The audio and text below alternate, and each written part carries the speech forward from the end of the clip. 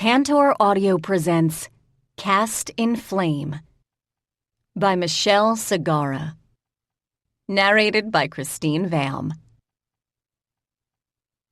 Chapter 1. On the second day after her return to Elantra, the city she policed as a groundhog, Private Kaylin fell out of bed, daggers in hands, knees bent. After one confused moment, she sheathed her daggers, took a brief look around the otherwise empty royal guest chambers that served as her temporary home, and let loose a volley of leontine curses. The small translucent winged lizard that habitually slept above her head squawked in protest. She'd swept him out of the way without a second thought. He hovered in front of her face as she cursed. She didn't, at the moment, have anything left over for groveling apologies. Leontine wasn't the usual language heard in the halls of the Imperial Palace, nor was it generally heard in the function rooms, and when it wasn't the particular phrasing she now indulged in. On the other hand, the thunderous sounds that had driven her from sleep pretty much guaranteed that no one who'd care could possibly hear her words. Kaylin could scream until she was blue in the face with the same results. Anyone in the palace halls could at the moment. Dragons were having a discussion. When she'd first heard dragons converse in their native tongue, she'd thought of earthquakes or tidal waves. Distinguishing individual voices had been less important than covering both her ears in the vague hope she'd preserve some of her hearing. A couple of weeks in the palace, with Bellis Deo for a companion, had changed that. She could pick out 3 loud, painfully loud, voices in the crash of distant thunder. Dearmat's, Bellis Deo's, and the Emperor's. While she generally enjoyed the arguments between Bellis Deo and Dearmat, she had zero desire to ever interrupt or witness any argument which also contained the Emperor. Even mention of the Emperor was probably career-limiting. It was dark, but the storm of sound in progress didn't seem like it would die down any time soon, and sleep was pretty much impossible, at least for Kaylin. The rest of the Dragon Court was probably in hiding, but immortals didn't need anything as petty as sleep. The second she had the time to find a new place, she was so out of here. The small dragon landed on her shoulders. She'd named him Hope, but felt self-conscious actually calling him that, and she hadn't had time to come up with a name that suited him better. He yawned, folded himself across her shoulders like a badly formed shawl, and closed his eyes. Clearly, dragon shouting didn't bother him in the slightest. Then again, he probably understood what they were saying. The palace was never dark. Individual rooms had lighting that responded to the needs of the guests who occupied them. But the halls, the grand, wide, towering halls, were always fully lit. The Imperial Palace Guard also adorned those halls, standing like statues in a stiff, grim silence that suited their pretension. They didn't stop Kaylin as she walked past them, heading to one of the only places that she was certain was somewhat soundproof. They knew her on sight, and if they'd had no issues treating her as one step up from a convicted felon in the past, she was now roommate to the Empire's only female dragon. The Emperor didn't want anyone to piss Bellis Deo off. Anyone, Kaylin thought glumly, but the Emperor himself. Dragons had never been famously good at sharing. When she reached the tall and forbidding doors of the Imperial Library, she had second thoughts. It wasn't that the Imperial Library was home in all but name to the Archon, the oldest member of the Dragon Court. It wasn't that the doors were closed, that they were almost always closed. It wasn't even his extreme dislike of being interrupted. It was the door ward that straddled them. She'd woken to the sounds of angry dragon, which pretty much defined bad day. Having to place her palm against this particular ward took bad day and made it worse. At the best of times, Kaylin's allergy to magic made door wards uncomfortable. But this ward could raise so much noise it might just interrupt the dragons, one of whom was the Emperor. There was no other way to open them. Kaylin briefly considered knocking, with her head. Before she could, and it was late enough or early enough that she might have, the doors surprised her by gliding open. No one stood between them. At this hour, the library desk, the publicly accessible library desk, was unmanned. The display cases and the rows upon rows of standing files were shadowed. The robed clerks who kept the library spotless were conspicuous by their absence. But that was no surprise. No one sane visited the library at this hour. As the doors rolled closed at her back, the sound of dragon anger diminished. The Archon made his way toward her from the back of the large room, which surprised Kaylin. She'd expected to find him holed up in one of the many, many rooms that comprised his personal collection, none of which the public was invited to peruse. "Thank you for opening the doors," she told him. "I felt it best to avoid interrupting the ongoing discussion. No one involved in it is likely to be amused by the sudden need to attend to intruders." "I live here, at the moment." "Indeed. I imagine the only person present who might find a disaster of your making remotely convenient is Lord Dearmet." "Who doesn't deserve it?" "You give him too little credit." "Do I?" The Archon's smile was lined. It was also sharp. "Perhaps I will beg the Emperor's indulgence." In theory, this sounded good. Given the way the day had started, it couldn't be. "How?" "I might ask permission to teach you the rudiments of our language." His smile deepened as her eyes rounded and her brows rose. "I'll go deaf." "Yes. Follow me, please. You interrupted me," he added. "I don't know how you can work with that ruckus going on in the background." "It is difficult. I do not have the concentration I once possessed in my youth." "So, what are they arguing about exactly?" "Bellis Deo's status at court at the moment. The argument has touched on many subjects." The Archon's eyes were a steady shade of orange, which wasn't a good sign in a dragon. "What about her status? She's a dragon, so she's technically a lord of the court." "That is true only in mortal terms. She is not, as Dearmet has been at pains to point out, a lord of this court.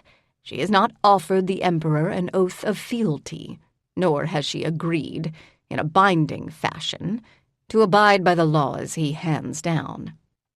"She spends most of her free time with me," Kaylin replied. "I'm a groundhog. She probably knows the law better than anyone who isn't." "You misunderstand. Humans are not, of course, required to take such a binding oath. I believe they would not survive it. Bellis Deo has not been required to do so.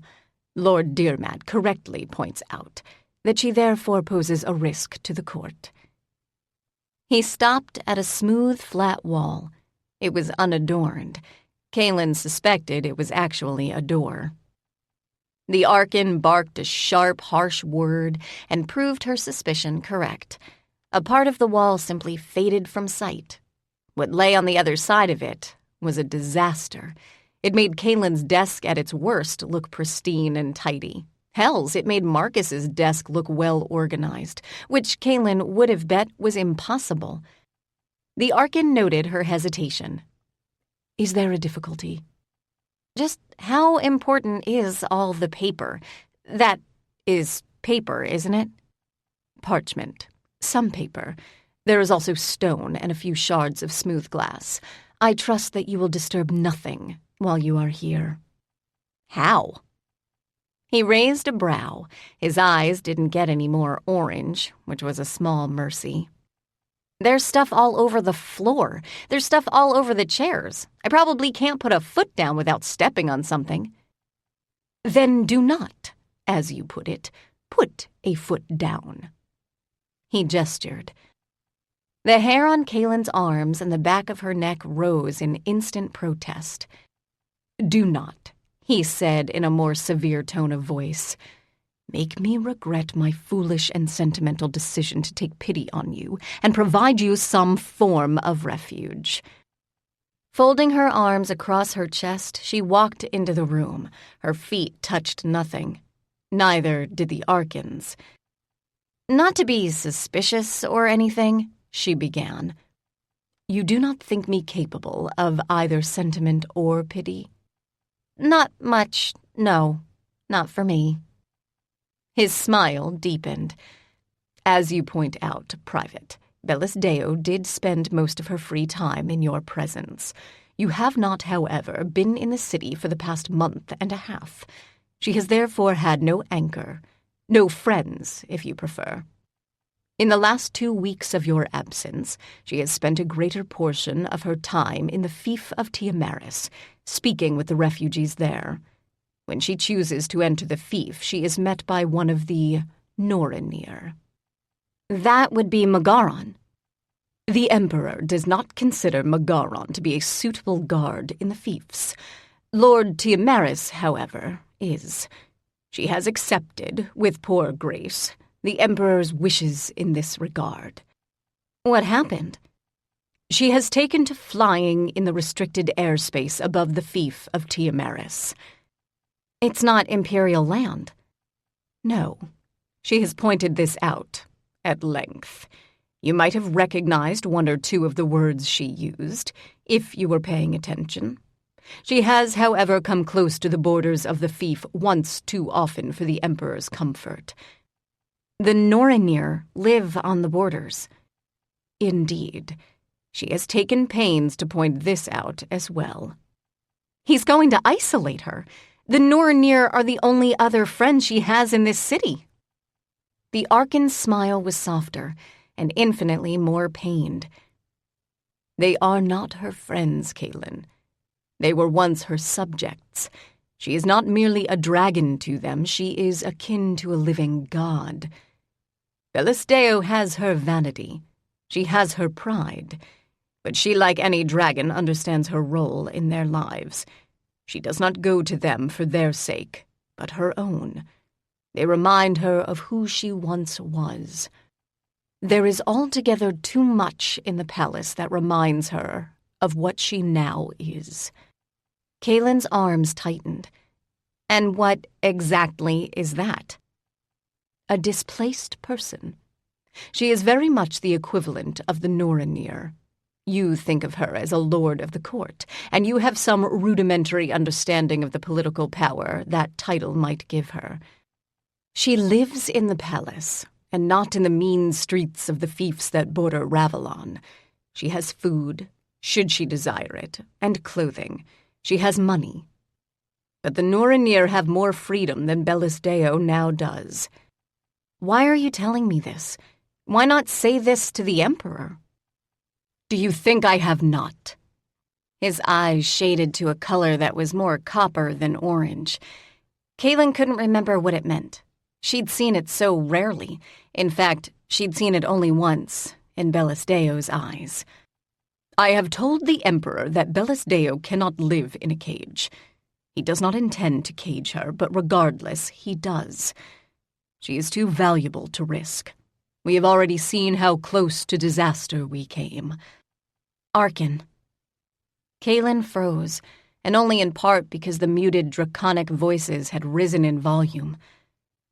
"Please tell me this argument has nothing to do with my moving out." "You are not, that I recall, fond of unnecessary dishonesty." He took a seat. It was the only seat in the room that seemed to have enough exposed surface to sit on. "If Bellis Deo can be said to have one friend in the Empire, it is you. She found your absence far more difficult than either she or you had imagined she would." "She said this?" "Of course not." He winced. It took Kaylin a couple of seconds to realize it wasn't because of anything she'd said. Unlike her, he could understand every word that was being said, or shouted.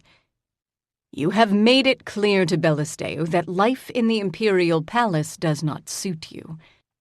"Not in those exact words, no." "Refrain from repeating the exact phrasing." Because Kaylin loved her job on most days, she did. "You intend to find another domicile?" "Yes, as soon as I can." When he lifted a brow, she thought of the job she loved, none of which included pandering to annoyed dragons. On the other hand, survival often did. "Look, there are people who would kill to live in the palace. I'm certain of it. But they're the people the Hawk Lord goes out of his way to prevent me from meeting. Everything in my palace rooms, everything, costs more than the clothing on my back. I feel like I should bathe before I step foot through the door. I can't leave or enter without an inquisition. I have to deal with Imperial guards on a daily basis for no other reason than that I live here. They are there for the protection and security of our guests." "Fine, but I don't want to be a guest in my own home. I want to be able to live there. Bellisdeo is a dragon. When she dons court dresses, they fit her and look good. She understands the powerful. She has power. I'm a groundhog. I can barely make ends meet on my cruddy pay. I'm not in her class, and I know it. I came from the fiefs. I work on the streets. I don't belong here, and I can't be happy where I don't belong." "You are a lord of the High Court." "The Barani High Court, and you know damn well I don't have to live in the high halls." "You have visited them before." "I visited them with Teela." "And the difference?" She grimaced. There was a difference. She wasn't certain what it was. "Teela's a hawk." "And Bellisdeo is not." "Bellisdeo would never swear the oath the halls of law require." "No. Lord Teela did?" "Lord Teela doesn't give a damn about non-binding oaths. They're just words, as far as the Barani are concerned. There is no way Marcus would ever allow Bellisdeo to join the Hawks." "Ah, yes. Your sergeant's famous mistrust of my kind." His eyes, however, shaded toward gold. He clearly found Marcus amusing. "Your Teela understands the High Court, and she avoids it where possible. But if you enter that world, she enters it beside you, and she warns others by presence alone that there are consequences to any actions they might take against you. Bellisdeo cannot do that here, and she is aware that she lacks that ability. The palace is not her home. It is not an environment with which she is familiar, or over which she has ultimate control. Still, she tries. She targets Dearmat with the full brunt of her outraged disdain. Her outrage," he added, "is genuine. She feels your marks are not accorded the respect they are due. She does not fully consider the advantage in being underestimated, and I will say now that there is a distinct advantage to you, in my opinion. She feels a debt of gratitude to you." "I didn't do anything for her gratitude. I did it because... "Oh, do continue. I'm certain it will be fascinating. You did it because that's what anyone would do." Kaylin shrugged. It was a fief shrug. Fief shrugs, on the other hand, were not a language with which the Archon chose to be familiar. "You grew up in the fiefs. You are aware that you are lying. Even if you aren't, there are very few, I can think of almost no one, who could do for Bellisdeo what you did. She would have died there." His gaze slid off hers. "I am not certain at this moment that fate would not be preferable in her mind. Yes, the discussion in progress, and to my mind it will be some hours before it is done, involves both your residence and hers." He closed his eyes. "She is in pain, Kaylin. She is grieving. For us, the grief is long past. It exists only in echoes. when we turn our thoughts to the past. For Bellis Deo it is new. It makes her reckless. More reckless, he added, as if this were necessary. You see her as a dragon, which is fair. You will age. You will die. She will live forever. She is favored by an emperor we still consider it wise that you never meet. She is given leeway that would be granted no one else. All of this is true. It is not, however, the only truth. I understand that the loss of your home was due to her presence. Believe, Kaylin, that she understands this as well. If you do not resent her for the loss, if you do not speak against her companionship, she will go where you go. You want me to move out with her? No. I feel it prudent to advise you that her presence will make your life far more difficult than it might otherwise be. I want her to move out with you. I am of the opinion, at the moment, that the benefits that accrue will go in one direction. I am aware, as you are, of the risks that move entails. If Bellis Deo does accompany you, the Imperial Treasury will cover a large portion of your rental costs. Kaylin's arms tightened, but she said nothing. She'd been able to afford her one-room apartment, even with Bellis Deo as a roommate. She wasn't so flush with money that money itself was irrelevant, but she really didn't like the idea at all. She hasn't even asked me, you know. I know. She will not ask if she cannot argue the Emperor around. It would be too humiliating. And having a screaming fight that an entire palace had no choice but to hear wasn't? I don't want my home surrounded by bloody Imperial guards. The Archon raised a white brow. I mean it. I don't want home to be a jail. Bellis Deo will have a security detail. I apparently have a security detail, if by that you mean Imperial spies. I can't stop them from watching my every move. I just want to pretend that they don't. Why? Dragons. Ugh. And your other demands? Kaylin had none. She felt guilty because one of the things she'd been so looking forward to was having a place of her own again. She'd had nothing when she'd come from the fiefs, but she'd had hope for the future, with the Hawks, within Elantra.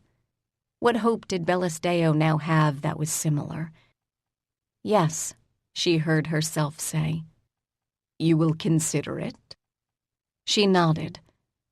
The small dragon, silent as cloth for most of the interview, raised his head and batted the side of Kaylin's cheek with it. Good. I now have work to do. Midwives Guild? Clint asked, as Kaylin trudged up the stairs of the halls of law. Dragons, was her curt reply. If the midwives had kept her awake through the small hours of the night, she'd have had something useful to show for the lack of sleep.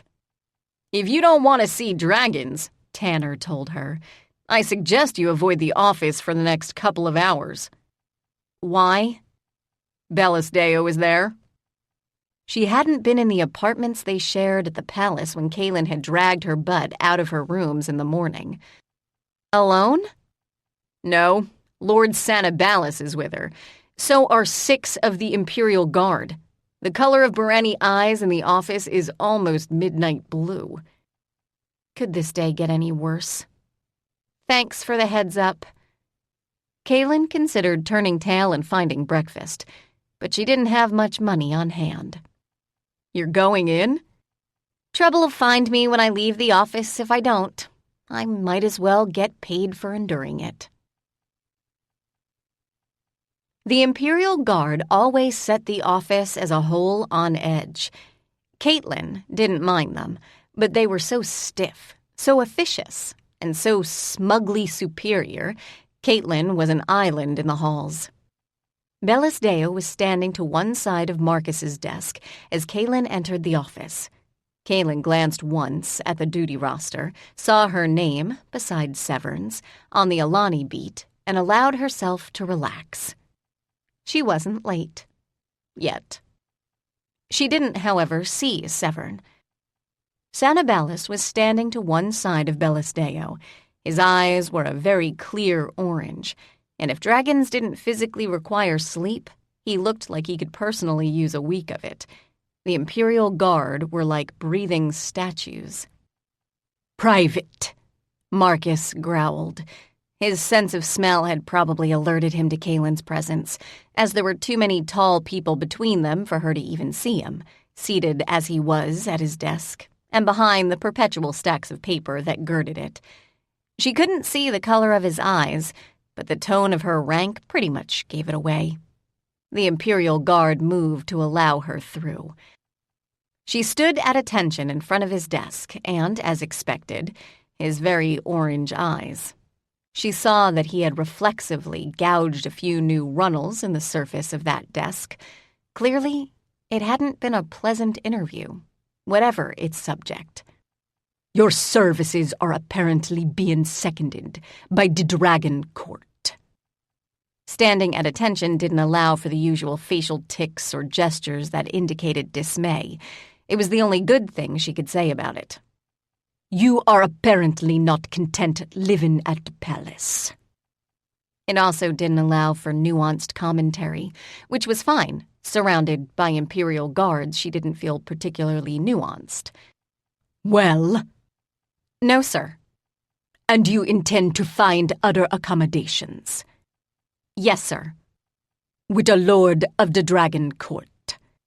She didn't hesitate, not with Marcus in his current mood. "Yes, sir."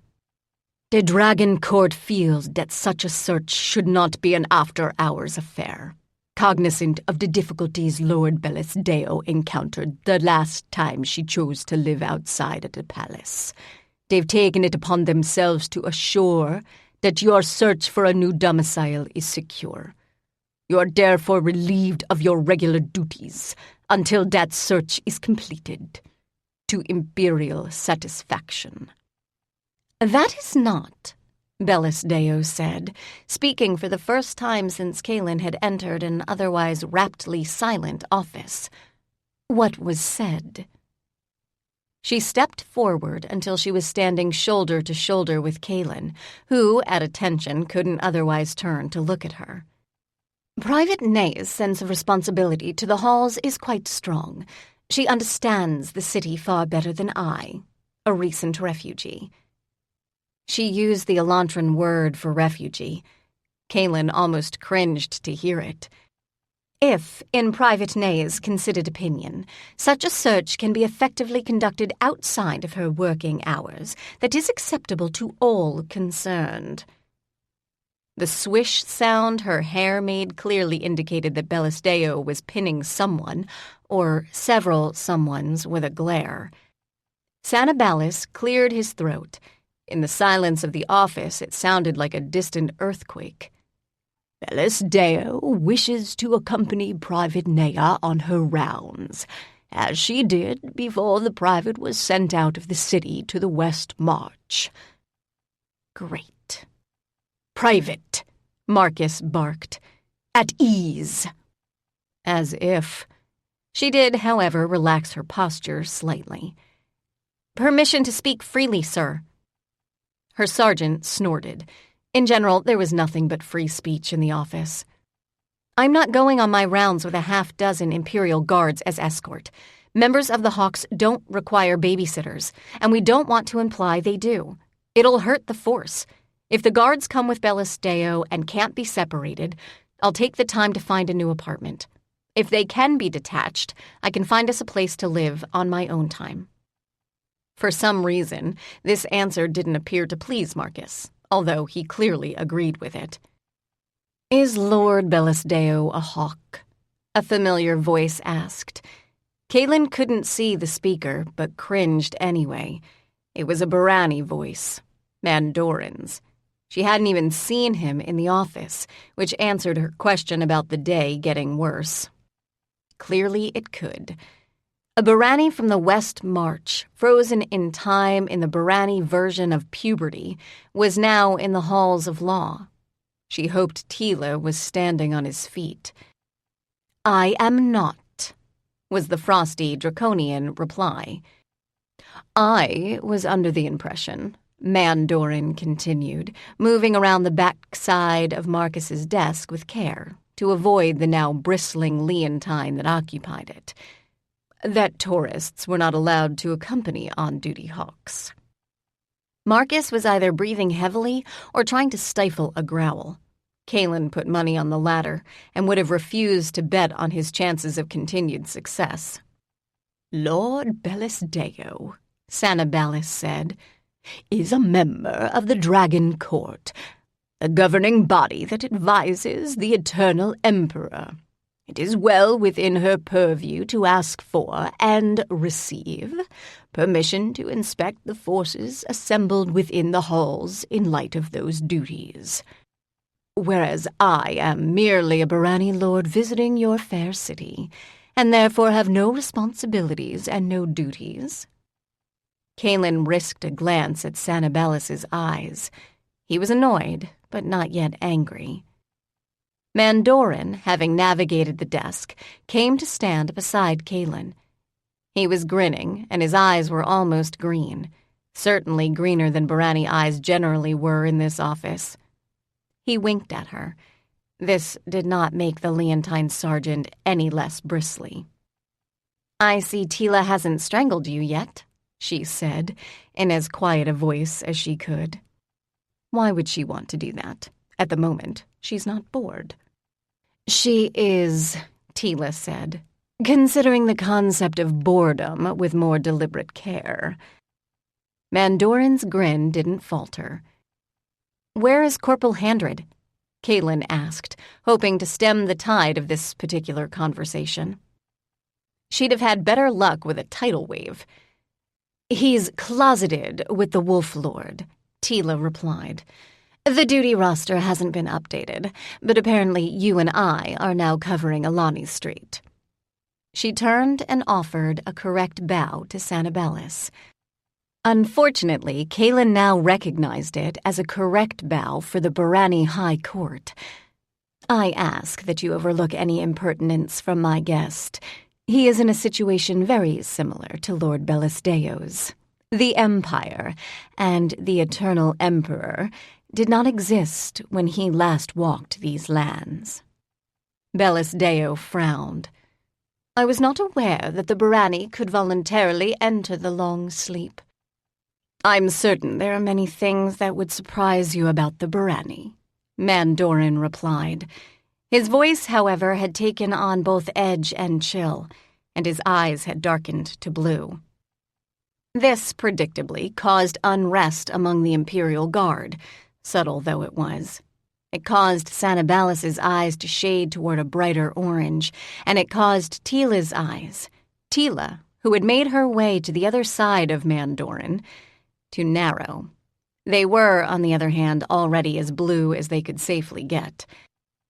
Bellisdeo, however, lifted a brow. Her eyes were no longer slightly orange.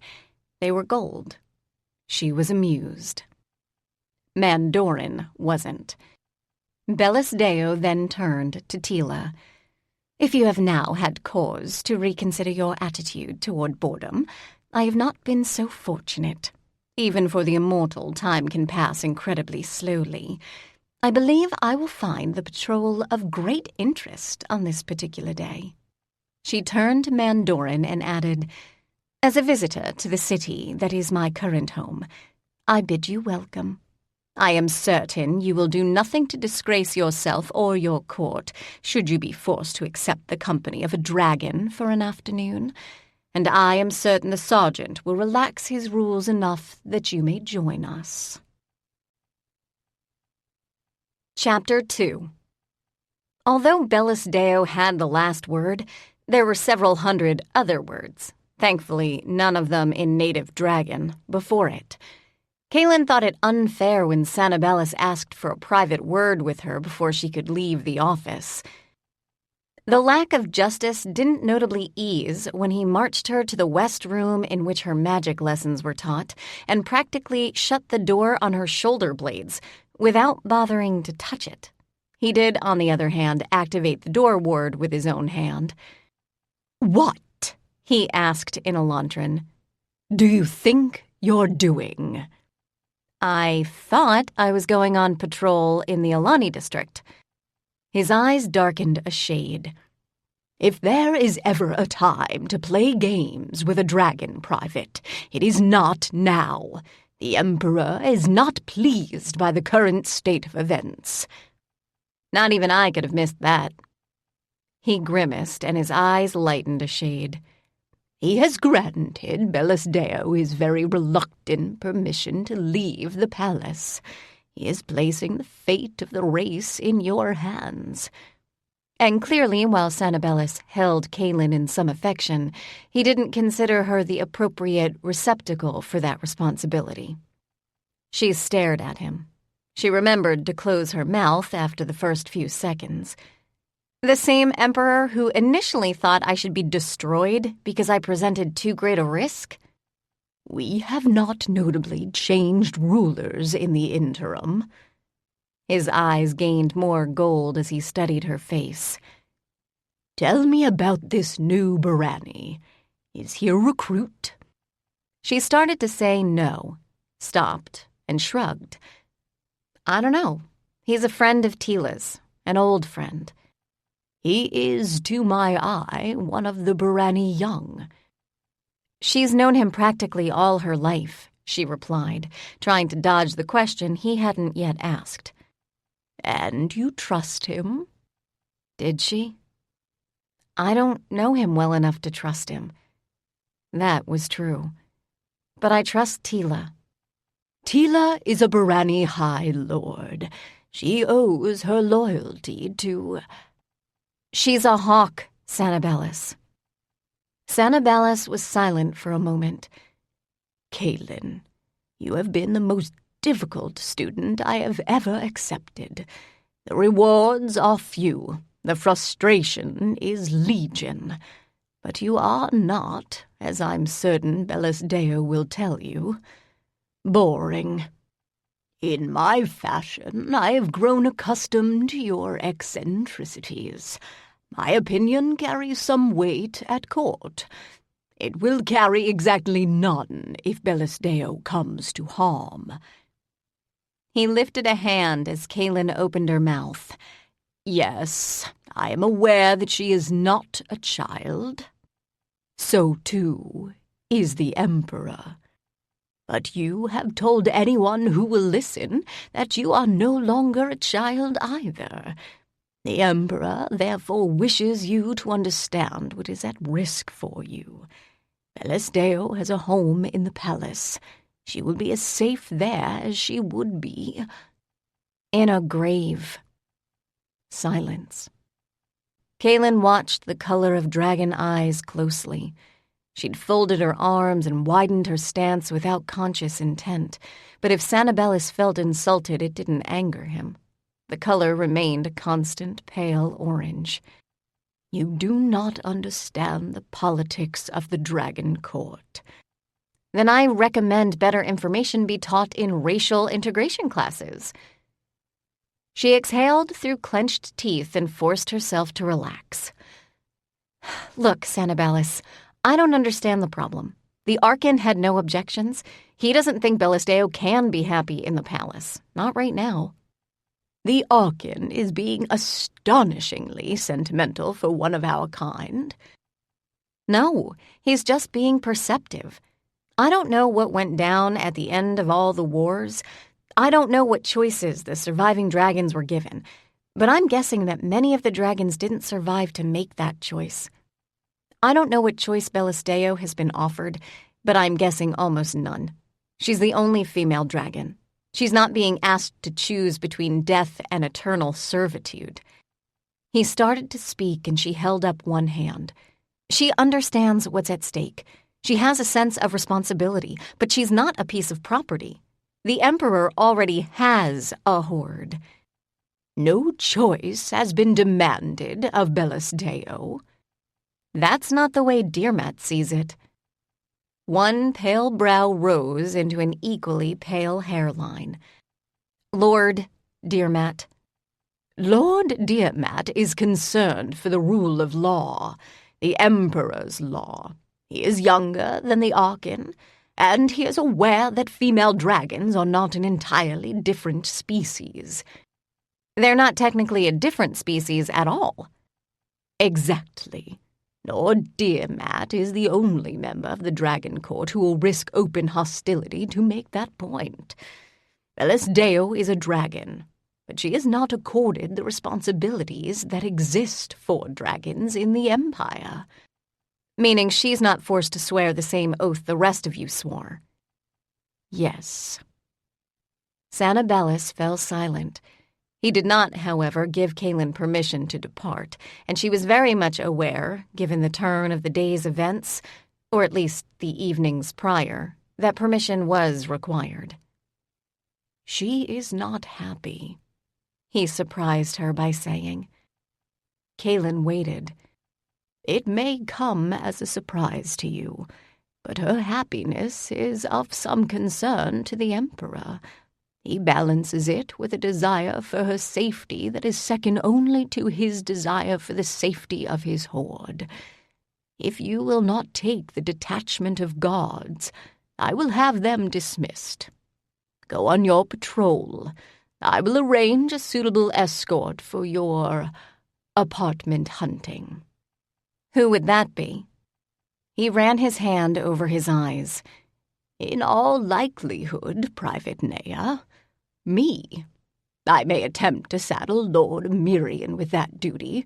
He has not, to my knowledge, offended Bellis Deo in the last several weeks. Largely, he added with a more toothy grin, because he has avoided her entirely. Why? Teela said, in the clipped, cool voice that implied annoyance. Are you sulking? I'm not sulking. Kaylin did not kick a stone, which took effort. Mandorin grinned. You don't look like you're sulking to me, but I'm not as conversant with mortal expressions. Why exactly do your eyes stay that fixed color? Human. Doesn't it make the other mortals wonder if you're not just animals that talk? Frequently. She reached out and caught Bellis Deo's elbow as the dragon drew breath. It was the kind of slow, heavy breath which sometimes preceded fire. Either that, or it makes them suspicious because clearly we're hiding something, or we're insane. Well, I won't argue that, he replied. He was looking at the buildings that lined the streets, the people that walked them, the stray cats and dogs, and the clouds that scudded overhead, as if everything was both new and fascinating. It probably was. He had spent the past many centuries trapped inside the green, which had a tenuous understanding of physical form, at best. His eyes were a shade of blue-green, and he kept to the side of Teela that happened to be farthest from the dragon. Kayla had inserted herself between Teela and Bellis Deo, which meant Mandorin and Bellis Deo were as far apart as they could be while still heading in the same general direction. They both turned heads, though. Mandorin wasn't encumbered by the regulation tabard that Teela wore, and Bellis Deo looked far more like a lord of the Dragon Court, by dress at least, than the average pedestrian. Most women who could afford to dress the way she did didn't walk anywhere. They took carriages, and usually stayed behind their guards and footmen. Kaylin grimaced. She almost wished Bellis Deo were in one of those carriages, because Alani Street was the home of wheedling, enterprising frauds, most of whom could happily accost anyone that appeared to have money. They were usually better behaved when their victims had hawks as escorts. Mandorin, on the other hand, didn't appear to understand that he was a victim. He responded to the offers, in this case fortune-telling, with unfeigned curiosity and quick delight. Teela raised a brow. Mandorin stiffened. Neither spoke out loud. They didn't have to if they wanted their conversation to be private. They knew each other's true names. It had been centuries since either had had call to use them, if one ignored the past few weeks. Teela, Mandorin said, doesn't want me to have fun here. She's working. You'll add to the paperwork if you do. Yes, that seems to be one of her fears. The other is attempting to throw me into jail if I misbehave. I imagine that would be a lot of fun, Kaylin replied. I've offered to visit the high halls instead of the city streets, was his cheerful counter. There, it won't matter if foolish or stupid people die. It's considered a form of suicide, and it isn't Teela's job to prevent that. Why did we think this was a good idea? Kaylin asked her fellow hawk. I never thought it was a good idea, if I recall. I merely pointed out that compared to your induction into the Hawks, Mandorin was far less likely to be in danger, or to indirectly cause it. I was perhaps optimistic about the latter. Mandorin snorted. So did Bellisdeo. I thought you were here to keep an eye on Anarian. At that, Mandorin's smile dimmed. The color of his eyes shifted, but not into the midnight blue that generally meant upcoming injury or death. He glanced at Teela. Teela was studying the occupants of Alani Street as if they were fascinating, dangerous, or both. You will have to tell me, Bellisdeo said to Kaylin, exactly what did happen on your pilgrimage. It seems you've acquired companions. They're Teela's companions, not mine, and there are, at the moment, 2 of them in the city. You've met Mandorin. He is the outgoing, friendly one with the questionable sense of humor.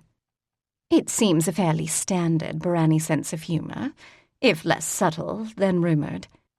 He's young for his age. Not so young, Mandorin cut in, that he enjoys being talked about in the third person. And not so mature, the dragon countered, that he doesn't enjoy talking about other people present in the same way. He grinned. His eyes were still a wary blue. Fair enough. He spoke Elantran. Kaylin doubted a similar phrase existed in Barani. Where is Anarian anyway? Kiddling. Mandorin raised a black brow. He's visiting his brother. Nightshade. And no, before you ask, it's not going well. Why didn't you go with him? I wasn't invited. Or rather, I was specifically not invited. Lord Kalarnan was willing to entertain Teela, but for some reason Teela didn't choose to accept his invitation. I am uninterested in playing games of power with Nightshade. But Anarian is not in danger. Whatever else Nightshade intends in future, the death of his youngest brother is no part of his plan. It is safe for Anarian to rage only in the absence of witnesses. Nightshade didn't invite me because he was concerned for Anarian's safety. He wished to confine Anarian's wrath. She added with a slender, sharp smile, did not. She glanced pointedly at the mark Nightshade had left on Kaylin's cheek. It was just so much skin to the younger hawk, but it never failed to annoy Teela. Heads up, Margot on the prowl, Teela added. Margot was possibly the person on Alani Street Kaylin disliked the most. Not that there was any shortage of rivals for that position. She was a tall, gorgeous redhead, and she made the color look natural. She was statuesque, her skin was fair, her eyes striking, and she could milk money out of a stone by oozing wisdom and charm. Neither of which Kaylin privately believed she had. She won't come here, Kaylin replied. She's seen me. If Kaylin played the least favorite game, so did Margot. Kaylin was on the top of the Hawks list, and possibly near the top 3 across the board.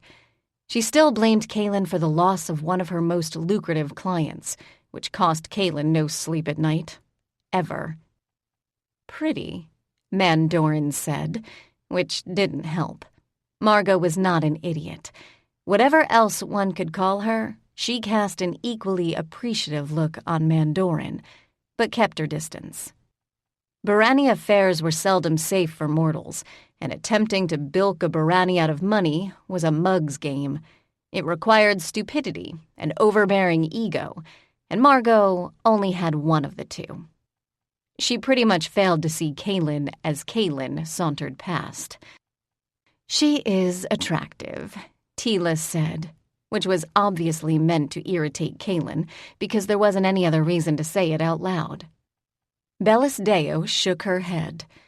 "By mortal standards, perhaps, but there's a brittle edge to the line of her mouth I find unappealing." "Guys," Kaylin snapped, "a little less ogling and a little more patrolling?" "I'm not patrolling," Mandorin chuckled. "Technically, you're not here." He laughed. "You know," he said, "I think when you have a place of your own, I'm going to be visiting a lot. You really are much less stodgy than Teela's become."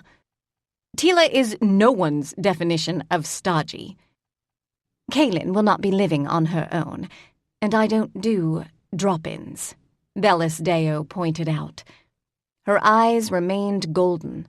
Mandorin's had edged toward green, but a stubborn streak of blue persisted. If he eventually chose to be comfortable around a dragon, it wasn't going to be today. He shrugged. "From the sound of it, you're not going to find much of a place of your own anyway." "I can find a place," Kaylin said. "And Bellis Deo, despite appearances, doesn't require something palatial or even regal, given where we were living before." "Oh, it's not your friend that's going to be the problem." He glanced at Teela's expressionless face and added, "On the other hand, it could be worse for you. You could be living with Tane." His grimace looked nothing like a Barani expression. Teela cleared her throat, loudly. "You're living with Tane?" "If you can call it living, yes. For some reason he doesn't seem to want me to see much of your fair city. I want," he added, "to visit the Leontines I hear you have living here. I didn't even know they could function in cities, but your sergeant seems fine wearing clothes." Bellis Deo glanced at Kaylin. Kaylin turned a tight-lipped stare on Teela, who shrugged. "Surely you expected this?" the Barani hawk asked. "You know he hasn't lived in a mortal city before. He certainly hasn't lived in this one." "The Leontines," Kaylin told Mandorin, in chilly Barani, "are not animals, nor are the humans. The Aryans are not birds. This is a city, not a zoo, and none of its inhabitants are here to be stared at through cage bars." "Kittling." Mandorin chuckled. "My apologies, Lord Kaylin. I seem to have touched a sensitive spot." "You've reminded me of all the things I hate about immortals. I don't know if you'd consider that a sensitive point or not." She didn't much care, either. The small dragon lifted a head and squawked. When Kaylin, still tight-lipped, ignored him, he nipped her ear. "What?" She turned to glare at him, and he avoided her by leaping off her shoulders to hover in the air. When she still failed to understand whatever it was he was trying to tell her, he added sounds to the flap of wings. And when she failed to get that, he flew head-first toward a window. A storefront window. Kaylin ran after him, arms outstretched, while people in the street stopped to stare. She hadn't been patrolling on Alani for almost 2 months. The small dragon was still a novelty. Some of the gawkers were no doubt assigning a monetary value to him. She pitied anyone foolish enough to actually try to grab him and carry him off. Actually, scratch that. At the moment, she'd probably enjoy it. It was only as she reached up for Small and Squawky that she recognized which window he'd threatened. It was Evanton's. The door, habitually shut, now swung open. A wizened, bent old man was standing on the other side of the frame, his frown bracketed by a decade's worth of lines. "Don't just stand there gawking," he said, matching tone of voice to expression. "Come in. I put tea on 10 minutes ago." Evanton didn't actually drink tea. He made it for guests. Given his current mood, those guests might as well have been tax collectors. Bellis Deo entered his store, her eyes rounding.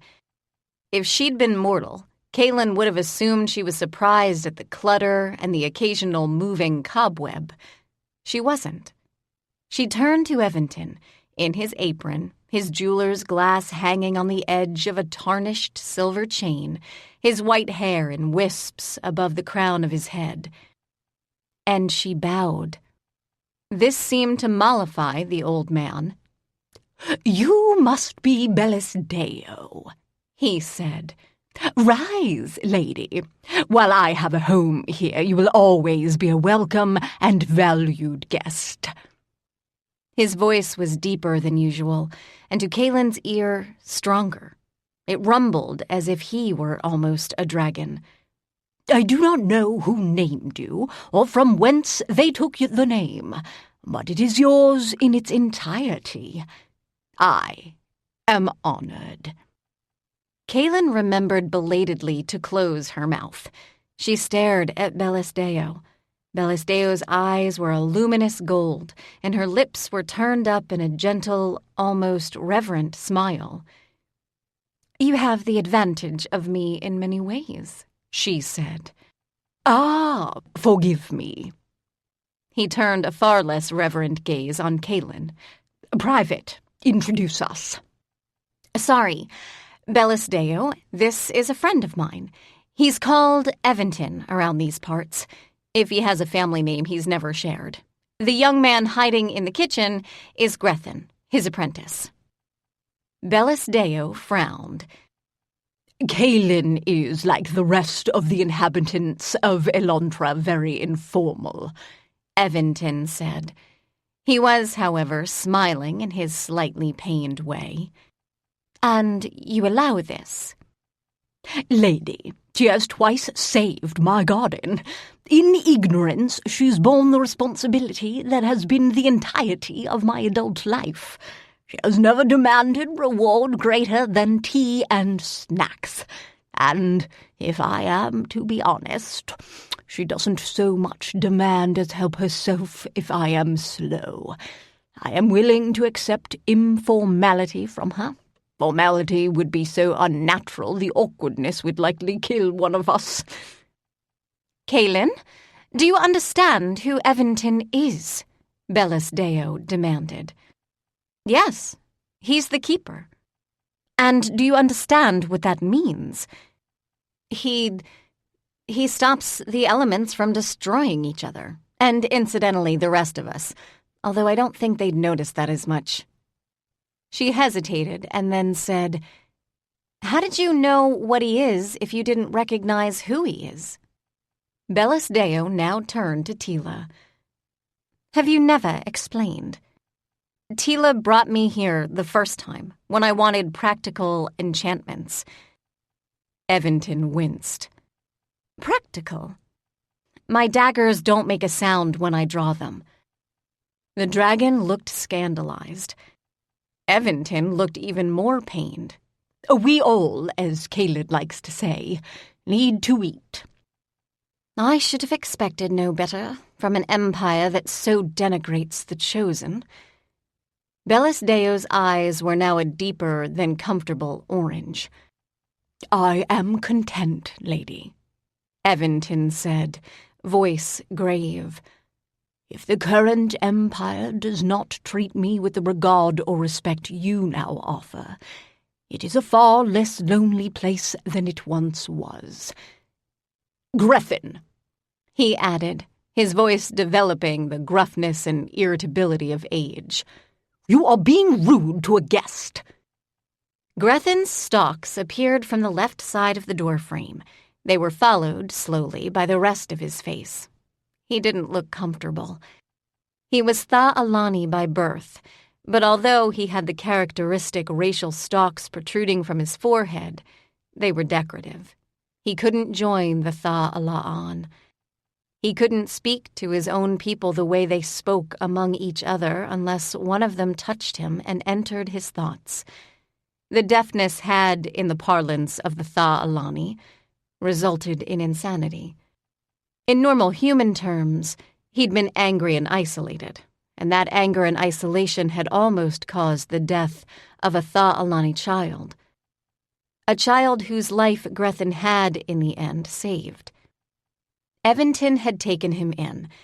Kaylin often wondered if what had seemed an act of forgiveness and mercy wasn't just one long, extended punishment. But the only thing Grethen seemed to fear now was Eventon. He certainly wasn't afraid of Kaylin, Teela, or Bellis Deo. "Grethen," Kaylin said, "it's good to see you're still alive. Eventon seems to be in a bit of a mood today." Bellis Deo's eyes almost popped out of her head. Kaylin made a mental note not to visit Eventon with Bellis Deo in tow. The small dragon squawked and landed on Grethen's shoulder. Grethen looked at least as surprised as Kaylin felt. She recovered first. Grethen seemed entranced. "So, why is Eventon so cranky today?" "Unfair, Private," Eventon replied. "Your tea is getting cold, and you failed to introduce me to your other companion, although I suppose you could rightly attribute that lack of manners to Lord Teela." "If she were unwise," Teela replied, her eyes an easy green. "Eventon, this is Mandorin. He has just returned to our lands after a long absence, and everything in them is new, except perhaps rudiments of our language. Mandorin, this is Eventon, the current keeper." "Mandorin?" Eventon frowned. It was a very peculiar frown. His eyes narrowed. In the dim light of the storefront, they seemed momentarily blue, although Eventon's didn't, as a general rule, change color. He extended a hand. Mandorin hesitated before extending one of his own. "Come, join us. Grethen, if you can detach yourself from Kaylin's companion, I would ask that you move refreshments to the garden." Grethen's eyes widened. "The kitchen, while suitable for a private of the Hawks, is nowhere near suitable for Lady Bellis Deo." The official title was Lord, but Kaylin didn't bother to correct him. "We will therefore repair to the garden." "What is he up to?" Teela whispered. She was at the back of the line because Eventon's rickety halls were at best one person wide. She had maneuvered into the position in front of Kaylin, who had pulled up the back and had merely stopped walking until everyone else was far enough ahead. Kaylin shook her head. "I don't know." She accepted Teela's suspicion because she felt some of it herself. How did Bellis Deo recognize him as the keeper? Did you when you first met him? Teela exhaled. "Yes." "How?" "Mortals don't have true names, unless they've done something technically questionable." "Meaning me?" "Meaning you, yes. No one is certain what having a name means for a mortal, and given you are, theoretically, mortal, you aren't considered enough of a threat that an answer must be found. The answer itself would take longer than the rest of your life to obtain." "And that's relevant how?" "Eventon doesn't have a name, per se, not the way immortals do. But if we meet his eyes for any length of time, we can see 4 words in their depths. They are names. They are linked to him, and they cannot be used to control him. It is the way the keepers make themselves known to those who might otherwise intend them harm. If you look, you might be able to make out 2 of those names, but you might not. I'm not certain Eventon would stand still for long enough." "He's not exactly fast on his feet." "No, but in his fashion he knows how to intimidate. I've never noticed you engaging in staring contests with him. I'm not the one who does that, Teela. Teela chuckled, but her eyes remained an alert blue.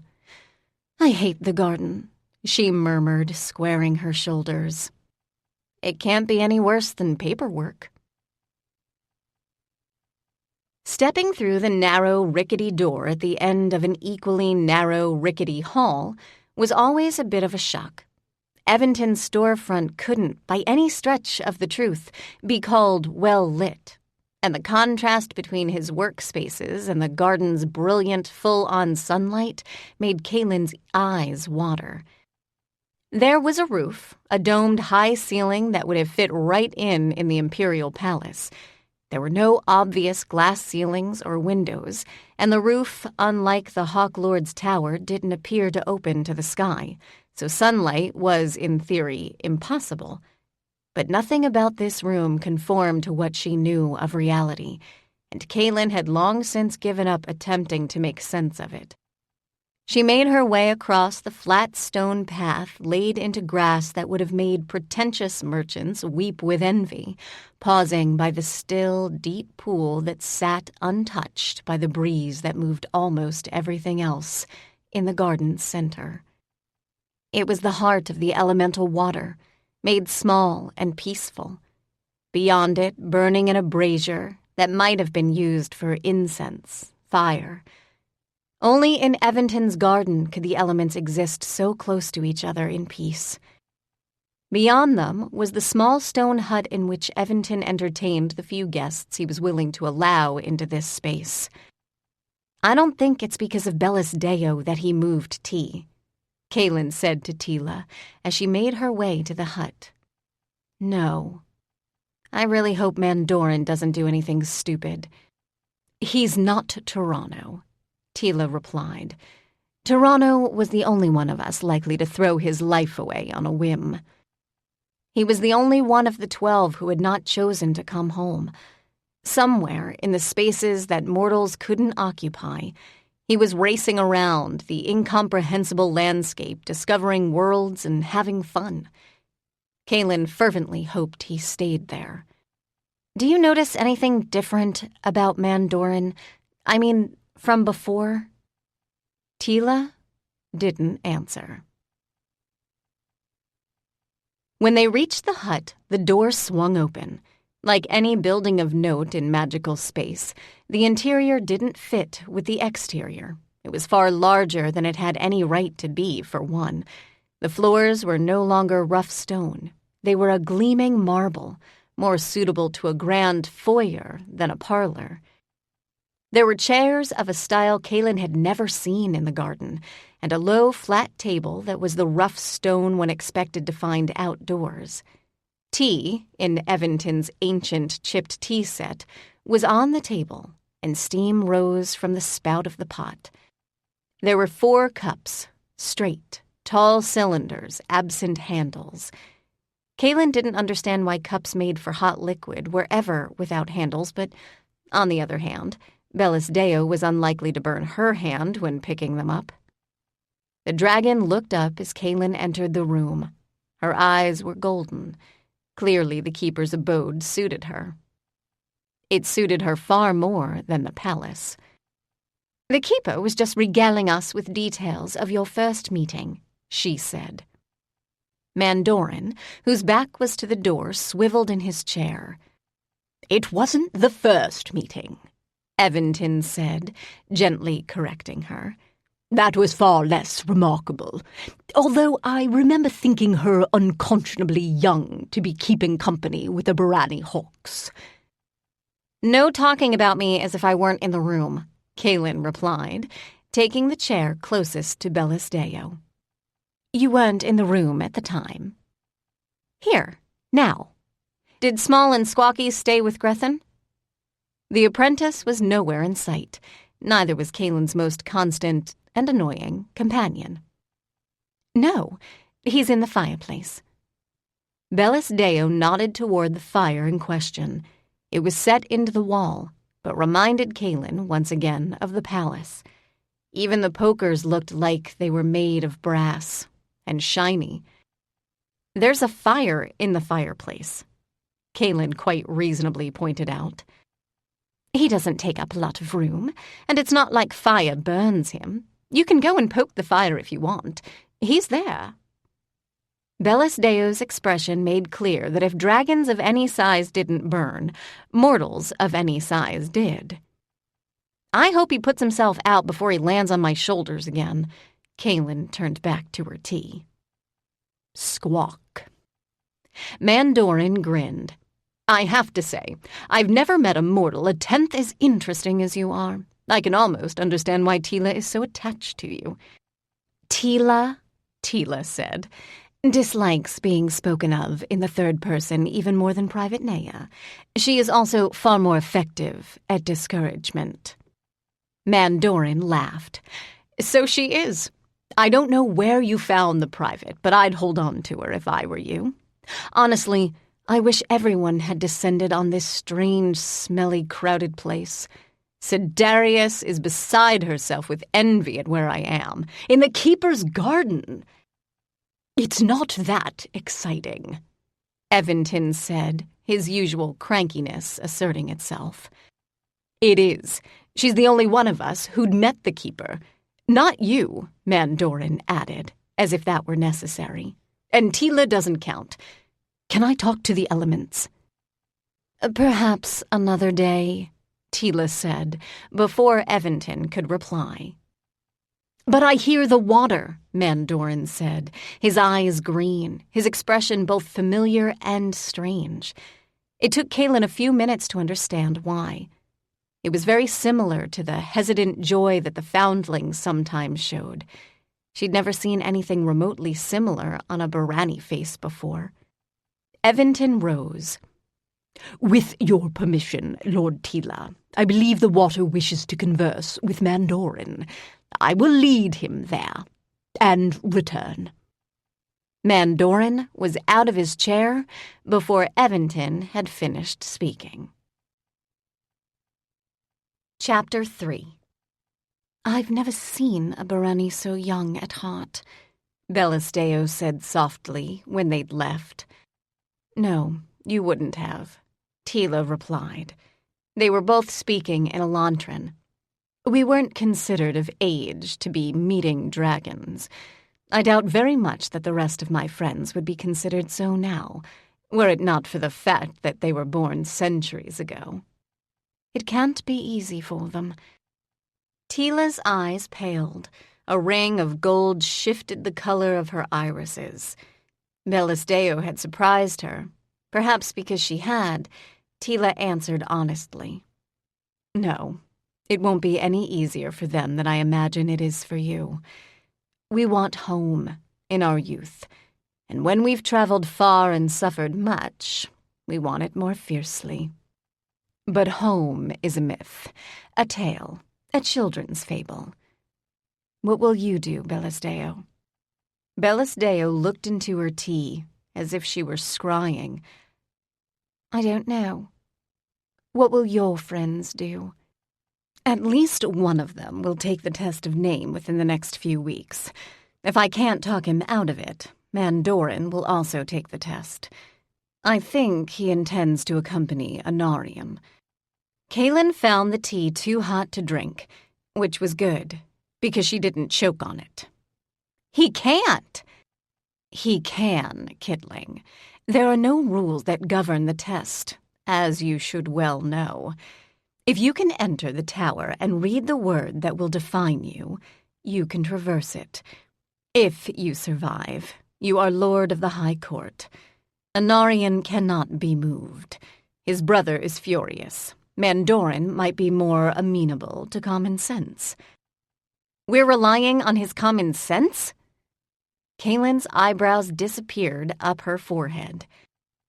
No, there is no we in this equation. Mandorin is not, repeat, not your problem. Your problem at the moment is finding a place to live in the city. Focus on that, and keep your nose out of trouble while you do it. We'll take care of Mandorin. She broke off and looked to Bellis Deo, who was sitting completely still. Kaylin knows most of the city reasonably well. She doesn't have our memory, but she doesn't need it. It's not her knowledge that worries me. No, but if you've listened to Evanton's horror story, you understand that she is capable of surviving much, much worse than a simple apartment hunt, even with a dragon or two in tow. She survived the loss of her home, Teela added, coming to the point in a way that she seldom did with anyone but Tane or Kaylin. And between us, had she not been there, I don't think you would have survived. Eyes narrowing, Teela paused. You don't think you would have survived either? It wasn't a question. No. I had time to speak with the Imperial mages in your absence. I had time to assess their reports. But Teela, it is absolutely certain that the bomb would not have been thrown had I not been resident there. Teela shrugged. I didn't say Kaylin was wise. She is not. But in this case, accept her lack of wisdom as the gift it is. She means well, mostly, and sometimes you have to encourage that. Meaning well was not highly prized in the home of my childhood. Teela chuckled. It was actively discouraged in mine. But mortal lives are so short. They believe, and they die before that belief is entirely lost. It makes them curiously compelling. Is that why you're a hawk? No. Teela hesitated, which was unusual. And possibly yes. I didn't come to the Hawks looking for Kaylin Nea. I was surprised when I found her. Hello, Kaylin said, raising a hand. I'm actually sitting here. They both looked at her. Teela opened her mouth, no doubt to say something cutting, when the small dragon flew out of the fire, squawking at the top of his little lungs.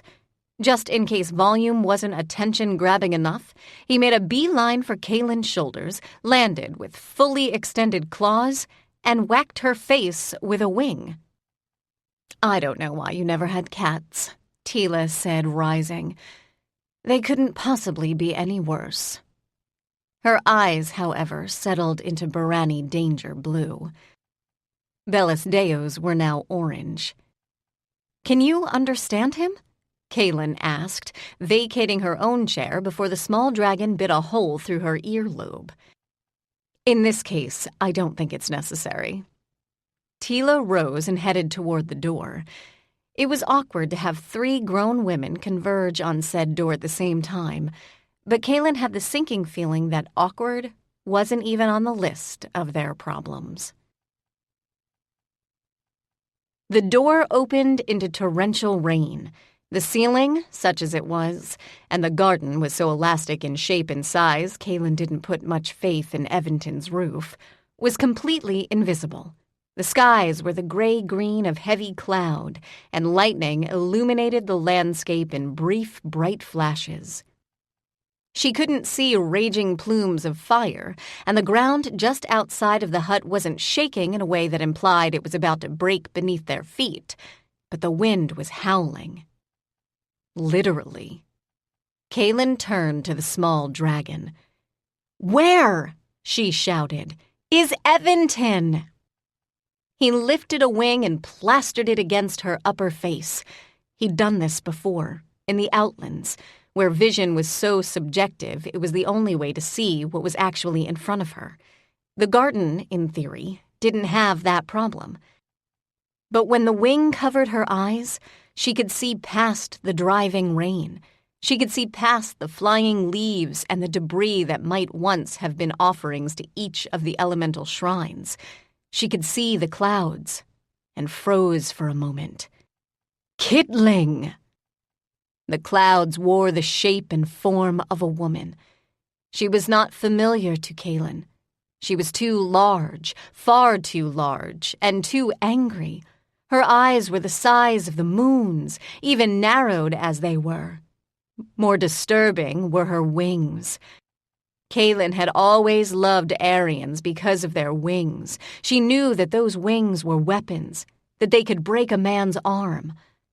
But the wings of the storm, of the water, were like tidal waves. There was nothing beautiful about them, and the only freedom they implied was death.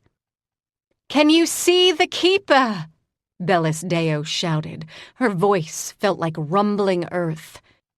"No, but the water is here, and it's enraged." "Only the water. Kaylin, can you see any of the other elementals?" She started to say air, and stopped. The storm was entirely a thing of the water. "No!" The ground shook beneath Kaylin's feet. Leontine left her open mouth. But it wasn't the elemental earth joining the rumble, it was Bellis Deo. Bellis Deo in her golden draconian form. "Don't just stand there gawking. Get on! That applies to you as well, Lord Teela." "I am never," Teela said, complying immediately, "going to live this down." Bellis Deo flew into the eye of the storm. Sadly, the eye was just above the jaws. The small dragon had wrapped his tail tightly around Kaylin's neck and was digging new runnels into her right collarbone. He'd fallen silent, which was the only blessing. His wing was plastered against her face, above her nose and lips, which made breathing possible, although she was willing to bet more water than air was actually entering her mouth. "Kidling, your arms!" She'd noticed. The runic marks that covered over half of her skin were glowing brightly enough they could be seen through her sleeves. They were the color of Bellis Deo's eyes and scales, as if only that part of her was now transparent. "Next time," she shouted, "we are leaving Mandorin at home." She had no doubt that something Mandorin had done was responsible for the storm, and no certainty at all that she could stop it. Which wasn't technically her job. It was Eventon's. Where in the hells was he? Bellis Deo's flight was not smooth. It inspired no confidence at all. Since dragons, unlike carriages, didn't come with built-in handholds, Kaylin's legs were rigid with an attempt to somehow hold on. She'd never gotten the hang of horses either, but the dragon was looking at something Kaylin couldn't see, and when she dove, through sheets of rain, for ground, Kaylin saw what? Grethin. Bellis Deo caught him in her claws and lifted him. "Where," she demanded, "is out?" "We don't get out without Eventon," Kaylin shouted. "Grethin can't stay here. He's half drowned." "Can you land? Can he crawl up on your back?" She was already doing exactly that, but the ground here did not look promising. Much of it was mud, and dragons weighed enough she'd sink. Bellis Deo did, but she'd landed on her hind legs and let them bear her weight while she set Grethin down. Teela reached out and yanked Grethin out of the mud he'd barely had time to settle into. He was a bedraggled mess, but then again so was Kaylin. Dragons and Barani were exempt. Teela seated the apprentice in front of her. "Grethin, where is Eventon? Can you reach him?" Grethin swallowed air. His eyes were wide enough the white seemed to have taken over half the space. "He's not answering." "Fine, but can you tell Bellis Deo where he is?" Teela had that calm down or I'll slap you tone. He's by the pond." Pause. "He's in the pond." "What pond?" Bellis Deo roared. "Turn right," Kaylin shouted. "Turn right and head toward the ground. Avoid the fire." Right was a sheet of falling rain. Down was a sheet of falling rain. Kaylin was fairly certain there was no space in the keeper's garden that wasn't at the moment. "Teela, is Mandorin with Eventon?" "Teela?" "Yes and no." Which one is it? No. Leontine and water didn't mix well. Kaylin tried anyway. She gave up and gave Bellisdeo directions because she could see the pond. She could see it as the heart of the monstrous form water now wore. It was deep, dark, clear, and was no longer still. The small dragon warbled. As his head was beside her ear, she heard him anyway. Just one normal day. Is that too much to bloody ask? One day? Squawk. The pond was the heart of the water. It didn't matter what shape it took, although Kaylin had very strong preferences at this point. It was anchored to one spot in the garden. Storm aside, that anchor was still true.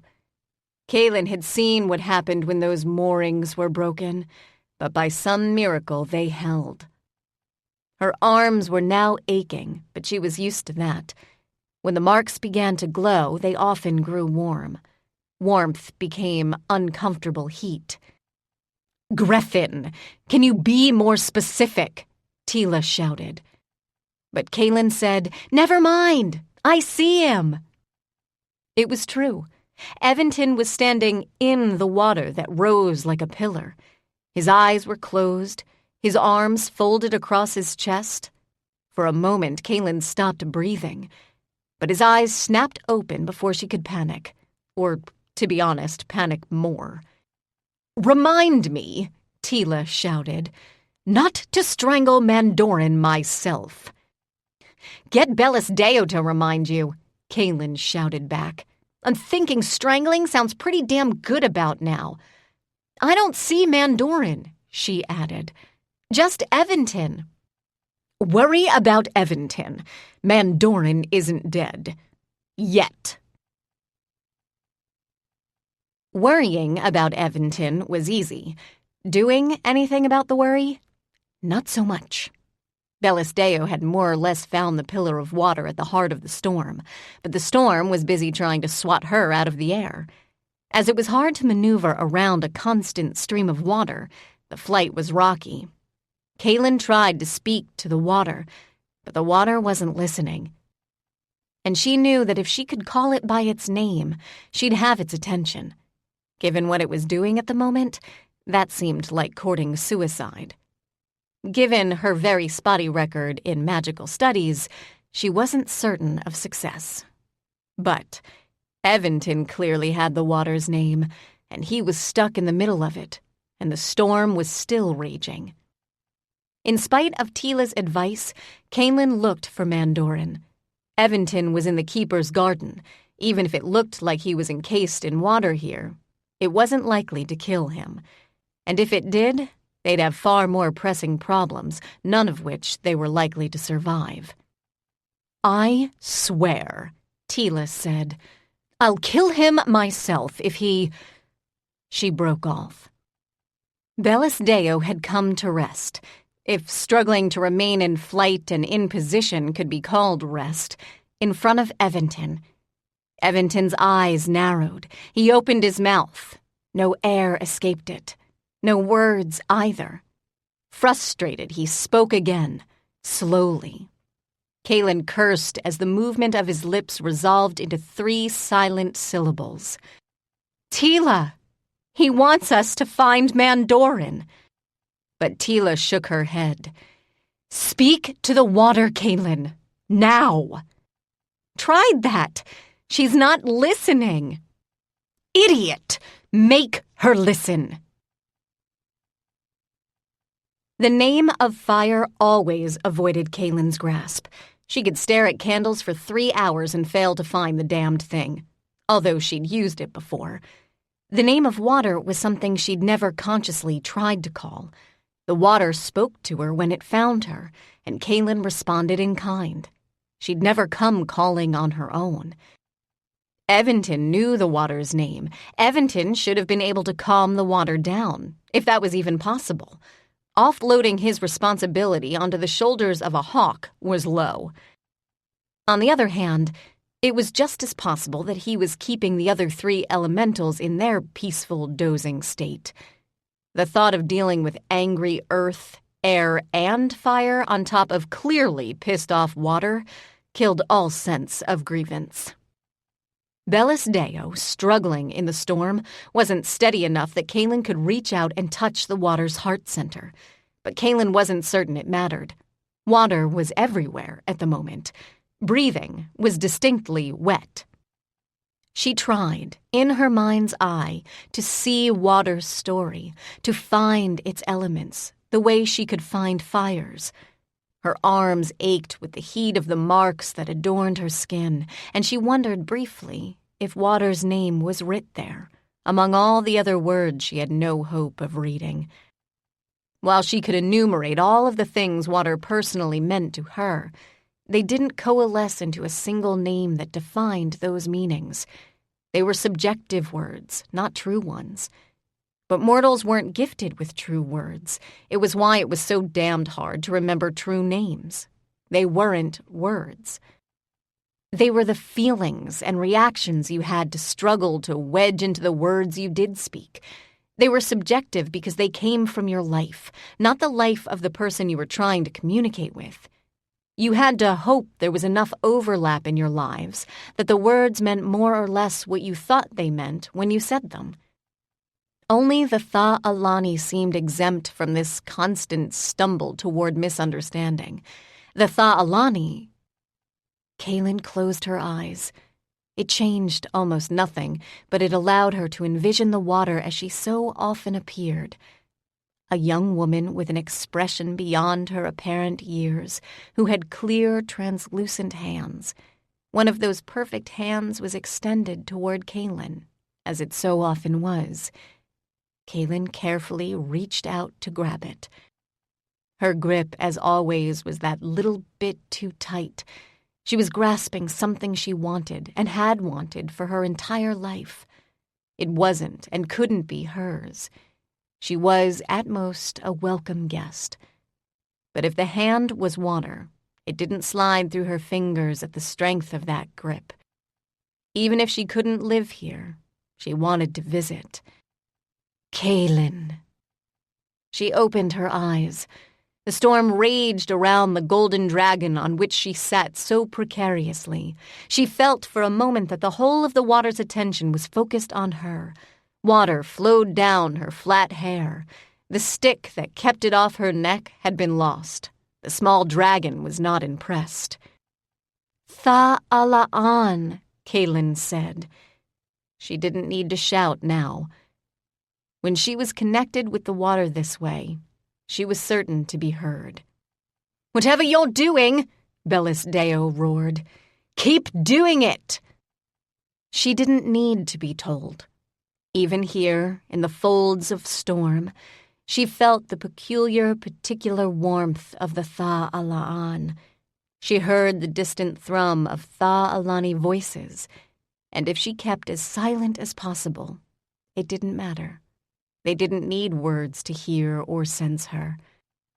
The water became rain, and the rain ceased its fall. Kaylin. What happened? I was not aware of where I was. I heard a voice that I have heard in only one other place. And you tried to destroy it? It is not a voice that belongs in the Keeper's Garden, the water replied. It is not a voice that belongs among your kind. It does, now. No, Kaylin. She thought of Mandoran, of Barani children, and Barani childhood, artifacts, all of ancient wars. He's alive. He's here. He's like Teela. He's Barani. He wasn't for a while. He is not now. Silence again, and then a measured curiosity. Kaylin couldn't understand the question it contained, and that had never happened in the Tha'ala'an before. I understand how you see this Mandoran. I understand that you see the name to which he wakened. But it is not now all that he is, and he brings danger with him. I sense his kin in the heart of the green. They are safest there. Send him back. I'll talk to him. Speak with care, Kaylin. You do not understand what he is. Does he? Silence. Then, I do not know. I think he attempted to speak with me as he might once have spoken. I offer my apologies to the keeper, she added, but it is best that Mandoran refrain from entering the garden until either you understand what Mandoran has become, or until Mandoran does. Where is he? Ah, he is with the keeper. Kaylin didn't ask where he'd been until now. Instead, she opened her eyes. The air was once again clear. She was on the back of a golden dragon whose scales gleamed in the aftermath of an impromptu shower. Grethin was rigid in Teela's arms, and Teela was the color of alabaster, except for her eyes, which were the expected very dark blue. The water itself was once again confined in the deep, still pond. The brazier and the fire looked no worse for the deluge. The breeze was warm, but gentle. Eventon, however, was soggy. He resembled an elderly, bedraggled rat, but with less hair. Do not give me that look, Private. I assure you, I am drier than you are. Bellis Deo, relieved of passengers, snorted smoke. It occurs to me, she said, that the Imperial Court is unlikely to be impressed. You didn't go dragon in the city streets, Kaylin pointed out. No, they'd be instantly aware of that transgression. I'm more concerned about the clothing. Clothing? Don't make that face. I'm not about to parade naked through Alani Street. I am, however, about to be reduced to wearing armor. A military look that I fear the Emperor doesn't favor. She cleared her throat, loudly. I think she's telling you to turn around, Teela said. Right. Everyone was bedraggled, except for the dragon. Bellis Deo looked as if she were about to stride to war as an army of one. An impressive army, admittedly. She looked like the idealization of a warrior queen, more sculpture or painting than life. Teela was busy wringing water out of the perfect length of her hair, having done the same for her tabard. Mandoran was sitting on the ground, his knees folded into his chest, his chin resting on top of them. His eyes were ringed with shadow, but they weren't any darker than Teela's. Then again, black wouldn't have been much darker than Teela's at the moment. Eventon placed a hand on Mandoran's shoulder. The Barani youth looked up. It can't be helped, the keeper said, in an incredibly gentle voice. Kaylin felt her jaw slide open. She'd expected fury and death threats, as well as forcible ejection. Eventon's frown reasserted itself as he looked at her. I would, of course, be extremely angry if you did something this foolish in my garden. His tone implied that he expected Kaylin, at least, to know better. Mandoran, however, slumped. Lord Teela, Eventon said. Keeper. Take Mandoran home. He will require both food and rest. What happened? Kaylin asked. From Teela's expression, it was clear she already knew. Eventon, did you expect this? Hardly. You don't look surprised. At my age, I seldom do. I can manage outrage, if you insist. Since she had an idea of who that would be aimed at, she changed the subject. I don't suppose you have a dress a dragon could wear. No. Access to one? No. Are the Imperial spies still sitting across the damn street taking notes? Yes, I imagine they were impressed that you brought Bellis Deo to visit. Kaylin wanted to start the day over. The small dragon squawked. They'll be more impressed, Teela said, when they see the results. You look like a warrior queen. Bellis Deo was not immune to honest flattery, and smiled, inclining her chin. She clearly didn't have to deal with quartermasters. What did bring you here today? Eventon asked Kaylin. She'd removed and wrung out her tabard, but that hadn't helped much. She was sloshing as she walked. You were waiting for us, Kaylin replied. You don't know? I am not an oracle. You've been absent from your beat for almost 2 months. His eyes narrowed. I had, of course, heard of Bellis Deo. I doubt there's a thinking being in the city who hasn't. I also heard, although in this grapevine is less reliable, that you are now out of a home. An arcane bomb, Kaylin replied. It was intended for Bellis Deo. I was collateral damage. You both appear to be healthy, if a tad on the bedraggled side. She nodded and glanced at the small dragon, who was flopped across her shoulders. He lifted his head, only his head, to stare at Eventon. He then squawked, several times. The arcane bomb destroyed a quarter of the building I lived in. We were at ground zero, but he put up some kind of magical shield which saved our lives. Yes, I noticed your companion. He bowed to the small dragon. My apologies for my lack of greeting.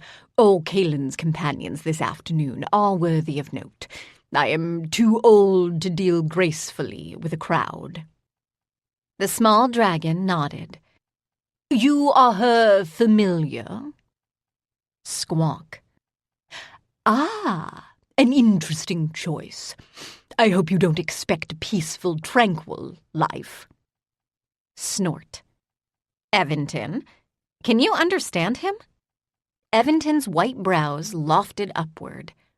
You can't? I can figure out what he means. It's pretty obvious, but none of his squawks sound like language, to me. The keeper's frown was a complicated network of lines. The small dragon squawked some more and ended on a hiss that sounded very much like laughter. It didn't help when Eventon chuckled in response. Where did you find him?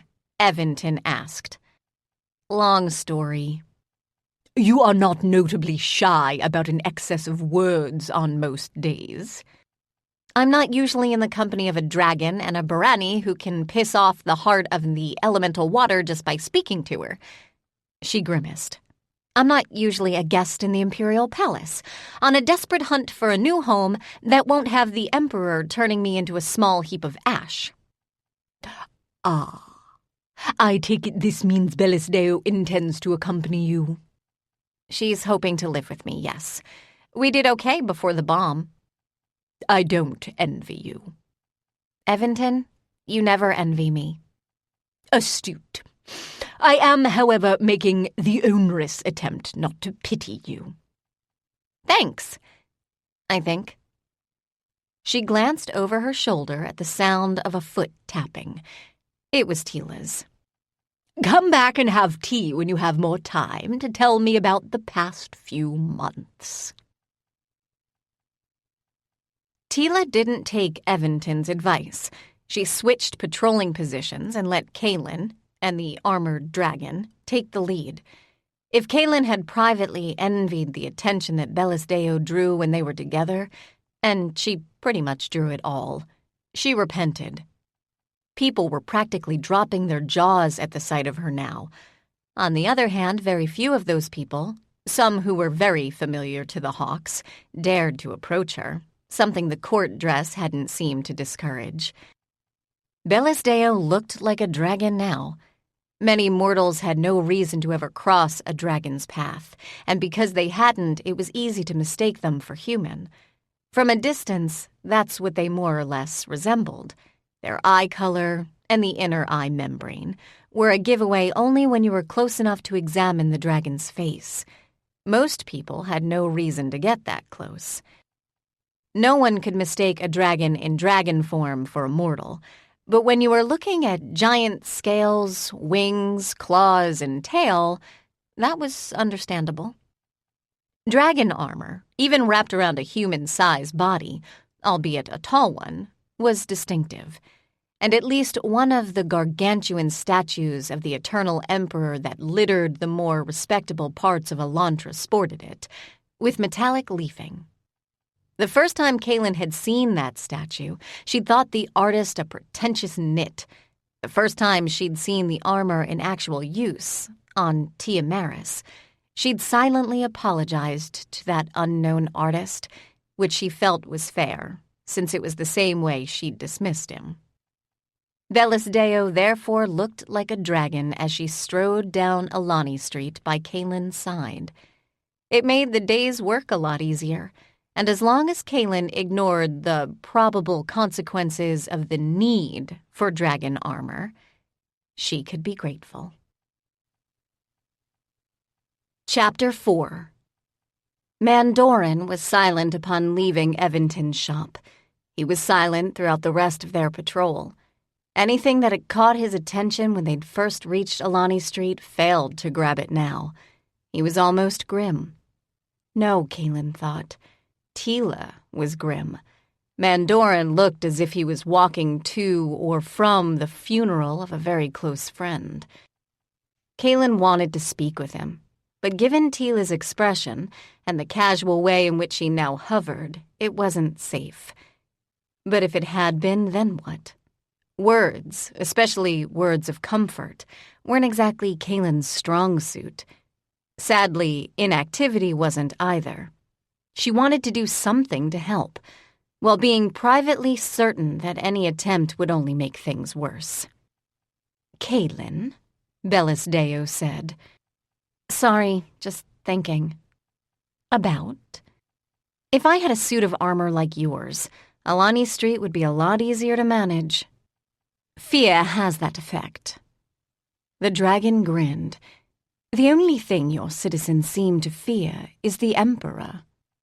"Not true." "No. They fear starvation, disease, and homelessness, among other things." A golden brow rose in a distinct arch at Kaylin's snappish reply. "I touched a nerve." She had. Kaylin's response was a fief shrug. "It's not easy being immortal." Before Velasdeo could speak, she added, "It's not easy being immortal either. I'm coming to understand that. But our fears aren't your fears. I think there's overlap. Anyone of any race gets lonely. Anyone of any race can feel both grief and loss. But most of our lives aren't taken up with war and larger-than-life magical conspiracies. We die anyway, no matter what we do. And you won't. But the lives we live aren't insignificant to us. If we only have a handful of years, we want them more. I will not even argue that. Perhaps life is like friendship." Kaylin glanced at her. "If you have many, many friends, friendship is a given, a matter of fact. If you have at most one or two, it is rare. It is precious. The loss of a friend in that case is shattering because one cannot assume that there will necessarily be others. I did not mean to diminish either your fears or your experience." "No," Kaylin exhaled. "I used to think that people like you had it easy." Velasdeo didn't seem surprised by this. "You're beautiful. You're charismatic. You never get old or fat. You've never been plain or ugly. You don't get diseases. The cold won't kill you. You don't need to sleep. You're never going to starve. If worst comes to worst, you can hunt. I used to think when I was a child that if I were Barani, I would never, ever have to be afraid. The Barani are not without fear." No, I know that now. Neither are the dragons. They just fear different things. All the things that terrified me as a child and the fiefs would never have been able to hurt me had I been you or Teela. It didn't really occur to me that other things could. My life was a desperate, mortal life, until the marks appeared on half my body. And yet you do not seem to be comfortable with them. Kaylin grimaced. Honestly, if she didn't stop doing that, her face would get stuck that way. 12 children were killed because these marks existed. 2 of them were my family. I'd trade the marks even now if I could have them back. But I love my life. I mean, I hate parts of it. Don't get me started on Sergeant Mallory or the idiots who demand nothing but paperwork. But I was helpless when I was that child. I couldn't have imagined living the life I have now. Even escaping the fiefs was a daydream, something that other people did. What you love about your life now is that you can make a difference. Kaylin's nod was so instant and emphatic, she should have gotten whiplash. Even if that difference involves total strangers. It's why I'm a hawk. I will say that the only thing that makes me reconsider my opinion of the Emperor is the halls of law. It's the hawks in particular. There are many, many ways he could have approached ruling a city of this size, or the empire outside of it. To most of my kin, these laws of yours would be incomprehensible. They were made for mortals, designed for them, and are enforced by them. Teela coughed, loudly. Bellis Deo chuckled, mostly enforced by them. In the Aries of my youth, the suggestion would have been a joke at best. Only the sentimental, the naive, or the foolish would have dared to suggest it. So you think better of the Emperor because he's sentimental, naive, or foolish? Teela coughed again. It was louder. Do remember, Kidling, that you're likely to be observed, It's a joke. Yes, and immortals are famous for their well-developed sense of humor. Mandorin said, in all the wrong tone of voice, I'm amazed that my kin have consented to be ruled by a dragon. And I'm amazed, Bellis Deo replied as Kaylin cringed, that a dragon has consented to rule Barani, given the damage they've done to our people. Kaylin turned to look over her shoulder. Teela had fixed her with a glare so pointed she should have spontaneously started to bleed. Good job, she mouthed in Elantran. Arrogant, annoyed Mandorin was probably better than grieving, morose Mandorin. Probably. On the other hand, arrogant, resentful Bellis Deo? By the time they returned to the office, Mandorin and Bellis Deo were figuratively bristling. Had they been Leontine, it would have been literal.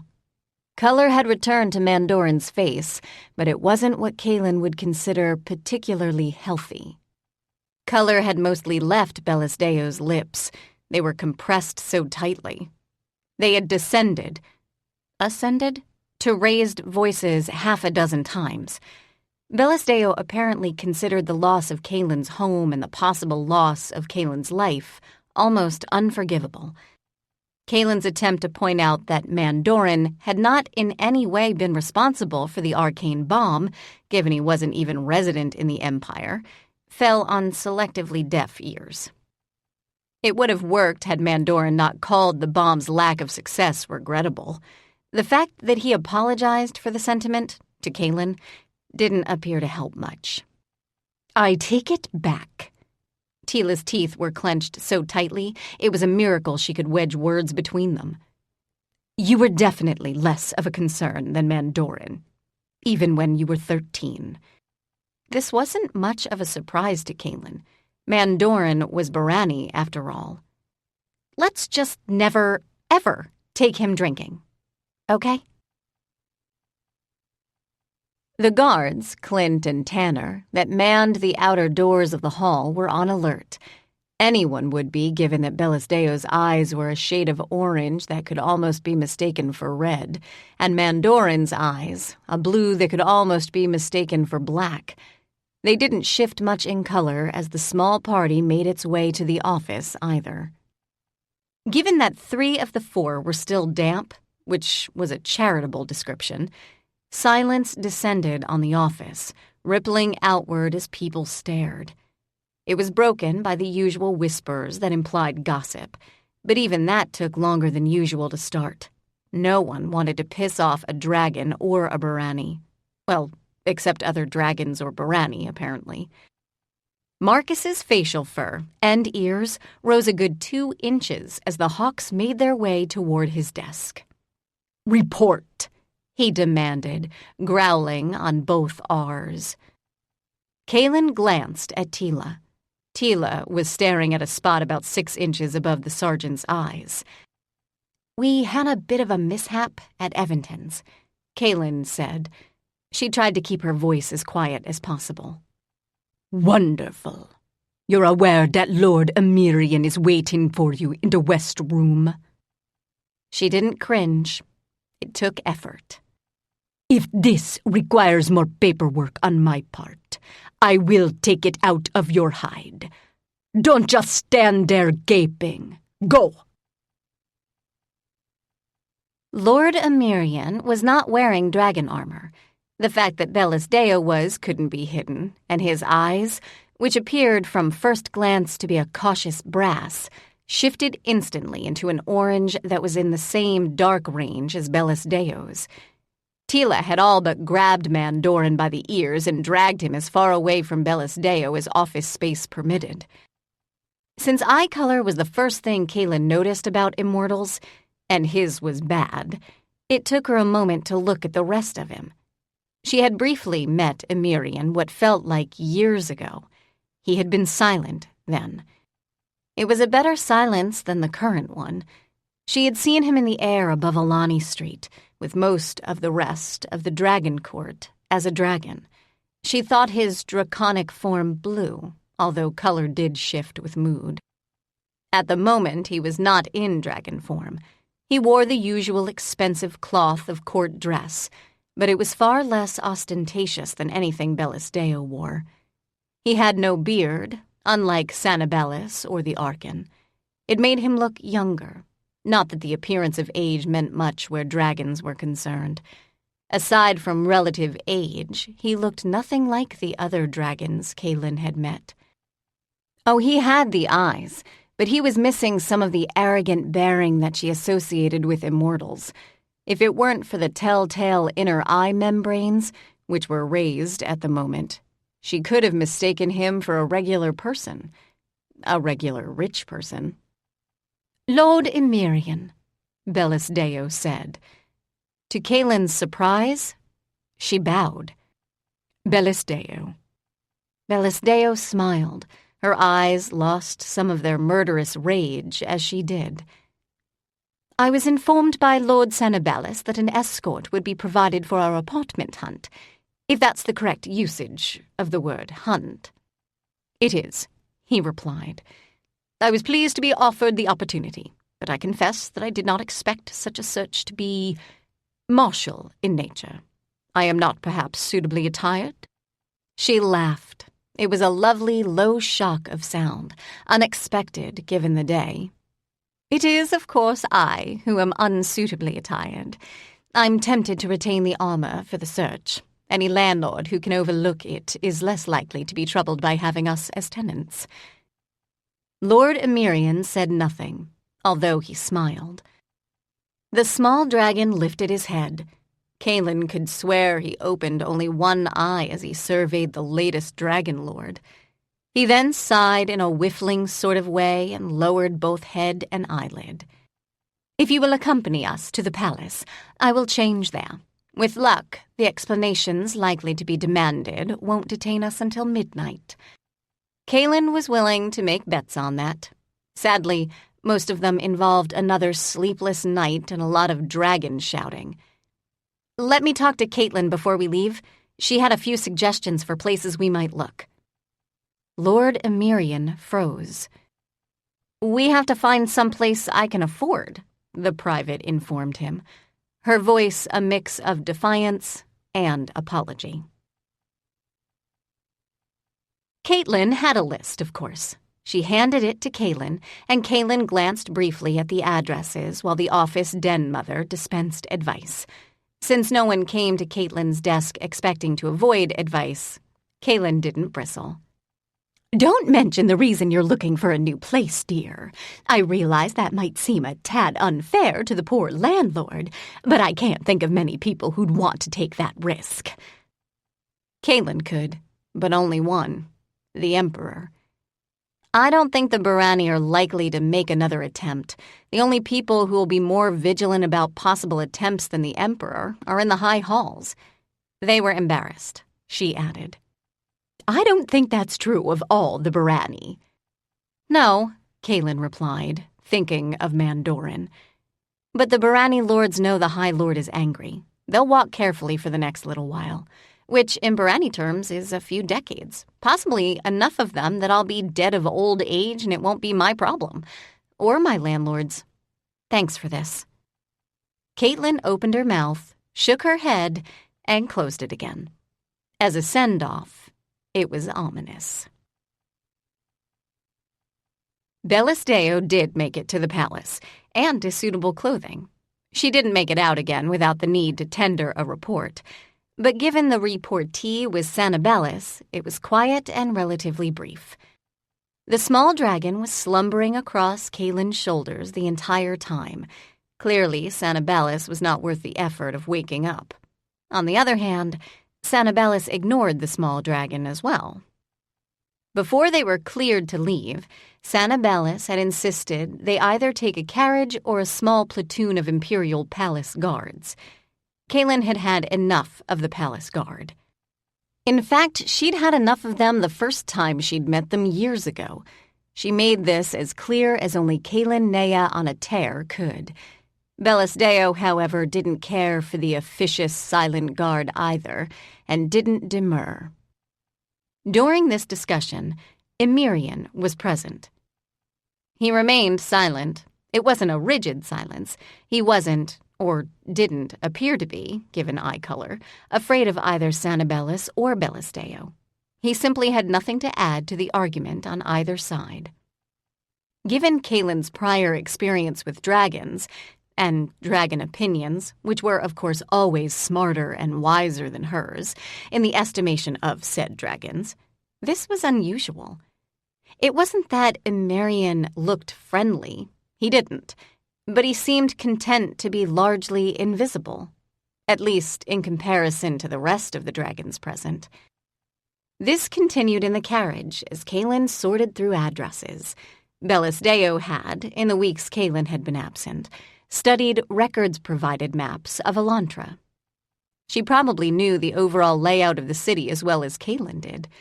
The particulars were something she was willing to experience in person. She didn't expect crime statistics to tell her much about living in the various jurisdictions. She did, however, seem to find the laws and their minutiae fascinating. Kaylin could understand this if she didn't think about it too hard. Kaylin sometimes found them fascinating, but Kaylin was pretty much paid to find them fascinating, or to find reasonable ways to get around them in situations where the laws looked good on paper, but were life-threatening in practice. Bellisdeo now asked questions about the minutiae of said laws and their practical or impractical application. Kaylin, feeling self-conscious in the presence of a new dragon lord, answered as diplomatically as she could. Given that it was her job and the halls of law, this probably didn't say much.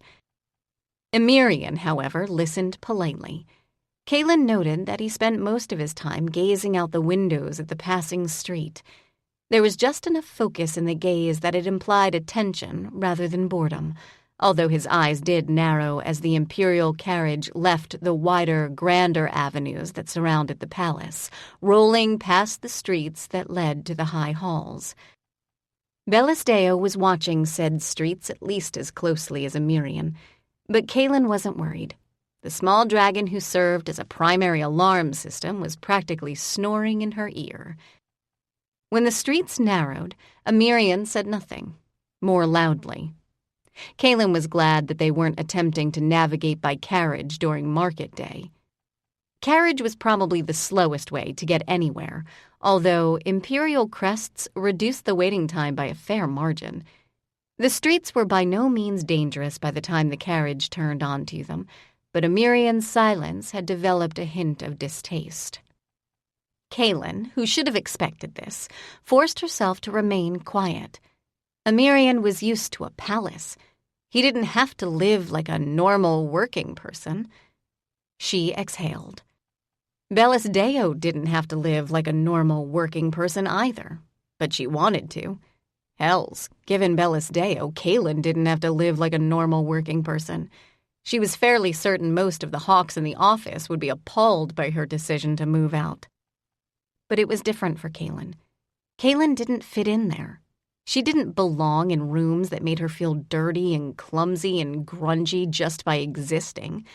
She didn't have the right clothing to walk the halls without attracting the disdainful glances of the pages, people who probably made less a week than even she did.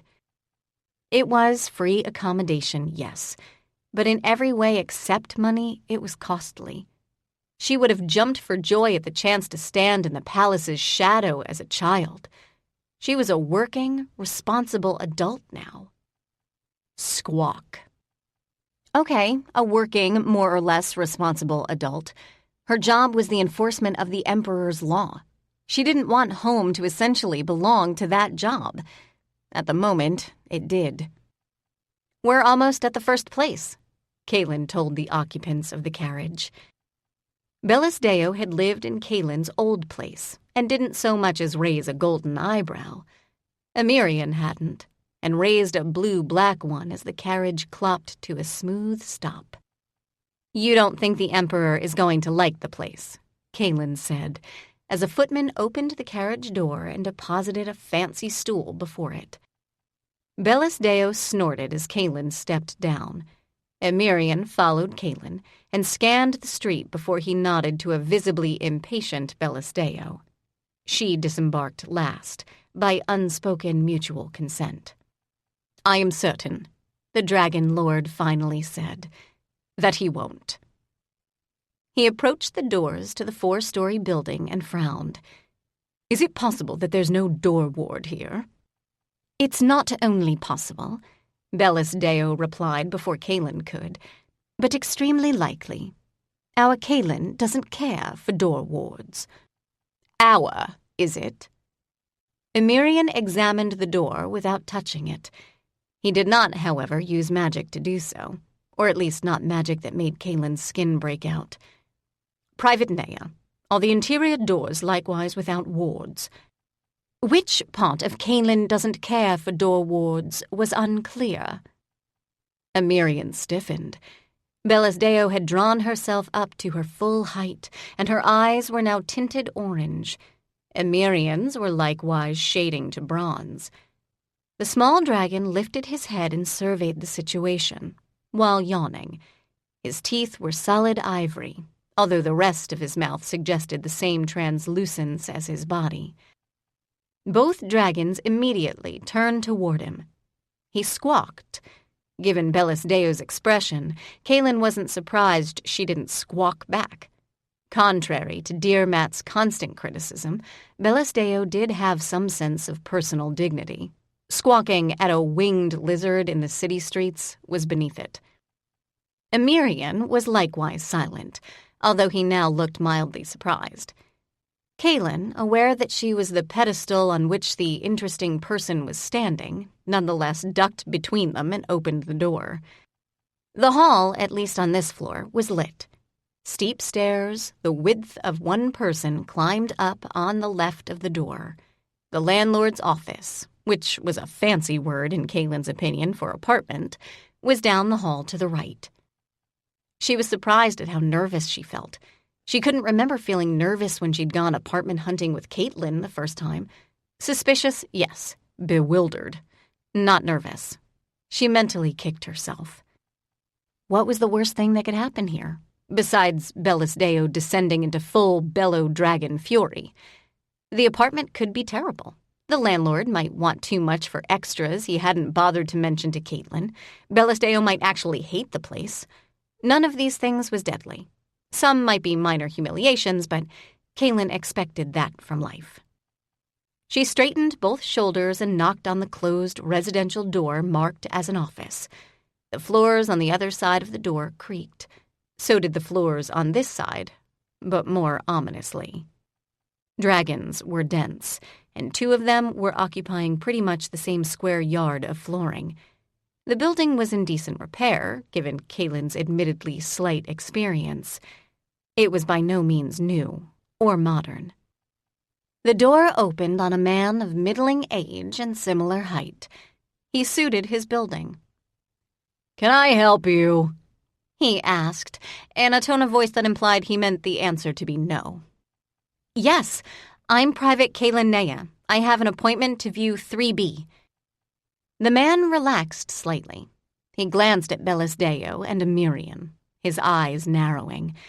Neither of the 2 looked like they lived in this part of town. Ever. "Martin Anders. These your friends?" he asked, stepping into the hall with a very obvious ring of keys in his left hand. "Yes, this is Bellis Deo. She'll be sharing the space with me for the time being." Kaylin failed to introduce Amirian. Mr. Anders noticed, of course. "She'll be marking the lease?" "No." The man shrugged.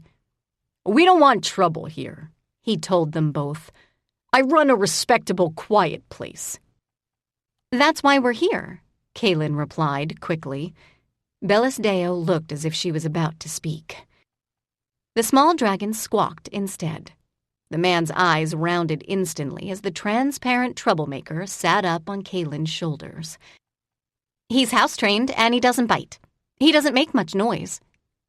She resisted the urge to clamp a hand around his mouth because she was fairly certain "doesn't bite" would be instantly disproved. "What is he?" "A lizard." The small dragon squawked. "You know how there are albinos? He's like that, but with even less color." Mr. Anders nodded slowly. Since Bellis Deo and Amirian kept glacially stiff expressions plastered to their faces, he accepted the off-the-cuff lie and headed up the stairs.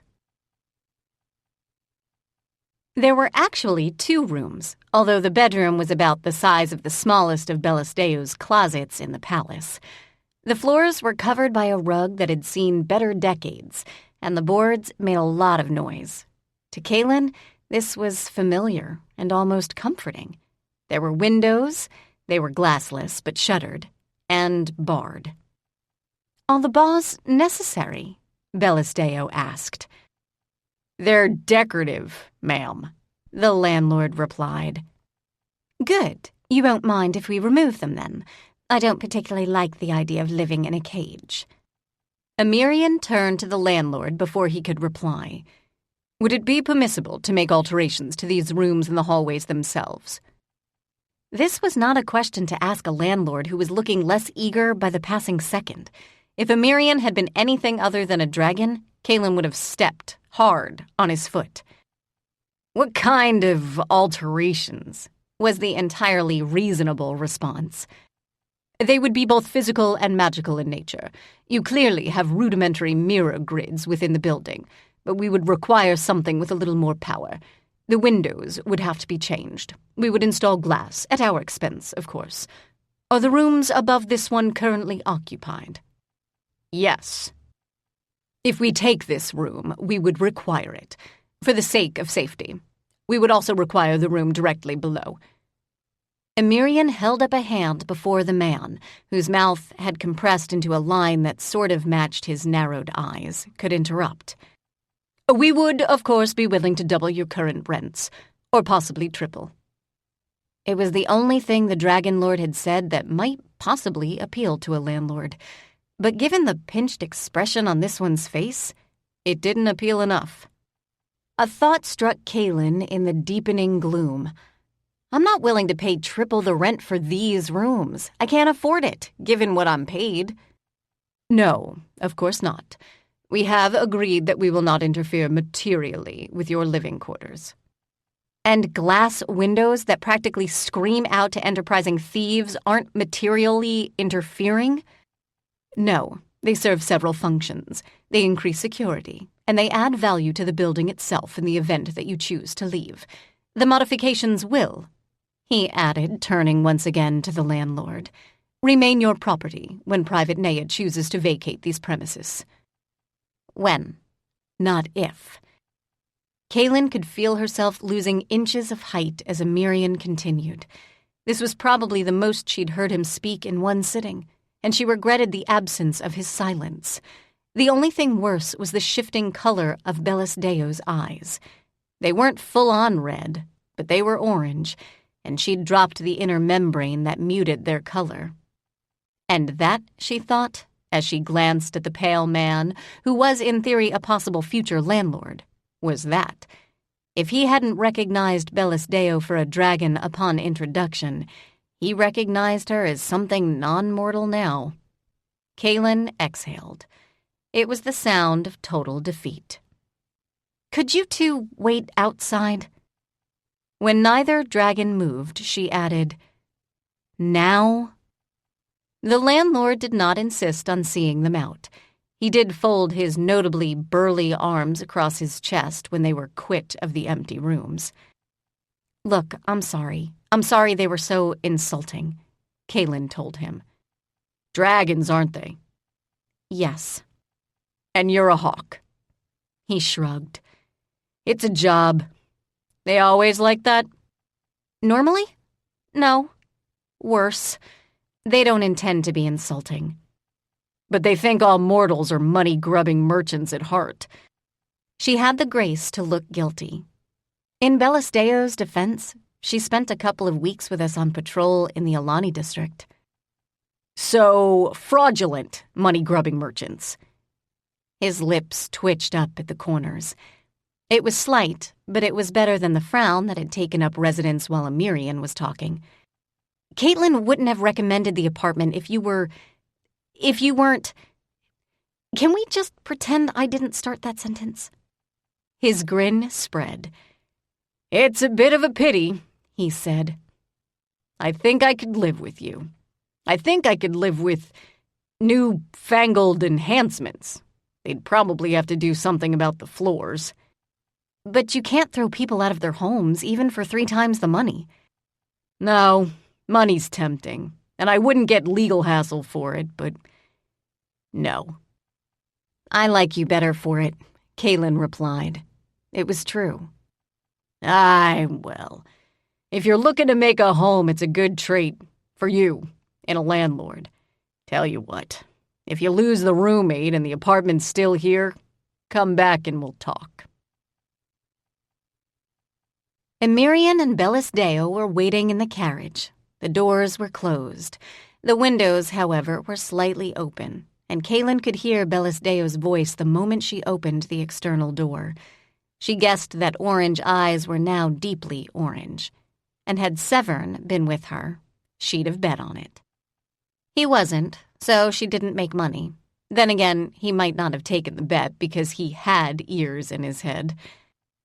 Since she wasn't feeling particularly charitable, she took her time walking to the carriage. She hoped Bellisdeo was figuratively chewing Amirian's head off, but she didn't want the conversation to slide into native dragon, not in the city streets. It would cause a panic, and she'd be at the center of it. Given the way things generally worked, Marcus would blame her. If Marcus didn't, the Lord of Swords probably would. Because when people panicked in any number, it increased the workload of the swords. The footman jumped off the little shelf at the back of the carriage as she approached the doors. She let him open them and climbed into a carriage that fell immediately silent. The small dragon whiffled. He didn't mind a dragon roommate, Kaylin said first up. It was the crap that came with the roommate that he found objectionable. What were you thinking? Amirian looked momentarily disconcerted. You can't just demand that a landlord kick out 2 apartments full of people because you think you want rooms for your own purposes. I made no demands. They weren't exactly requests, Emirian. They were.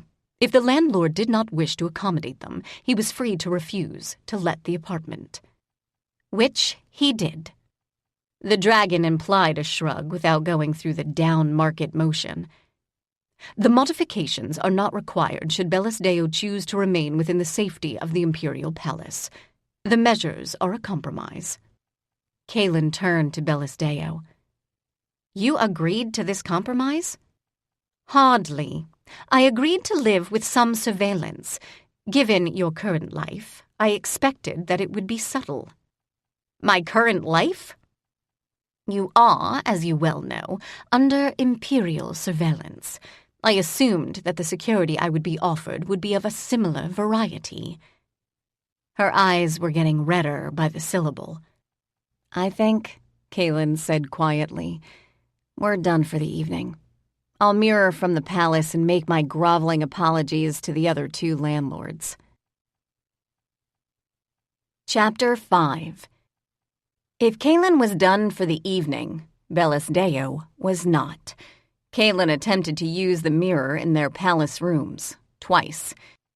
She managed to more or less explain to Caitlin the outcome of the interview with Martin Anders, but the sound of dragon fury meant Caitlin was reduced to lip-reading for half the call.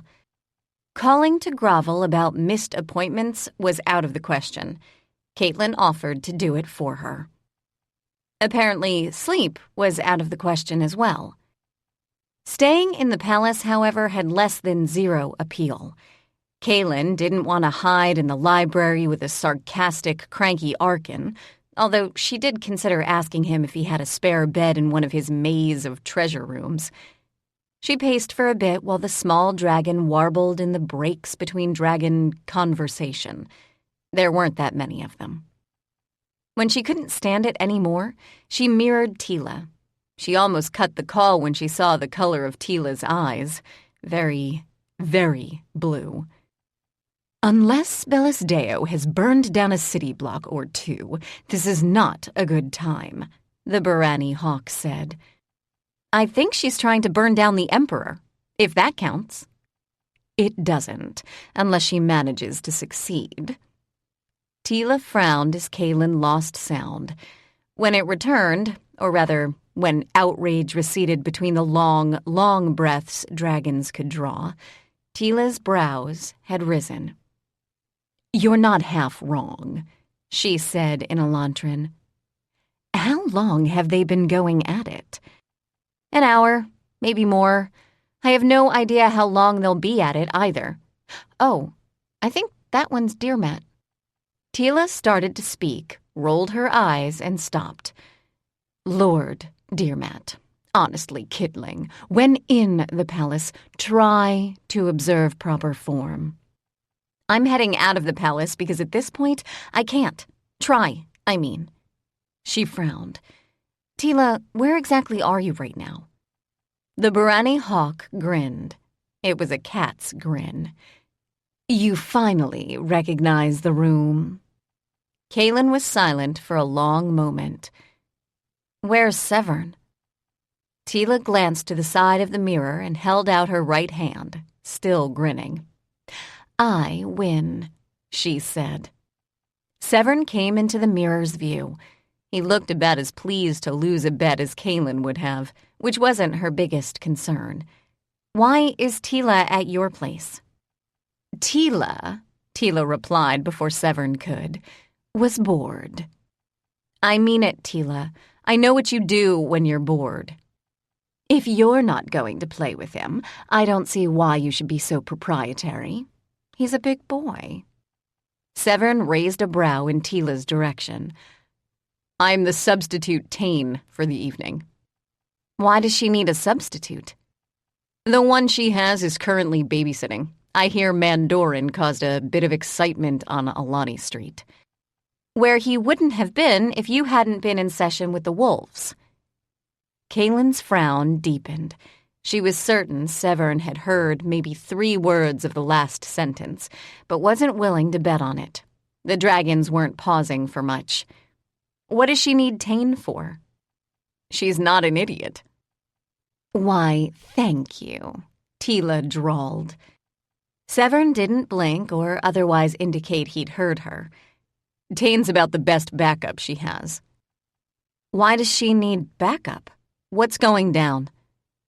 The small dragon sat up and leaned forward, adding his version of inner membranes to the mirror's surface. Severn didn't reply, but he did glance pointedly at the Barani hawk. It was no answer, but it was answer enough for Kaylin. "Don't leave without me," she said abruptly. Teela's eyes were already dark enough they didn't change color. "You are not." Kaylin cut the communication. The mirror was already doing a lightning jig as she grabbed her boots and daggers, putting them both on. It wasn't safe to ignore Teela when she was in this mood, but Kaylin was done for the moment, with caution. Teela didn't need backup to go to a bar. She didn't need muscle. Nothing that could happen in a bar could threaten her life in any real way. And there weren't a lot of places she could go that made Severn the ideal replacement backup. In fact, Kaylin thought, as she laced up her boots, there was really only one. Nightshade. Kaylin decided to accept the Imperial carriage offered as a matter of course to guests of any note living within the palace. For perhaps the first time, she was grateful for the screaming fury of dragon debate. It meant Bellisdeo wouldn't be able to follow her. She wasn't expecting to be stopped by anything other than stiff, formal, condescending guards. These could be safely ignored. The person who met her in the halls as she all but raced toward the stable yards? Not so much. No one ignored the Archon if he didn't want to be ignored. Teela wasn't going to wait forever. Severn could only stall her for so long. Damn it. She skidded to a halt. The only other option was running into the ancient dragon. "I can't talk," she told him before he'd opened his mouth. Demonstrably untrue. "I'm heading out for the evening." "I had guessed you might, given the tenor of the unfortunate conversation." "Is this something that can wait until I get back?" He was looking pointedly at her daggers. "No. It might have escaped your notice, Private, but I am not currently in my library." Kaylin bit back sarcasm with extreme difficulty. "Apologies, Archon." A white brow rose as she slid into high Barani. "Accepted. There were apparently some difficulties this afternoon." "Yes, we explained them to Sanabellus, Lord Sanabellus." "Indeed. I think the Emperor was not entirely sanguine about those difficulties. It is certain to come up in the conversation." "It hasn't yet?" "No. Bellisdeo is extremely unamused." Lord Dearmat, doesn't sound all that happy either." It was the tiny silver lining on the gigantic storm cloud. "He is not. But he is not a man who generally radiates either happiness or contentment. He is also not enough incentive for an old man to leave his library." Kaylin took the hint and shut up, silently urging the Archon to cough up his reasons as fast as humanly possible. Or dragonly. "I am concerned about the difficulties as well. The afternoons," he added. "The current argument between the Dragon Court and Bellisdeo is nowhere near resolution, and only an optimist or a fool would expect it to reach a satisfactory resolution in the near future." "Please tell me the near future is within the next few decades." He ignored this. "The Barani, Mandorin. He was one of 12 Barani children selected to undergo a significant rite of passage in the West March." Gods, if he started asking about that, she'd be in these halls longer than Bellisdeo would be in the throne room. "Yes." "Lord Teela was one of the same 12. "Yes." "The only one of the 12 to return from the West March." Until very recently, yes. Your answers are evasive, Private Naya. They're direct answers to the questions you're asking when I have almost no time, sir. His brow rose and she reddened. Arkin.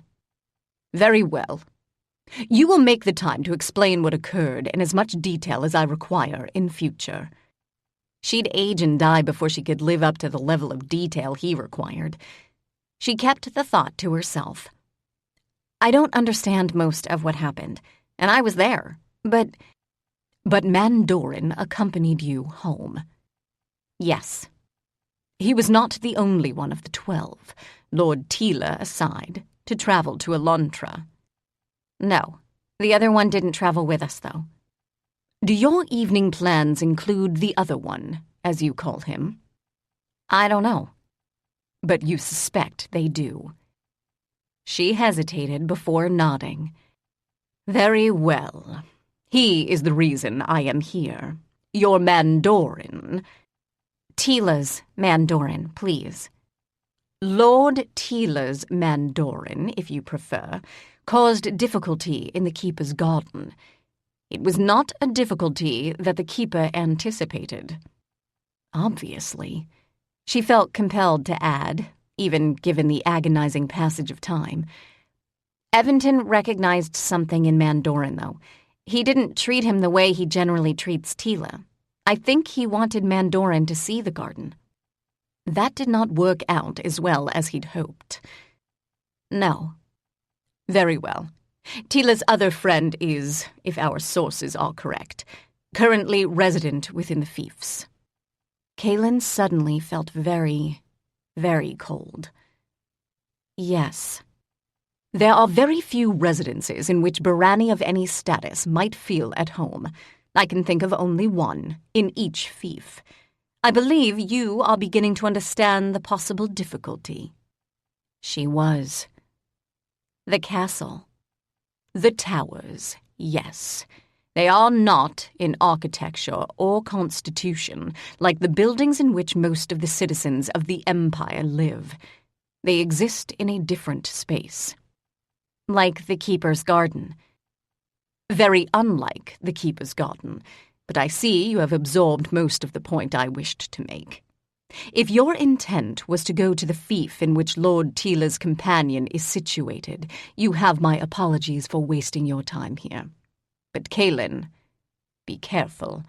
If Bellis Deo's brief account was accurate, Mandorin did not intend to cause the difficulties he did cause. It is likely that his friend might cause similar difficulties, with just as little intent. I don't understand how. No. You think of the lost as Barani. They are. No, Kaylin. They were. They may even consider themselves to be Barani now. Their interpretation of their own state is of little consequence. The Emperor does not yet feel threatened by their presence. Or he did not, before the incident in the Keeper's abode. He will, however, be concerned. Kaylin jumped out of the carriage before it had rolled to a full stop, which was well before the footman had time to jump down himself. Although it was dark now, the carriage attracted attention. She could see windows open as she headed straight for Severn's place, but ignored them. In this part of town, crossbows were unlikely to be trained on her exposed back. Severn opened the door before she could knock. Teela was out in the street before she could talk. "I'm against this," Teela told her, "for the record." "That's fine, as long as you understand that I'm going anyway." She glanced at Severn as he locked his door. "We're going to Nightshade?" He nodded and added, "I win," to Teela. Teela was less graceful about losing a bet than Severn had been, probably because she had less practice. "I never said she was stupid."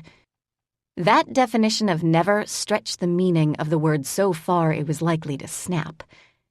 "I suppose it's too much to hope that we're not going to the castle?" "Far too much," Teela replied. "Did Nightshade communicate with you directly?" "With me?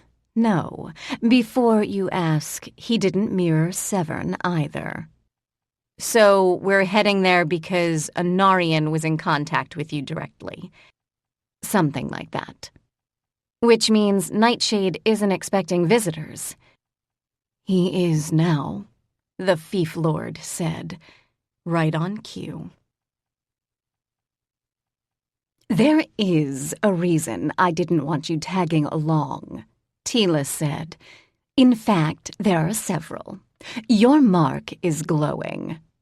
She strode at a fast pace past the idling carriage. No one took a carriage into the fiefs. Kaylin lifted her hand to her cheek.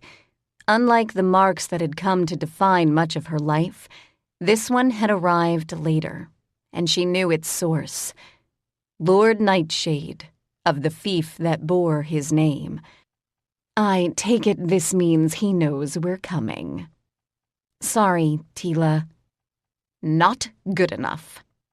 You weren't exactly going to storm the damn castle in secret.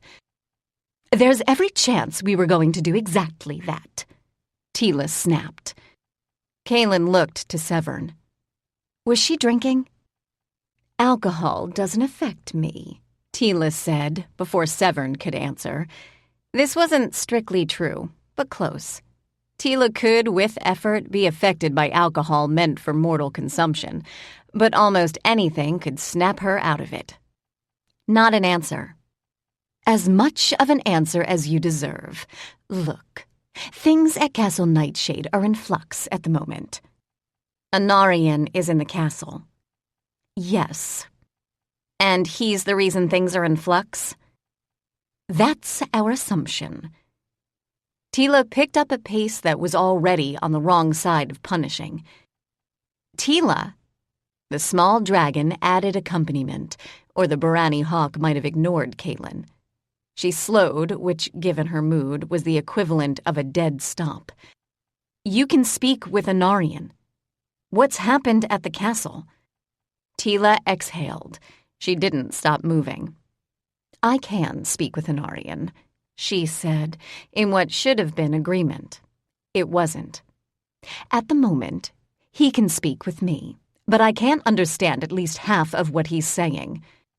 Kaylin almost missed the ground with her next step.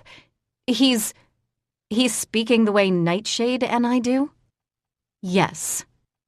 How can you not understand him? Severn caught Kaylin's arm. She doesn't know. We're heading to Nightshade in part to find answers. And the other part? To find Anarian. There's something else you're not saying. She felt Nightshade's amusement and chagrin. I believe what he wishes to conceal is the possible need to rescue me. Kaylin did stumble then. Fine, you understand what's happening, right? You tell me. Anarian is having an argument, he replied after a long pause. With you? It started that way, yes. Unfortunately, it did not end that way, if it can be said to have ended at all. When he first arrived at my doors, I explained the nature of the castle to him. The explanation was, of necessity, incomplete. You couldn't explain the parts you don't understand. No Barani like to own their ignorance. Nightshade was no exception. Indeed. The argument that you were having was heated. It was far less calm than most such discussions that occur within my domain. How much less calm? There was very little blood, but not none. He tried to kill you? I do not believe that was his intent. The castle does not always judge intent correctly. There are rudimentary defenses under my control. There are subtle defenses which occur at the castle's volition. The subtle defenses engaged when he attempted to strike me. Kaylin uttered a loud Leontine curse, which caused Teela to raise a brow and speed up again. Where is he now? That would be the question. I have not managed to ascertain his precise location. He is alive. I believe him to be materially unharmed. He is not, however, within the confines of the castle with which I am familiar. You're familiar with all of it. It's your castle. So I would have said, although I would quibble with your use of the word familiar. I have forced the castle to conform to a shape and size, on the interior, that suits me. You are well aware that visitors who are unaccompanied frequently find that shape less fixed. Anarian is, at the moment, unaccompanied. So, your brother is arguing with your castle. A thought struck her as she jogged to catch up to Teela's back. Is it still your castle? That would be the question. The streets of the fief were empty. Kaylin could hear the occasional insect. That was it. The ferals that hunted these streets were either absent or silent, which was almost a pity. In Teela's current mood, ferals on the hunt wouldn't last 2 minutes, and ridding the fief of ferals was never a bad thing. Teela, can any of the others understand what Anarian's trying to say to you? Teela failed to hear the question. Since she had far better hearing than Kaylin assumed it was deliberate. She let it go. Severn, however, answered. Yes, Teela attempted to have them translate. It did not go well. Mandorin offered to enter the fiefs to find Anarian. She said no. He was walking in lockstep with Teela, but had taken the lead. It was work to keep it. Kaylin had spent over half of her life in these streets, but almost never at night, if she'd had any choice at all. Night changed the texture of the map. Fear could change its shape. She glanced at Severn, took a deep breath, and reminded herself that she no longer lived here. The streets of the fief didn't own her. The fief lord didn't either. She was here with 2 hawks. She was here because she'd chosen to cross the bridge. She could cross it again the moment she'd finished what she came to do.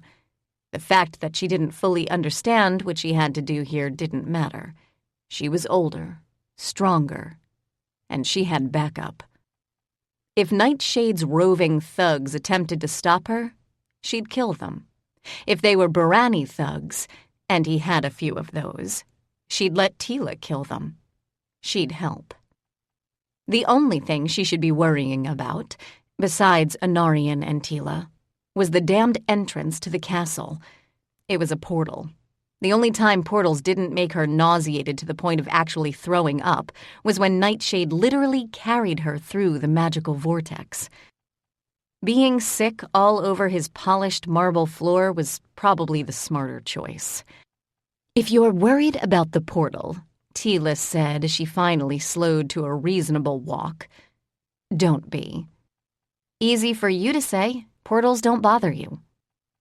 That's probably not what she meant, Severn said, in exactly the wrong tone of voice. Kaylin had been paying too much attention to the rest of the streets. She'd been listening for ferals. The streets were not well lit, and in most cases the light was moonlight.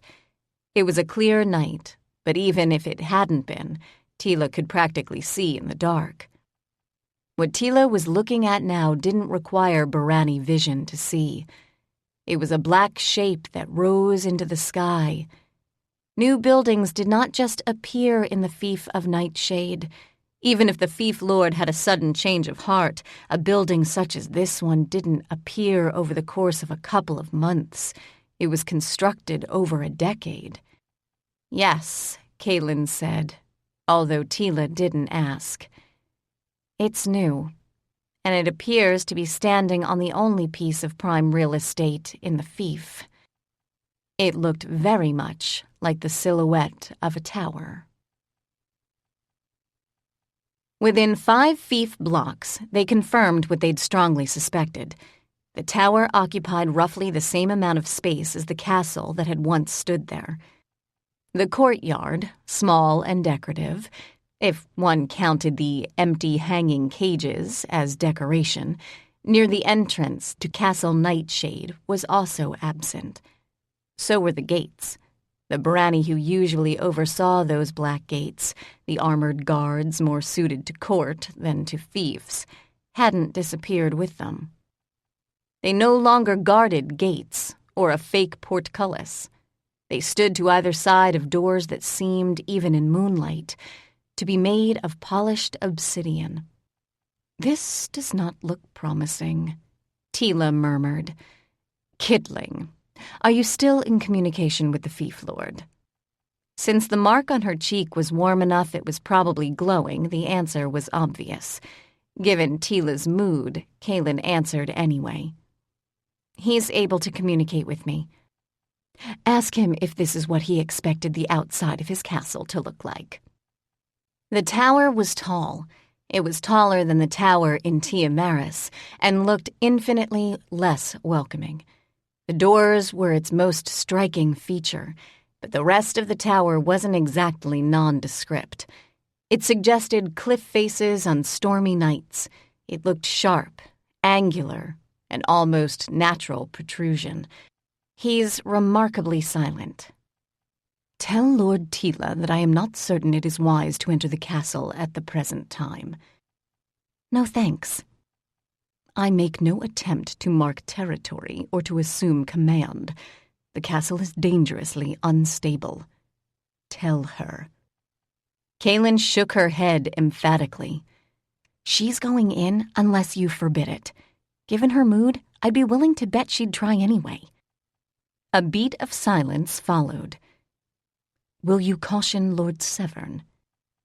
"Same problem, except for the mood. If I go, he's going. And if Teela's going, I'm going." "You will have to inform my men that I grant permission. At the moment, communications have been unreliable." Nightshade was at least partly amused. "They will accept your words as if they were, in this case, my own." "The mark?" "Yes. My brother dislikes it intensely. He wishes it removed. I have explained that its existence has saved lives, but he considers the practicalities incidental in this case." "Is he wrong?" "You know he is not. When I consider the centuries in which I attempted to find solutions for his absence, I am reminded strongly of the mortal phrase, 'Be careful what you wish for.'" "Can he take the castle from you?" "That is not my fear." "What are you afraid of?" "He did not intend to do what I believe has begun. He is waking the tower." "You mean he's talking to the equivalent of Tara?" "Not deliberately, but something hears him, and I think it is struggling to respond." "Where is Andelin?" "Within the castle." Getting permission to enter the doors was perfunctory. The guards took one look at Kaylin's face and stood back from them. They weren't thrilled about Teela's presence, but said nothing. They were Barani. These weren't negotiations. There was no partial obedience. Severn unwound his weapon chain. The run through the streets hadn't merited full-on armaments. The unknown might. In all, things worked about as smoothly as they ever did, until it came time to enter the castle. The doors didn't budge. Turning to the Barani on the right, Kaylin said, "Are these doors a portal, like the portcullis used to be?" "They do not function in the same fashion," the man replied, his eyes dark in the dim light. "Some can enter, some cannot." "Has anyone who entered returned?" "Their purpose is to reach the side of our Lord. They have no reason to return." That's a lot of syllables for no. "Is there another entrance?" Teela asked. It was Kaylin who answered. "Yes, but given the disaster of tea in the Keeper's garden, that's an absolute last resort. Safe arrival is dependent on a concentrated amount of elemental water, and I'm not taking chances on enraged water unless the alternative is something worse than enraged dragon." She walked up to the closed doors and lifted a hand. Her palm hovered an inch from its surface. Nothing made her skin ache. You were right, Teela said, in Leontine. About what? They are far, far more trouble than you were when you wormed your way into the Hawks. It's not supposed to be a competition, Teela. At the moment, it isn't. You're so far behind you couldn't catch up if you tried. Can Anarian open the door? Anarian doesn't know the castle, Teela replied, grinding her teeth. He can't mesh the geography of what I see and show him with what he currently sees. Which is pretty much what anyone sane expected from a tower, although Kaylin had hopes. She exhaled. All right, small and scrappy. Can you open this? The small dragon squawked and launched himself off her shoulders. The Barani guards didn't even blink as he hovered just above Kaylin's head.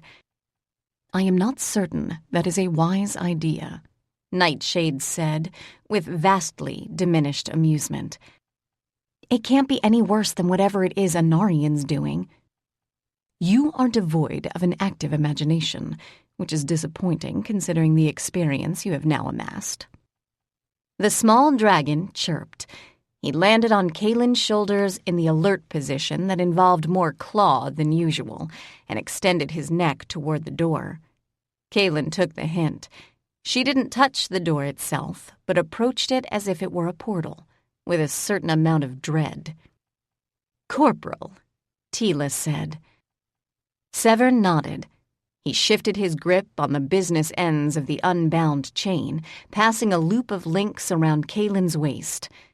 Teela grimaced, but allowed him to do the same, while she murmured something about foundlings under her breath. Only when Severn, attached to the chain by the blades, gave the sign did Kaylin suck in air and take a step forward. Charming, Teela said, voice dry. Kaylin had always assumed that the passage through the portal was a misery for her because of the sensitivity to magic that had come to her with the runic marks that covered so much of her skin. No one else seemed to be hit as hard by the transition between the outside world and the interior of the castle. She revised this opinion now, because crossing through the obsidian doors didn't immediately slap her in the face with overwhelming nausea. To be fair to Nightshade, she'd never entered his castle with her small and squawky companion before. He was making quiet snuffling noises. It sounded almost like he was snoring. She glanced at him. He was alert and watchful, although his wings were folded. Whatever he saw, he expected her to see on her own. Severn was on Kaylin's right, and Teela on the other side of him. Teela was pale. "Can you hear Anarian any better?" Kaylin asked. "Yes." The word was so sharp it forbid any further questions. The portcullis had led, when used, to the grand, harshly lit foyer of Castle Nightshade. The door did not. It led, instead, to a room Kaylin had seen only once in the past, the statuary. She recognized it because some of the statues were still in the place she'd last seen them. The room was otherwise hollow. It felt strangely empty. The first time she had seen it, music had played, like the background discussion of a large crowd. The statues themselves had come to life, shaking off immobility with joy and excitement. This room had been proof, if it were needed, that Nightshade was not mortal. He owned the statues, yes, but they hadn't started out as base stone. They had started out the way Severn or Kaylin had. Messy biology. He therefore wasn't imbuing statues with life so much as allowing life to return to them. There were humans here, a Leontine. They were beautiful in their frozen stone encasement. They were far more beautiful when life returned to them. She could imagine that, had they continued to live in the world outside this castle, they would have been loved, or adored, or followed. She couldn't tell when they'd left the outside world, although she was certain historians would have had some guesses, given the style of the clothing they wore. Or in the case of the Leontine, didn't. But wherever they'd come from, they had ended up here, in a room that looked like a storybook throne room, with majestic pillars fronting the walls to either side. Between those pillars, a handful of statues remained. Kaylin didn't have Barani memory. She couldn't recall whether or not they occupied the same positions they once had.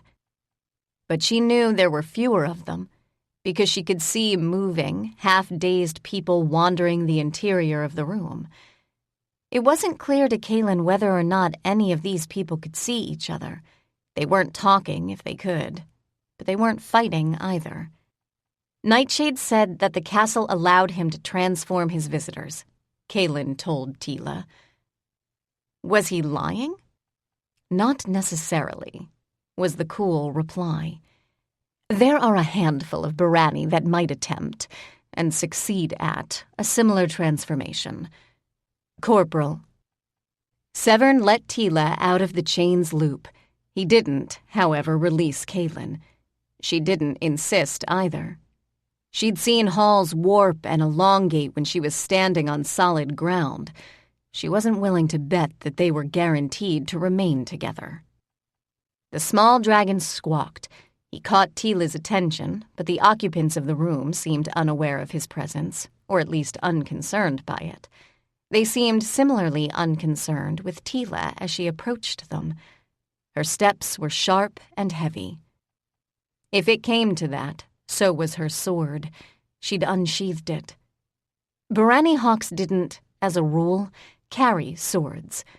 But the fiefs weren't home to the hawks and the halls of law, and Teela hadn't chosen to carry sticks into the fiefs, on account of possible ferals. The small dragon hissed, tightening his claws. He also opened his wings, but they were high enough Kaylin assumed he was expressing his august displeasure, rather than giving her a different view of the world as he sometimes did with his wings. Kaylin remembered her first reaction to this room.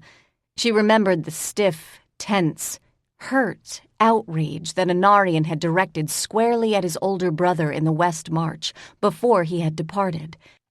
Can you tell Anarian that the statues agreed to this? It was a form of immortality. They were probably in love with his brother. Anarian is well aware of the effects immortals have on the lesser races. Lesser races. Kaylin rolled her eyes. She loved Teela like family, but there were whole days she had to work at it. His words or your words? He hasn't lived in this city. He hasn't experienced the changes that have come down with the passage of centuries. They're his words, but they could have been mine once. They probably were. He sees mortals as essentially helpless. And you don't. Teela shrugged. I see them as essentially mortal. If one confounds me, I put off thinking about them because they'll be dead soon, even if I do nothing. Whole, very long days. Anarian set them free? That's the gist of it, I think. You could ask them. Some have rejected the transformation, but I don't think their decision will stand. Anarian is angry. Did he always have this kind of temper? He was, of all of us, the most even-tempered. Teela slowly sheathed her sword. The Leontine standing in the center of the room looked almost docile, which was both striking and very disturbing. And the most idealistic. Never anger the idealistic. They feel right is on their side, and right excuses much. I don't object in principle to his objections, Kaylin pointed out. Just the condescension they're wrapped in. You can take that up with Anarian. If we can find him. Teela nodded. Can you find Nightshade? I haven't tried. I forget just how much I hate this place until I'm in it. Do you know if Anarian's found the vampires? Vampires. Severn raised a brow, but said nothing. I don't know what you'd call them, Kaylin replied, trying and failing not to sound defensive. They're Barani. They're apparently ancient Barani. They react to blood. I think they were already in the castle when Nightshade took over. He said they chose the Barani version of sleep here. Condescension and arrogance drained from Teela's expression. Normally, this would have been a good thing. Today, it was anything but. Chapter 6. Nightshade took the castle. Teela said, her knuckles white as she gripped the hilt of the sheathed sword. And he left them here? I don't think he considered them dangerous. Kaylin hesitated and then added, They guard the Long Hall's doors. I'm not sure the doors open without their permission for anyone but Nightshade. Prior to this, I could say many things of Killarnyn, but one of them was not that he was a fool. They've never heard him, Kaylin pointed out. And how exactly do you know about them? Kaylin swallowed. This was not the direction she wanted the conversation to take. I met them. And he told you they were vampires? Not exactly. I fear that exactly will have to wait, although it occurs to me that any attempts to kill him have their best chance of success now.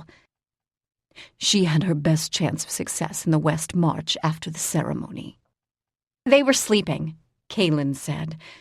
I mean, Barani sleep. They weren't moving, and they appeared to notice nothing. Except you. Kaylin failed to answer the question. And you were bleeding.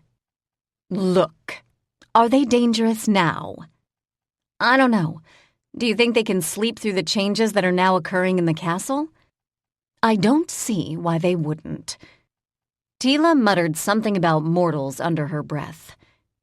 Anarian has not yet encountered the ancestors. He is now aware that they are present.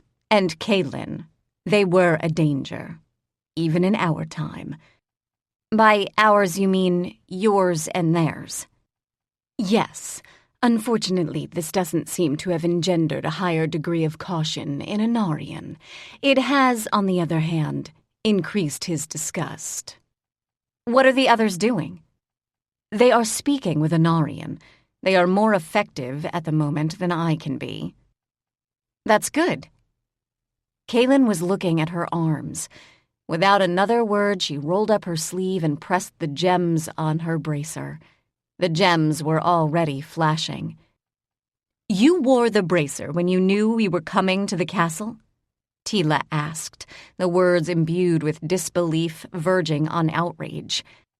I'm living in the palace.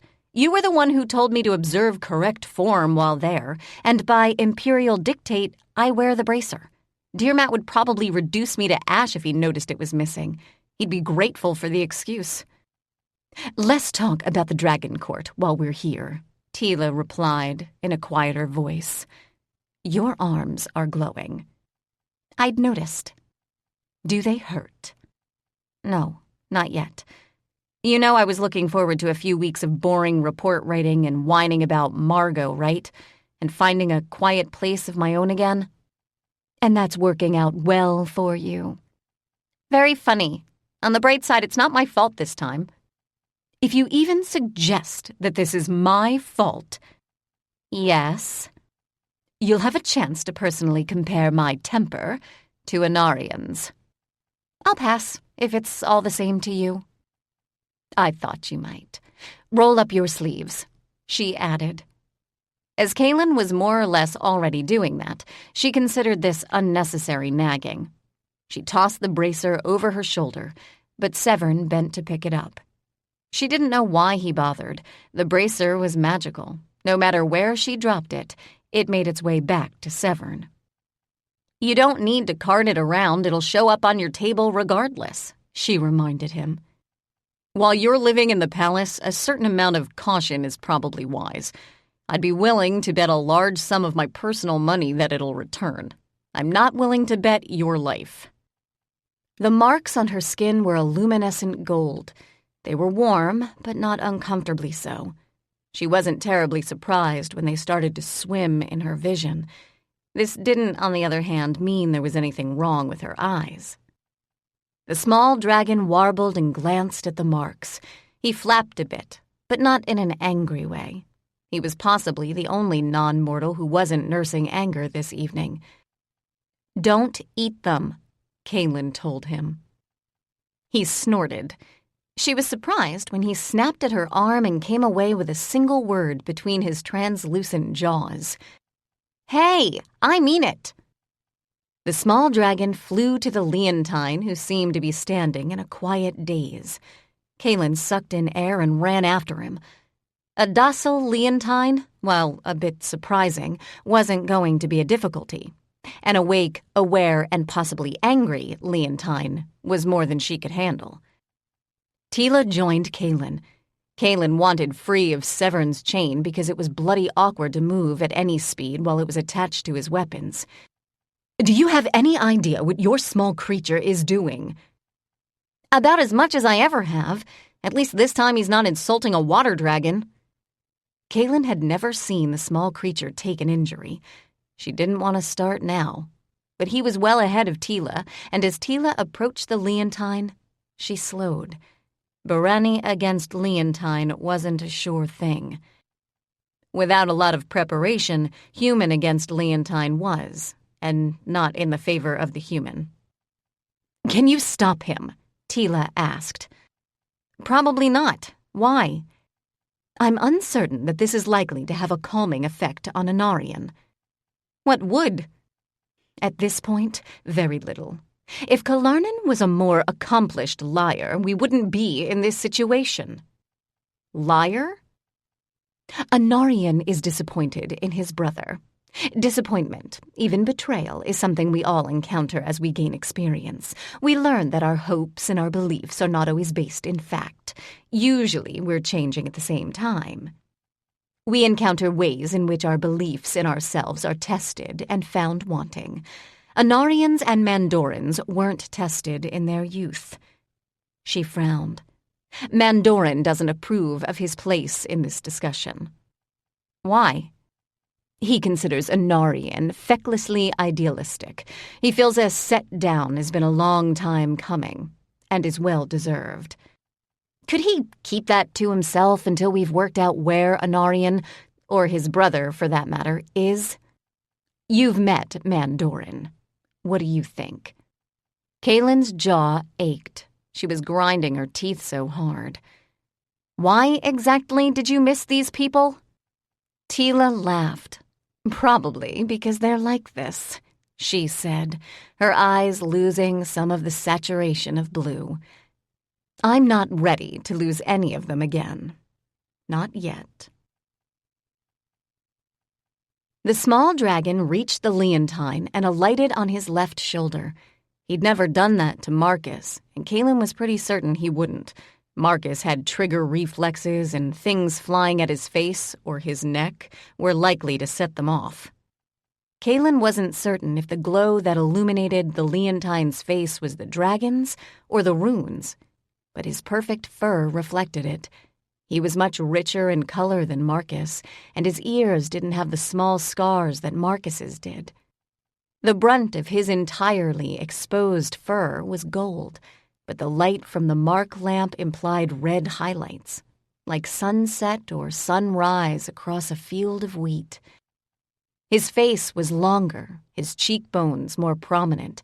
He apparently didn't have the bulk that caused Marcus to tower over his subordinates, even when he was seated. His eyes were Leontine eyes. At the moment, they were a peculiar shade of gray. Kaylin rifled through her very inadequate memory. She'd seen gray only a handful of times in her life, and never when things were going well. She thought gray meant sorrow. Speaking Leontine wasn't easy. If she had to do it for any length of time, it wrecked her voice. Only in Marcus's Pridela did she give up on rolling R's and the growling tone that was half the conversation. She didn't care if his children thought she was a pathetic mewling kitten. Teela came to a full stop as the color of the Leontine's eyes became clear. Kaylin continued to walk, Severn attached by a slender chain at her waist. She held out both of her hands, palms up, fingers toward the ceiling to indicate sheathed claws. Not that she had claws. He stared at her, his dull gray eyes at odds with the rich color of fur and the gleam of perfect ivory fangs. "I am Kaylin ni Keala." He blinked, his eyes narrowed. Kaylin noted that Small and Squawky still held the word in his jaws. He hadn't dropped it on the Leontine's forehead, and it hadn't disappeared. If he was using it just for the light it shed, she'd have words with him later. "You cannot be kin," he finally said. "You are human." Since human more or less meant hairless, mewling kitten, Kaylin nodded. "Keala is our Mirren. Marcus is our leader. I have shared meat at their hearth fire. I have protected the kittens. I have fought for my leader's survival. I wasn't born to the Pridela, but I am of it." She inserted all the appropriate sounds. "Why are you here?" he asked. As he looked around the dimly lit room, his eyes turned down at the corners. "Where is Killarney?" "He is at the heart of his castle," Kaylin replied, taking the same care to add all the appropriate R's and sibilants. "His pridekin has returned after a long absence." The Leontine's eyes widened, which Kaylin had not expected. "His brother," he said, using the Barani word. She nodded and added, "Anarian. He has not eaten at his pridekin's hearth for hundreds of years. He finds the hearth fires hot." "He is home," the Leontine replied. He closed his eyes, opened them. They were now a shade of gold. "Killarney does not sing to his brother." Kaylin blinked. "Does he sing to you?" Leontines were not notable for the quality of their lullabies. "Yes, when he is restless. Have you heard him sing?" "Once or twice, mostly in the middle of battle." "You have seen him fight. You have stood by his side." The way the last question was asked implied that it was an undreamed-of privilege. Kaylin revised her estimate of his age down. He looked in stature to be fully adult. "Yes," she replied, because technically it was true. "Do you travel to his side now?" "Yes." The fact that arriving there wasn't a certainty was unnecessary information. "Will you take me with you?" Kaylin faltered at the desperate hope in his eyes, and the fear which was an edge of orange. When she failed to answer, he reached for her, grabbing both of her hands with greater than usual Leontine force. "He woke me," the Leontine continued. "He must have intended to be with me." As if he were a child. "Does he wake you often?" Kaylin asked, stalling. She could no more drag this Leontine into the wilds of Castle Nightshade than one of Marcus's own children. "He wakes me up when he can spend time with me," was the unadorned reply. "But he is not with me now. You are mortal." She nodded. "As am I. I will wither and die if I am left to live on my own. This," he continued, releasing her hands to trace an arc in the air that took in the whole of the chamber, "is my eternity, as promised." "You spend most of it as a statue," she replied, before she could bite back the words. He nodded, as if she'd just said water was wet. "How else can we live forever? We cannot live without aging. Age leads to death. If we wake only when he is with us, we are his forever." This was so not one of Kaylin's life goals. "He is busy," He is forever. If we live and breathe and walk as you do, we might never see him again. Do you understand? His life will lead him away from you. When he has time to return, you might be dead. If only, Kaylin thought. This way, all our lives are spent in his company. And in no one else's, Kaylin pointed out. Your family, your Pridela, your pack, they are gone. They were gone when he first came to me, was the quiet reply. They were dead. I was carrion fodder. I remember. As if it were yesterday, because she thought it might have been. I remember the vultures. I remember the war cries of the victors. I remember the color of blood on grass and the wails of the survivors who would add to it. I remember my mother, my pack leader. I remember. He smiled at her then. It was a smile tinged of all things with pity. I remember Kalarnen. I remember his song. It stopped us all, enemy and family both. I could not understand the words, but I heard them as if he was remaking language. Did you know he was Barani? I knew he was not kin, was the quiet reply. I had never seen beauty in other races, not until him. But he is not here. Kaylin shook her head. I don't think he wants you to leave this room, unless you want to. Stay here. I'm not like you. I wasn't chosen for his eternity. Let me find him. Talk to your companions, she suggested. They are not my companions. They are his. We are his. Kaylin nodded, mouth dry. Keep them here. This hall is safe. Outside, there are predators. I think Anarian is both unhappy with this outcome and simultaneously less angry. You, on the other hand, look green, Teela said as she walked away from the Leontine. Kaylin felt it too.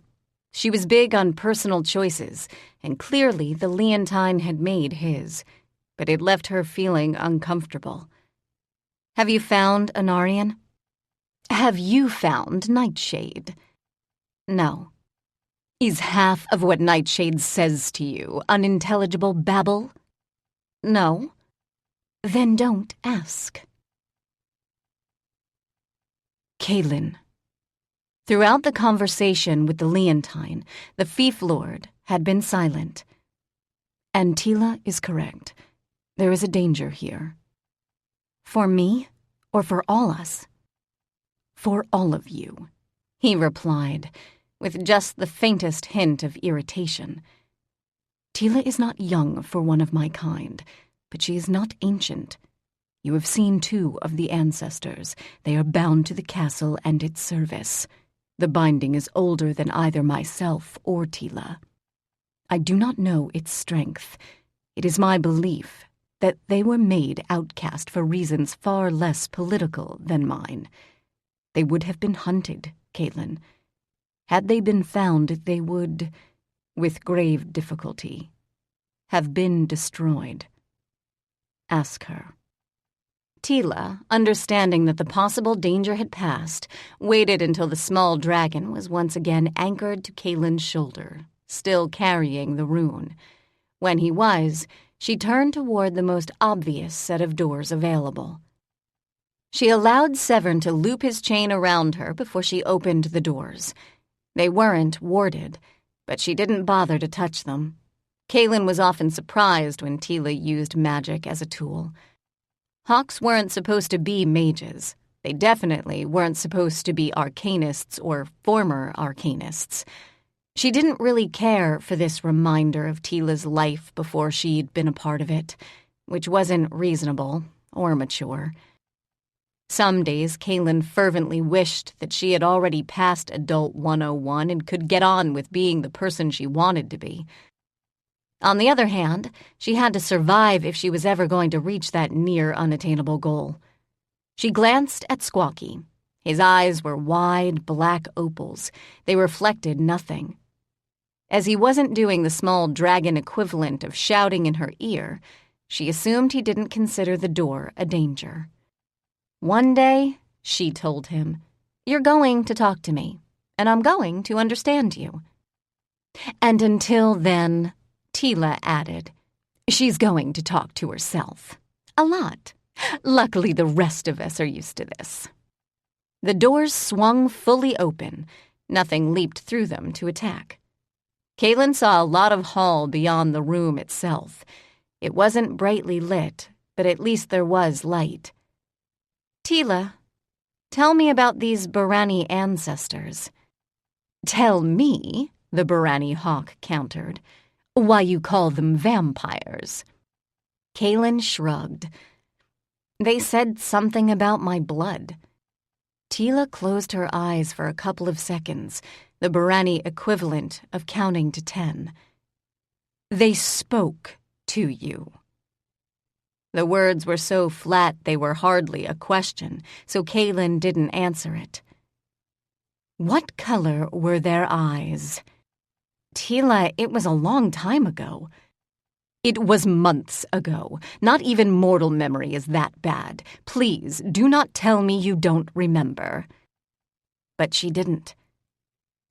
"They were pale, even for Barani, but perfect the way Barani are. When we approached the door they guarded, Nightshade told them it had to be opened. Their eyes were closed until he spoke. They opened, but nothing else about them moved, not at first."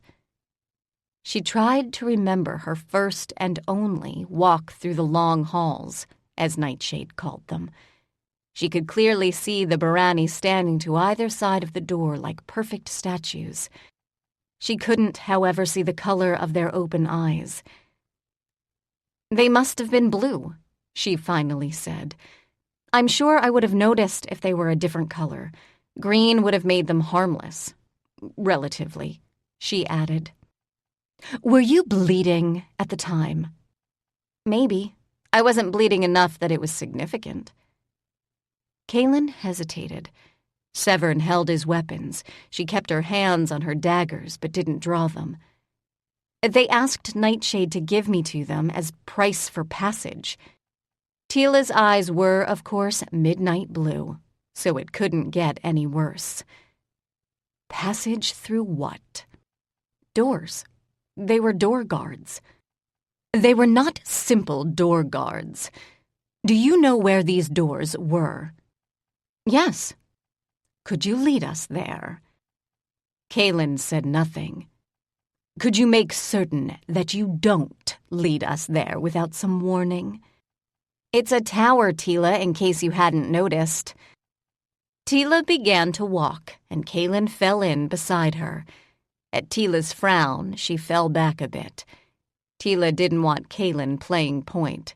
Kaylin didn't exactly want that position either. "I didn't notice the color of their eyes," she said. "Because of their voices." Teela stopped walking. Their voices were different. Not when they spoke to me or to Nightshade, but I could hear them talking when we approached, without, seeing their lips move. "I am beginning to understand why you feel boredom is not a fate worse than death," Teela replied with a brief pause for a healthy Leontine curse. "Did Nightshade hear their voices, their non-speaking voices?" "I didn't ask him. It was the first time I'd been on the inside of the castle, and it didn't seem safe or smart to ask questions. If I heard it, I assume he did." That would be an unwise assumption. Amusement had been stripped from his voice. Had he been standing beside them, his eyes would have been the same color as Teela's. Kitling, this is very important, and I will strangle you if you cannot answer me clearly. What were they saying? Kaylin was an old hand at exposing her throat, although she usually only did it when confronted with a raging Leontine sergeant. Teela literally growled.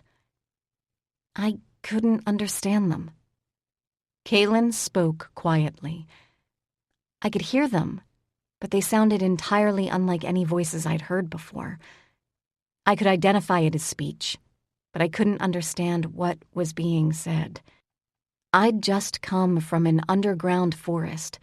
I'd just touched the leftover echoes of a message from the ancients, or even an avatar. I was very disoriented. Fine. Is there anything else you'd like me to know?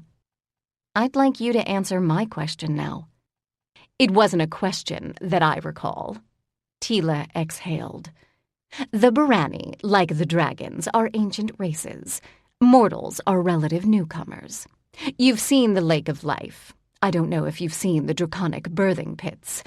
I'm going to assume that you haven't. I haven't. I'd suggest you avoid it, although given it's you, I shouldn't bother. You tend to do the opposite of anything resembling smart.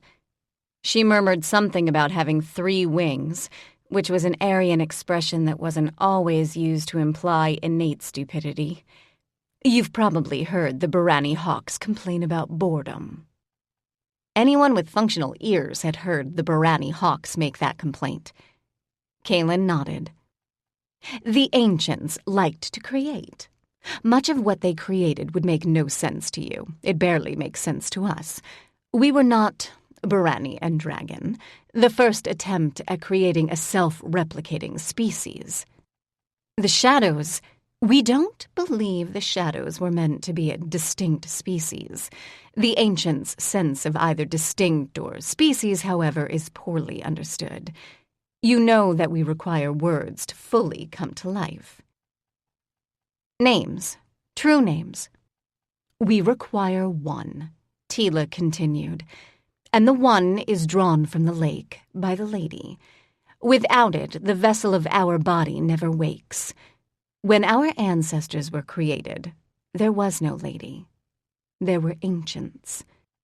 Were you like the dragons, then? In what way? I am not aware that dragons require 2 names. They don't require it, but I think they can contain more. That is a thought you will keep firmly to yourself. Forever. The dragons were supposed to be made of stone and imbued with life. Yes, well, it's probably true of the first dragons. We are not entirely certain that it's true of the first Barani. You think of stone as something that can be chiseled into the desired shape. It is why the word stone is used in these tales. The ancients were not so limited in their building materials. Flesh could be, and was, shaped and changed. The Leontines. Flesh could be merged and combined, while both living creatures somehow remained alive for the process. But flesh was perhaps a later concept for the ancients. You think of them as large, powerful people. Perhaps that is how they appeared to us, when they still walked the world, or the worlds. But it was only a facet of what they were in total, and they couldn't show us most of their faces. We couldn't perceive them, couldn't interact with them. It is my belief, and I am not a sage, that they could speak to us and we could not hear them unless they chose a form with which we could interact. We could not see them unless they chose to confine themselves or diminish themselves in a similar fashion. We were too slender, too fixed, and too small. I'm guessing that's not the popular view among the Barani. It is accepted as probable history. Popularity has very little to do with it. The earliest of our kin were not concerned with keeping records for their possible descendants. Did they have descendants in the traditional sense? Like children, grandchildren, that kind of thing? Not most of them, no. Then why are they even called Barani? Because we lived in the cities they built. They were not like us, Kaylin. You hate arcanists. You wouldn't have a word for what the ancestors were. But it is believed that they were not possessed of single true names, but complex phrases. When the ancestors were bored, they had options to alleviate that boredom that are undreamed of by the rest of my people now. One of them, historically, involved destroying the rest of us. At Kaylin's sharp intake of breath, Teela shrugged. They did not see it as destruction. They wished to take control of the words that gave us life, and to remake them in some fashion. They attempted to do the same with the dragons. If I am fair, they attempted to relieve the dragons of their names first. Teela began to walk again, taking the hall to the right because the hall to the left ended abruptly in a lot of wall. I'm going to assume that failed, since we still have dragons. It was not notably successful, no. It caused some difficulties with the dragons. Were there dragon ancestors as well? You will have to ask your Archon, was the stiff reply. The Barani are not keepers of dragon lore, except where it involves war. Kaylin was silent for another long beat. Dragons did not require names to wake. They didn't require names to live. They just required true names to become their dual selves. She decided that if Teela didn't know this, she wasn't about to inform her. Then again, Nightshade was probably listening. Ugh. He was diplomatic. If he heard, he said nothing. If they were that dangerous, how did you kill them? We formed the war bands, she replied. When Kaylin failed to respond immediately, she added, You didn't think they were created just to fight dragons, did you? Since the answer was more or less yes, Kaylin said nothing. We don't have a war band here. No. You said there were two. Kaylin nodded. I'd really like to strangle Nightshade. How would Anarian feel about that? At the moment, sanguine. He doesn't, on the other hand, feel it would be easy. Easier than meeting the ancestors head-on? Definitely easier than that. Teela stopped. Corporal, the halls have not materially changed since we entered them, and I dislike being roped together like human foundlings. Severn nodded and unwound his chain. To Kaylin's surprise, he also released her. He didn't sheathe his weapons, and the visible scar on his jaw looked whiter and more pronounced than it usually did. The talk of Barani ancestors had clearly raised the stakes. Not that they were insignificant to begin with. Nightshade, are the ancestors still guarding the long halls? Yes. Are they awake? I am uncertain, Kaylin. The castle is in flux. Where are you, damn it? I am at the heart of the castle. And where is Anarian? He is also at the heart of the castle. Before you ask, we are not in the same place. Kaylin hated magical buildings with a loud, multi-syllabic passion. Can you come to us? Not safely. For you. I am attempting to keep the castle's defenses at a minimum. Given the existence of Barani that even Teela feared, this didn't seem like a great idea. If the castle's defenses are fully mobilized, it will attempt to exterminate all intruders. This is unlikely to harm the ancestors. It is, however, likely to damage you. You don't seem that concerned. No. I am unlikely to perish here no matter what the outcome. You, however, are not guaranteed to survive. Do not look for me. Look for the runes of the ancients. It is there you will be safest. She was silent for a beat, watching Teela's tense back. The ruins are in the heart of the castle. We'll need to enter the long halls to even get there. In theory, yes. But remember, you are in a fief tower now. Geography bends to the dictate of will. Chapter 7. The dimly lit hall seemed to go on forever, something Kaylin definitely didn't remember from her first visit to the statuary. She had been by Nightshade's side while traversing the halls. He had made it clear that she was not to leave him if she wished to move safely within the castle. This wasn't something Tara, the avatar of the Tower of Teemeris, had ever enforced. But Tara was awake in a way that the avatar of Castle Nightshade wasn't. She'd asked the fief lord once why his castle didn't speak directly to her. He'd replied that living within the folds of a sentient being was not one of his life's ambitions. What his actual life's ambitions were, he'd never made clear. Teela, is Anarian talking to anyone? I don't think he's speaking to his brother at the moment.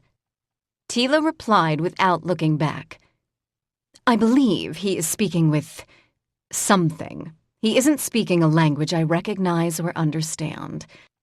Would he know if he was speaking to your ancestors? We prefer the ancestors, if we must speak about them at all. It's not considered wise. Probably wiser than walking into a sleeping, sentient building that's having nightmares. If the building hears us, it is not guaranteed to end our lives. It might help preserve them, Kaylin replied. No, Kaylin, you're Tara, and I am making assumptions on hearsay because I have not visited the tower in Teemeris, was in some ways emotionally corrupt. You cannot assume that the other avatars are likewise compromised. If their mission was to halt Shadow and its contamination, we are, in the best case, irrelevant. Squawk. Can you hear Anarian? Kaylin asked the small dragon. Squawk. Can he hear you? The small beast tilted his head to the left, all the way to the left. By the time he stopped, it was almost upside down, which made it hard to meet his eyes. He whiffled. She would have pursued the line of questioning, but the ground beneath her feet, stone, and at that rather plain stone, began to rumble. She looked to Teela and Severn. They'd both stopped walking. They hadn't stopped moving. They were now on alert, and they scanned the halls and the walls that enclosed it, hoping to see danger before it dropped on their heads. The small dragon wilted. So did Kaylin, as the walls to the left and right began to recede. The stone beneath their feet didn't, but it expanded to fill the growing space. The ceiling above, however, faded from sight. In its place was something that didn't resemble normal architecture in any way. It looked a lot like sky, if sky were full of storm clouds and edged in flashes of luminescent light that refused to remain one color. The clouds were gray-green. They weren't the roiling darkness of the shadows at the heart of the fiefs. Kaylin frowned. Something was wrong, if you didn't count the disappearance of ceiling and the sudden enlargement of the halls themselves. The clouds weren't moving. They were fixed. She revised her opinion of their composition. They looked like they were made of stone. She hoped there were support beams somewhere that kept them off the ground. Forward or back? Teela asked, dragging Kaylin's attention away from the heights. Kaylin shrugged. Reaching into a pocket, she flipped a coin, caught it, and laid it against her forearm. Her eyes narrowed as she looked at the result. Forward. What's wrong? Severn asked. She grimaced and handed him the coin. He held it up to Teela, trusting Barani vision to show her what he could see up close. The coin had two sides, which anyone expected from a coin. The two images, however, were not the usual palace and emperor. They were the profiles of two familiar men, Nightshade and Anarian. Nightshade was forward, Severn asked as he handed the coin back to Kaylin. Nightshade landed face up. There's no way he was responsible for changing the coin, she added. Having his face on money is probably beneath him. If I had to guess, the castle is making its opinion known. She glanced up. In more ways than one. Wider halls meant they could walk 3 abreast. Kaylin drew a dagger, although moving her arms made her skin ache. The small dragon was making his usual quiet noises. The rune that was glowing beneath his teeth didn't seem to inhibit his version of speech. "You're thinking out loud again," Teela said. "I'm just trying to remember how Tiamaris took the tower in the fief." "And you have to work that hard?" Very funny. The heart of the tower in Tiamaris was covered in words, very like the words on my arms, except that Tara could read them. I think in total they were meant to be the governing commands of the tower. I'm not sure all towers have identical words at their heart. But there was one room, and room is a really bad description, that was also adorned with words in Castle Nightshade. It was where I first heard the word chosen. She hesitated again. Teela's exhalation was sharp enough to cut, or should have been. "Out with it." Does Anarian know that I know? "No, I am not a child. I understand how to maintain privacy of thought and action from those with whom I've shared my name." Clearly implying that Kaylin didn't. I would have been lost in that room if I hadn't had Nightshade's name as an anchor. I didn't take his name. I couldn't see it. He offered it to me. "Why exactly did you require an anchor?" "I don't know, Teela. I'm not sure I could have come back from wherever it was I got stuck. I couldn't really see the castle or the rest of the world clearly. I could see his name." "That is far too much information. I'm amazed Killarnan isn't screaming his lungs out." "I have some concern for my dignity." "You weren't likewise trapped in Tiamaris." "No, but Tara was there. She was trying, in as much as she could, to guide me. I had to choose the words that would reaffirm her existence as a watchtower without the benefit of actual understanding." "But you don't own the tower." "No, I didn't get a chance to fully finish whatever it was I was trying to do. Tiamaris kind of threw me out of the circle." "And Nightshade is likely to do the same?" "I don't think the situation's the same. We're not under attack here. By shadows," she added. "The tower defenses kick in on their own in emergencies.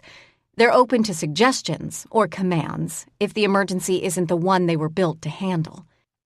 "You're still hesitating, Kitling. I'm not sure we can all get to the heart of the castle without passing your ancestors." "The ancestors." "Whatever." She hadn't had to walk through the long halls to get to the forest at the heart of the castle. Nightshade opened doors which should have led to halls in any sane building. They'd opened to trees instead. Kaylin had thought for one long moment that she'd stepped outside. She hadn't. The forest grew within the castle. She'd been afraid of Nightshade that first time. "It was not fear," he told her softly, "but caution. Caution when dealing with my kin is not only wise, but necessary." A stray memory of Teela stretched, cat-like, across Kaylin's narrow bed passed by. She made an effort not to grab it. Even Teela, perhaps in her current situation, especially Teela. "I don't understand why you can't come to us." "I am not entirely mobile. The castle itself demands most of my concentration." "Is Anarian aware that we're approaching him now?" "He should be. If he is not, consider why." Kaylin exhaled. "We need to bypass the ancestors." Yes, sadly, I believe you do. Be cautious, Kaylin. It is not in your nature, but try. I think the possibility that they remain bound to the castle's environs during this upheaval is low. There is nothing in the castle that presents more of a danger to you now. She thought of him. He laughed. She could feel the warmth of his surprise and amusement. Yes, he replied. But I am only a danger to you should I decide that your death, at this moment, suits my purpose. It is your preservation that is proving more challenging, but that is oft true of mortals. The humor dimmed. If Aunt Teela can communicate at all with my brother, she must make the threat the ancestors pose clear. I can't imagine she's not trying. Teela was unimpressed. A Narian would likely be less so. Yes, but it may be enough to focus his fury, to narrow it. He is still my brother at heart, but we have both changed in inexplicable ways to each other. I do not think it is wise, Teela said, when Kaylin hesitantly asked her to tell Anarian that danger ×2 was likely to pop up at any time. I know, but we don't have Nightshade with us. We can't circumvent the ancestors, if they're still standing guard at the doors at all. Kaylin slowed. She'd bypassed the ancestors on the way into the forest the first time. They had had to walk through them to leave it. Clearly, it was easier to find one's way into the heart of the castle than to leave it, even for Nightshade. I know you don't like the chain line, she began. Teela waved her, imperiously, to silence. I'll accept it. You think you can take us to where we have to go? Yes. I should warn you that if I can, it's a one-way journey. We get back the long way. Severn? He was already winding links of chain around Teela's waist. Kaylin was surprised. She'd meant to use the chain as a rope line. It didn't look like he could fight while they were bound together. You'd be surprised, he said, his smile slender. It was all edge. I've had enough surprises for one day. For, she added with more emphasis, one lifetime. I haven't, Teela interjected, but I think I'm done with surprises for today. Fine, Kaylin replied. You choose the door we take. Teela turned to stare at her. If you were any other mortal, I would assume your questionable sense of humor was at play. There's only one door. Kaylin frowned. There are doors on either side of us down this hallway. We've passed a handful. You've just been avoiding them. They're hard to miss, even given the width of the hall. Corporal, do you see these so-called doors? No. I see the door at the end of the hall in the far wall. There are no halls to either side of it. Kaylin glanced at the small dragon, who exhaled the sigh of the long suffering everywhere. Is there any sign from any of these doors that whatever lies behind them is occupied? No, you'd have noticed that. Because I noticed the doors in question, of course. Teela's eyes were blue. Is there a reason to avoid the door we're being herded toward? It's a tower, Teela. How should I know? If the tower is determined, any door will lead us to where the tower wants us to go. In which case, we can cut to the chase. Pick a door. Fine. I'll take the invisible door on the left. Teela turned toward the wall she'd mentioned. There was no door there. Kaylin walked directly toward the blank stretch of stone. She placed her hand on the wall. It was distinctly warm beneath her palm, although the warmth was not as strong a sensation as the marks on her arm. There's no door here, she told the Barani hawk. Squawk. But I'm not sure there needs to be. Nightshade's not driving a lot of the castle right now. Squawk. Yes, if you're going to get rid of the rune in your mouth, this is probably the place to do it. The small dragon nudged Kaylin forward. If by nudge one meant swatting the side of her face and craning his neck toward the wall her hand rested against. Given she was already touching said wall, she found it annoying. She started to lower her hand, but he jumped down to her extended arm and crossed it, shuffling sideways as if it were an unstable bridge. When his snout was flush with the wall, he exhaled. A small, pearlescent cloud left his tiny jaw before Kaylin could speak. It folded itself around the rune in his mouth. Given what his breath had done in the past, this wasn't comforting. The rune absorbed the glinting white-gray and slowly melted into the stone face of the wall, as if the stone were a sponge.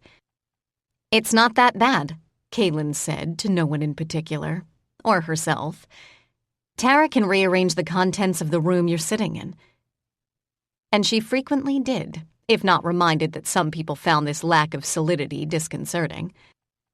The wall began to thin. It didn't thin in the shape of a door. It thinned in the shape of a spreading patch of what seemed, on the surface, to be liquid, except thicker. It was unlike any liquid Kaylin had seen. Glass was thicker and far more dangerous to touch when it melted. She hoped. But as the patch spread, the stone beneath it became translucent, reminding her of the texture of the small dragon's wings. "Can you see this?" Kaylin asked softly. "Yes," Teela replied.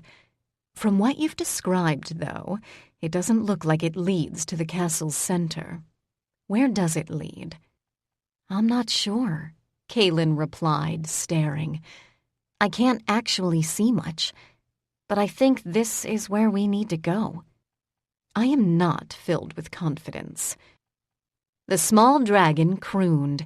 The edges of squawk softened as he made an effort he generally didn't waste on Kaylin. She tried not to resent this. "I think I prefer large dragons," she told him, without obvious resentment. The small dragon gave a version of a shrug that would have been at home in the fiefs. "Severn?" "I'm not the resident expert on Castle Nightshade," he replied, which more or less meant he was willing to leave it up to her. "We have no resident experts." She sucked in air. "Let's go before I lose my nerve. If we're lucky, this is the castle's way of telling us to get the hell out, and we'll end up butt first on the street." Kaylin was never willing to bet on her luck. Stepping into what looked like unshaped glass didn't take her into the familiar, and far less changeable, streets of the fief. It took her into forest. Nighttime forest. She'd seen forest in Nightshade before, but it wasn't quite this forest. A hint of moonlight touched branches. The air was still. "Teela, tell me this doesn't remind you of the forests surrounding the West March." "I don't know why you complain about people who lie," the Barani hawk replied. "Because you generally demand that we do it." No comment.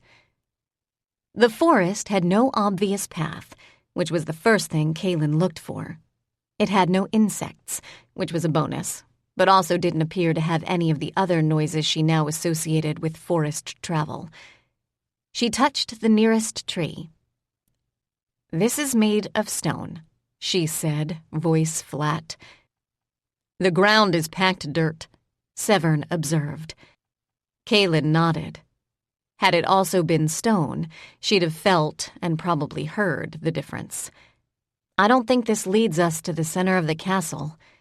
If I had to guess, it leads to Anarian." Teela, untethered by Severn, chose a direction and began to walk. Her feet made no sound. Kaylin and Severn followed her. They walked quietly, but speed made silence impossible for the merely mortal, and Teela didn't seem intent on proceeding with caution. Watching her back, Kaylin frowned. "What's wrong?" Severn asked. Given Teela's proximity, whispers would reach her ears, and given the color of her eyes, Discretion was necessary. She knows where she's going. She's not just scouting. She recognizes this place, or she recognizes the place it's modeled on. Kaylin bit her lip. The small dragon had settled around her shoulder like a shawl and couldn't be bothered to add commentary. By unspoken mutual consent, they closed the growing gap. Teela was armed. Severn grimaced and unwound the weapon chain around Kaylin's waist, arming himself fully. Kaylin's daggers remained in their sheaths. She knew that she was still within the castle. She guessed that her current surroundings were the castle's attempt to communicate with Anarian, and was grateful that the castle wasn't attempting to speak with her. She'd had experience with that before. She didn't envy Anarian. They didn't clear the forest. The forest continued. Kaylin touched the odd tree. She found that most were stone, but one or two felt like actual living trees. The bark was rough in a different way. There had been living trees in the long hall. She wondered if some of them had been transported here. "I will never get used to this," she murmured. "I want physical objects to remain static." It was impossible to get a grasp on her strategic value of layout if the layout arbitrarily shifted, nor could she assume that the castle was safe, given Teela's reaction to the ancient Barani who served as door wards. The opposite was probably closer to reality. But the small dragon wasn't concerned. If Kaylin was embarrassed to take cues from a creature the size of a small cat, it didn't stop her. Squawk. "Thanks a lot, small and squawky." "Why?" Teela said, voice drifting back as she continued to walk. "Don't you call him by his name?" "Because his name, at least the version I can say out loud, is Hope." I failed to see the problem. It just seems like too pretentious a name or something. I'd look like an idiot. That's never stopped you before. Very funny, Teela. I note that neither of us is laughing. Severn's grinning. Does that count? Teela chuckled. It was a better sound. I don't think Small and Squawky cares, if that helps. Not much. Given Teela's tone, Kaylin dared a question.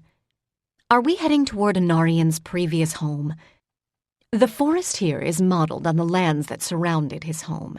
I'm not entirely certain what we'll find, but before you continue to ask questions, let me remind you that Anarian is one of Killarnan's brothers. It's not impossible that we'll find Nightshade instead. I don't think so. No. I'm almost positive Nightshade is at the center of his castle. You're certain that this isn't it? Kaylin hesitated. No, not certain. The forest continued, but Teela slowed as they at last approached what looked, at a distance, to be an ancient, gigantic tree. The Barani hawk nodded once. This is it? This is the family home as it existed in Anarian's time, and not as it exists now. Teela shook her head. She held out a staying hand, which meant she intended to take the lead and she wanted some distance to assess the danger. On the street, Kaylin would have obeyed the gesture instantly. This wasn't the street. It was a tower, a building made by godlike beings who didn't really understand merely mortal architecture or the concept of fixed shapes. Her arms were glowing. She had a familiar on her shoulders who had a much better understanding of ancient, impossible buildings than any of the larger people around him, even if his communication skills were lacking. She was not going to be a liability here. When Teela approached the tree, Kaylin joined her. Dark, perfect brows rose. Kaylin jabbed a finger in the direction of the small dragon. He bit it. Point taken. You heard her. You can let go of my finger now. He did. He unfolded and sat on her shoulder, looking curious but not especially alert.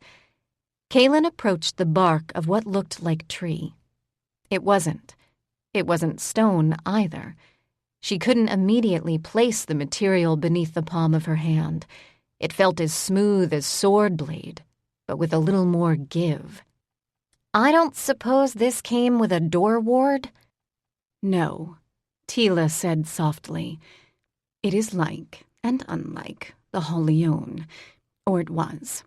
I assume that this building is at least externally a representation of home to Anarian.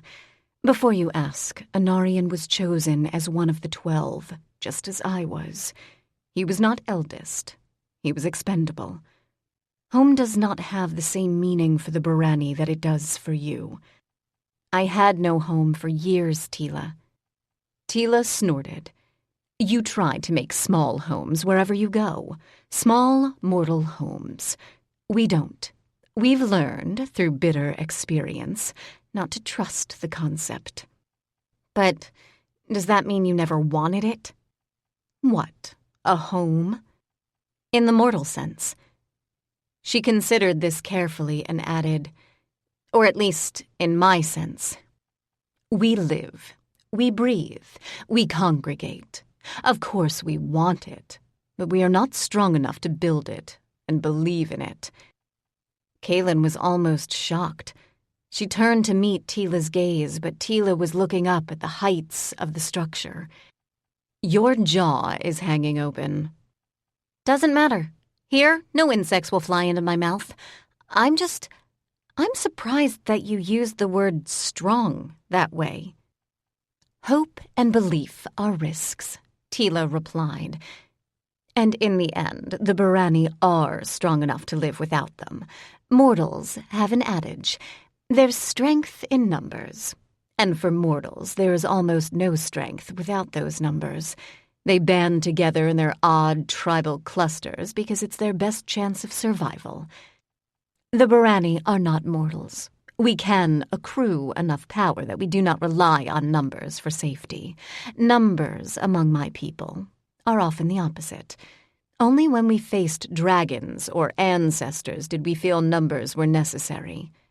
We go this way, she added.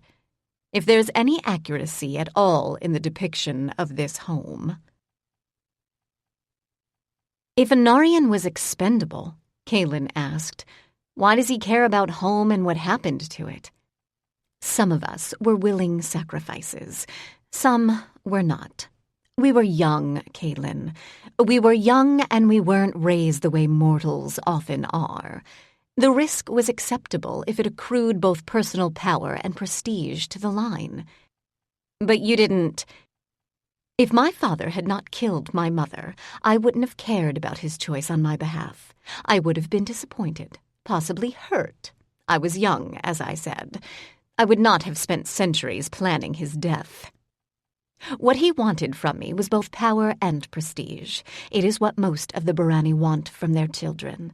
And had I not lived with my mother, I might not have cared at all. I was from an ancient lineage. My father was a lord of the high court. He was respected, admired, and feared. The safety of his children was all but guaranteed. No one would have dared to mark any of his children, or the children of his cousins, the way Nightshade marked you.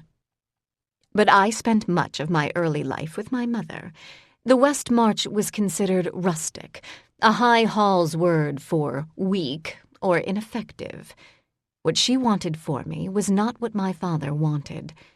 Did the power that became hers through marriage appeal to her? Yes, it would have appealed to anyone with any sense. Power is safety of a kind. But it is not particularly warm. It is not particularly giving. Giving and yielding are too much the same among my father's kin. After I returned from the Green, I was under a cloud of suspicion. No, not a cloud, a full-on storm. But among my kin, anyone with power is. I was considered a power simply because I had survived. I was considered a danger for the same reason. I used it, of course. Teela shrugged that restless, I've been talking about serious things for too long shrug, and came to a stop. Here. Here was, to Kaylin's eyes, the same as any other spot on the bark of what looked like a tree. "Anarian," Teela said quietly, as if she were speaking to the surface of the tree she faced. But when the tree failed to respond, she continued. "He was, in your parlance, very straight-laced. He believed in the base nobility of our people. He was a warrior's son.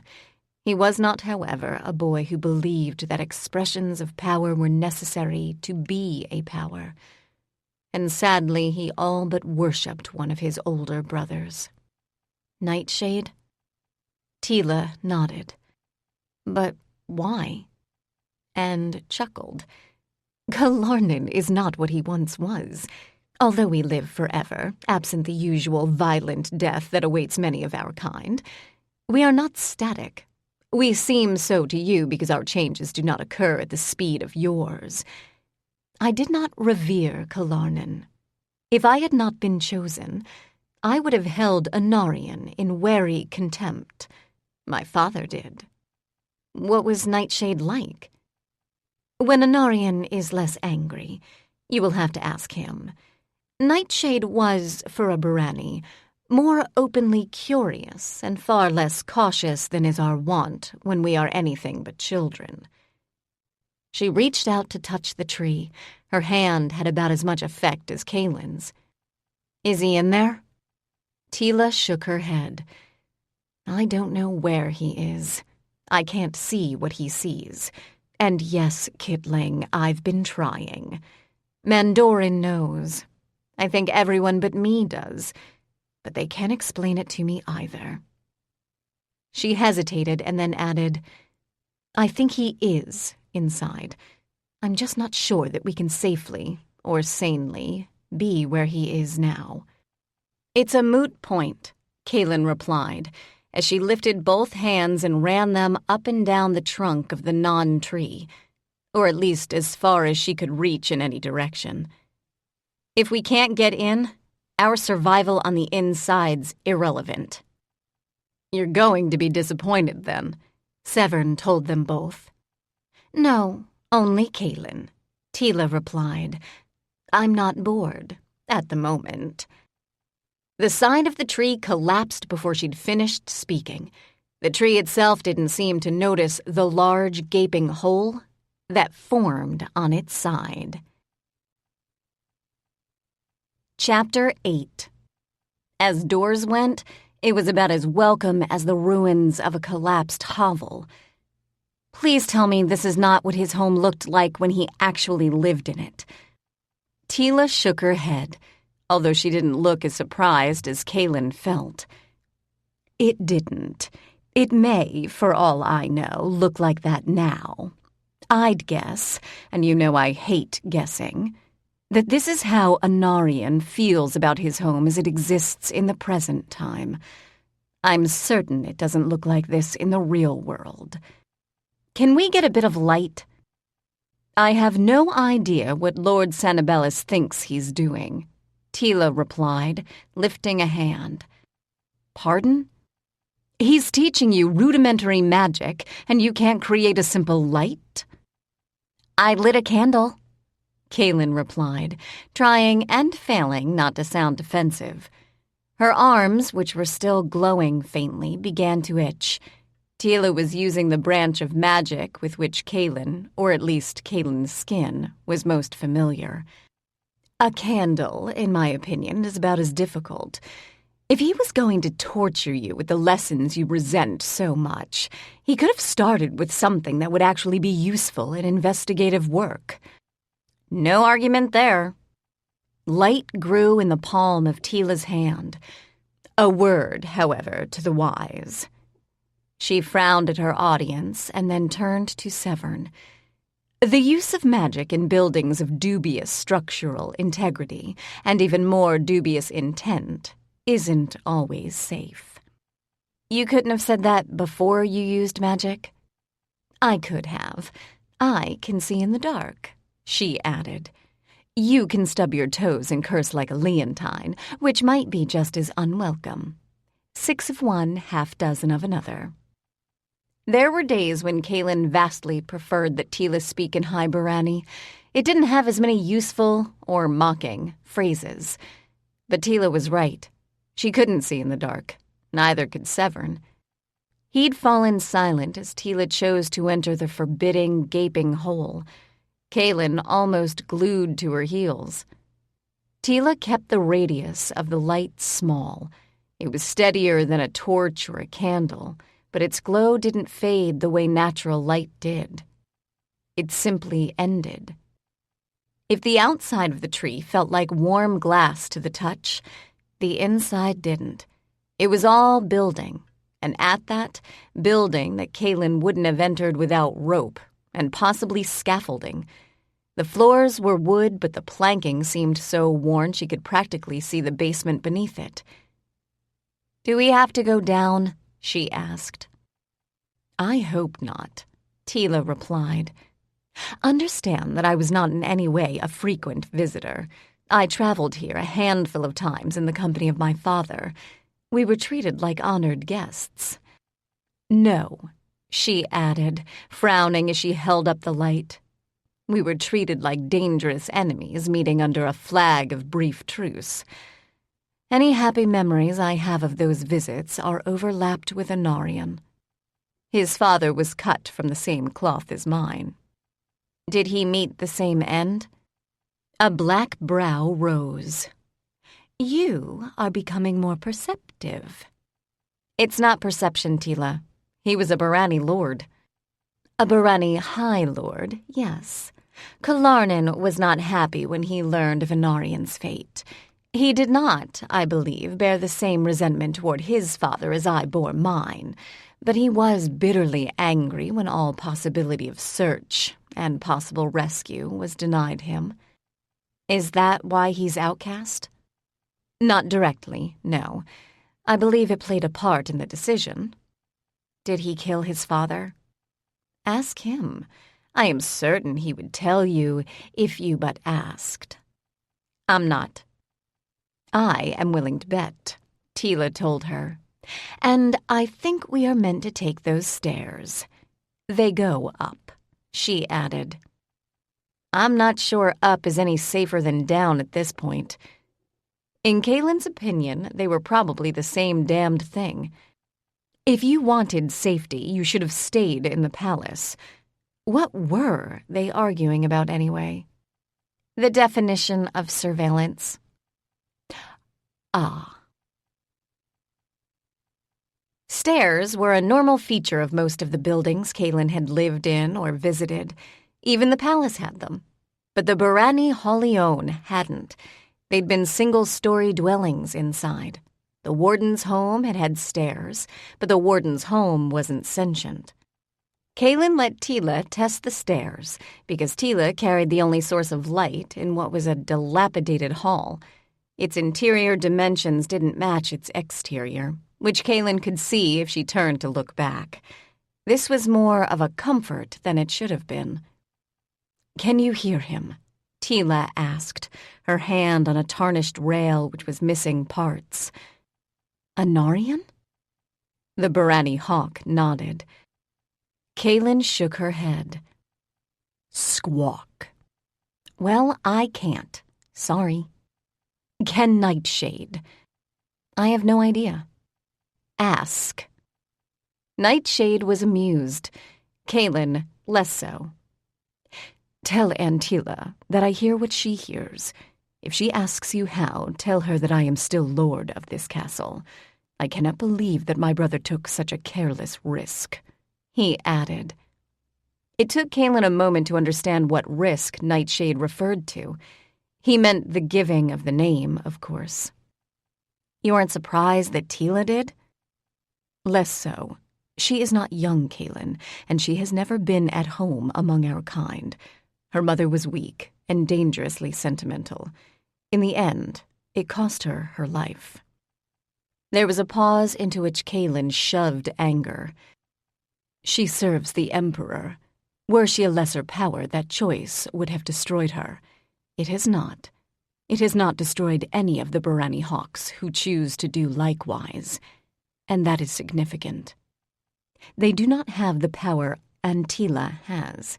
She watches them all, although they have not explicitly sworn oaths to her, just as, he added, she watches you. No, I am not surprised at her choice. I expected better from my brother. Kaylin was an only child. Her experience with siblings, or the expectations and effects they could have on each other, came largely through office gossip and complaint. People very seldom said warm, wonderful things about their siblings. Then again, they seldom said warm, wonderful things when they were annoyed. He probably expected better from you as well. Nightshade didn't answer. Teela, however, swore. Nightshade can hear what you hear, Kaylin told her. She glanced at Severn, who shook his head. Neither Severn nor I can. If you choose to do so, Kaylin, you might hear what I hear. The thought hadn't occurred to her. No, it seldom does. You do not understand how to view people solely for the advantages they might bring you. Not even a Narian would be so squeamish. He is perfectly willing to see what any of the 12 see as it suits him. They can shut each other out at need. Can they? She glanced at Teela. Well, Teela can. The rest of them aren't my problem. Not yet. Can you tell us if the ancestors are still sleeping? Nightshade fell silent. After a long pause, he said, No. No, they aren't, or no, you can't tell us? The latter. It clearly didn't amuse him. It didn't amuse Kaylin either. Is that because a Narian is interfering with your control of the castle? That, Nightshade replied, is the optimistic interpretation. Can't you just tell him to stop speaking to the castle? Kaylin asked, as she hurried up the stairs, stepping exactly where Teela had stepped. The stairs didn't creak ominously beneath her feet. The floor didn't teeter. It still looked like it would collapse at any second. I've tried. And he said no? Teela's brows rose. He's a Narian, not Toronto. He agreed. Kaylin glanced pointedly at the stairs beneath their feet. Let me guess. He doesn't understand what you mean by speak. The castle doesn't understand what I mean, no. Kaylin stopped walking. If the castle doesn't understand, how is finding him going to be helpful? Teela shrugged. For you? For anyone. I'll worry less. Bet? Teela snorted as she reached a landing and flat floors. Like the stairs, this floor seemed to be composed of wood. Unlike the stairs, the wood looked relatively new, or at least in good repair. There were walls to either side. The walls looked less finished than the floor. The usual adornments in halls of this size failed to materialize. There were no paintings, no tapestries, no mirrors. Kaylin frowned. Remember what I said about your face getting stuck that way. I remember Tane said it wouldn't look any worse, if that helps. I suppose he had a point. Why are you frowning? The walls are made of wood. Teela nodded. And? It's rough, or seems rough from here. Kaylin hesitated again. It looks like the inside of a cheap coffin. What on earth makes you choose that particular metaphor? It's not a metaphor, Teela. Kaylin looked up at the ceiling. It followed the design of the building, in that it was high, probably 10 or 11 feet off the ground. It's a hunch. I think the castle is trying to communicate with Anarian. Or lay him to rest. Or that. Kaylin had to lengthen her stride to keep up with Teela, as Teela began to jog. Anarian was inaudible, but Kaylin didn't need to hear him to know that he was near. Small and Squawky sat up on her shoulders, spreading his wings. He lifted his neck, drew his head back, and opened his tiny, perfect jaws. "No, do not breathe here." He also smacked the side of her face with a wing. If this wasn't enough, the marks on her arms had brightened. She no longer needed Teela's light to see by. She wasn't terribly surprised when the marks separated themselves from her skin as they sometimes did. She was surprised this time to note that the shadows of their base shapes remained, flat and gray, against her skin. Had this always happened? "The reason there are stairs," Kaylin said to Teela's back, "is that Anarian is in a bedroom, or a room, someplace small. The Barani don't separate rooms by level in that fashion. I know, Barani don't require sleep. Neither do towers, that I recall. The Holy Own have some memory of what they were before their transformation. I'm guessing the towers of the fiefs do as well. You're making the assumption that the towers were created the same way as the Holy Own." It was Kaylin's turn to shrug. "If you can think of other sentient buildings, the high halls. They don't change shape, Teela. You saw the heart of the high halls." It wasn't a question. In theory, the journey to it differs depending on the word seen before it begins. What the high halls contain is not content to be captive. It is not stupid, slow, or weak. It has never ceased its attempts to escape. The jail itself requires flexibility and fluidity. And a lord. A high lord, yes. The Holy Own don't? No, but the towers in the fiefs do. I do not think it a coincidence that the towers and the high halls are located in the same geographical area. Your assumption is that the tower remembers sleep? It makes sense, given the layout, which probably means that that's our door. And the coffin metaphor? I don't think the castle wants to be asleep. Teela thought about this as she came to a stop outside a modest single door. After a pause, she nodded, the set of her lips somewhat thinner than usual. If the castle is waking, what are the chances we see its avatar? Your guess is as good as mine.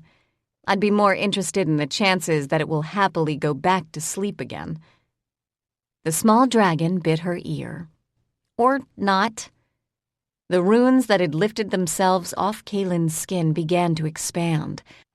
They moved slowly and came to rest when they filled a volume of space that looked like a translucent sphere.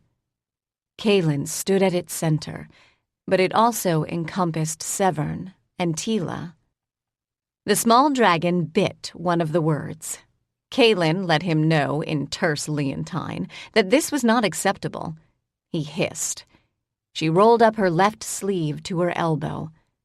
The marks were still on her arm, but they were also brilliantly visible above and around her. Squawk. "He wants me to open the door," she said. Teela's eyes narrowed. "You don't understand a word he's saying." It was true. She had a history of lying to Teela and Tane, if it came to that, but no history of doing so successfully. Honestly, it's not the attempt at a lie that I begrudge. Kaylin grimaced. I know. It's the quality of the lie and the insult it does to your intelligence. Exactly.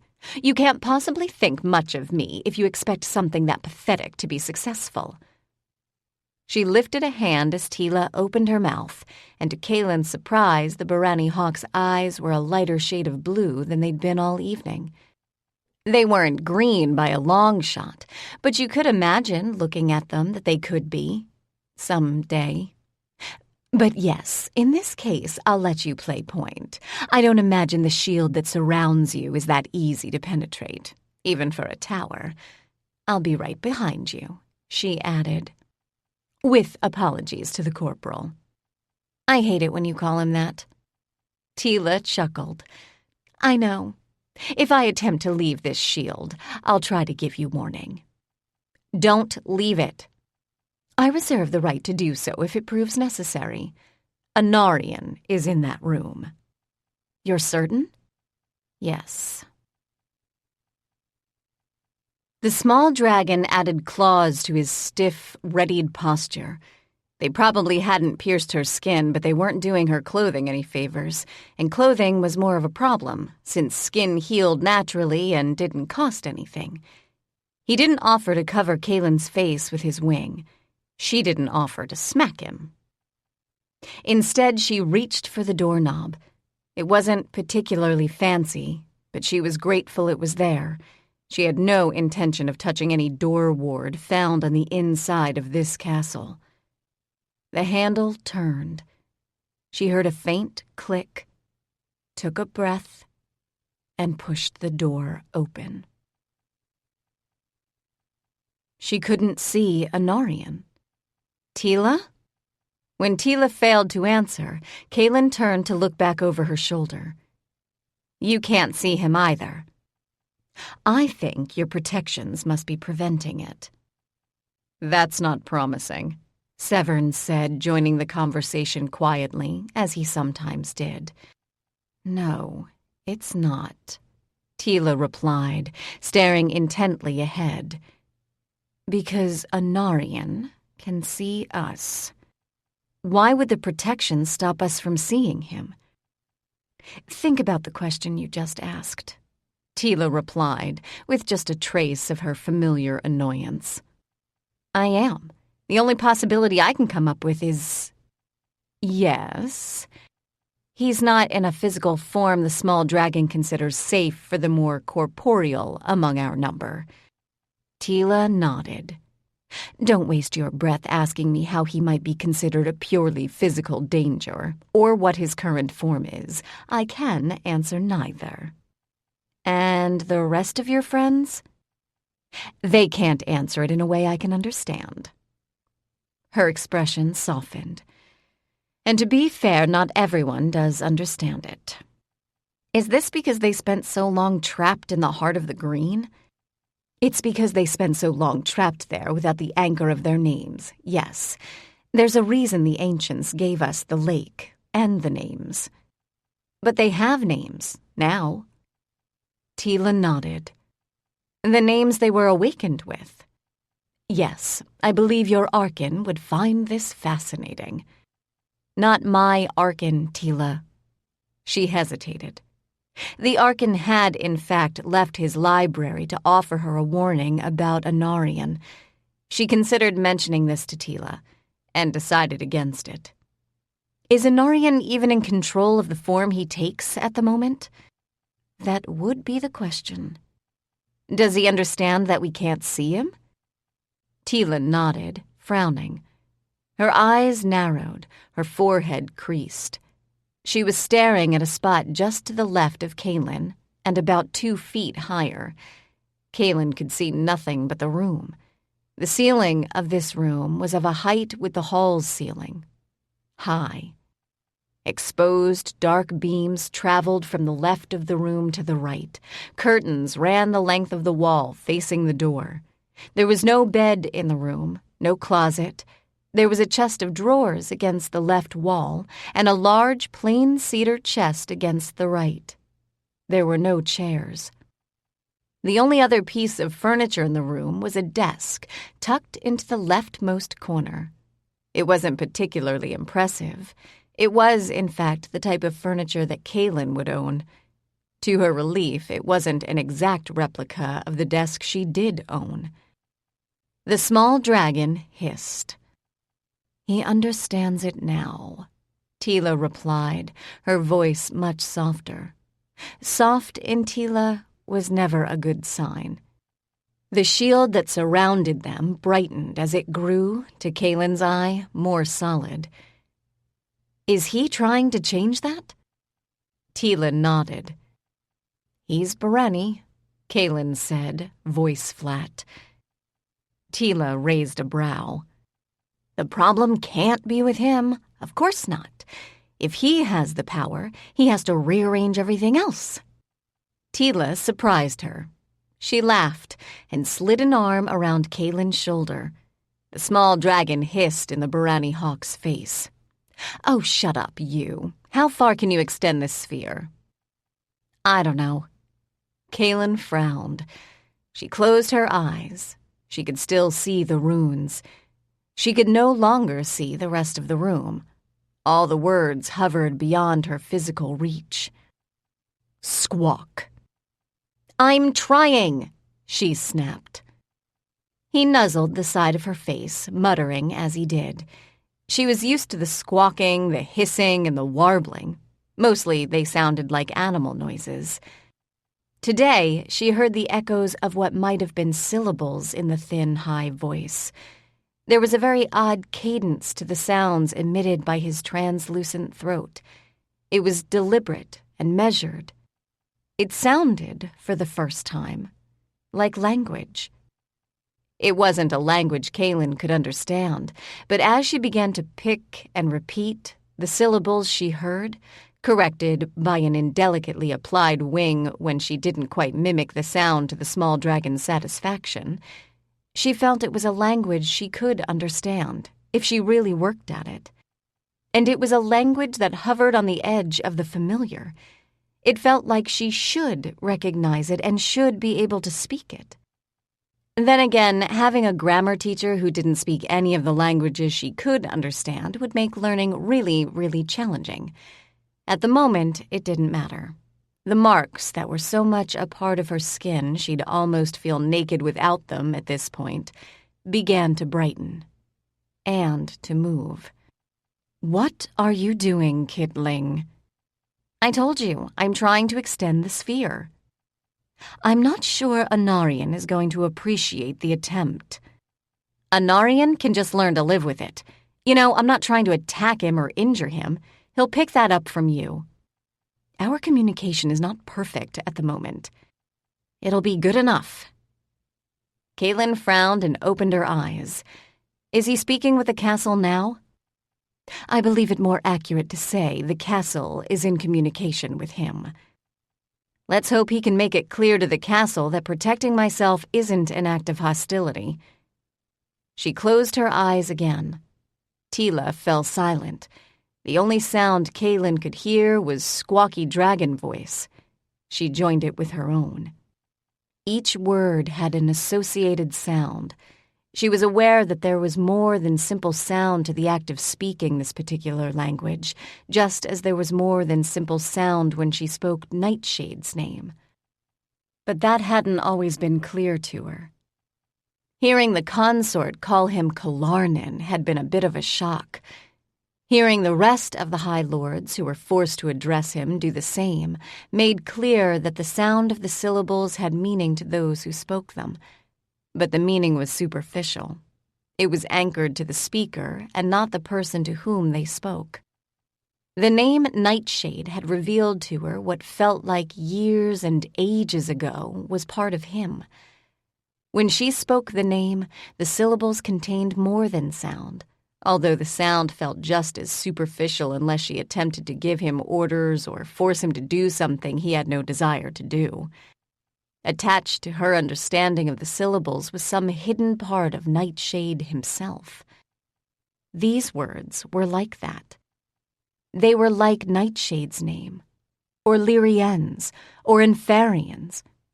What she spoke was not simply what she heard. These words were rooted in her, part of her.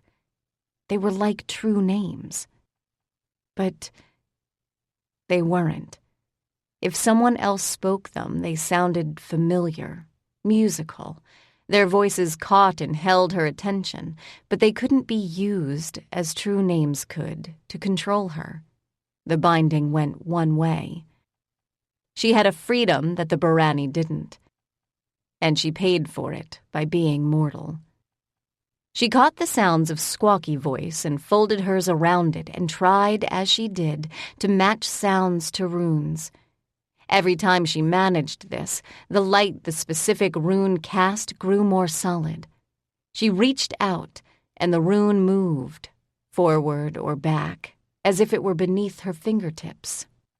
Yes, she said to Teela. "But it's not perfect control." "It's good enough." Teela's tone implied the opposite. "He can see what I'm doing." "Yes." Teela hesitated and then added, "He can hear it. I'm not sure he likes what you're saying." "I don't even know what I'm saying." "I'm trying to convince him that's true." The air in the room dropped 20 degrees over the space of Teela's very curt sentence. "Try harder." Kaylin frowned and added, "What does he think I'm saying?" "I don't have words for it," the Barani hawk replied. "But it's protective, and he's confusing protection with containment." Kaylin frowned. Teela, concentrating, probably missed it. "I'm not sure it's confusion." "I'm not sure I want to hear this." "Lack of containment, for me, probably means death. I don't have a convenient physical container I can hop in and out of at will. Neither," she added, "do you or Severn." Her frown deepened. "The castle isn't contained the same way in its own space." "Teela, is Anarian?" Teela exhaled a couple of inches of height. "I don't know. My suspicion at this point isn't comforting. It's my belief that destroying his physical form would destroy him.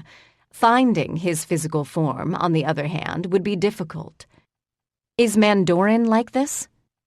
"You'd have to ask him," Teela replied. "Or rather, you'd have to observe him. He's shouting a very loud no at the moment. He's also shouting at Anarian." Her frown matched Kaylin's as an indicator of concentration, and then her brows rose. "Whatever you're doing, hold it right there." Kaylin froze instantly. Teela had used the tone of voice she sometimes used in a stakeout that could go pear-shaped between one breath and the next. "Can you see him?" the Barani hawk demanded. Kaylin could see the room, and her own breath. The room had grown so cold. "No." "He can see you more clearly." "Do I even look like me to him? Can he see Severn?" Teela frowned. "He can see Severn, but not distinctly. He says Severn is out of focus, and nothing he does makes sight of him clearer. He can see me, but I think that's a function of my name. He can see the small creature on your shoulder." "Squawk." "Live with it," Teela told him. Her eyes rounded, and she turned to look at the small dragon. "But he doesn't see what we're seeing when we look at him." "Is he seeing something dangerous?" The small dragon stuck his chest out, puffing up. "He considers it unsafe, yes." Teela muttered something in Leontine and reached out to touch the small dragon. The small dragon caught her finger in his jaws. His teeth glittered as they rested against her skin. The air in the room shifted. The wall undulated. The temperature dropped. And given that Kaylin's hands were going numb, she would have bet against that being a possibility. Something emerged in front of them. She heard Severn's sharp intake of breath. "Teela, is that Anarian?" Teela, hand still attached to small jaw, nodded. Her expression wasn't chilling in a room that was already too damned cold. "Did he come here because you're in danger?" "I believe so. I find it insulting, and it's clearly been long enough that he doesn't remember how unwise it is to insult me." She stepped forward, and the small dragon bit down. He didn't break skin, but it was now clear he could. "Kitling." "He doesn't listen to me," Kaylin said in a rush. To the small dragon she added, "Let go of her hand." The small dragon squawked around a mouthful of Teela. "I don't think he trusts you to stay within the sphere." Teela said something in Aryan, a fallback curse the hawk seldom used. To the small dragon she added, "I am not your responsibility. Kaylin is. Let go." The room beyond the sphere's boundary began to shift.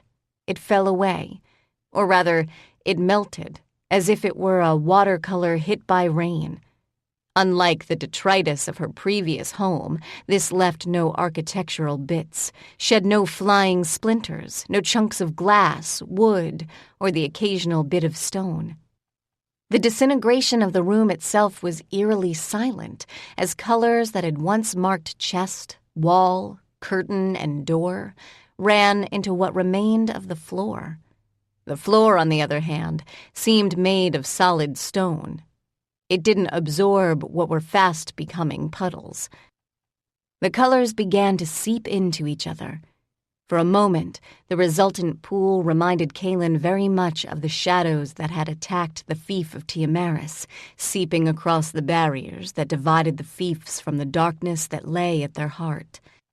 Kaylin took a step forward, because Teela did, and Teela was still attached by Dragonmouth. Since Kaylin was at the center of the sphere, it followed.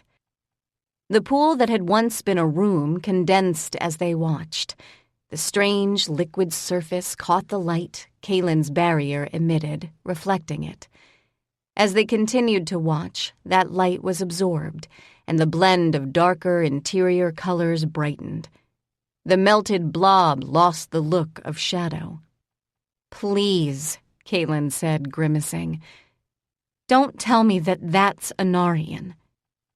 If he cared what mortals thought, he'd probably be offended. Teela replied. She gave her hand a sharp tug, and the small dragon opened his jaw. To Kaylin's surprise, Teela stumbled. Just how much force could jaws that small exert? He hadn't bit into her. He had, on the other hand, added deeper runnels to Kaylin's shoulders. "Teela," Severn said, "don't. Just watch and wait." It surprised them both. Severn wasn't given to making commands. Surprise held Teela in place as the puddle on the floor began to rise. Kaylin wasn't terribly surprised, although she was very disturbed, when the puddle developed eyes. Blue eyes. Facial features followed as the puddle became a misshapen column. The eyes rose as the column did. A mouth formed beneath them, and a nose pulled itself out of what was now clearly otherworldly flesh. The patrician line of chin and cheekbones followed, as did ears to either side of the emerging face.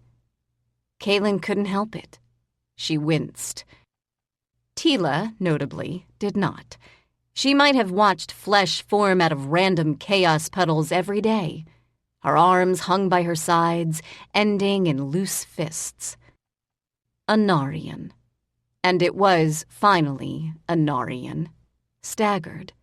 He was naked. He was bald. The bald didn't last. Hair pushed itself out of the rounded dome of his head like shoots of black grass. Weight caused the hair to fall in a perfect drape around his shoulders. Clothing, however, didn't follow. He staggered as if the whole of his physical weight had returned to him in a rush. Kaylin moved then. The sphere moved with her, the light harsher and less forgiving. Anarian's blue eyes widened, his lips parted, but the sphere rolled over him and came to a stop only when Kaylin did. And she did, because she was standing uncomfortably close to a naked male Barani. "What did you do with your clothing?" Teela asked. It was a remarkably mundane question, given the circumstances. Anarian blinked rapidly. He then lifted his arms, turning his hands and flexing his fingers. He also flexed his toes. "Where is my brother?" His voice was hoarser or rougher than most Barani voices. "In the castle." "What did he do to me?" Kaylin snorted. "He did nothing to you. As far as I can tell, you—" "Kitling." But Kaylin shook her head. "You understand you're staying in one of the towers that surround Ravelon, right?" Anarian nodded slowly. The towers are like and unlike the Hall-Leone. The Hall-Leone stop all their guests from fighting or killing each other if the guests are in the Hall-Leone's domain. Towers don't care what so-called guests do to each other. They do get defensive when they think their lord is under attack. I did not attempt to kill my brother, Anarian replied. His eyes had shifted into the darker spectrum of blue, and the fact that he was stark naked didn't seem to affect his attitude at all. No, you probably didn't. I don't think Nightshade considered you a threat. The castle clearly didn't agree with his assessment. She turned toward the door they'd entered. It was gone. The floor beneath her feet was stone, and it was familiar stone. Teela, are we in the hall again? Magic lessons, Kitling, Teela replied. She lifted a hand, and a harsh, sharp light flared from her palm. Kaylin closed her eyes, opened her mouth for a couple of Leontine words, and opened her eyes again. We found him. Yes. Can you take control of the castle now? The answer was longer in coming. There is a difficulty. Of course there was. All Kaylin had wanted out of the evening was to find a new place to live, a normal, slightly run-down apartment in a part of town that was relatively safe walking distance from work. Then again, all she'd wanted from the day job had been a normal, boring patrol through Alani with the usual non-world-threatening irritations, Margot being chief among them. She should have known. Can you control enough of the castle that you can find Anarian some clothing? The lack of clothing, Nightshade replied with genuine amusement, is unlikely to cause him harm. It's illegal. It is not illegal in Nightshade. Does the difficulty have something to do with the ancestors? She asked. The small dragon squawked loudly in her ear. Kaylin glared at him, and something beyond his lifted wings caught her attention. Movement from down the hall. Teela? Teela's magical light shifted in place. Instead of a broad glow, it now emitted a beam. She aimed it carefully down the hall. Standing, in its center, between two stone walls that continued into darkness beyond it, was a figure. Chapter 9. In shape and form, he was a Barani male. His skin was pale and flawless, his cheekbones high and pronounced. Black, straight hair framed his face and fell past his shoulders toward the stone, blending with the robes he wore. At this distance, Kaylin thought them either black or a shade of blue that made no difference. He was of a height with Teela and Anarian. Teela was tense. Anarian was as well, but at least his discomfort made sense. He was naked, and part of that naked included unarmed. As the silent stranger continued to walk toward them, Kaylin frowned. There was something wrong with his eyes. They weren't Barani in anything but shape. They were dark and vaguely opalescent. They were Tara's eyes. I think I see part of your problem, she said to Nightshade. Ah. I don't suppose you've given the castle a name? I have. It is Nightshade. Think of a better one, she replied, or things are going to get really bloody confusing in the very near future. To Teela, she said, It's an avatar. You're certain? I'm willing to bet on it.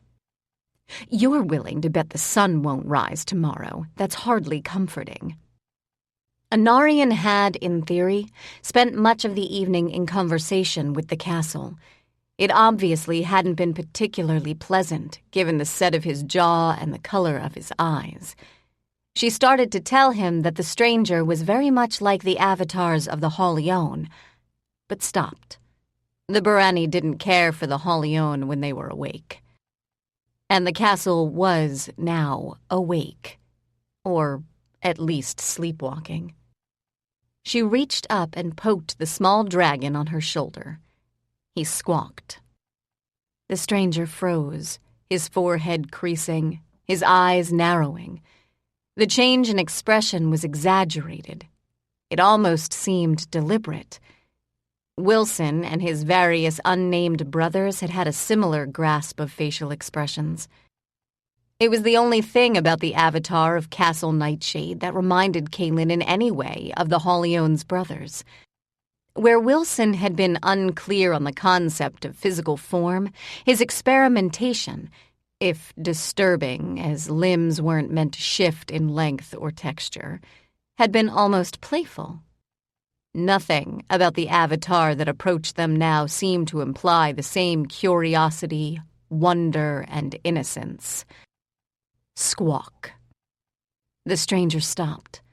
Kaylin almost laughed out loud when the avatar responded in kind, his voice thin and grating. On her shoulder, wings rose, claws tightened. Slender neck elongated as the small dragon lifted his head. Clearly what she heard from the avatar, poor mimicry of small dragon, was not what he heard.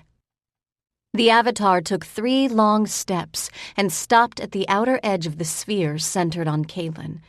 His eyes reflected the light shed by the marks that comprised it, narrowing further. "Bearer of burdens," he said. He spoke in Barani, High Barani, and he spoke to Kaylin. She wasn't certain how to address him in response. She'd become accustomed to the word chosen, although she often wanted to reply, "For what?" But bearer of burdens was a new one. She was spared the need to carry her part of this conversation. "You are mortal?" Some instinct caused hesitation, which allowed the small dragon to reply instead. The stranger reached out to touch the edge of the sphere. His fingers sizzled. This was so not how Kaylin wanted to make a first impression. "Do not," Teela said in a cold, flat voice, "even think of dropping your protections." Kaylin glanced at her. Her eyes were midnight. They didn't reflect light the way the avatars did. She glanced at Anarian, or his face at any rate, and saw his eyes were the same color. She looked again at the avatar. In the brighter light of her sphere, he was almost white, but his lips were a darker blush of color. He looked Barani to Kaylin, but she couldn't have confused him with any other Barani she'd ever met. Barani really looked remarkably similar to one another. It was familiarity that made distinguishing the individuals possible, at least in Kaylin's experience. She found their voices more distinct than many of their physical characteristics, but the being standing in front of her with slightly smoking fingers was an avatar, and avatars' voices were unique. The avatar did not attempt to touch the sphere again. "You did not call me," he said, and turned to Anarian. His eyes shifted as Kaylin watched. She had seen Tara's eyes do the same thing. They became Barani eyes in both color and composition. "You did." Anarian's eyes didn't change at all. They were about as dark as they could get. The stranger looked around at the stone of the halls and frowned. Kaylin tensed as the walls began to recede. She had some fear that the floor would do the same. Nor was she wrong, but the shield itself seemed to ignore simple things like gravity, if gravity in a sentient building was ever simple. She waited for the landscape to return in a different form, for trees to sprout or a different room to coalesce.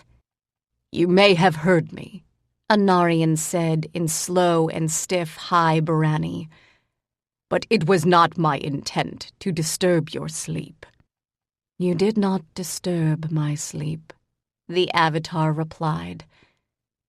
"My sleep was troubled. It is difficult to ignore the voices of those who should not be within my walls." The only things that shouldn't be within your walls, Kaylin interjected, are shadows. A brow rose. He stared down a long, perfect nose at her, as if she were an interesting, intelligent animal. Oh, you claim to understand the whole of my imperative? His smile was so lacking in warmth it seemed like a threat. The burden you bear is light in comparison, and flexible. He turned his attention to Anarian again. You should not be here. You have disturbed my kin, and they seek you now. His kin. Nightshade? I am speaking with the Avatar, he replied, just as you are. We are not having the same conversation. Is he going to try to kill Anarian? Silence. When the castle talks about his kin, is he talking about the ancestors? That is my belief. I have not interacted with the castle in this particular way before. It is instructional. He's not like Tara. No, Kaylin, he is not. I stand at the heart of the words that bind him. You stand at the heart of words that protect you from him. I do not believe there is anywhere else in the castle that could now be considered safe. But... Yes. And Delin is in the castle. Yes, and others of my men as well. I do not know if you can find an exit, but if you can, take it. This is not the place for you. What will you do? I will continue my discussion with the castle. The castle understands that on some visceral level, it accepted me as its lord. Unless and until I die, I will remain lord. She didn't doubt him, but watching the Avatar, she wondered if his survival was guaranteed. You are not one of the echoes, the Avatar said to Anarian. Nor are you one of my kin. What are you? He is, Kaylin replied, when it became clear Anarian had no intention of doing so. Brother to your lord. The Avatar frowned. I cannot hear you, he told Anarian. Not as I did before. His attention refocused on Kaylin. Bearer of burdens, he is not for you. Release him. I'm not holding him here. He is here of his own volition. I can barely hear him at all. And he is my domain. Release him. Kaylin glanced at the sphere made of words. He's free to leave if he so chooses, but he is also free to remain. The small dragon squawked. The Avatar's eyes narrowed. What did you say? Squawk. Eyes that now looked Barani darkened. Maybe, Kaylin said to her companion, now is not the time to antagonize him. The Avatar opened his mouth on silence, but silence had texture, it had motion, it had temperature. Translucent wings rose and spread, claws dug in. Kaylin thought she felt a tail wrap itself around her throat. She didn't need to understand small dragon squawk to know that the Avatar was dangerous. Severn unwound his weapon chain. He didn't set it spinning. In the sphere, packed as they were, there was no room. But if he meant to fight, fighting while anchored to anyone was a hazard for everyone concerned. Everyone except the Avatar. Severn gripped a blade in either hand, but said and did nothing else. Teela didn't bother to arm herself, which was a sign of how useful she thought weapons would be here. Her eyes couldn't get any bluer. She stepped partially in front of Anarian, as if in warning. Squawk. Impossible. Squawk, squawk, squawk. Light flooded the hall. It was sharp as a blade, but wider. It pierced the darkness beneath their feet, stretching toward walls that could no longer be seen by the merely mortal. What it touched, Kaylin couldn't say, but she saw rock as it formed beneath her feet. It was a long way down. Teela, beneath the castle there's a cavern, a series of tunnels. I think they're similar to the tunnels beneath the heart of the green. Were they made the same way? Teela asked. Kaylin glanced at Anarian and remembered the sudden, inexplicable storm in the heart of Eventon's garden. Mandoran had tried to speak with the elemental water, and the elemental water had not been pleased. Kaylin thought at the time that the water had been enraged, and that was probably true. But she thought, as she stood at the heart of a sphere that wouldn't let her fall, that the water had also been afraid. Teela understood what Kaylin didn't put into words. If they didn't share the intimacy of the bond created by knowing a true name, they had almost a decade of lived-in experience together. Teela inhaled. The small dragon exhaled. Kaylin froze in near panic as a stream of smoke left his mouth in a conic plume. It wasn't steam. It wasn't the smoke that generally accompanied dragon fire. It was opalescent, flecked with colors that caught and reflected golden light. Severn and Teela knew what the small dragon's breath could do. Anarian probably knew as well, although he hadn't been there to see it in person at any other time. Do you honestly think to threaten me? Here. Do you not understand what I have become? Trust a Barani, an ancient, powerful proto-Barani, to argue with something that had a brain the size of a walnut. Squawk. The avatar lifted both arms. The air cracked as if it were made of glass. We'll risk the water. Teela's voice was low and urgent. The sphere dropped. Everyone in it stiffened as gravity returned. Above their heads, inches above, the world exploded in something that felt like fire. It was white and hot. Words, foreign and completely beyond her understanding, followed that fire. Kaylin didn't need language to recognize fury. The sphere dropped. The rock bed that Kaylin had glimpsed when she'd stood at the level of castle halls grew closer between eye blinks, but the sphere itself didn't strike ground.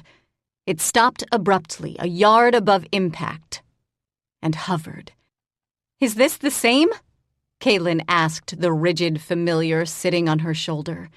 Is this the shield you conjured to save us when the arcane bomb exploded? The small dragon shook his head. It's not his shield, Severn said quietly. It's yours. I can't reliably light a candle. Severn offered her a pure fief shrug. I paid attention in all the arcane arts classes taught to the wolves. This isn't a magic that the Imperial Order is capable of teaching. And lighting a candle is? Lighting a candle is a magic anyone who has magical power can learn, apparently. It's a base test of both ability and focus. You know this how? He shrugged again. Shadow wolves are tested for a variety of aptitudes. If it helps, I couldn't light the candle. I couldn't, he added as Teela opened her mouth, make a simple light, either. I'm going to demand that Sanibellis teach me the light trick. It's got to be more useful than candles. It's theoretically more difficult than candles. He looked at the sphere. Could you do this again, if necessary? I don't know. Take that as a no, Teela helpfully told Severn. She had an arm around Anarian's shoulder. The first principle of magical competence is repeatability. You have magical power, which makes you dangerous. You can't predictably use it, which makes you erratic. You don't control the way the power is expressed, which makes you dangerously erratic. There's a reason the Imperial Court wanted you dead when you first arrived on the scene. Is the court composed of mortals? Anarian asked. It is almost entirely composed of dragons, Teela replied. Why? Dragons clearly don't feel immortality the way the rest of our kin do. Before Teela could speak, he added, Immortals become weary with the passage of centuries. You're weary? Anarian shook his head. I am reckoned old by my kin, but I have not had the time to grow weary of this world. I have barely lived in it, after all. I have not seen all the changes wrought since we were first exposed to the regalia. I cannot understand how they occurred. I cannot believe it is possible that we live peacefully in an empire ruled by a dragon. For what were we sacrificed? Why did our kin lose their lives in the wars that preceded that sacrifice? To become the tame immortals that bow to a draconian emperor? He glanced pointedly at Teela, and although he could have spoken to her in the silence of their name bond, he said, I understand that ennui is inevitable, but the lengths to which our people have gone to avoid it almost beggars the imagination. Teela snorted. It was not about ennui. Oh? Above them, light shattered and fragmented. The Avatar roared like a dragon. It was about the shadows and the darkness that exists at the heart of this city. You will come to understand it if you take the test of name, but you will never understand it fully. That stung Anarian, judging by his expression. Whatever he said in response was fully private, which Kaylin guessed meant it was insulting. Oh, don't. Just don't. Teela spoke in Elantran. The world is what the world is. Try to change it when you actually understand more of it. If I catch you anywhere near the border at the heart of the fiefs... Yes. Anarian's voice was very, very chilly. She won't have to do anything, Kaylin cut in, not liking where this was going, given the ruckus happening above her head. You'll probably attract the attention of every dangerous one-off in miles, and you'll die or get absorbed or get transformed. It's probably the latter she's worried about. It occurred to her as Anarian drew breath that she was in charge of where they were actually standing, because she was at the center of the barrier. She began to walk.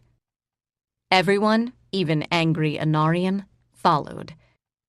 The world is not supposed to be this way, he said to no one in particular, or to everyone. Tell me about it, Kaylin replied. I grew up with no parents in the fief your brother is lord over. We were hunted by his thugs, by his ferals, and by the mortals who were strong enough to enforce their particular desires. We ate garbage when we could find it. We didn't have a stable home. I didn't particularly like the way the world was. I don't particularly like the way the world is. But complaining about it doesn't change anything. And charging into Nightshade or his thugs would have just guaranteed that I'd be a casualty. You can charge across the borders if you want. No, Teela said. He can't. But it's not going to change the world in a way anyone who lives in it would appreciate. Probably not even you. Anarian said, Not while I'm naked, at any rate. Kaylin surprised herself by laughing. What, exactly, is a one-off? Kaylin glanced at Teela. No, you don't, Teela replied. It's not terminology my people use. If you want him to have an understanding of your imprecise nomenclature, you can explain it yourself.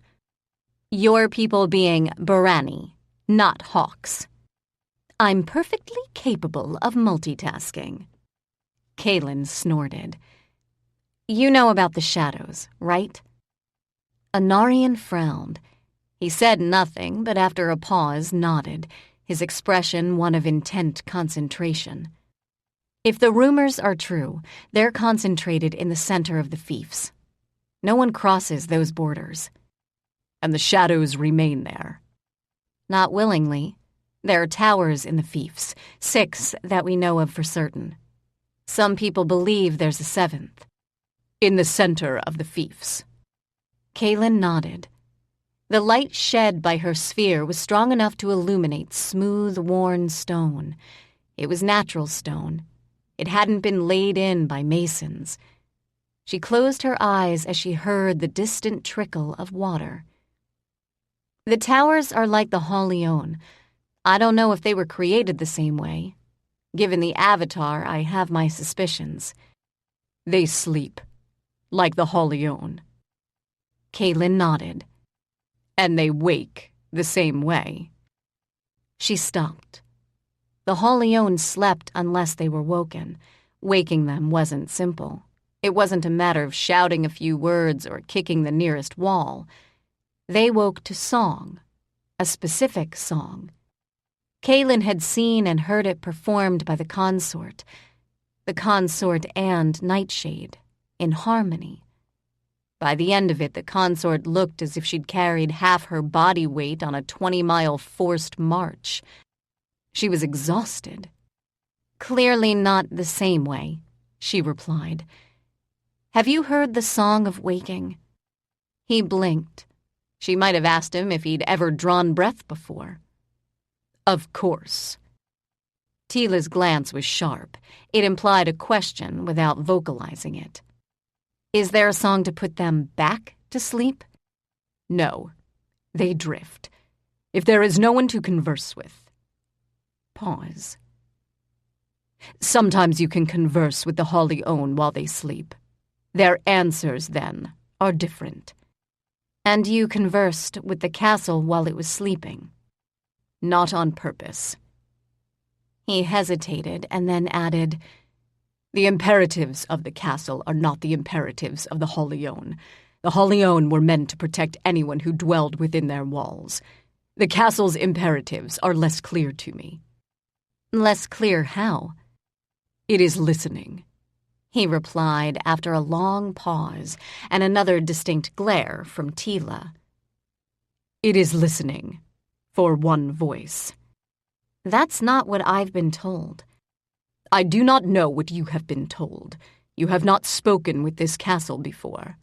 Perhaps the towers like the Hall-Leon are unique, and each has its own imperative. He frowned. You have not spoken with the castle, but the castle knows your voice. It has listened while sleeping. It understands what you are.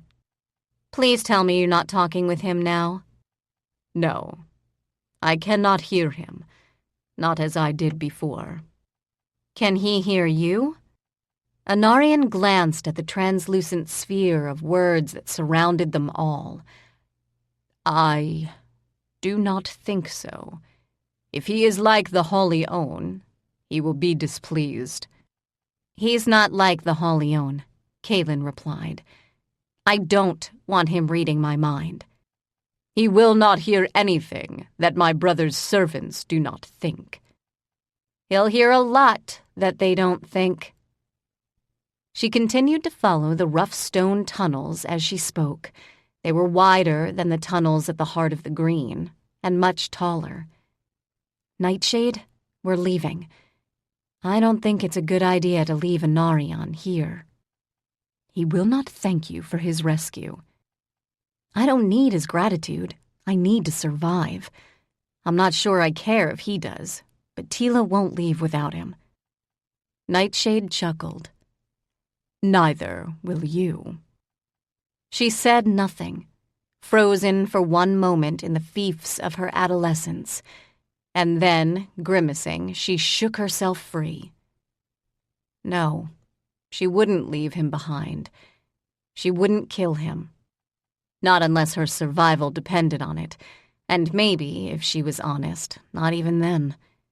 She'd lived a life of fear, and fear had become the whole of her life until her life wasn't worth anything to anyone, not even herself. She wouldn't go back to that. Fear living her life instead of her. She knew Nightshade thought of it as a weakness. He thought of it as an amusing weakness, a charming flaw. It didn't matter. Kaylin was not now and would never be Borani. She had nothing to prove to Nightshade. She hoped she had nothing to prove to Nightshade. The sound of water grew louder as they walked. Whatever it was Mandoran tried to do or say to the elemental water, she told Anarian. Avoid it. I think the water will carry us out of the castle, but I'd really prefer not to be bashed against every bit of available rock on the way. My brother is going to be insulted if you finish that sentence. He's lord of the castle. He has been for decades. Centuries. Whatever.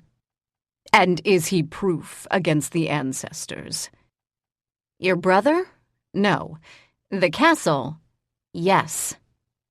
She spoke with more certainty than she felt. It didn't matter. In Anarian's eyes, she was mortal, and at that, some variant of indentured. Don't ask me, Teela told him, out loud and in Elantran. Kaylin's understanding of your brother far outpaces mine. But do you think he'll be safe? If the ancestors are, as I suspect, awake, I can't see how he could be. But Kaylin spent more time speaking with buildings as well. I think the ancestors are here, Kaylin told them both, because they're related to the castle, or what the castle was before he became one of the Sentinel Towers. I'm not as certain that he volunteered the way the Holione did. Can Nightshade keep them here? It would be safer if he did not, Anarian said. Kaylin stopped walking. It hadn't even occurred to her that he wouldn't try. Safer for whom? She felt Nightshade's laughter. He was genuinely, if bitterly, amused. Most of your kin are in this city, she told him, with more heat than she'd intended. He is one man, Anarian replied.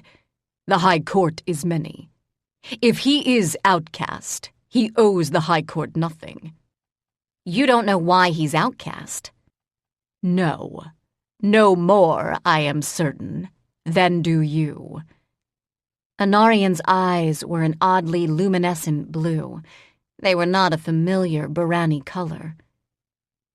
I am certain, he said, voice low, that there is a reason.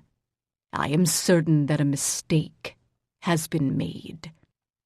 He is young. He is as I remember him. I am not, however, as he remembers me. I am a disappointment to him. It is vexing. I should have known that he would react in precisely the way he has.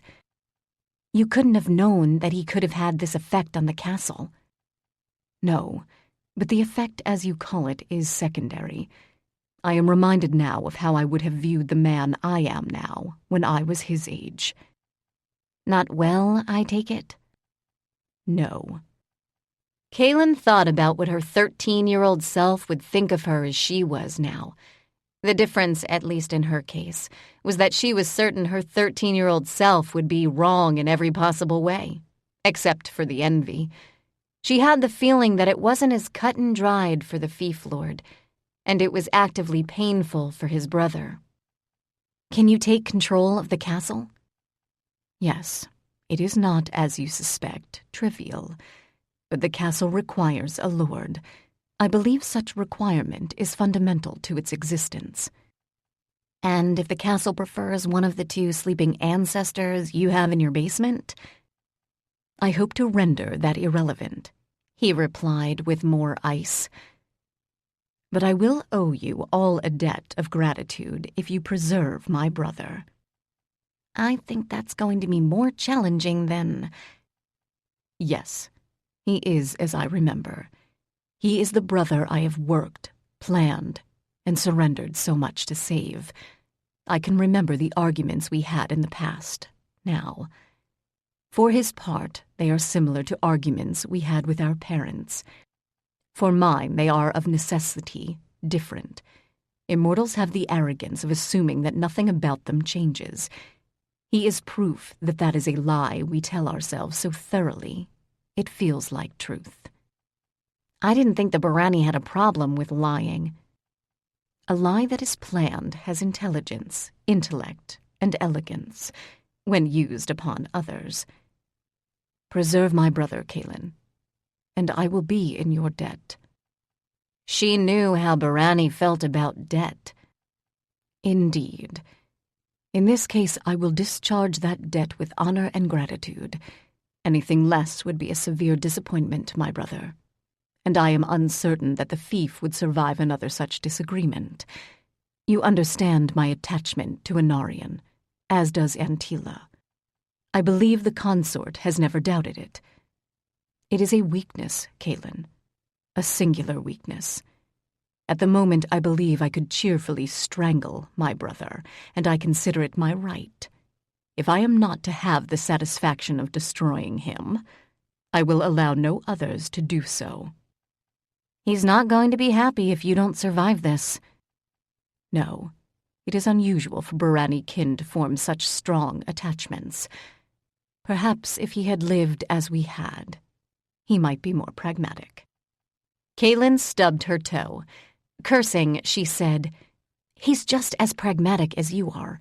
If I understand what's happened, you spent centuries looking for a way to reach the brother you were certain was still alive when everyone else had given up on him. Don't make him do the same thing." It would, in mortal parlance, serve him right. Go. You are the only occupant of this castle who can exit safely this way. He fell silent. His words, however, would have failed to encapsulate what he felt. Anarian, altered or no, was the only surviving person for whom he was willing to risk his life. He was kin. He was family. The Barani made show of disavowing all such ties, but Kaylin never had. In the absence of blood ties, she built family wherever she could. It was the only way she could feel at home, that she could feel home meant something. So she understood what Nightshade would never put into words. And she had the words for it. She kept them to herself, but began to walk more quickly. Stopped. "I don't suppose there's any way to get the castle to make Anarian some clothing?" "I would not be willing to take that risk at the moment," was the dry reply. "I am certain your Tara could do it." She considered showing up at this hour of the night on Tiamaris's doorstep, and decided it could wait. The tunnel had finally opened up into cavern. She didn't need the light to know that they'd reached the river. She could hear its roar. There were words in it. Chapter 10. Without thought, she reached out and grabbed Narian's left wrist. "I'm sorry," she said, voice low. "But don't speak. Don't try to talk to the water."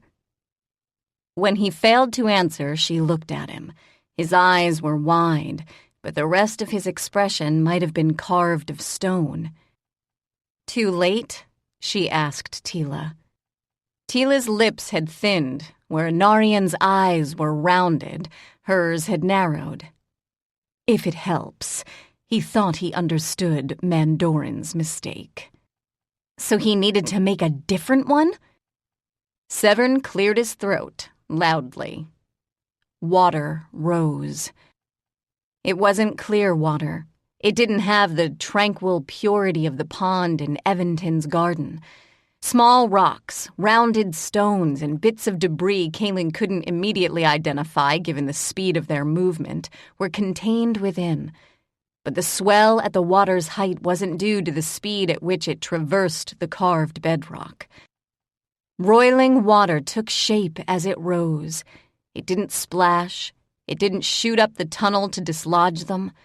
The small dragon hissed in Kaylin's ear. She wanted to send the small dragon toward the water, but she was afraid of losing the sphere that protected them and granted them light. She knew that the power itself came from the marks that adorned her skin. She wasn't certain if she had been the one to invoke it. She had her doubts. The small dragon didn't apparently share them. He pushed himself off her shoulder, squawking loudly enough to be heard over the water's roar. The water reached out to envelop him. He dived. "Teela, hang on to Anarian." Kayla handed his wrist to the Barani hawk.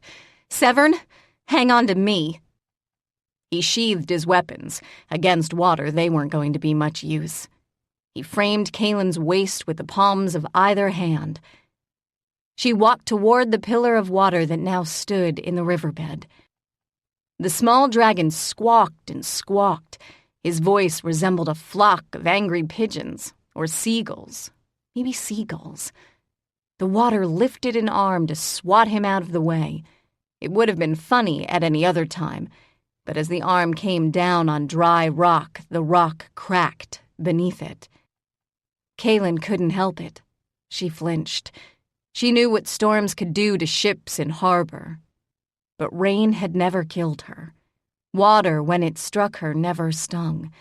And the water here had been her first introduction to the Tha'ala'an. She couldn't be afraid of it. But she was. She was afraid of its anger. Fear or no, she knew there was a way through it. Like an elemental mother, like a loving mother, she silently corrected herself.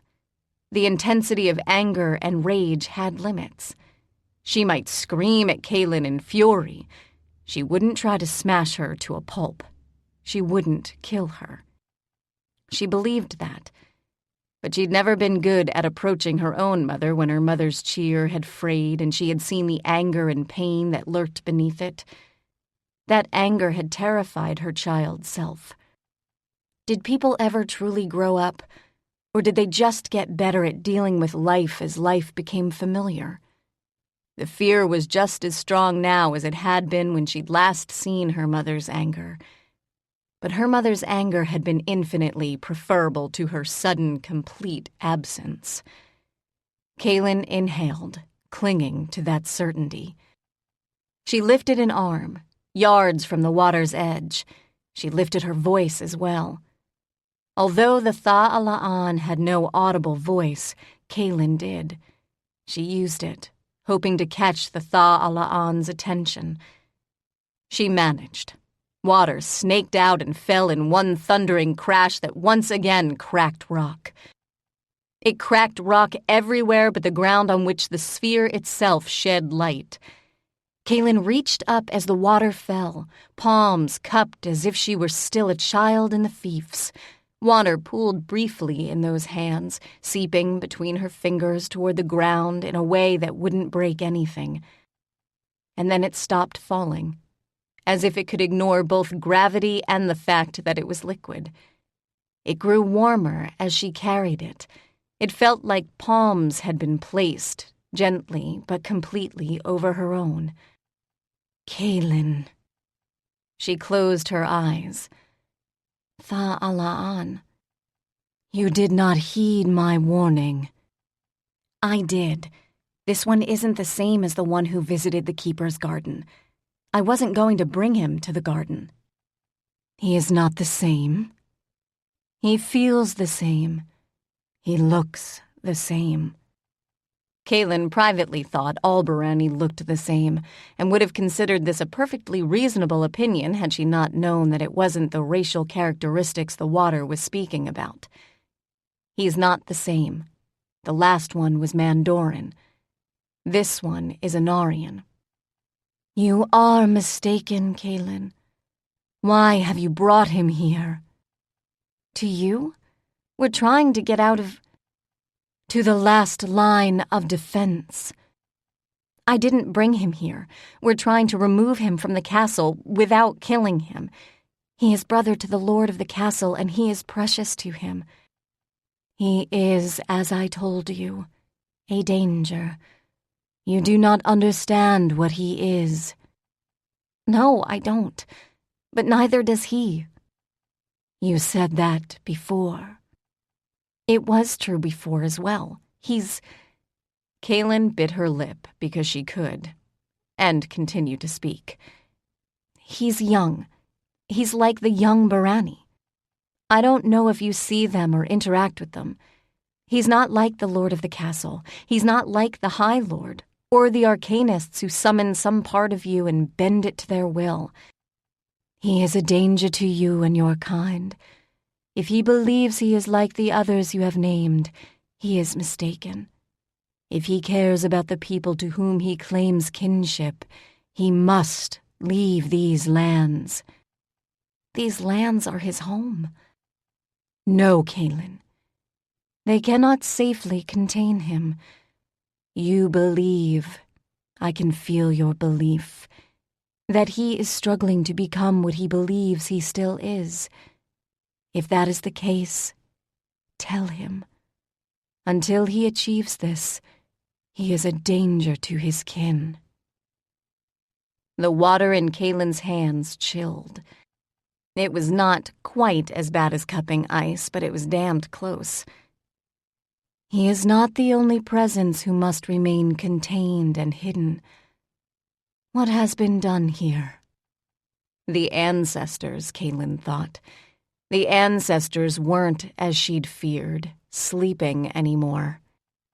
Kaylin had never understood how the water knew what it knew. She didn't generally question it. But something about the sharp edge of the question, maybe it was the ice, made her hesitate. The water knew, of course. It could hear her when they were in contact, as if it knew Kaylin's true name. Or as if Kaylin knew the waters. There are secrets, the water said quietly. We do not keep them from you because we plan to use them against you. We have no easy way to explain what they are. Your Mandoran, Anarian, is one such secret. I cannot explain what he is to you because you cannot hear the explanation. You can only hear one part, and it is the lesser part. I exist as water in this realm. I am part of the world into which you were born, and in which you will eventually die. But I am part of the green. I am part of the heart of the green. I am part of the outlands. There is only one place I do not touch willingly, and only one place in which I surrender all dreaming and all sentience. Ravalon. But Ravalon is part of this world. So too is your Mandoran, your Anarian. If he cares, if they care, if they truly believe they are separate, he must leave. I will allow your passage from this place, she continued. I will do what I can to preserve you all. But everything in me, daughter, wishes his absence, however that might be achieved. I will not sleep again while the ancestors wake. Go now. Kaylin turned to Teela as the water once again bled through her curved fingers. We can leave. You know where the exit is? More or less. She glanced at Anarian and added, You're probably not going to like it, but the waters promised to do her best not to destroy you. He lifted one brow, the expression so much like Nightshade's Kaylin almost laughed.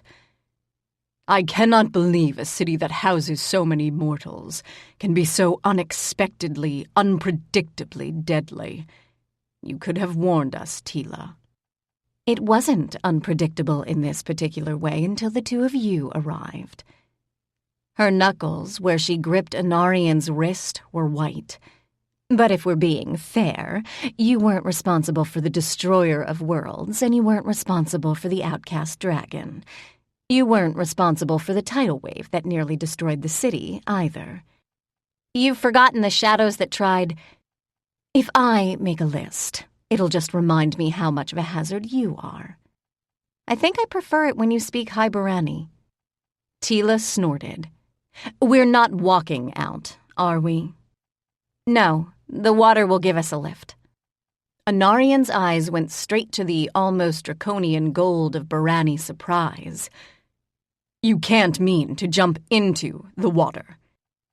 Kaylin nodded. Anarian replied in Leontine. Kaylin laughed. Squawk.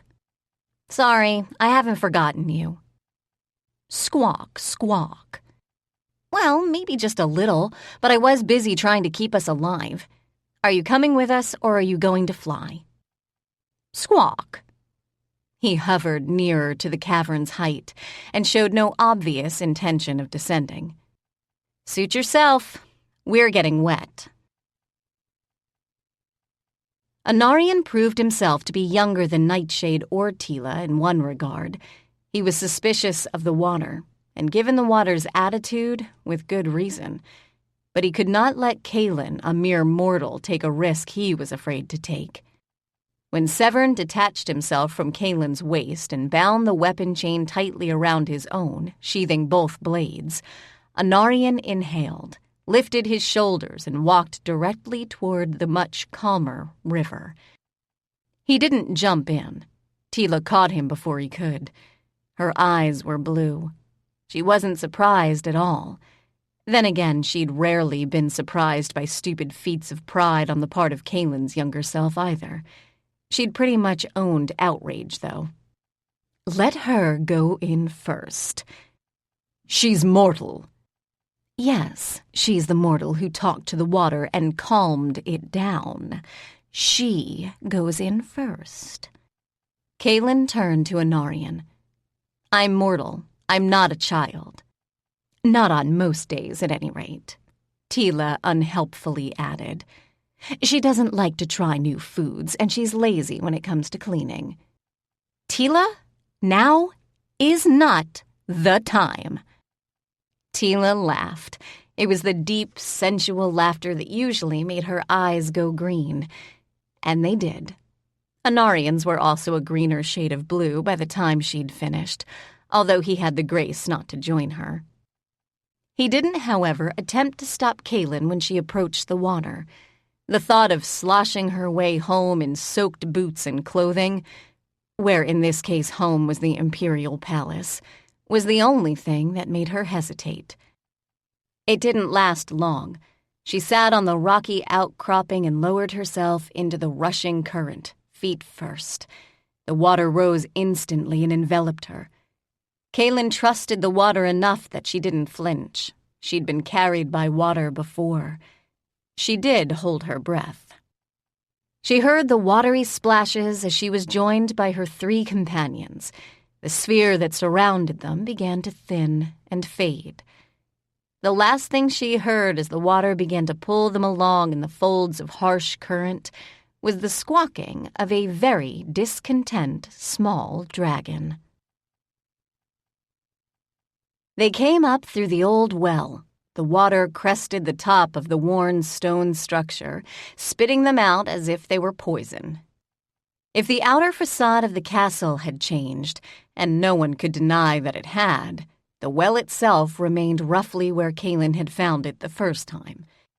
She pulled herself to her knees and noted that the dirt and debris that streets generally gathered were now clinging to her clothing.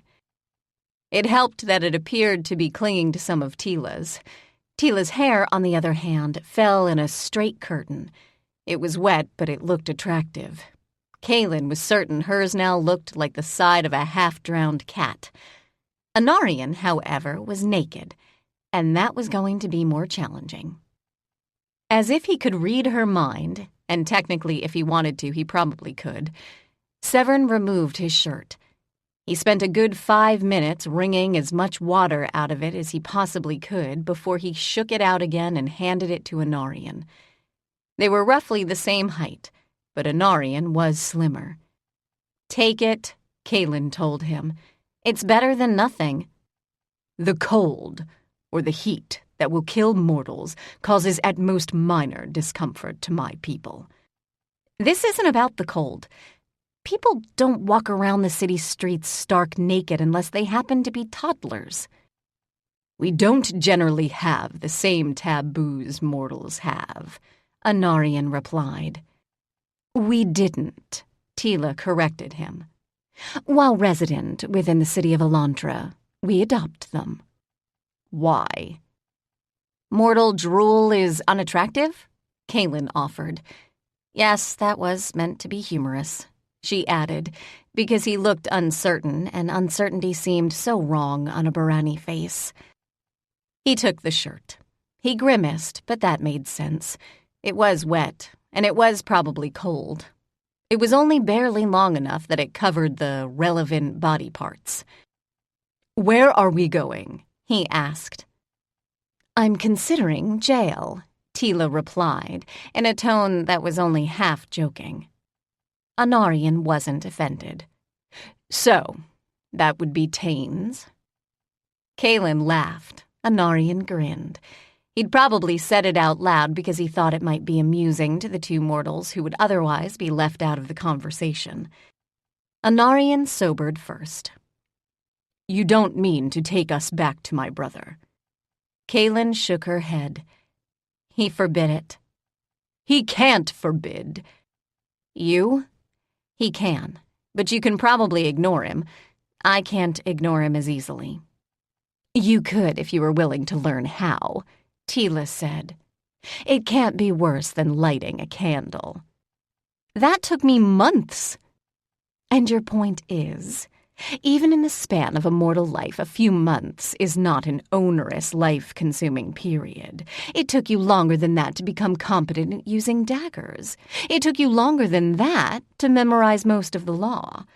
This is important. It's probably more important than competent use of knives. You should be more concerned with privacy. Since Teela had insisted on having keys to Kaylin's apartment when she'd actually had an apartment of her own, Kaylin thought this was ironic, especially given how frequently she'd used said keys without giving any warning. Anarian held up a hand. "Yes," Kaylin and Teela said in unison. "My brother?" Teela said nothing. Kaylin, however, said, "I don't know what you did while you were arguing. Your brother's not certain either. He's now attempting to exert his will upon a castle that can think and speak for itself. He feels that your presence will make it significantly more difficult and more dangerous for him." "That is not what I said." "That cannot be what he said," Anarian replied. Kaylin wanted to laugh. "No, that's not the way he said it, but that's what he meant. He can't explain what you did or why you had the effect you had, but it's destabilizing enough that he's going to have to work to bring things back under his control. And given the castle is now awake, that control won't be what it once was." Anarian looked torn. Teela grabbed his elbow. In Elantran, she said, "You can't just charge in and expect things will work the way you want them to work. While I have no personal objections to your punching your brother in the jaw, wait until he's outside of his fief next time." When Anarian tried to pull free of her tightening grip, she added, "You can't help him tonight. The closest you can come is by leaving the fief, and that's what we're doing." Squawk. Anarian looked up, exhaled, and shrank about 3 inches as the small dragon, who had appeared out of almost nowhere, flew circles around his head. "You're worried." Severn accompanied Kaylin to the palace. Teela took Anarian to Taines. She nodded. Mandoran and Anarian are going to be way more of a problem than Teela thought. In fairness, while Kaylin had thought they'd cause trouble, she'd expected it would be trouble they intended to cause. "They seem to think they're Barani." "And you don't?" "I did. I assumed that they were friendlier and more ready to laugh because they were young. The young don't come to this city. As far as I can tell, they live on their family estates in the middle of nowhere until someone decides they've got a hope of surviving outside of them. All the children chosen for the regalia in Teela's time were considered too young to be fully adult. So the differences made sense. But now, no. Evanton thinks they're a danger, The castle thinks they're a danger. The Archon thinks they're a danger, and he's never met any of them except Teela, who, as far as I can tell, doesn't count. She didn't spend most of her life in a space that didn't have physical laws and didn't require, bodies. I hope Tane survives them, she added. Tane didn't seem to find them threatening. Annoying, yes. Irritating, yes. But not dangerous. I'm not sure they'll be a danger to him, unless he really loses his temper. She then exhaled. More on your mind? I know this is going to sound petty, but I want my own place. I'm going to walk through Imperial Guard checkpoints looking like a drowned cat. If I'm lucky, I won't have to explain why I decided to throw myself fully clothed into the Oblane. She then gave a quick and increasingly frustrated rundown of the events of their very first apartment viewing. The Emperor doesn't want Bellisdeo to move out. No. And if I'm moving out and I can't tell her she can't come with me, my chances of finding even a room I can call my own are approaching zero. I know it's a problem that many, many people would be overjoyed to have. I'm trying to be reasonable here, but I hate living in a space I can never just relax in. I can't be myself in the palace. There are too many people to offend. I feel like I'm offensive just by breathing. Severn slid an arm around her shoulder, and she leaned into his chest. She was cold. Wet clothing in the dead of night had that effect. On the other hand, she said, lifting her head as they slowly approached the courtyard gates, I think Bellisdeo has finally stopped shouting.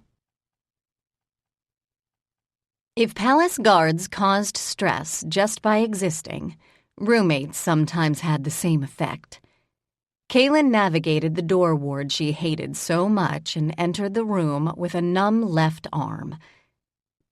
Bellisdeo was curled up in the largest chair, waiting. Her hair was down, and she wore, of all things, a bathrobe. She looked about as far from courtly as a rich, powerful dragon could. Her eyes, however, were a shade of orange. Kaylin didn't expect that shade to change much while they called the palace home, unless she swapped orange for red. Are you wet? Since there was no way to deny it, Kaylin nodded. Dragon eyes narrowed. I had a little accident. It's fine. A little accident. Kaylin nodded. So, nothing like the reason you were soaking wet this afternoon. Technically, it was yesterday afternoon. The small dragon squawked. A lot. Bellisdeo's eyes did not shade into a friendlier color. How was your discussion with the Emperor? I'd rather not talk about it. Which was fine. Kaylin wasn't entirely certain she wanted to hear about it either. Angry dragons, other than Bellisdeo, weren't supposed to be her problem. She headed into the bedroom and began to peel clothing off her skin. A bathrobe hung in the closet that was really its own small room. Kaylin grabbed it, angry at herself. Yes, she'd had a crappy evening. Yes, some of that had something to do with Bellisdeo, but it wasn't Bellisdeo's fault. And truthfully, an obstructionist emperor couldn't hold a candle to ancient murderous Barani ancestors in a castle that seemed to be cut from their cloth. She left the bedroom and headed back into the room that contained Bellisdeo. We can find a place, she said. It's obviously going to be harder, but we'll find something. One golden brow rose. Do you understand what the long sleep is? She asked. It wasn't the question Kaylin had been expecting. She'd heard the phrase before, but only from the dragons. She had assumed that it was pretty much what it sounded like. Bellisdeo's tone killed that assumption. No, mortals don't sleep that way, Bellisdeo replied. They wouldn't last 5 days. The dehydration would kill them. What do you know? Good question. I think I know. That the long sleep is a choice. Bellis Deo snorted, with smoke. You don't think it's much of a choice? If you're offered the choice between painful, messy death and, anything else, how much of a choice can that anything else be? Having made similar choices in the past, Kaylin found a seat. It happened to be on the table nearest the big chair, but given the furniture at her old home, this wasn't a stretch of etiquette. She reached out and caught one of Bellis Deo's hands in both of hers. I don't want you to think about the long sleep, she said. Bellis Deo stared at the place where their hands joined. You don't even understand what it is. Then tell me. What I know is that you won't be here anymore. If I'm not here, you'll be able to find a place of your own. You won't be subject to these odious, unfriendly gods and the whims of this equally odious dragon court. Kaylin lifted her bathrobe and pulled up her sleeve. She was wearing the bracer. Severn had returned it on the way home. I'm subject to the whim of the court. The difference is that the Emperor doesn't care if I live or die. He'd probably be happier with the die part. He's more subtle because... Yes? Well, actually, I don't really know. I'm assuming it's because of the not caring whether or not I die part. I don't have that luxury. It's not generally considered a luxury, Kaylin reminded her. But I'm beginning to appreciate how it could be. Back to the sleep thing. It means more or less what it implies. If the sleep is a choice that is forced, there are places in which we might rest.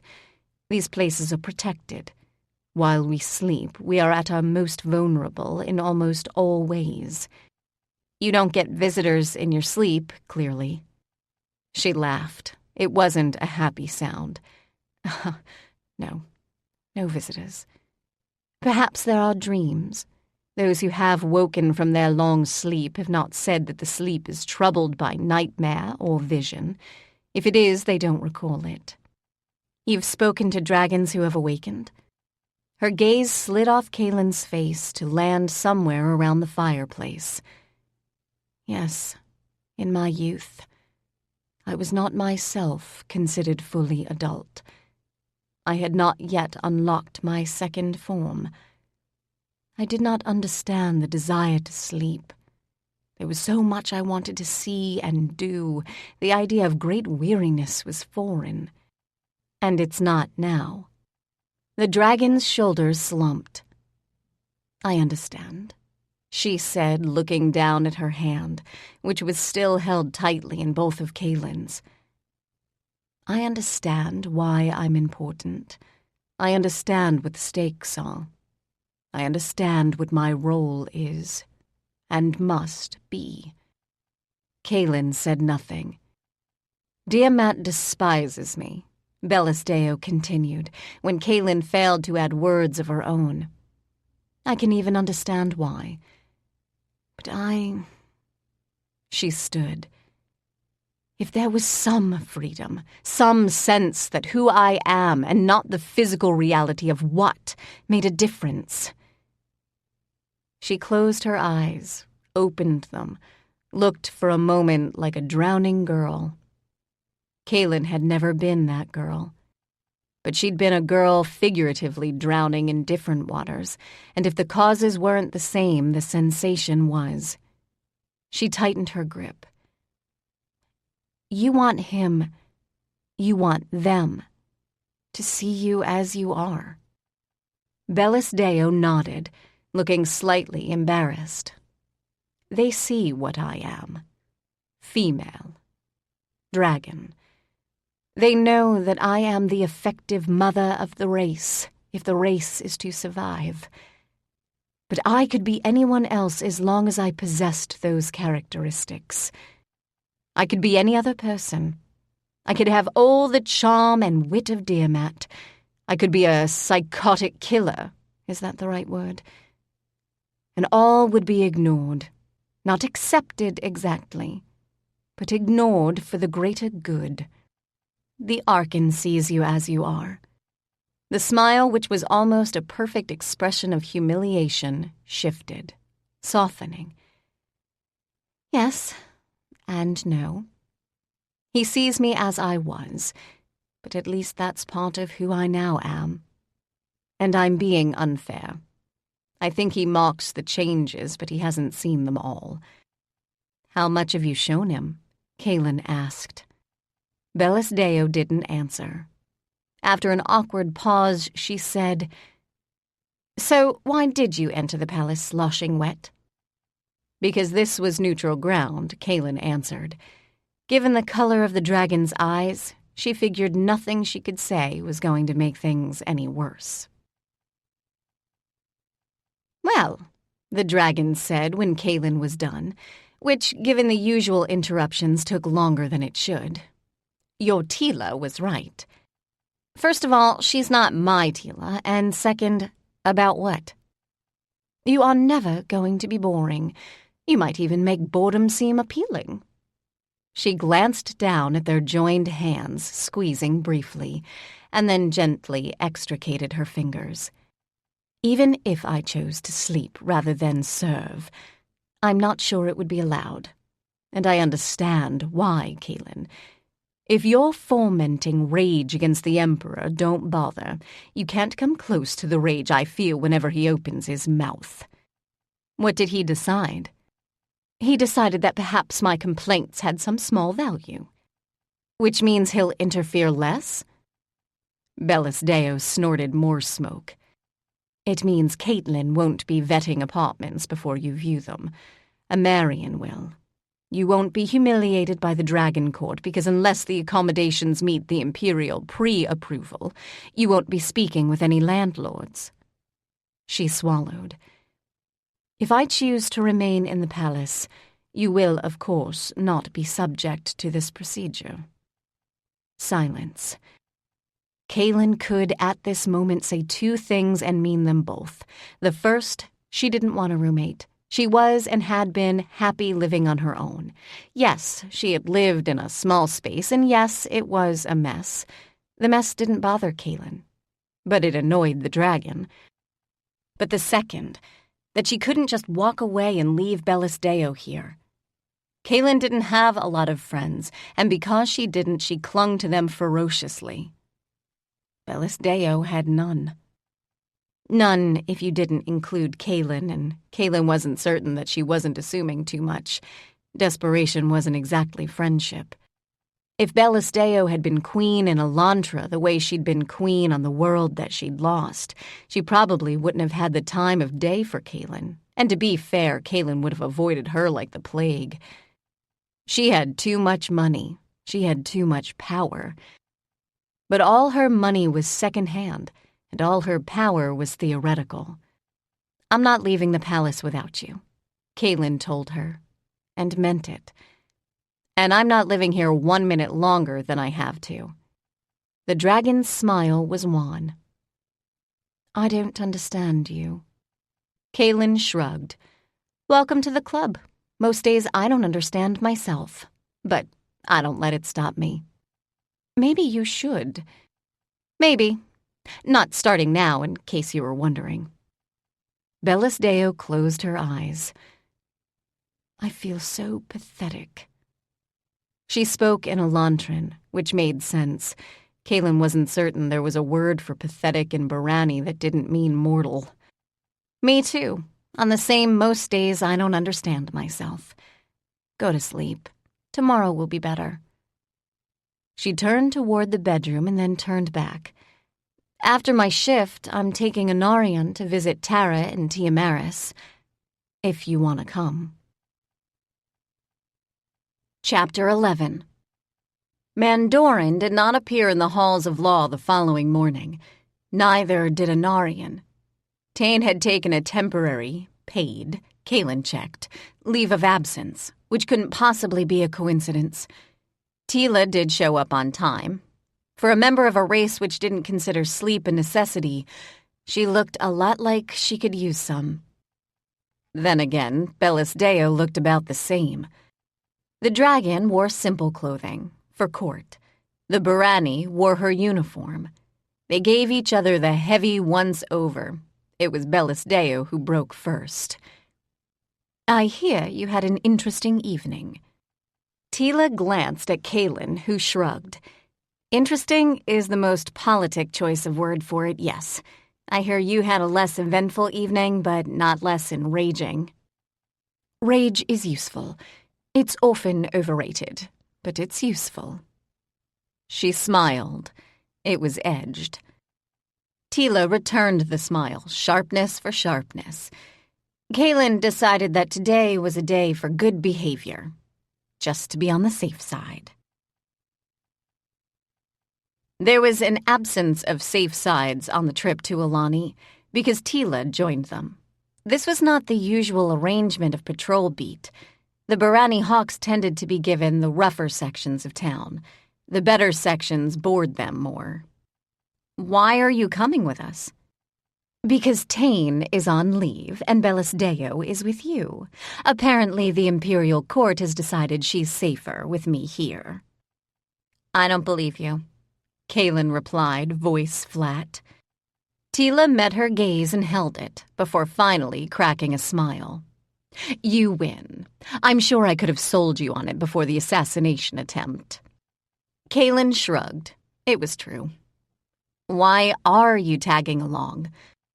"I need to speak with Eventon."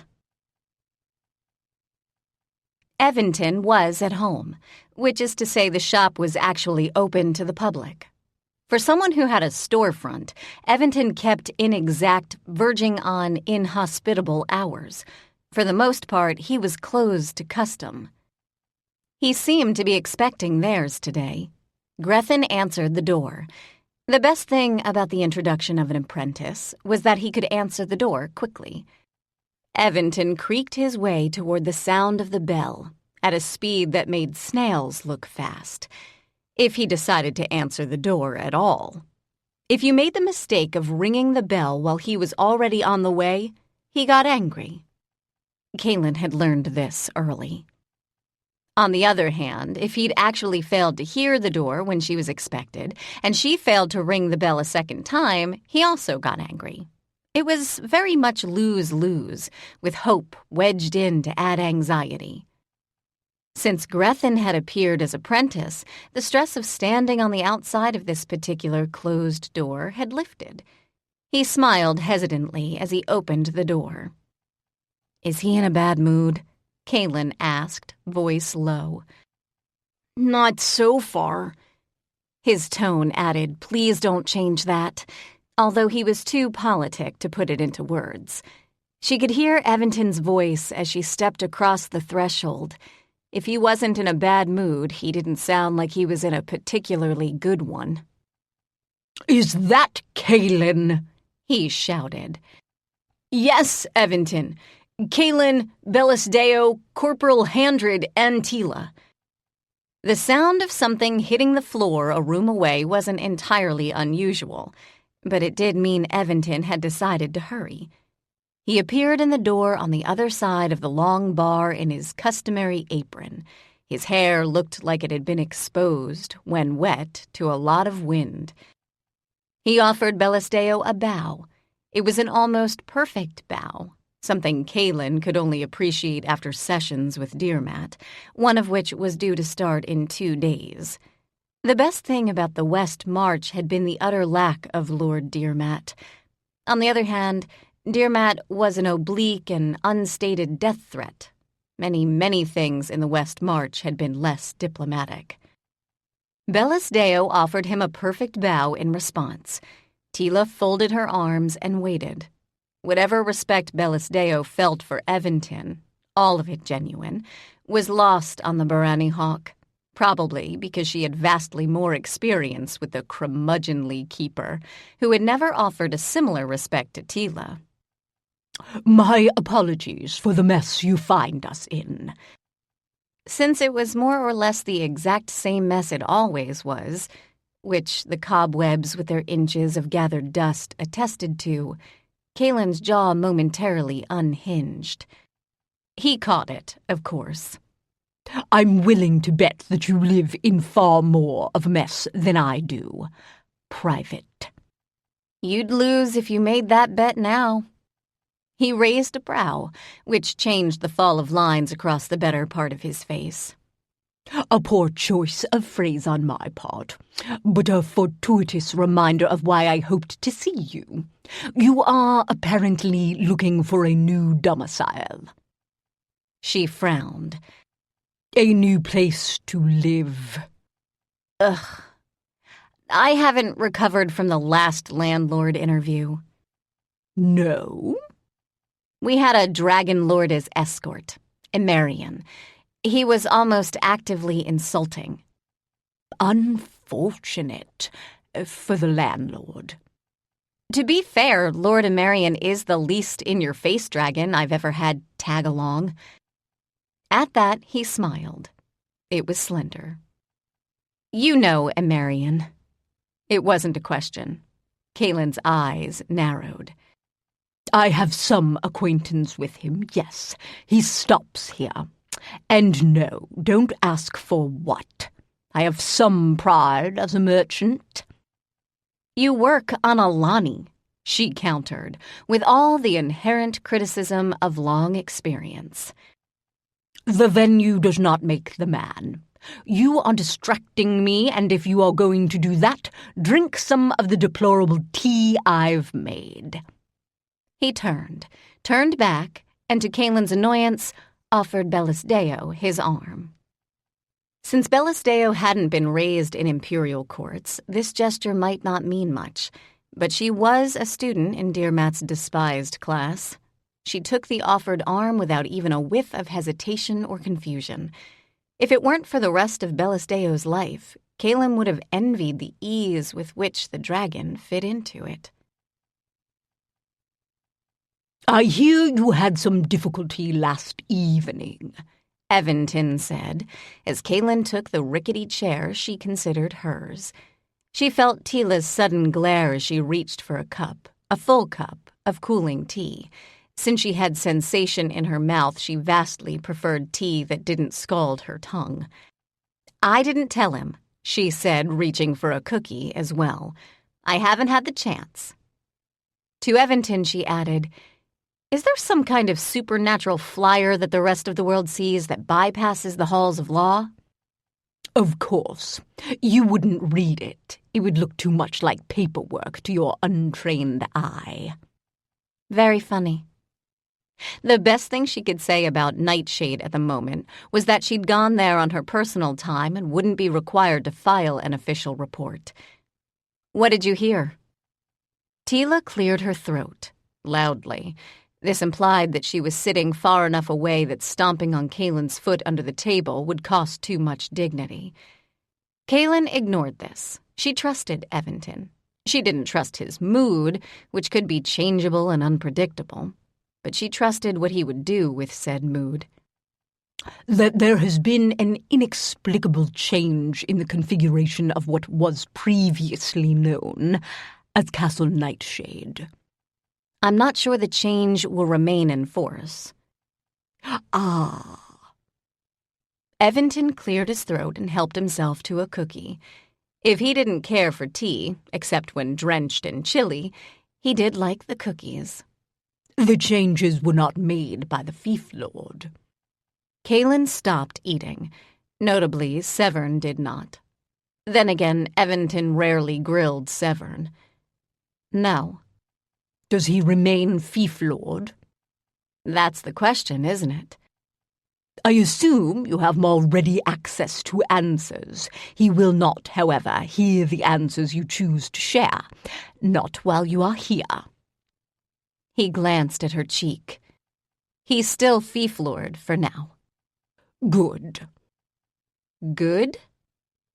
She didn't ask whether or not he knew Nightshade. If he is not a man of whom you would otherwise approve, and he is not, I am not a fool, his reign has been stable. He is not barren. Kaylin stilled. She always did when barren was mentioned. But she didn't freeze, and the pause in conversation went unremarked upon. No. And Teela, Eventon continued, you had something you wished to say? To ask. From the cast of your expression, I'm going to guess you don't want to ask it of me. No. I want to speak with the elemental water in the garden. Kaylin inhaled crumbs, which made her cough. I'm not going in there with you, she said. I'm done with being a drenched, soaking sponge for at least a day. Frowning, she turned to Eventon. The water told you. His smile was indulgent. Very good. Grethen. Grethen! Since Grethen had started moving practically the minute the first syllable of his name had left the old man's lips, Kaylin thought the shouting could have waited. Grethen appeared instantly in the narrow doorframe. Take Teela to the garden. He froze. Is there something on my face, boy? No. Good. She wishes to speak with the elemental water, and I have a few words to say to Kaylin and Lord Bellisdeo. I am willing to allow this, and you are perfectly capable of entering the garden on your own. Teela doesn't, he added, have all day. Kaylin glanced at Teela, who shrugged in response. Her eyes, on the other hand, were the shade of blue-green that implied casual suspicion. She joined Grethen, who led her away. How bad was it? The keeper asked, after the space of 5 minutes had passed. He was, of course, staring straight at Kaylin. Severn was there, she replied, throwing Severn under the carriage. Corporal? It was, as you suspect, difficult. The water did carry us to the exit. Severn liked tea that was both bitter and hot. Eventon hadn't poured a cup for him, so he did this for himself as he spoke. Yes, the water, however, was not entirely pleased to be carrying one member of your party. Elemental water is not a person, but inasmuch as it can, it trusts Kaylin. Or it trusts Kaylin's intent. You asked? Kaylin hesitated. Yes. This is another of Teela's lost friends? Severn nodded. Kaylin wouldn't have. She would have asked him why he bothered to ask a question to which he already knew the answer. Teela sees both Mandoran and Anarian as young Barani men. I believe they see themselves as Teela sees them. You understand that she is not entirely objective in this? Yes, but Eventon, I see Kaylin the same way. White brows rose, so for that matter did dark ones. Do not glare at him like that, Eventon told her, although Kaylin wasn't exactly glaring. He is illustrating a point, and he is doing it with characteristic grace. You are chosen. What this means to you, to the world, is imprecise. You are not what you were when you lived as a child in Nightshade. But you are also not what you were 7 years ago when you first darkened my doorstep. You are not, in my opinion, what you were a year ago. The essence of mortality implies constant change. The Barani are not mortal, but they are distant kin, although I advise you to keep that to yourself. Be that as it may, the marks of the Chosen have changed you. They've changed what you believe you can or can't do. They have altered what you have to offer the world. He nodded to Severn. Your corporal does not bear these obvious distinguishing marks. He cannot make use of their power. He cannot shoulder the burden that comes with it. But he, too, has changed, and he has different things to offer. He turned his attention to Severn once again. You believe that the two are similar in some way to Kaylin? Kaylin's eyes rounded so quickly they almost fell out of her head. They're nothing like Kaylin, was Severn's quick reply. But I think there's some similarity in their circumstances. They don't yet know what they are, so they cling to the comfort of what they were. Private, Eventon said to Kaylin, although he was in theory watching Severn. One of these days your face is going to get stuck like that. I wouldn't have called the what I was part particularly comforting. That is because you have chosen to deliberately misconstrue the corporal. Where you were is not all that you were. Where you are now is not all that you are. Ah, and I have allowed myself to be sidetracked. I don't have time to waste, he added, the implication clearly being that Kaylin did. So I will come to the point. You are at the moment living at the palace, but you wish to live elsewhere. Desperately. The longer I'm there, the less I care where that else is. I will not quibble. Most of the residents of Alani Street would be thrilled beyond words to live in the palace. It would generate a fair amount of business. He had an elfin grin that he used rarely. Clearly, the idea of Margot in the palace amused him. It put Kaylin off her feed. Unless, she thought, the palace did have dungeons. By a strange coincidence, an old friend of mine is looking to let a place in the city. It hadn't actually occurred to Kaylin that the curmudgeonly old man had any friends who were still alive. It was a novel thought. Who? Pardon? Who is this friend? He looked down the length of his nose. I will pretend you didn't attempt to pry into my personal life. Eventon. He lifted both brows. If I'm going to rent a place, I'm going to have to meet with them anyway. There's someone you trust? They are someone I would not like to offend, which is why I'm ambivalent about even making the suggestion. But in my experience, there are very few coincidences. They are looking for a tenant. You are looking for a home. She wilted. You aren't? Bellis Deo, who had been as silent as the small dragon through most of this conversation, cleared her throat. She, like Eventon, abstained from tea. Unlike Eventon, she ignored the cookies as well. She is, but she is saddled with a dragon for a roommate, and at that, a dragon the Emperor feels possessive about. Protective, Severn said quietly. There's no practical difference. She brushed invisible crumbs off her sleeve. Because he does, our first viewing was an unmitigated disaster. It has been decided that we will avoid all future similar disasters by viewing only apartments that meet with the approval of Lord Marion. If he believes the quarters are, or can be made, suitably secure, we will be invited to inspect them. She lifted her chin. We would therefore be wasting the time of the friend you do not wish to offend. To Kaylin's surprise, Eventon chuckled. He really did like Bellis Deo. Let me give you the address. And the name? The name will not mean anything to either of you. The address will at least mean something to someone who's spent the better part of her life patrolling city streets. We need a name to mirror, Kaylin began. If by some small miracle your mirror can make a connection, she won't answer. She hates mirrors, at least as a form of communication. If you wish to arrange an appointment, you will have to visit in person. How much is she asking? Kaylin asked.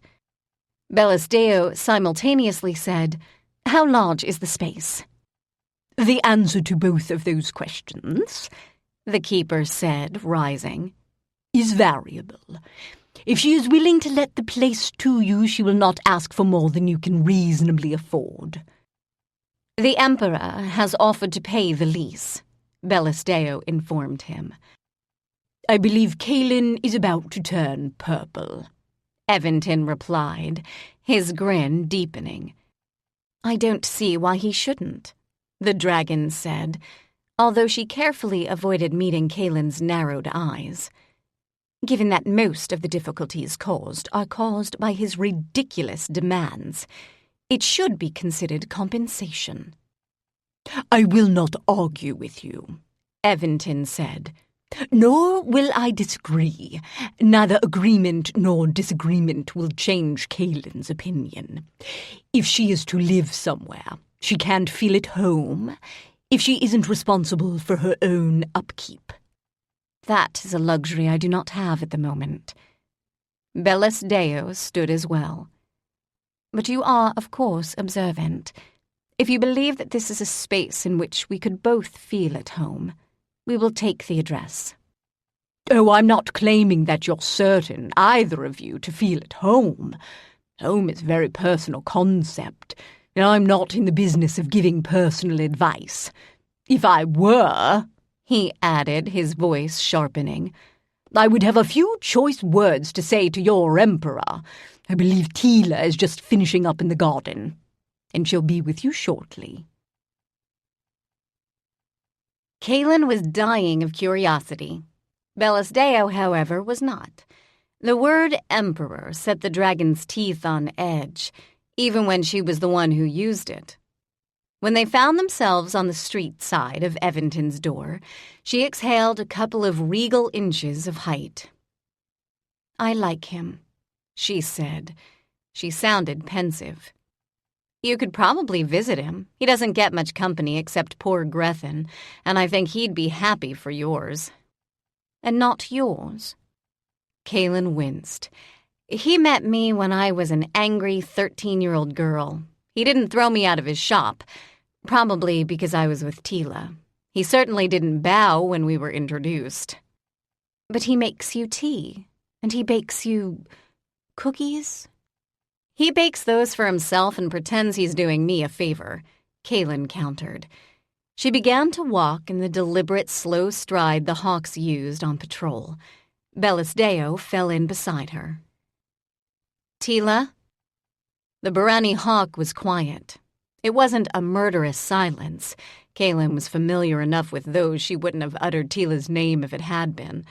But it was a softer sort of grim. Yes, I spoke with the water. No, I'm not about to tell you everything that was said. It's complicated and, with luck, completely irrelevant to your current situation. You know what my luck's like. I do. I'm hoping, however, that it won't rub off on me any more than it already has. What did Eventon want to say to you? Kaylin considered withholding the information, since that's what Teela was doing. She decided it was unforgivably petty, as opposed to the usual kind of petty they both indulged in. He gave us a possible lead for an apartment. Because Teela was ancient and had the benefit of experience, she didn't miss a step. It was, judging by the shift in her expression, a close thing. Where? Somewhere on Ashwood. She frowned. Ashwood is a tiny street in the east. You know where it is? Yes. You wouldn't be terribly familiar with the street. It's not heavily trafficked in any way. I doubt we have reports that even mention its existence in the halls. It's not as close to the halls as your previous home. Is it much farther than the Imperial Palace? Not much farther, no. Where exactly on Ashwood did he say it was? It's number, 3, Bellis Deo supplied. Teela's frown deepened. 3. She shook herself. When are you going to look at this place? The dragon and the private exchanged a glance. About that, Kaylin finally said. About that, what? We have to go to the place to make an appointment to see it. What, this place doesn't even have mirror access? How old is it? Well, the owner is a friend of Eventon's, if that's any clue. Teela pursed her lips. You're going tonight. We're going to drop in and make an appointment to see it, but we won't really have time to do more. We'll probably try to inspect it tomorrow. Why won't you have time? I was hoping. At the moment, she kind of hoped a large hole would open up in the middle of Alani to swallow her. Given that she was in front of Margot's, it would kill two birds with one stone. I am not sure I'm constitutionally capable of listening to your explanation without a large inflow of alcohol. Unfortunately, you're working. What exactly are you planning? I was going to ask Anarian if he wanted to... Well, never mind. No, please continue. Given the success of Anarian's last outing, this might be the one instance in which a suggestion of yours, no matter how outrageous, might not be an unmitigated disaster. Teela was in a mood. I was hoping to take Anarian and Mandoran to meet Tara. She half expected Teela to shriek in public. Her brows certainly rose, her lips thinned. She even opened her mouth, but the words that fell out were not the ones Kaylin expected. Have you consulted Tiamaris about this? No. Given what happened at Nightshade, taking them to Tara without prior consultation is like suicide, only more painful. Kaylin shook her head. Tara's awake. She's in full control of herself and the land she inhabits. Whatever Anarian did, he did it with the castle's subconscious permission. Tara's not sleeping. I don't think either Mandoran or Anarian can cause trouble there. Teela snorted. Well, not accidental trouble at any rate. I don't think Anarian would try. You're forgetting one important fact. What? Tiamaris, Bellis Deo said before Teela could, is a dragon. Well, yes, but... Oh, right. I have noticed that Mandoran is not particularly fond of my people, Bellis Deo continued. He's not, Teela agreed. But Mandoran didn't attempt to assassinate you. We live with dragons. We are, in theory, ruled by them. But we fought a few wars between my friend's departure and their return. They'll get used to it. And if they agree to visit Tara, they won't antagonize Tiamaris. I've noticed you have an odd custom in the Hawks, Bellis Deo told them both. It sounded like a change of subject. It wasn't. Betting. Kaylin's fault. I would like to make a bet. No, thanks, Teela replied. I wouldn't, sadly, touch that one. Kaylin, however, asked, "How much?" Anarian, it turned out, didn't want to visit Tara. Mandoran had recovered enough from his visit to Evanton's that he was game. Teela agreed grudgingly to argue for the visit in person. "Why don't you just argue now?" Teela grimaced. Anarian, Mandoran, and the rest of my cohort have lived with the constant flow of each other's thoughts for almost as long as I've been alive. They're accustomed to merging all thought and all experience. They sometimes forget whose experience it actually is, or was. She exhaled for a long moment. I lived with them for years, but our shared experiences, for me, ended at the Heart of the Green. I mourned. You cannot imagine how much. Or perhaps, she added, voice softening, you can. But I could either destroy my life or live it. I learned to live it. I learned what other high lords learn. I do not trust easily or often, and if I trust intent, which is rare, I seldom trust competence. Kaylin had personal experience with this, about 7 years' worth. I have allowed no one into my life the way I allowed my cohort into it. I learned to guard and hide my thoughts. I learned to control my emotional responses. Again, these are all traits the High Lords learn. If they fail, they fall. I therefore have a different set of choices when dealing with my friends, to join or to stand back? Her smile was slight. I would not have said that I would choose the latter if I were ever to find them again. I've changed. They've changed in a different way. It's awkward. So, this request in person is a way of preserving your privacy? Teela nodded. You can speak with Nightshade any time you want. How often do you choose to do so? Almost, but not quite, never. It's different. How? I had no idea what he was giving me, and I've never trusted him. I lived in the fief he ruled for most of my life. I know what he's capable of.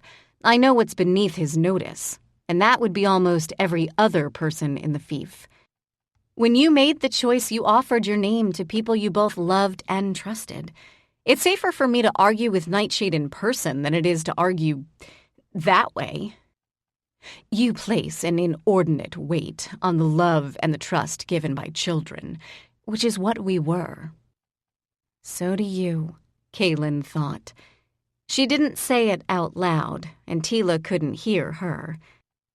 I'm only barely willing to go to Tiamaris.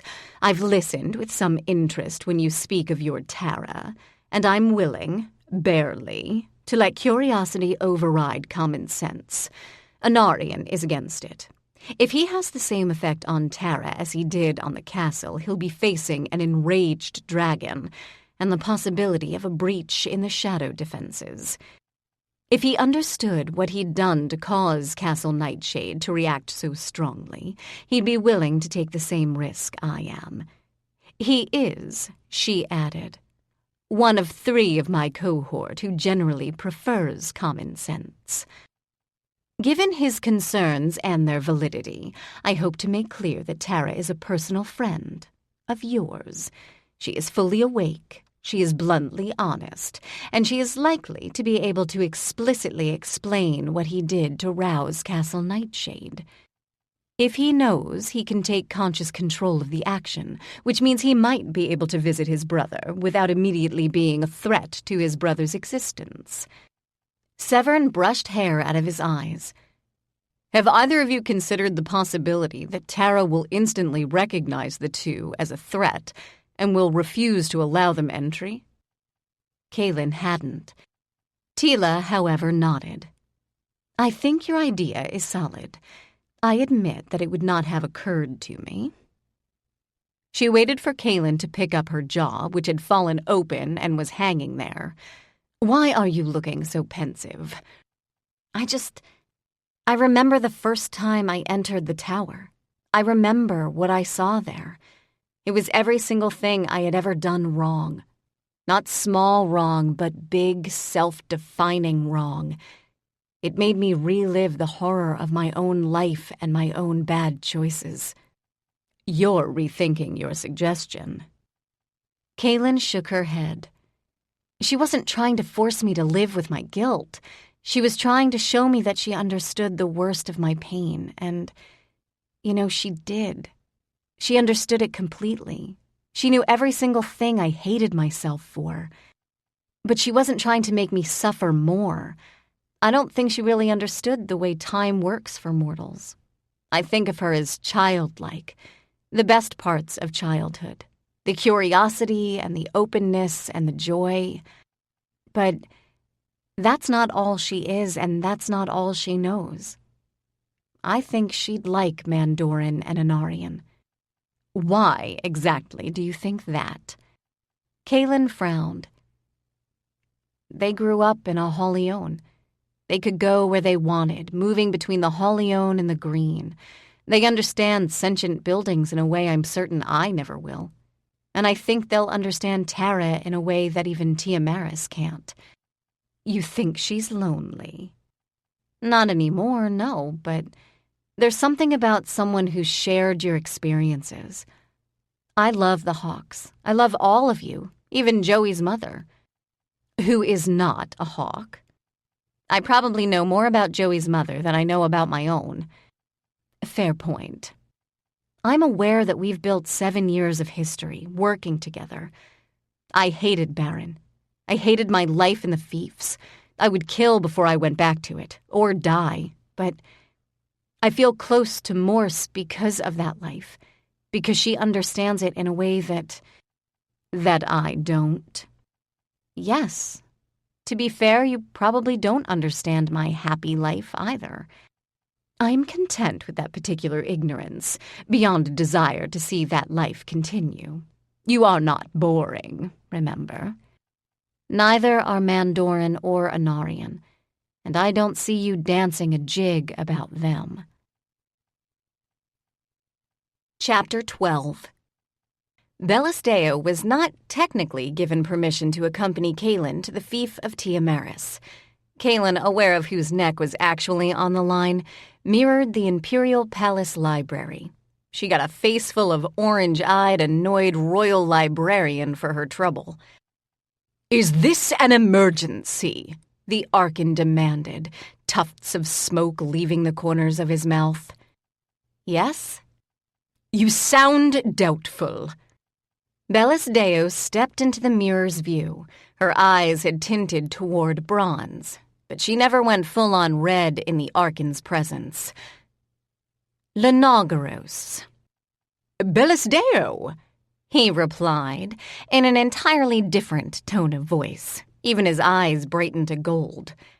"My apologies." "Apologies to me are never necessary, Lenagaros, but I find you a touch hard on Kaylin."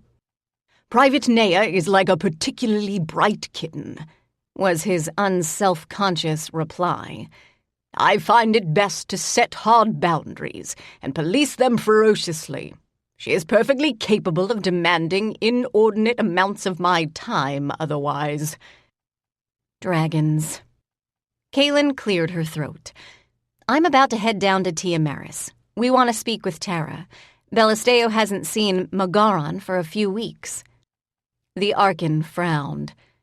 "When you say we, Private, do you refer to yourself and Bellasdeo exclusively?" The dragon and the private exchanged a glance. "I will assume that is a no." More smoke escaped the corners of his mouth. He would have looked like a sage out of a story if he'd actually bothered holding a pipe. "You are taking Teela's friends?" This time, Kaylin kept her eyes firmly on the mirror. She felt Bellasdeo's gaze smack the side of her face. "If they'll agree, yes. They're having a bit of a problem adjusting to the new world paradigm." He surprised her. He chuckled. It was dry enough to light paper. "I imagine they are. I would appreciate the opportunity to meet and speak with them in future." Kaylin thought it would be far easier to get them to visit a tower in the fiefs, even one owned by a dragon, than it would to get them to visit the palace, since the dragon in the palace ruled the empire. She didn't have to say this. "I would not, of course, invite them here." Which would have been a relief, but he was the Archon. "I hear that you visited the Keeper today." Bellasdeo's smile froze, although it still remained on her face, somehow. "Lenagaros. I consider him a wise choice of acquaintance. I meant no criticism. The Emperor was concerned about the outcome of your last visit, but as you did not emerge on a second visit in full armor, he is somewhat mollified. Was the visit interesting in any way?" Bellasdeo's eyes narrowed. "You are not, I hope, interfering." "I would interfere in a heartbeat, if you but asked," was his formal reply. Her smile unfroze. It was pensive. "Did I ever ask for help in the Eyrie?" "Not when you actually needed it, no. A request for aid was always a sign of trouble to come." At that, Bellasdeo did smile. It made her look much younger. "You are always so stiff and proper," she said with obvious fondness. "It has not generally worked to my detriment." "No, I don't imagine it has. It rarely worked to mine, either." Yes, we had a peaceful visit with the keeper. He reminds me a little of you, you know. Don't make that face. He's mortal. He's the keeper. Mortality is his weakness, but it has not yet killed him. I don't believe he'll allow it to kill him either, until he's fully trained his replacement. And the private mirrored me to ask if you might accompany her to Teela, did she? The private, Kaylin pointed out, is right here. You could ask me. Or you could fail to be offended and answer. Kaylin snorted, without the smoke. The small dragon, however, batted her cheek with his head. Yes, that's why I interrupted you. Bellasdeo would like to accompany us. You consider it safe? I'm not convinced that what I consider safe is the deciding factor here, but yes, I consider it safe. There is something you are not telling me. You usually don't like it when I, as you put it, chatter endlessly. A white brow rose. His eyes, however, remained the gold they'd become in conversing with Bellasdeo. Very well. I will inform Lord Marion. He may choose to join you. Bellasdeo said nothing. In different circumstances you would like a Marion. Of all the young dragons, he is the least likely, in my opinion, to find his hoard. He is easily contented. This didn't mean much to Kaylin. It clearly meant something to Bellasdeo. He is not, she conceded, Diamat. No, there is only one Diamat. We are lucky to have him, the Archon added, as if trying to be fair. But he requires tolerance. Spoken like a man who doesn't have to take his infernal etiquette lessons. Indeed.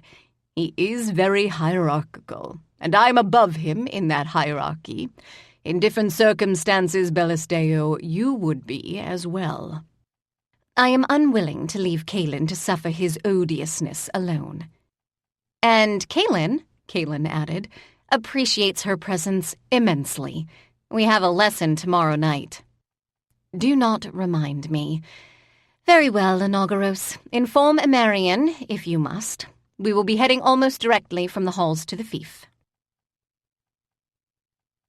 Kaylin took the time to mirror Tara to tell her that she was arriving with an unspecified number of guests.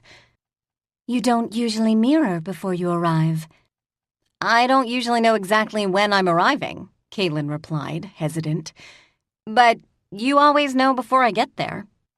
Yes, I know when you cross the Ob Lane. Who are your guests?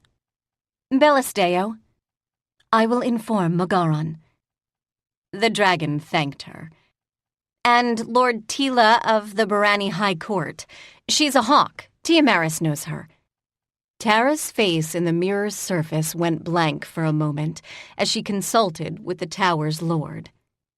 He is surprised.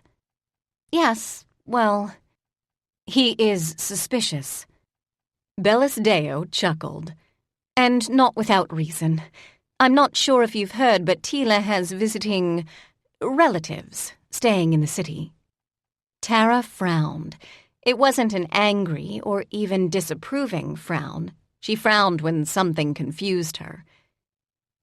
Teela, she finally said, has many relatives staying in the city. Yes, but these two are new to Elantra. And she wishes to bring them here. Her face went momentarily blank again, and it remained that way for much longer. When it cleared, Teela was standing in the mirror's frame beside his avatar. His eyes were a lovely lambent gold, and he smiled when he saw Bellasdeo. His smile dimmed when he turned his attention on Kaylin. She felt very underappreciated. Without preamble, he said, "There was some trouble along the Nightshade border last night." Trouble? Yes. What kind of trouble? There was a small localized shadow storm. Some of the buildings on my side of the border were damaged. The border zone itself is, at the moment, untraversable. His eyes narrowed. Given your expression, I assume this is not a complete surprise to you. Oh, it's a surprise, Kaylin replied, shrinking a few inches. There was some difficulty in Castle Nightshade last night. Was it resolved? He still holds the castle. And now, coincidentally, you have decided not only to visit my fief, but to bring at least one guest who would not, in my opinion, willingly visit had she many other options, and she is bringing strangers with her. They are Barani? Kaylin chose the safe reply. More or less. It was only safe when used on someone other than a dragon. She means to say they were once, Bellis Deo said, stepping in to rescue her from the growing orange of Tiamaris's eyes. They believe themselves to be Barani now. Were these friends guests at Castle Nightshade last night? One of them was, yes. Absolutely not. Tara, however, placed an arm on Tiamaris's sleeve. He glanced down at her. Her avatar form was shorter than his mortal form, and snorted. There'd been a lot of visible smoke in this series of conversations. He fell silent as Tara turned toward Kaylin, her expression troubled. Lord Nightshade is not known for the risks he takes with his castle. Kaylin nodded. The visitor was his brother, his younger brother. She hadn't intended to tell Tara what happened. She'd hoped Anarian would, and that Tara might understand, without prejudice, what no one else could. Given Tiamaris, that wasn't going to be an option. You know that Castle Nightshade was sleeping. I mean, you're awake. Castle Nightshade wasn't. Tara nodded slowly. Nightshade and his brother got into a bit of an argument. Did the younger brother attempt to kill the lord of the castle? Kaylin shook her head emphatically. The younger brother, is upset and disappointed in Nightshade and what Nightshade's become. They haven't seen each other for, centuries. But he did not attempt to harm Lord Nightshade. No. The castle reacted to the presence of the younger brother. It wasn't really a question, but Kaylin nodded. The younger brother, his name's Anarian, by the way, somehow spoke to the castle. He's not sure how. No one is. But the castle woke. Anarian woke the castle. I think it's more accurate to say the castle woke itself, and it's not really a castle anymore. To Tara, for whom architecture was fluid, this wouldn't necessarily mean much. Tiamaris's eyes, however, widened. And you want to bring this Anarian here? Because Tara's already awake. I met the avatar of Nightshade. Awake, he's nothing at all like Tara. I'd be happy if I never saw him again, anywhere, for any reason. Tara's already awake. Anarian can't accidentally wake her, and if he does somehow speak to her in a way that he can't speak to the rest of us, she'll know exactly what he's doing. She may be able to tell him how not to speak with Castle Nightshade in future. He's very attached to his brother, she added. Knowing that he's thrown the entire fief and the tower into a state of chaos is probably killing him. Tiamaris said, I dislike this intensely. But Tara's grip tightened briefly. You wish to do this? The tower's avatar nodded. Kaylin wouldn't bring people whom she knew to be a threat. Kaylin is blessed by a profound optimism, one that frequently stems from equally profound ignorance. He exhaled. If Tara considers the risk worthwhile, I will allow it. But I do so with reservations. If Anarian and Mandoran were no longer Barani in the strict sense of the word, they were considered Barani by the average person bustling from one place to the next, where most of those average were mortals, and most of those mortals were human. Given that it was after work hours, Kaylin's tabard was in the mess of her locker. She wore her normal clothing. So did Teela. Bellasdeo brought the average up. If her clothing was simple, it was simple for court. Most of the people who passed her by didn't recognize her for the dragon she was. She was simply a tall, attractive woman. There may have been flirting. The bridge across the Oblane to Tiamaris was not heavily traveled in the evening. A pair of guards stood on the far side. That was new. They had apparently been informed that guests were expected. They weren't swords. They radiated nervousness when they stopped the party to ask their business, eyeing the three Barani. Since it was nervousness due to perfectly reasonable fear, Teela chose not to take offense. Neither did Anarian or Mandoran. "I will never understand how you can live in such a crowded, noisy place," the latter said when they were well out of the guard's earshot. "And the smell. You get used to it." "I don't see how."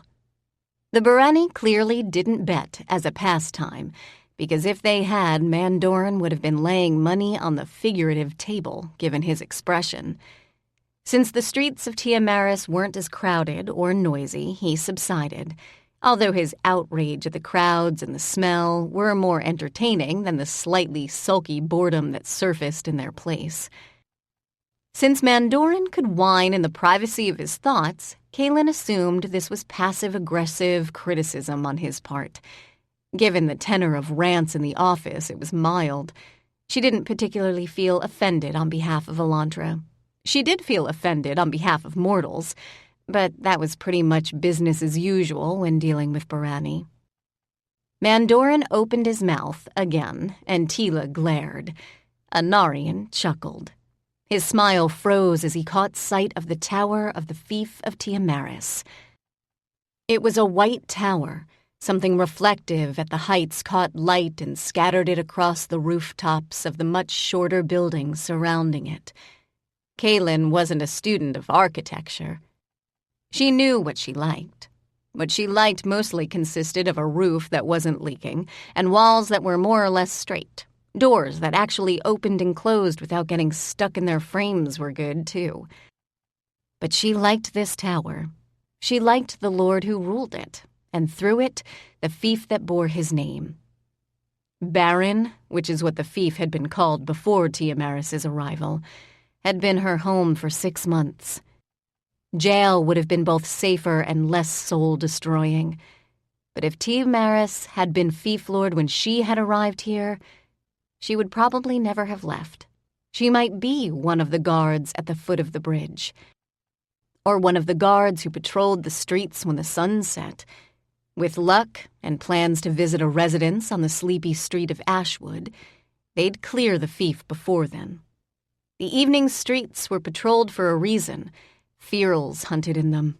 Even with guards and a dragon captaining their various squads, people still got unlucky.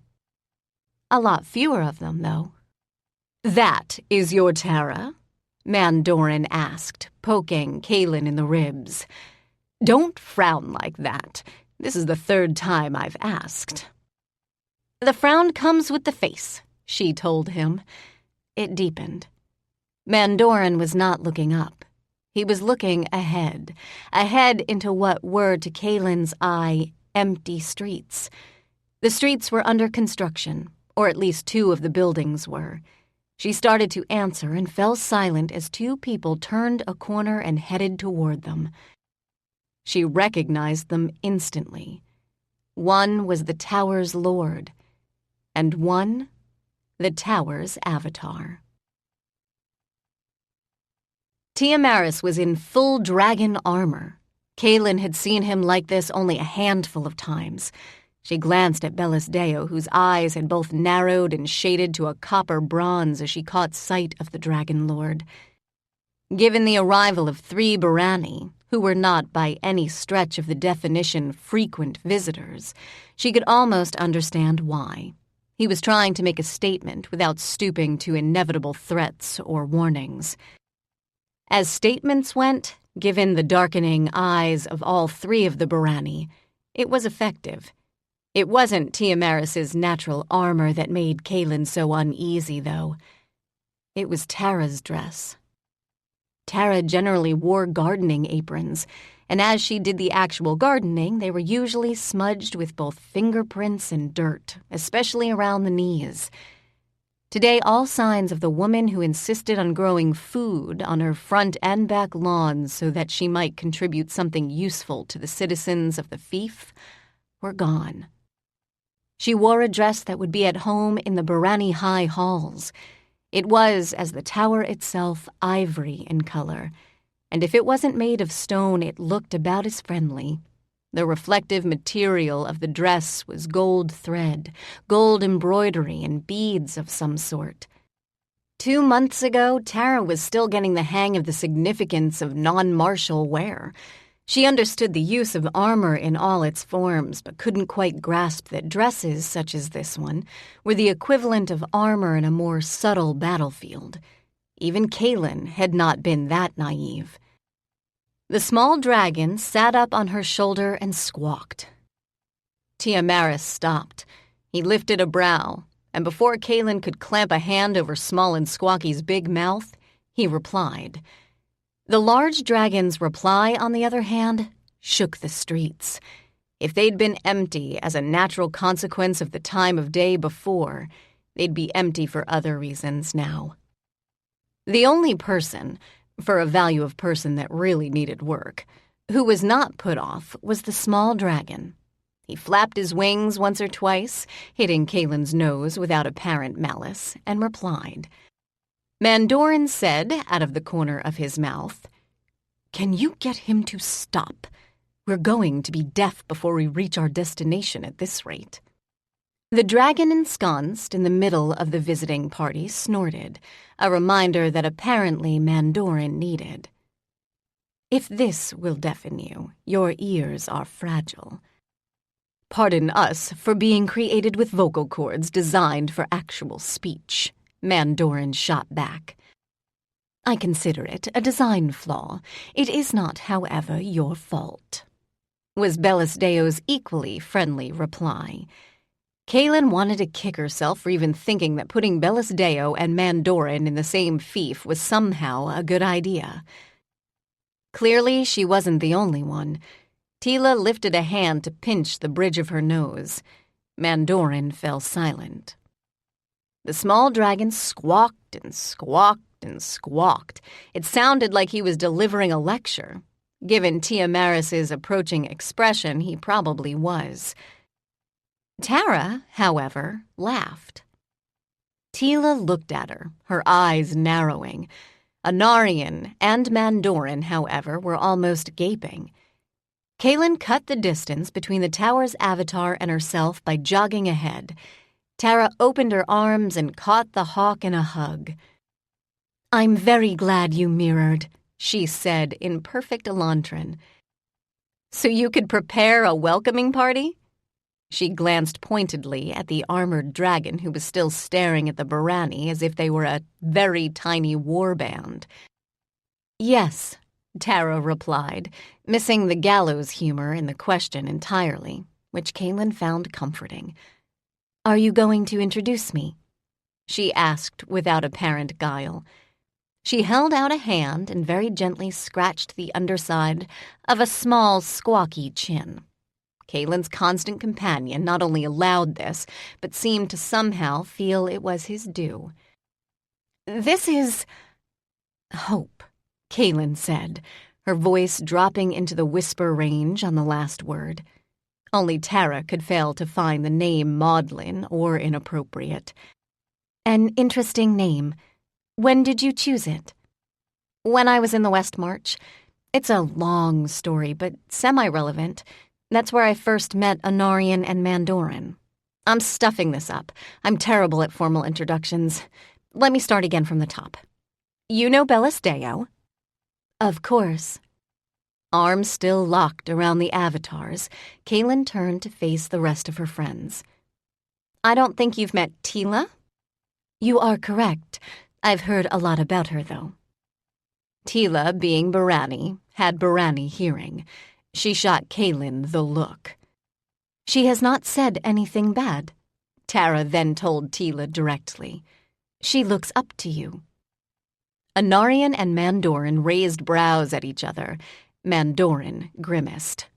"That is not generally a terribly good idea," he told Kaylin. "She can be a bit headstrong and she likes to show off. If she knows she can impress you, she'll—" He stopped speaking abruptly. Teela had not noticeably stepped on his foot.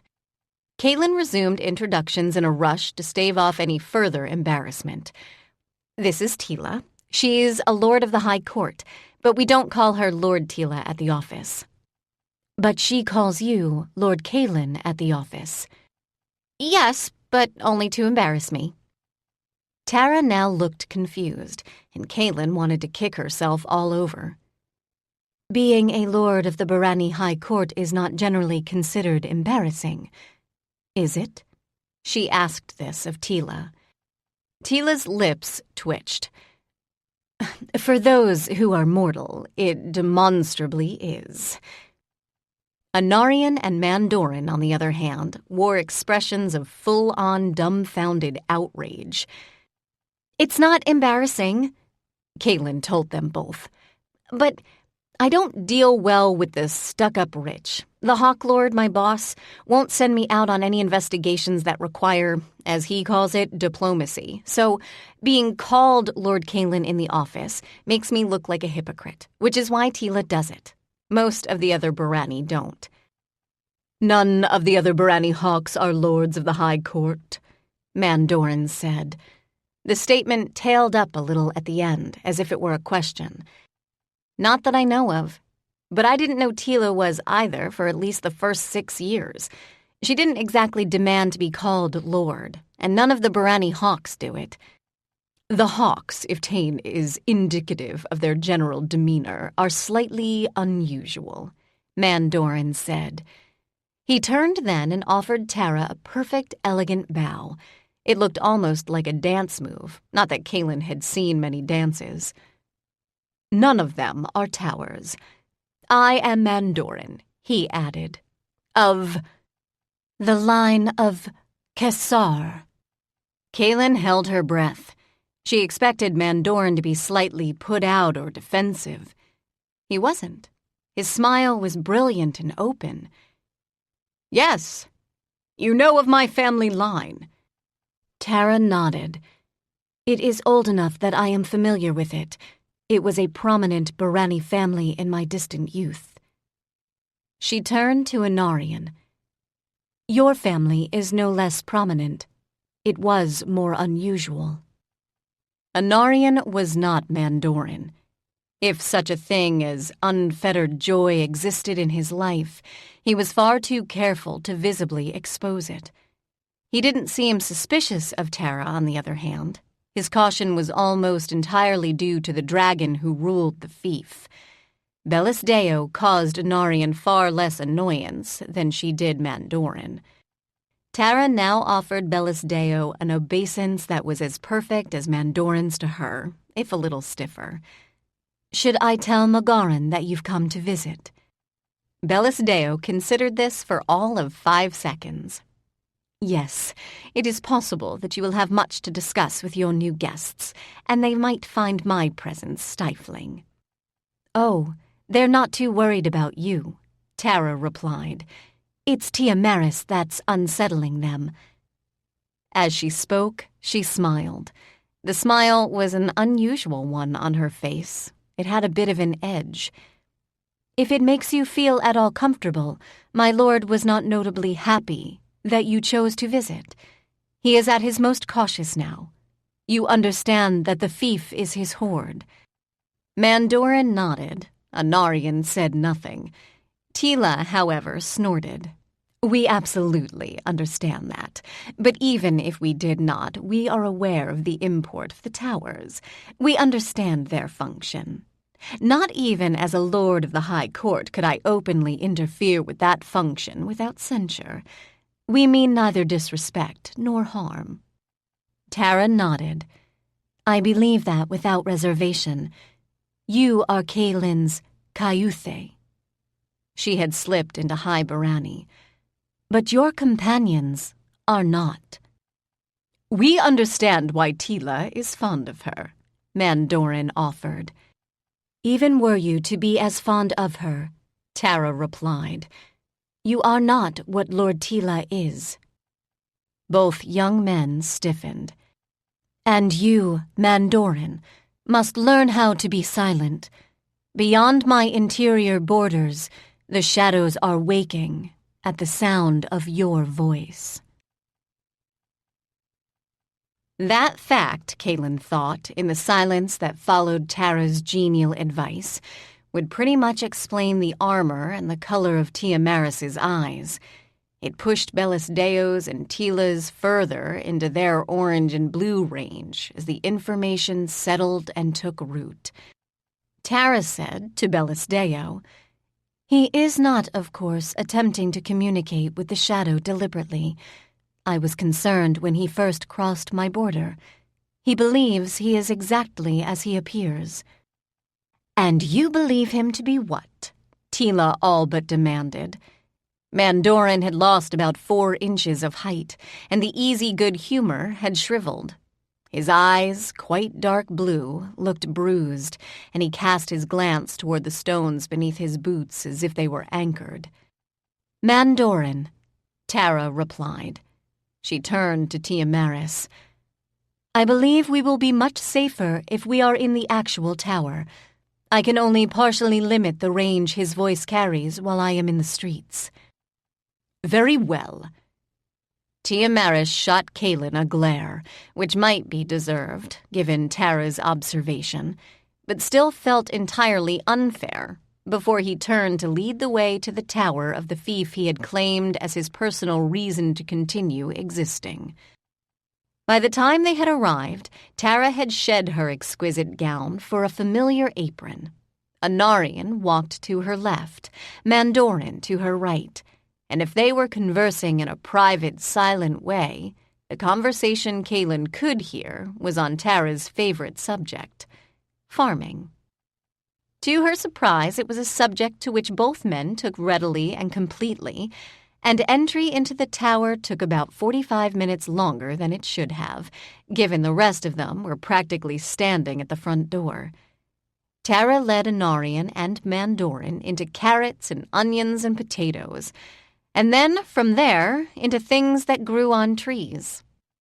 Only when they were entirely out of immortal earshot did Tiamaris turn to Teela, who had also remained behind. "What are they, Teela?"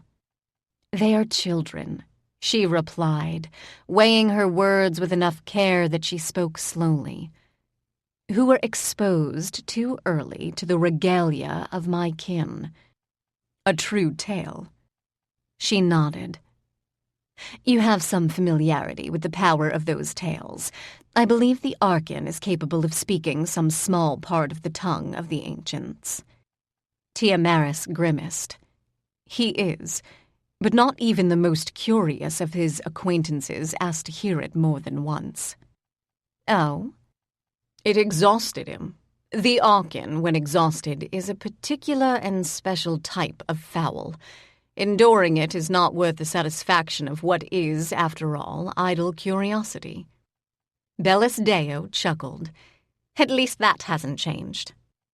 "You find it amusing?"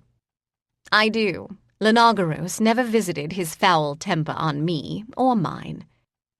"An advantage to being female I had not considered," Tiamaris replied.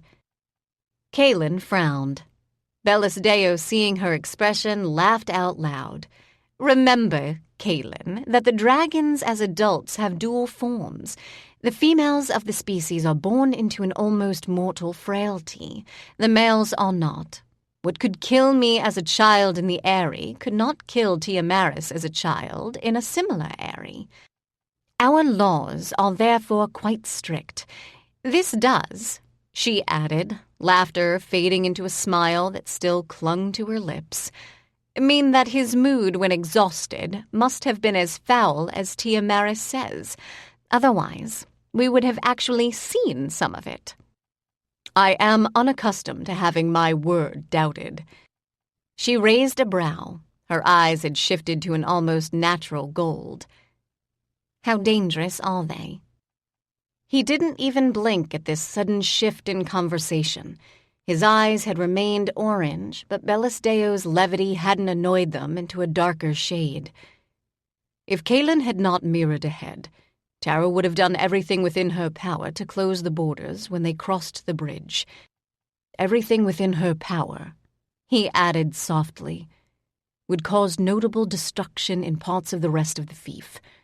What she observed when she met them, and you, in person, must have mollified her somewhat.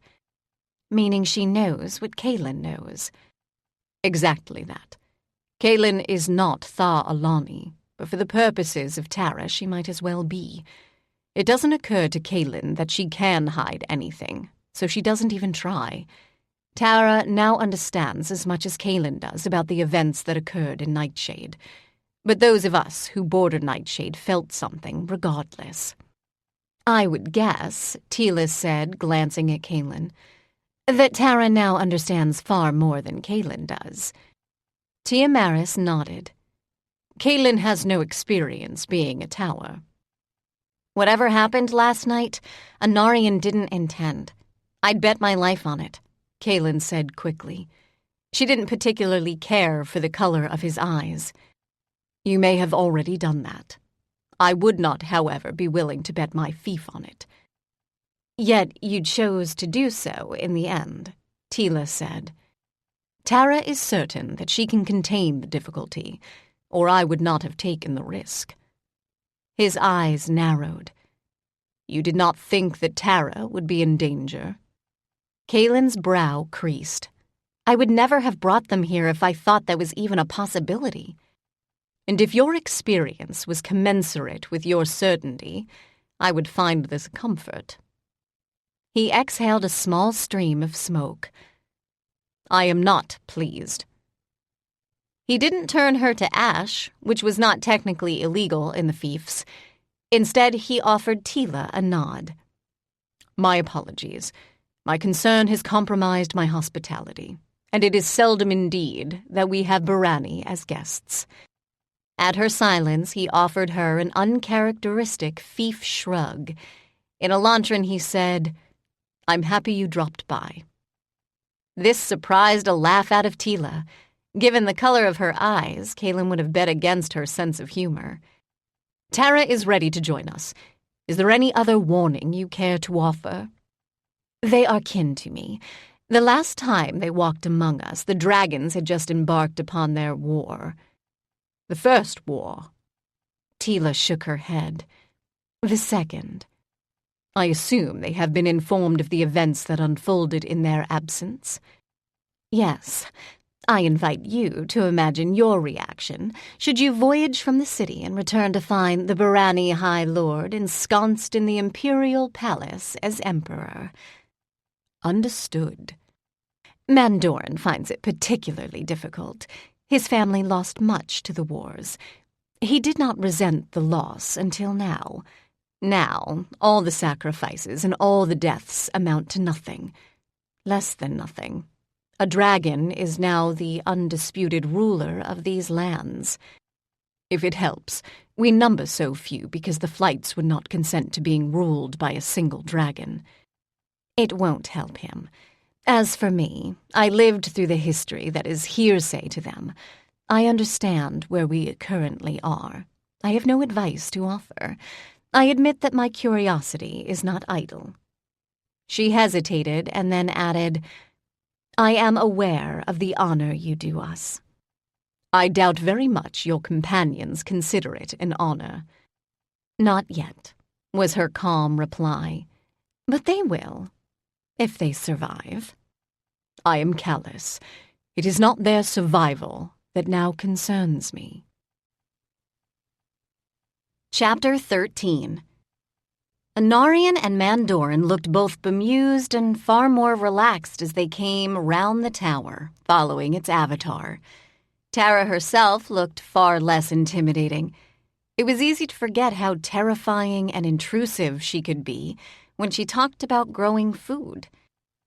Or maybe it was just in Kaylin's nature to forget. The doors of the tower rolled open in silence.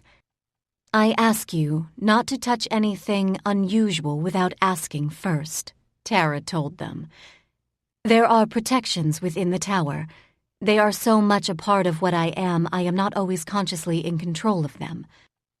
"What are they meant to defend against?" Anarian asked.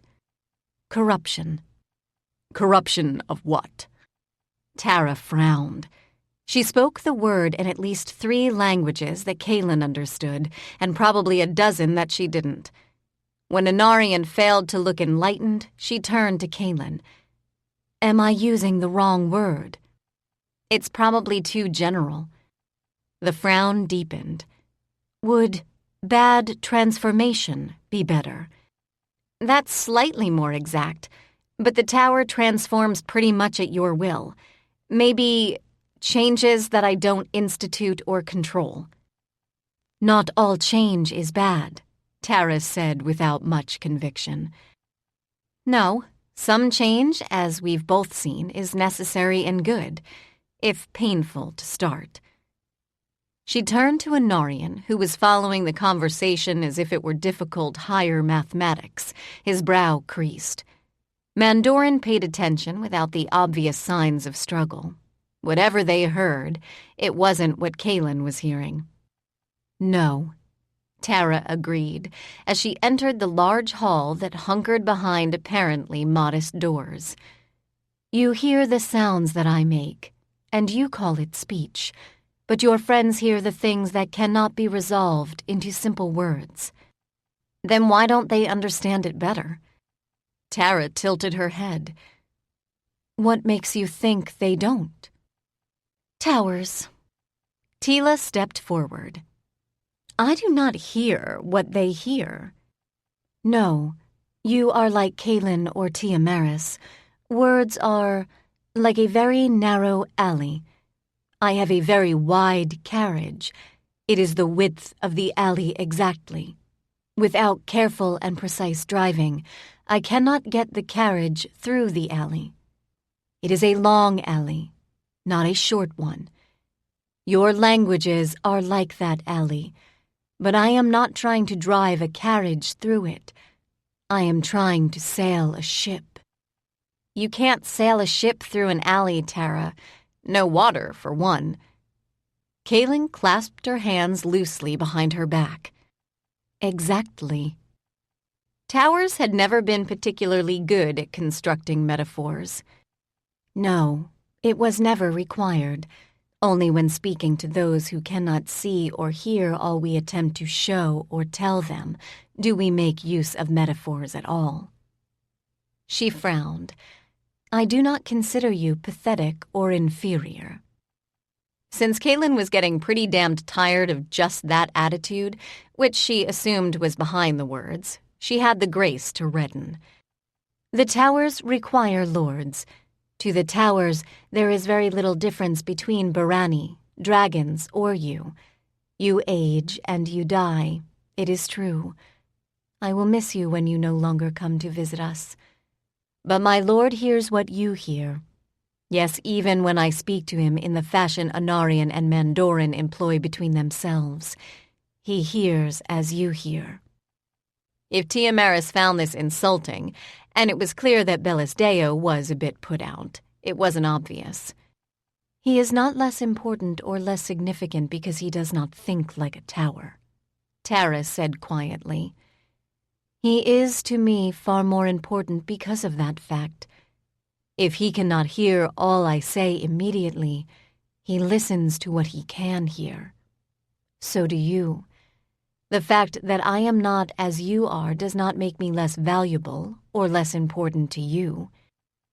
"It should make you far more valuable," Mandorin pointed out. "Value to Kaylin and to my lord does not mean what it once meant to the war bands of the Barani or the dragon flights. It does not mean, in the end, what it meant to my creators. They are not simply interested in the power invested in me. Nor are they interested in how they might gather and use that power in their own interests. They attempt to understand what I want and how I feel. They know that I am bound to my duties. They understand that those duties cannot be simply abandoned at their whim. Nor have they ever asked it. She frowned. You know the Holion are sentient. Could you possibly imagine that sentience is entirely without personality? You lived within the heart of one for most of your lives. Did you do so without actually seeing him? One is not necessarily concerned with the personality of one's jailer, Anarian replied. Yet the Holion was concerned with the personality of his guests and their safety. And you were his guests. Are you asking us, Mandoran asked with obvious incredulity, to love a building? Kaylin stiffened. Before she could open her mouth, Teela stepped on her foot. Kaylin chose to ignore this, which didn't always work out well unless one wanted bruises. She's asking you to treat her with the same respect and consideration you'd treat any other person who was doing you a favor. What about our behavior implies a lack of either respect or gratitude? It was Anarian who asked. His confusion seemed sincere. You are talking about Tara as if she were a building. Teela supplied the missing word. But she is. That's not all she is. She is a person. She probably started life as a person. I think all the ancient buildings did. She is capable of loneliness, of regret, and of fear. She is capable of love and loyalty. Which of these things are required in a building? I would guess none, Mandoran replied. They're not always considered useful in people either. Does the private always talk about you like this? He asked Tara. Tara smiled. Not always. Sometimes she complains. Kaylin is very good at complaining. You can say that again, Teela told her. But her complaints are often entertaining and also impossible. The solutions to her various complaints are often impractical, yes. Teela's eyes had lost the tint of midnight. They were a blue-green that was normal for Barani. She looked around the spacious hall toward the very wide doors facing them. Tiamaris, noticing her gaze, said, Yes, I can fit through those doors in my dragon form. Do you, as Kaylin calls it, go dragon often? Mostly in the evening. I fly above the street patrols. We have not completely recovered from the difficulty the former fief lord created, but it has been some time since we lost any of my citizens to the shadows. As he spoke, the doors rolled open. Welcome, he said, addressing the 3 Barani and the small dragon on Kaylin's shoulder, to Tiamaris. Magaran was waiting for Bellisdeo. She almost ran down the hall to meet him. The Norinir were almost 8 feet in height as adults, and most of the fief's native buildings couldn't easily accommodate either Magaran or his people. Construction work was therefore occurring along the border. This worked because no one else, even the truly desperate, wanted to live in a building that was literally across the street from the heart of the fiefs, or more accurately, the shadows that lived within it. The deaths and losses that had occurred because of a breach in the tower's defenses were far too new. Magaran, however, was a special case. He was Bellisdeo's ascendant, which had once been more than a fancy word for bodyguard. The Imperial Palace could house him, but Bellisdeo had not chosen to bring him there. Kaylin had asked her why 6 times before she'd chosen to answer. It will only upset him. The palace is not my palace, and his role in it is non-existent. I am no longer bound to him as a weapon. He is no longer bound to me as my wielder. I would like, if at all possible, for Magaran to return to what remains of the Norinir and build a life there. You were his life. I know. He was happy. He was happy because he knew what his role was. He was completely committed to it. But he wasn't trained to be a steward, or a page, or even one of those humorless, dreadful imperial guards. What he needs to do now is to find a place for himself and a cause that will require his commitment and dedication. Kaylin understood Bellisteo's desire, but privately felt the dragon was being unfair to her former ascendant. Kaylin, do not give me that look. What look? The I feel sorry for the puppy look. He is almost double your height. He could snap you in two without breaking a sweat. If he decided to pick you up and use you as a weapon, he wouldn't even notice your weight. It's just that what he did was useful, and he was raised to do it. You can't expect him to just throw it away and find some other random thing to replace it. Oh? Kaylin often felt she should just shove her foot in her mouth and let it stay there. It was certainly better than letting some of the actual words she said leave it. I have nothing to offer him. I am not leading the Norania against the shadows. I am not responsible for protecting this world and the people it contains from extinction. Were I would not have the support I required when I did so in lands that no longer exist. I have no power, Kaylin. I have no authority. He doesn't need you to have those things. He doesn't need me to have them for the gratification of his own ego, no. She smiled. It was both fond and sad. But he needs me to be respected. He needs me to be treated as if I matter. Yes, you can argue that I matter a great deal to the Emperor and the Dragon Court, but not in any way that would count for Magaran. He will be upset, confused, and eventually enraged. I would spare him that. I would, she added with a grimace, spare myself that. He is not easily dealt with when upset. He's not violent. Of course not. But his mood is a great blanket of gloom that it takes work to alleviate. She grinned, clearly thinking of some of that past work. Kaylin winced on Magaran's behalf, even if Bellisteo didn't elaborate. If we find a place that's larger, you mean a place you can't afford unless you accept Imperial funds? Kaylin had fallen silent then. She liked Magaran. She wasn't certain she liked him enough to go begging at the new exchequers, but she probably wouldn't do that on her own behalf either. She watched Bellisteo leave. When the dragon was with her ascendant, she looked younger and seemed happier. Kaylin had walked away from her old life. She never ever wanted to go back. Having the life she'd built in Elantra torn away from her would probably kill her. Bellisteo on most days didn't look dead, but on most days she didn't look much like she cared all that much for her life. She does, Tara said quietly. Kaylin blinked. Sorry, I was just thinking about Magaran and Bellisteo. Yes, Magaran is not happy. He endures. It is harder for me to read Bellisteo. She is cautious. She has asked me to refrain from speaking of what I do here. I think, if I understand Magaran correctly, that he would be happy to be her butler? I'm not sure that would work out well. The palace has standards that don't make sense to most of the rest of us.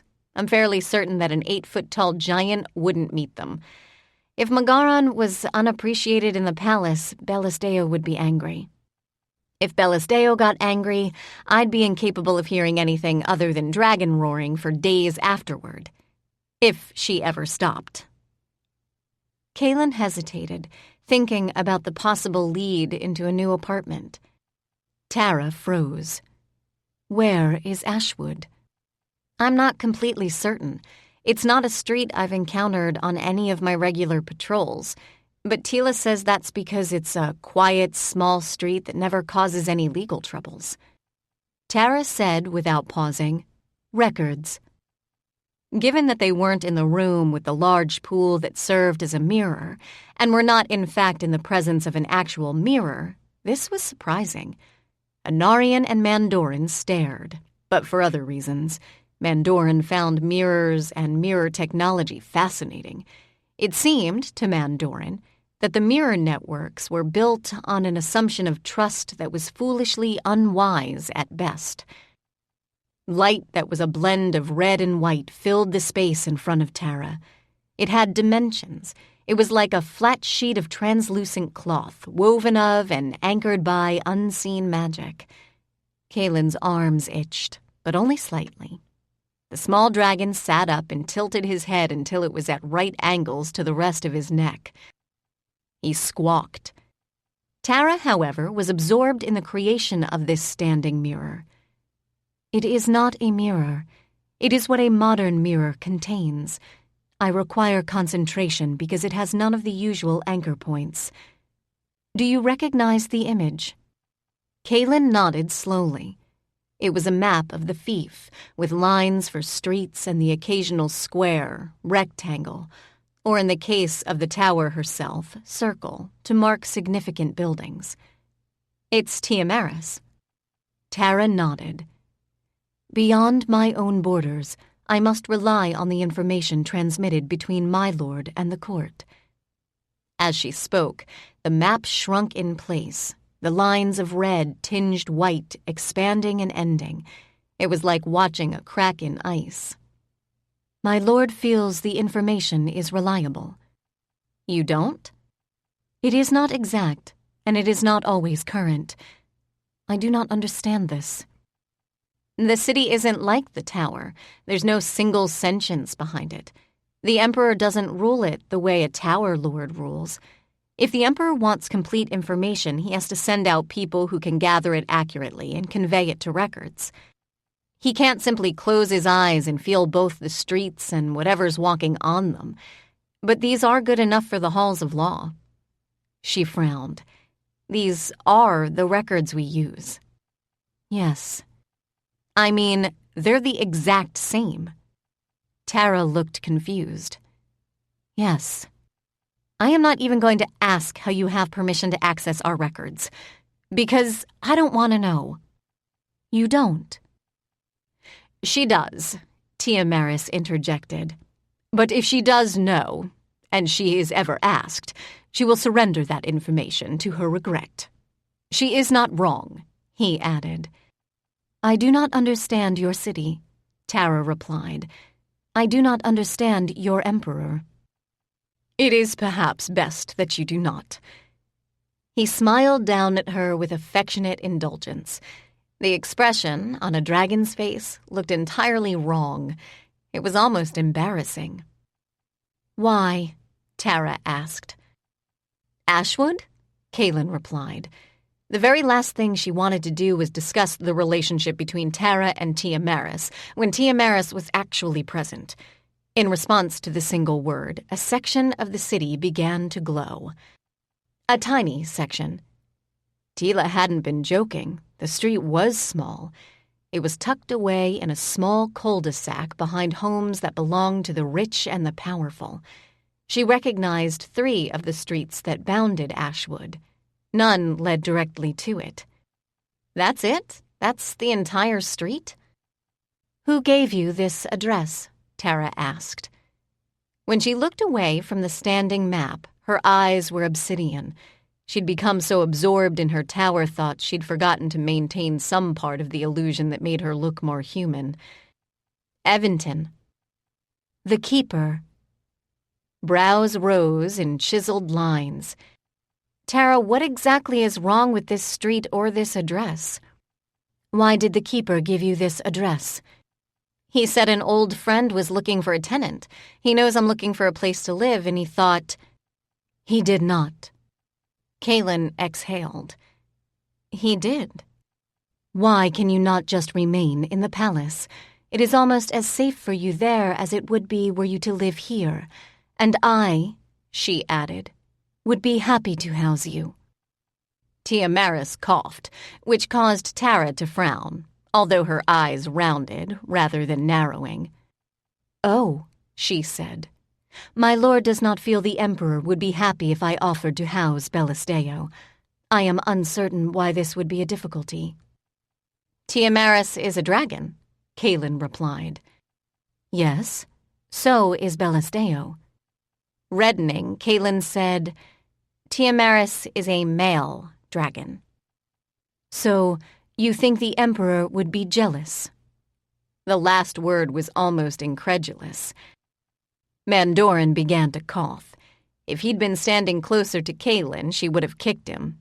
Since she couldn't with any subtlety, she didn't, but it was close. "Wouldn't you be?" Bellasdeo surprised Kaylin by asking. She had returned at the mention, no doubt, of her name. They were speaking quietly, but quiet human voices were no protection against immortal hearing. "If I came to stay, if I lived within your walls, wouldn't you be jealous or worried?" Tara shook her head. "I would not have offered when Ilian was lord. Then I think I would have been afraid. Ilian was looking for something always, and I could not give it to him no matter how hard I tried." She smiled at Tiamaris. "Tiamaris was looking for me. If you lived here, we would shelter you. We would defend you. We would keep you safe. But you are not and could not be me." Bellasdeo was silent for a long moment. Then she offered Tara a brief bow. "I believe you." "The Emperor, however, is not looking for me either. He would be, if not jealous, proprietary." "But you are not his property." Bellasdeo grimaced. So did Tiamaris. "No, nor has he laid claim to me in that fashion. But Tiamaris is, of course, correct. It would not be appropriate for me to remain here. Kaylin, however—" "Kaylin won't stay here if you can't," Tara told her. "She doesn't want to abandon you. She thinks you are already lonely enough." Bellasdeo looked both embarrassed and irritated. The irritation she shared. If looks could kill, Kaylin would be a small, smoldering heap of ash. She said nothing for a long beat, and given the orange shade her eyes had adopted, no one else did either. Tiamaris was carefully studying the map, as was Teela.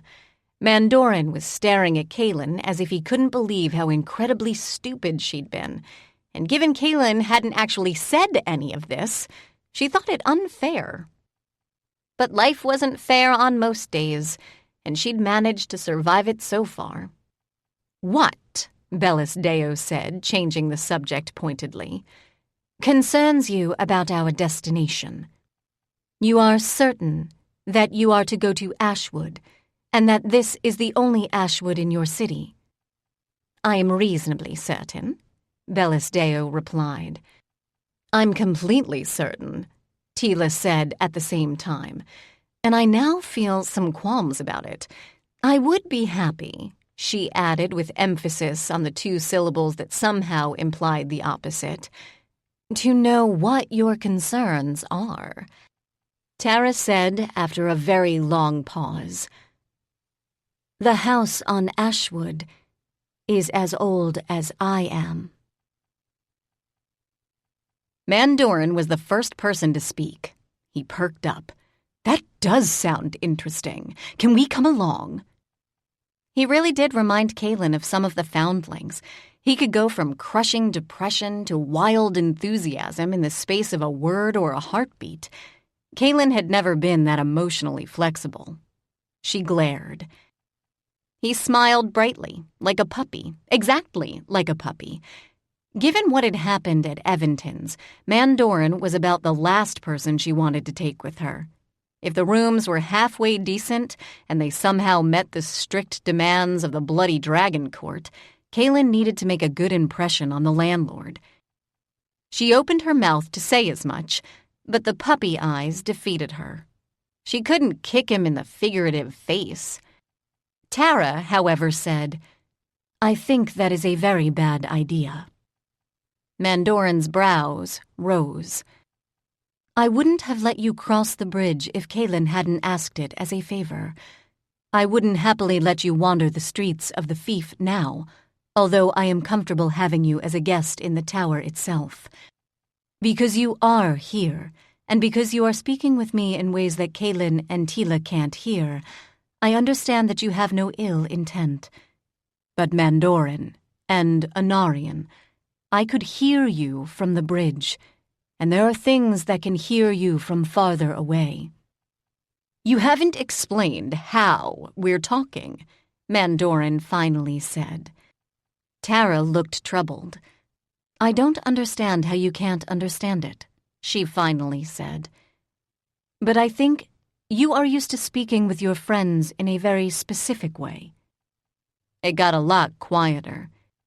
Your friends are used to hearing what you say or think. They see what you see and hear what you hear, even if they cannot otherwise see or hear it themselves. You, in turn, hear what they think of your experience. It becomes part of what you individually believe.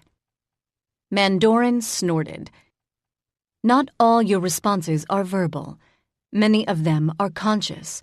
None of them are what would normally be considered speech among the rest of your race. She turned to Teela. The lord of this tower was, for centuries, a Barani High Lord. He, like all of you, possessed a true name. Unlike the three of you, his hatred of this weakness was so vast he all but destroyed himself in an attempt to be rid of it. He would not and did not make the choices that you made. The existence of the name itself was anathema to him. He would not have shared it, even to preserve his life. You did. You did so willingly, and I believe it brought you joy. I was very much younger, Teela said as if in her own defense. Yes, it is not a choice you would willingly make now, but that is not true of your kin. I will, she added, call them kin, unless you object. Sarcasm drifted in and out of Teela's expression. She leashed it because she was talking to Tara, who often took things literally. I have no objection. You alone of the 12 were not part of this continuous conversation. You did not adopt their habits. I do not believe, given the differences in your living conditions, that you could. I couldn't reach them. We tried, Anarian and Mandoran said in one breath. Kaylin had the suspicion that they were not the only ones who did, but she couldn't hear the others. It is not an accusation. For whatever reasons, you did not develop the same communication paradigm as your kin. You hear them now as you would hear anyone whose name you were given. For the most part, you converse as Barani converse, with words and in speech. The others were transformed by their early appropriation of a language not meant for your kind. In the formative years, they had no other ways of speaking, if I understand their situation correctly. They did not learn silence. They did not learn to guard their thoughts.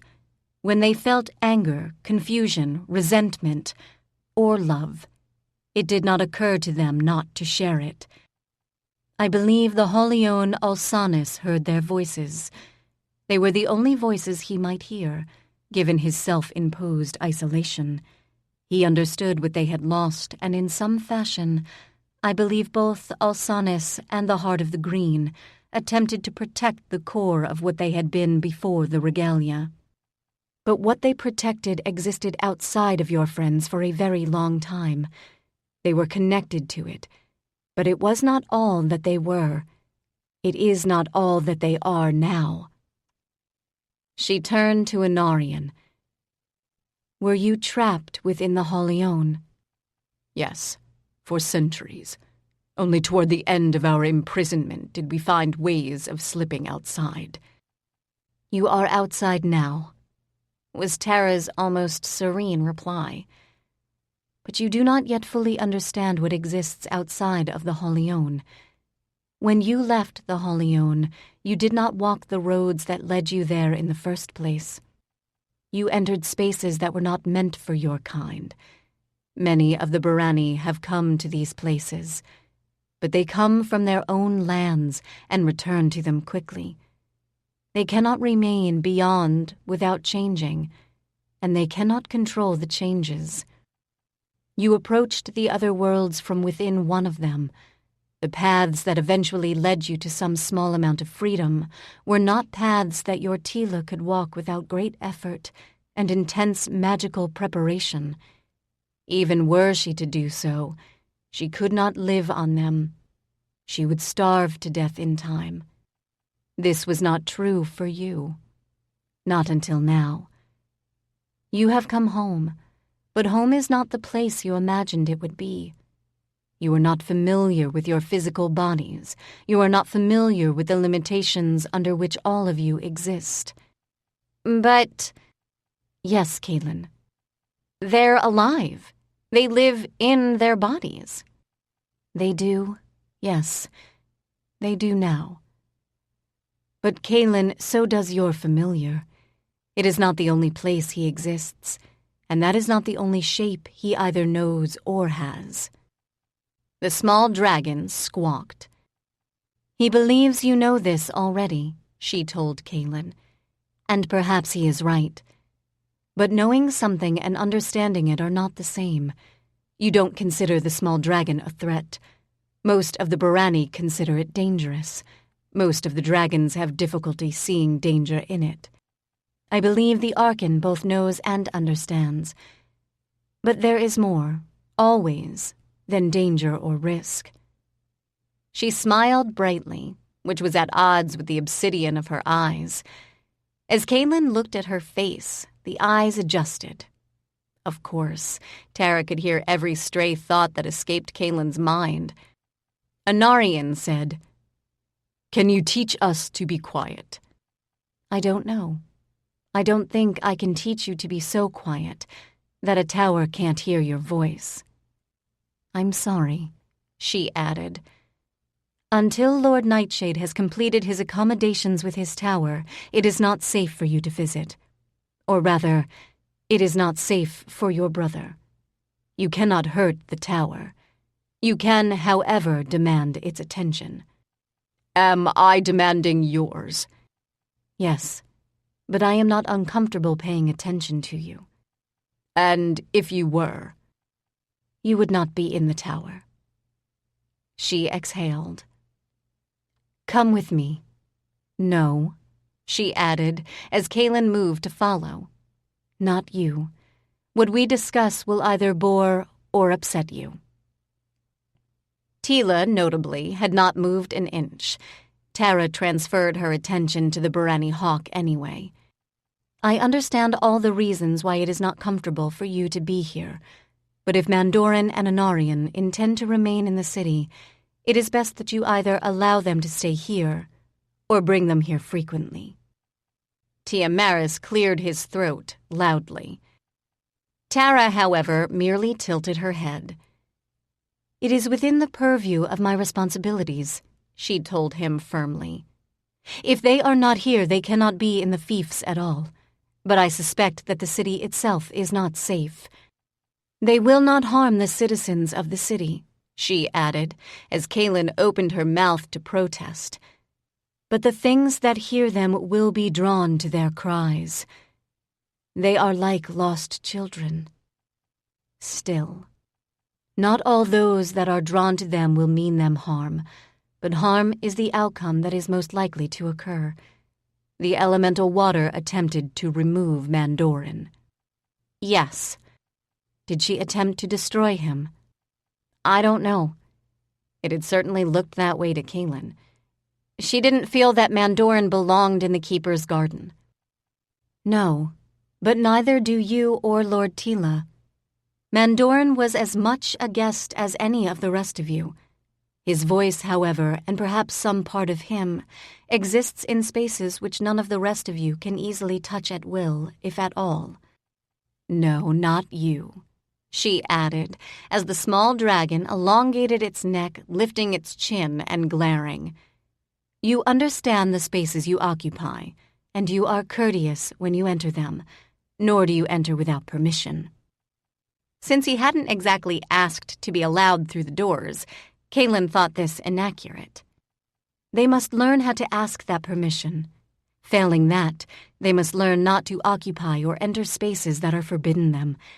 Because they are unaware of the spaces they occupy outside of the world they now see, they invade spaces which were never meant for Barani, or mortals. I will teach them as much as I can, for your sake.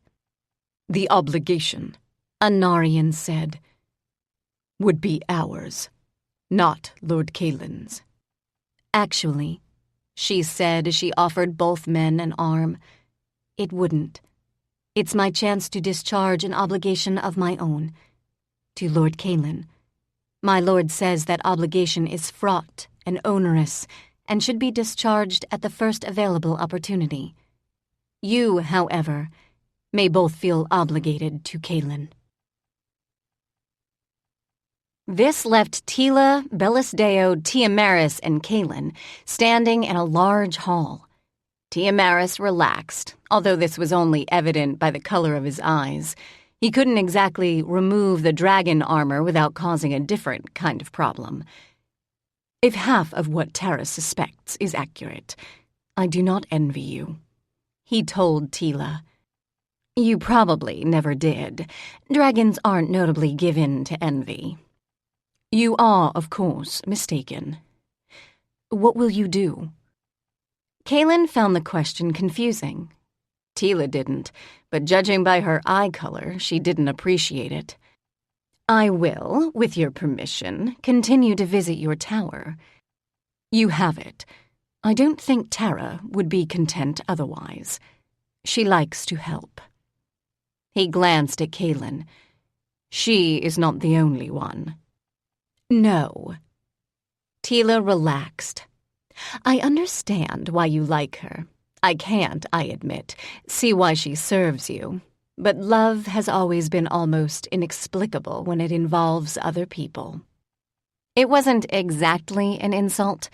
To Kaylin's surprise, given the gravity of Teela's tone, Tiamaris's eyes shaded into gold. I no better understand it than you, he replied. But I am more than content, Teela. I envy you, having acquired a long-dreamed-of goal. I find it unexpectedly dire. But she smiled as she said it. It is good to know that not all dreams are so fraught when they become reality. Oh, even these have been fraught. For one, there is far more to lose, he replied. His eyes were still gold. With the apparent change in atmosphere, Magaran felt it safe to approach them. At a distance, he looked like a young, earnest man. Up close, his size kind of swamped the sweetness of that expression. He wasn't wearing armor, and he wasn't carrying an obvious weapon, although at his size in this particular city, obvious weapons were probably overkill. Kaylin tried to imagine what it would be like to live in a city built for and populated by the Norinir. She failed. He bowed to her, the bow temporarily bringing them to almost the same height.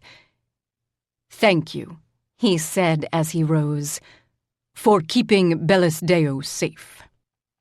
It wasn't me, Kaylin replied.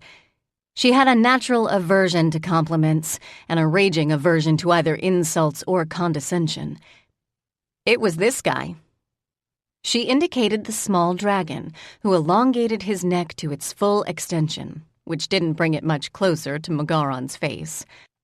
Magaran clearly had some difficulty accepting this at face value. The small dragon was the size of a bird. And when he spoke, and he did, he made pretty much the same noises. But Magaran was well-mannered enough not to snort or disagree. Instead, he changed the subject.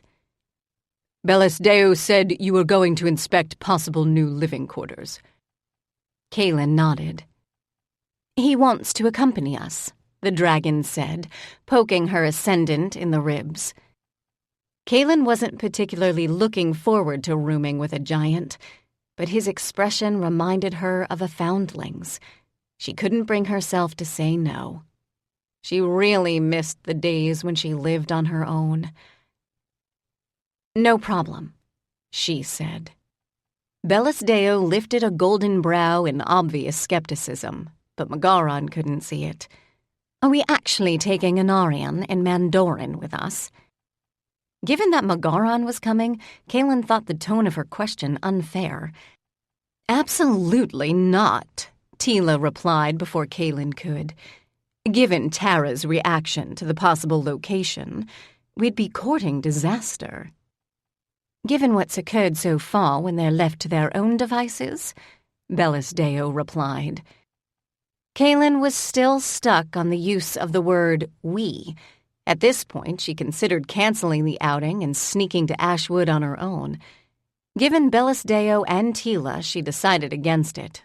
But it was close. Tiamaris, she said, turning to the dragon with the suspiciously golden eyes. Lord Kaylin? Bellis Deo snickered.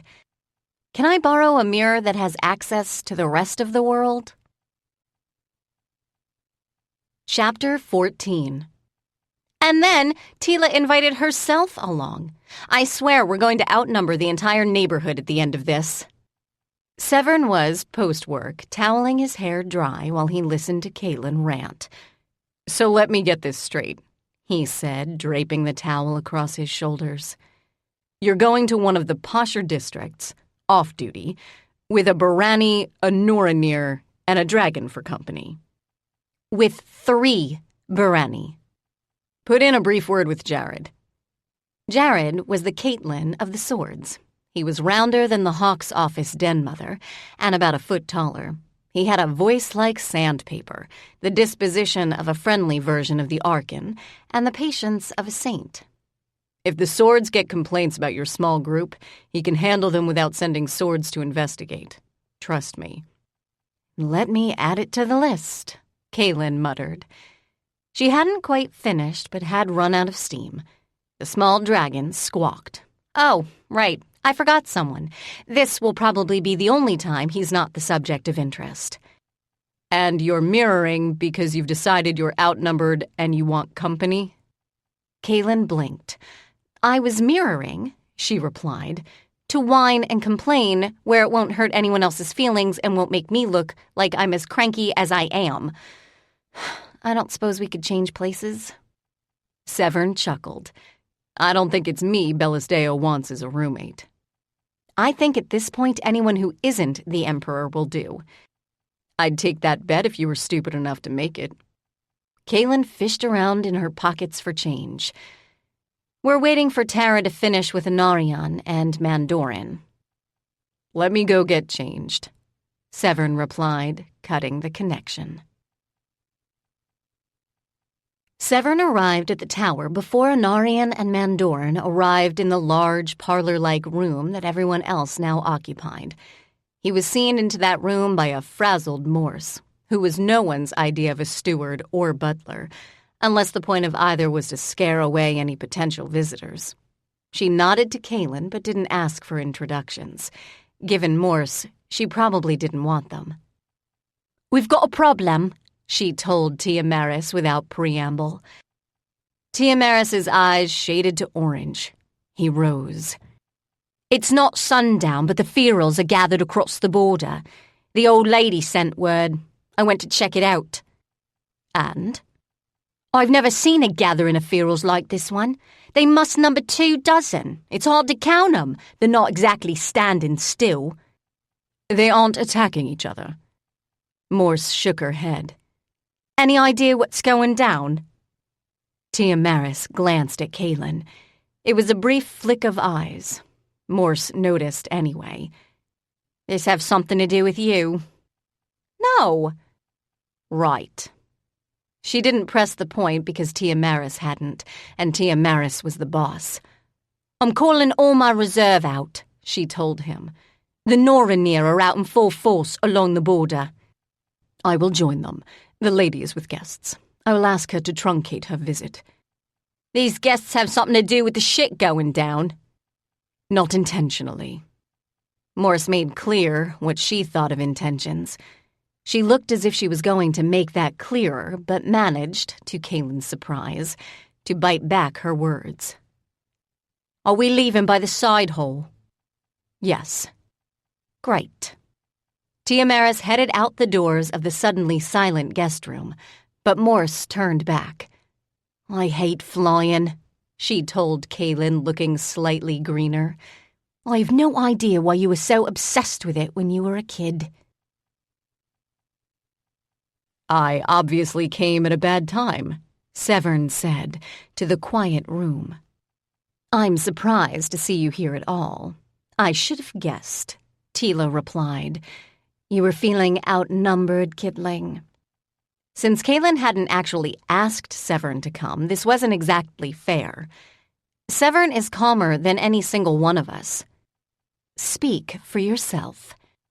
And I figured we'd need some calm, given none of the rest of us are contributing much of it. The small dragon squawked at Severn. Severn nodded in his direction. He didn't take a seat, which turned out to be smart. The doors didn't so much fly open as disappear. Tara stood in the frame. Her eyes were obsidian, but at this point, so was the rest of her skin. I do not think it wise, she told Kaylin, for either Anarian or Mandoran to travel with you tonight. Kaylin had difficulty finding her voice. Black wings rose in arches to either side of Tara's face. I have made some contingencies when they walk within Tiamaris. I will not be able to shield them while they move outside of it. Wherever else you allow them to wander, she added, speaking sharply to Teela. Do not allow them to traverse any other fief at all until they are better able to control their shouting. This would have been harsh no matter when it was said. Given that the two were actually standing just behind her, Kaylin almost felt sorry for them. But Tara didn't turn herself into battle gear just for ferals. Something else was up. I will see you out, Tara told her. And yes, you are correct. The ferals are not the only things that are moving on the edge of my borders. Should we stay? The obsidian version of the gentle gardener blinked. Unless you intend to remain behind these walls, no. It is best that you leave before the sun fully sets. Her voice softened. It is an emergency, yes, but it is one we can handle. I am not certain that your presence in the current situation will aid us. She turned to Anarian and added, Kaylin taught me that intent matters. I do not blame you for what has occurred. But I believe you are, however, unintentionally, the cause of it. And deliberate or no, in emergencies of this nature, people die. My people. She wasn't speaking of the towers. Nor did Anarian assume she was. He was ashen for a Barani. So was Mandoran. Kaylin had never seen either of the two look so uncertain. I do not think it wise that you have the two accompany you this evening. Would it be wiser to leave them on their own? Tara was silent for a beat. I cannot say. But that is not now my problem. Her dark, stone lips moved in something that resembled a smile. I am happy to have met you both. Accept my apologies for our poor hospitality. Mandoran's jaw dropped. Anarian's didn't, but neither of them had the implacable neutrality of Teela. Come on, Kaylin said, moving toward the now doorless frame. We're leaving. She paused in the door and then impulsively hugged Tara, who felt as much like stone as she looked. Being hugged in return by stone wasn't entirely comfortable. Or it shouldn't have been. No one spoke a word for 4 city blocks.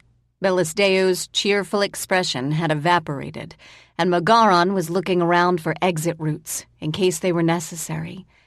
Kaylin recognized the look because it often haunted her own expression.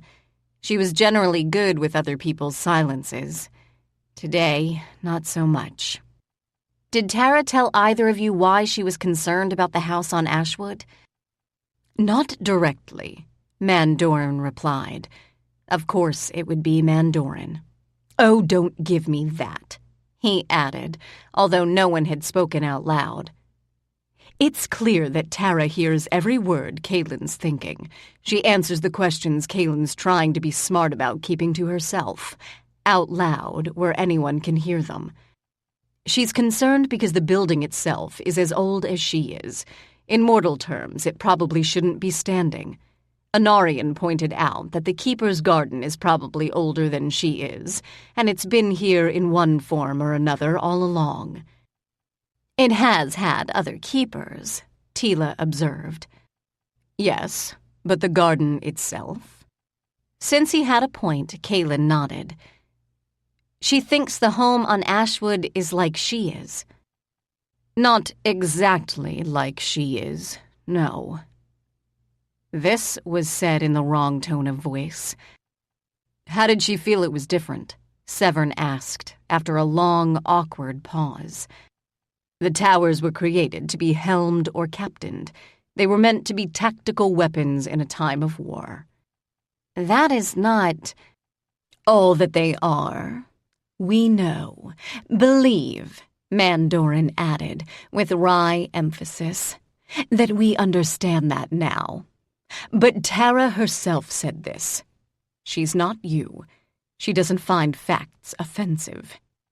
Because she understands they're selective. When she says it, she's not assuming that's all that can be said about herself. Kittling! Kaylin shut her mouth.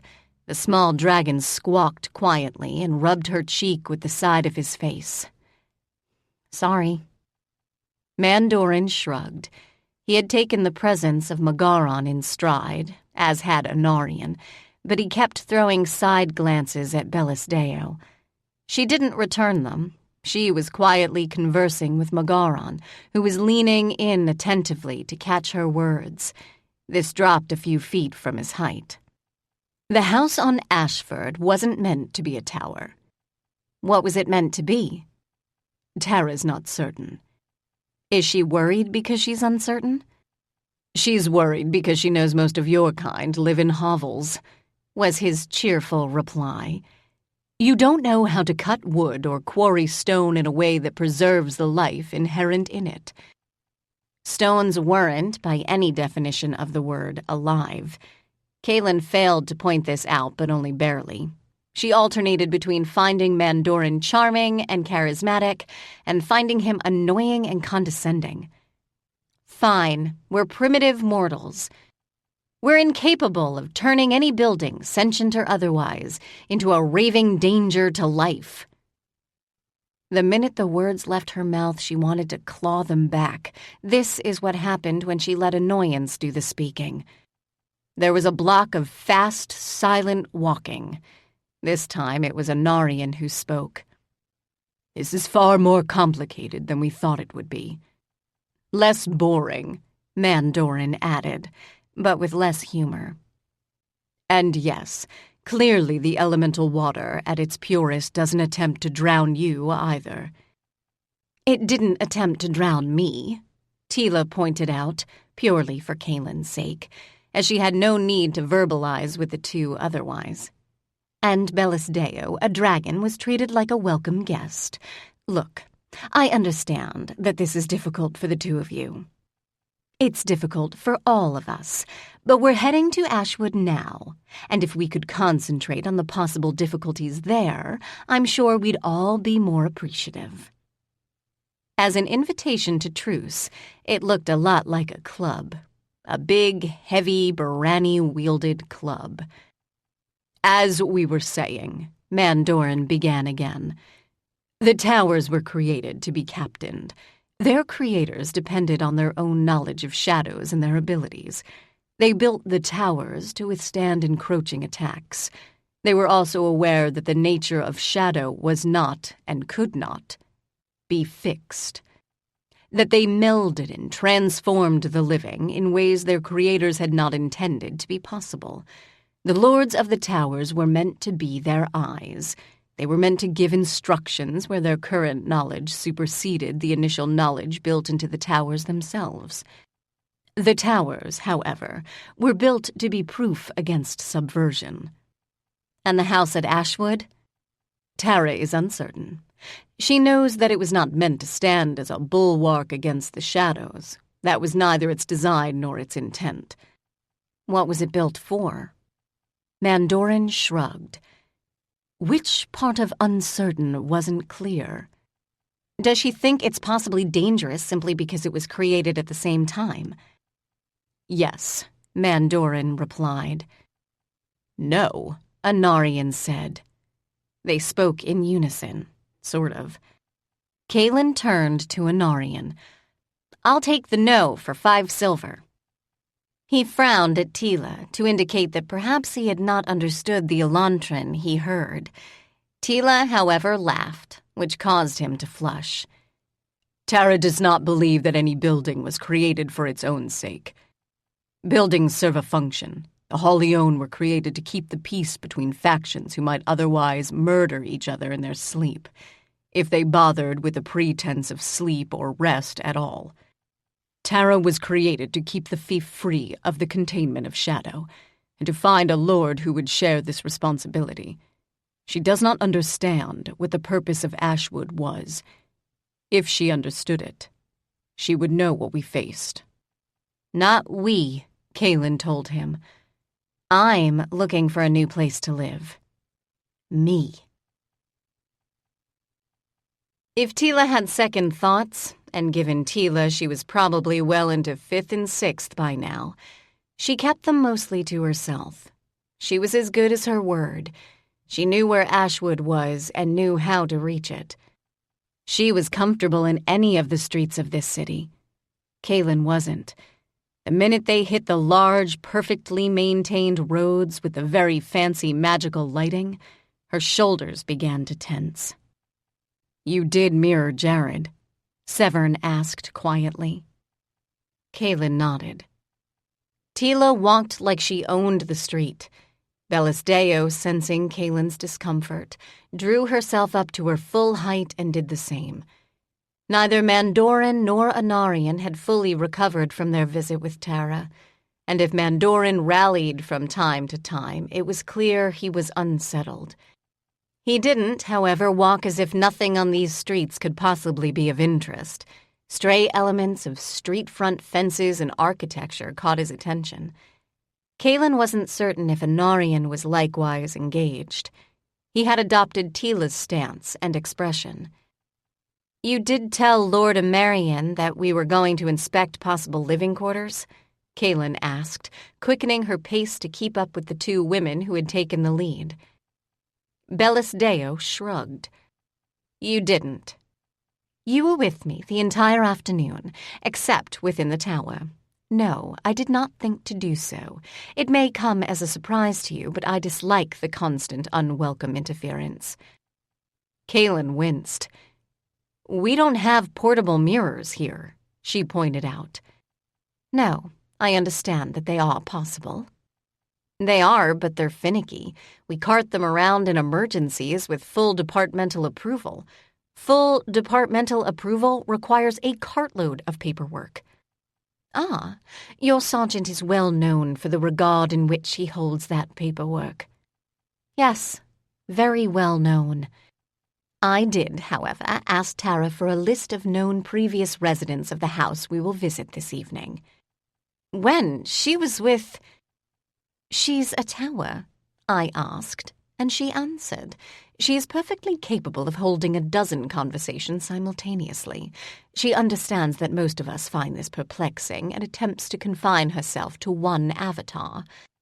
She does not, however, do so because she lacks the ability to be in many places at once. I know you're fond of her. Bellisdeo added, her voice gentling. I even understand why. What I didn't entirely understand was that she is just as fond of you. If you asked her, she would allow you to move in before you'd finished making the request. She doesn't have door wards anywhere because she knows how much discomfort they cause you. She doesn't have multiple avatars, which would be more efficient for similar reasons. I feel this is unfair, Bellisdeo added. But she pointed out that you've never said anything. She intuits it because you are, to use an Elantran phrase, an open book. She doesn't want you to feel unhappy or uncomfortable when you visit her, because she's afraid you will visit even less than you do now." Kaylin said nothing. She felt guilty. She was effectively telling Tara to be less herself, in her own home. "I think I could get used to it," she said in a much quieter voice. "She shouldn't have to change herself because she's afraid of what I'll think. Why not? Isn't it what you yourself do?" Kaylin was at a momentary loss for words. Teela, being Teela, filled the gap. "She has you there, kidling. You spend an inordinate amount of time thinking about the opinions of other people as they relate to yourself." "I don't." "You do. You dislike old, judgmental men. In the past, you made yourself so obnoxious that they were bound to dislike you on principle. Why do you think you did that?" Kaylin said nothing. "Because then you'd be in control. You'd know what they judged and why. You've improved greatly over the past few years," Teela added. "You don't assume that every authority figure in the city will automatically assume you are an ignorant, venal wretch from the fiefs. What Tara does is vastly less offensive, but Tara makes no assumptions of the kind you did. She knows what you think. You hide nothing. You don't even try. She's aware that she caused you pain in the past, and she regrets it. She is determined never to make that mistake again." Kaylin said more nothing, as Teela glanced at Bellisdeo. "Were there any names on that list?"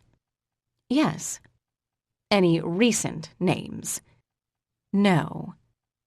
"How would Tara even have the early names?" Kaylin asked. "That," Bellisdeo said, "was the important point. Your imperial records are an echo of the communication and collective memory of structures such as Tara, the Holyone, and apparently places like Ashwood. Before you ask, the Keeper's Garden is not part of what Tara considered an array." "Did Tara know any of the previous occupants?" "Not personally, no." She glanced at Kaylin and then continued to watch the road. "What?" "It is nothing." "It's not nothing. What?" "It does not appear that you fully understand that Tara, like any sentient being who can speak and think, is fully capable of lying when it suits her purposes. You," she continued, "are an incompetent liar. This does not mean that you do not, from time to time, make that attempt. It's my suspicion that, were it not for the emergency on her borders, Tara would have asked Lord Tiamaris to accompany us." Kaylin wasn't of a mind to feel grateful for the type of emergency that Tara and Tiamaris now faced, but it was close. He would have, at this point, been more welcome than a Marian. "He's still a lord of the Dragon Court." "Yes, an independent lord of that court, with a fief that operates as a small separate country under his command." Bellisdeo exhaled heavily. "His existence, his continued existence, is possibly one of the only things that gives me hope for my own future." "You said you mirrored Jared?" Teela asked. "Yes." "Good. There's a rather unpleasant amount of activity at the various windows we're passing. He's probably cursing the existence of mirrors, at all, at the moment. Pick up the pace.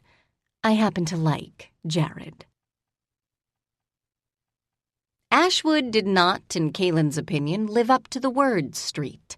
It appeared, as they made their final right, to sport no sign that declared its name in precise imperial lettering, for one. It was short for another. There were 2 manor homes, one to the right and one to the left, and they were very much in keeping with the general style of this neighborhood. The front doors were as far from actual pedestrians as it was possible to be while still facing the street. There were heavy, ornate fences, and there were gates. Very closed gates. There didn't appear to be gate houses, on the other hand. The road itself led to a third residence. It was also fenced in. It was gated. There were no other homes. "The one at the end is number 3? Kaylin asked their native guide. Teela nodded. "It looks a lot like 1 and 2. Which says more about mortal vision than it does about either of the 3 manors. You're certain you're expected?" Kaylin stared at the back of Barani Head. Teela turned slowly. "I'm certain we're not. Given Tara's concerns, if I'd known that Tara had some sort of connection with Ashwood, I'd have asked to use her mirror. Evanton said the owner of this house is off the mirror network. The owner of the house, Bellis Deo added, is off the tower network, if such a thing exists, as well. Tara has no ability to communicate with the building here. But she did in the past. Yes. Did she tell you how or why that changed? No, I did, however, ask. Bellis Deo now approached the front gate. She was concerned. You are important to her.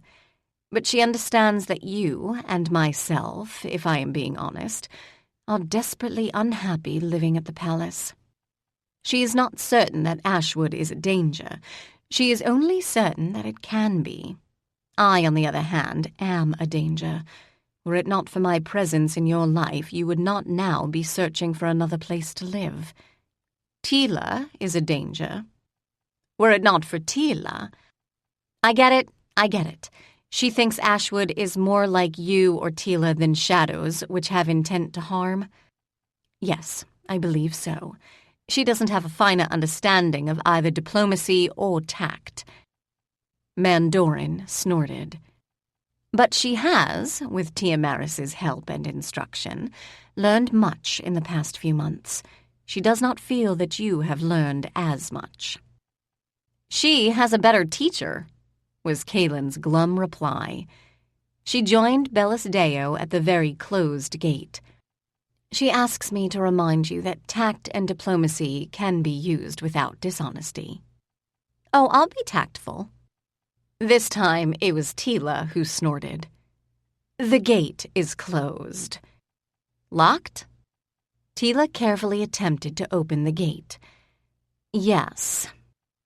And there doesn't seem to be a gatekeeper, Bellis Deo added. Which meant Jared was getting a faceful of concerned citizenry for no reason. Kaylin muttered a few choice Leontine phrases, shoulders sagging. Tact, remember? Teela chuckled. It's not like anyone's listening. Tact is the thing you use when people can actually hear you. She reached out, grabbed a bar, and rattled the very, very solid gate. I feel like I'm in jail, she said to no one in particular. It had been a damned long day. No one was more surprised than Kaylin at the sharp sound of metallic click.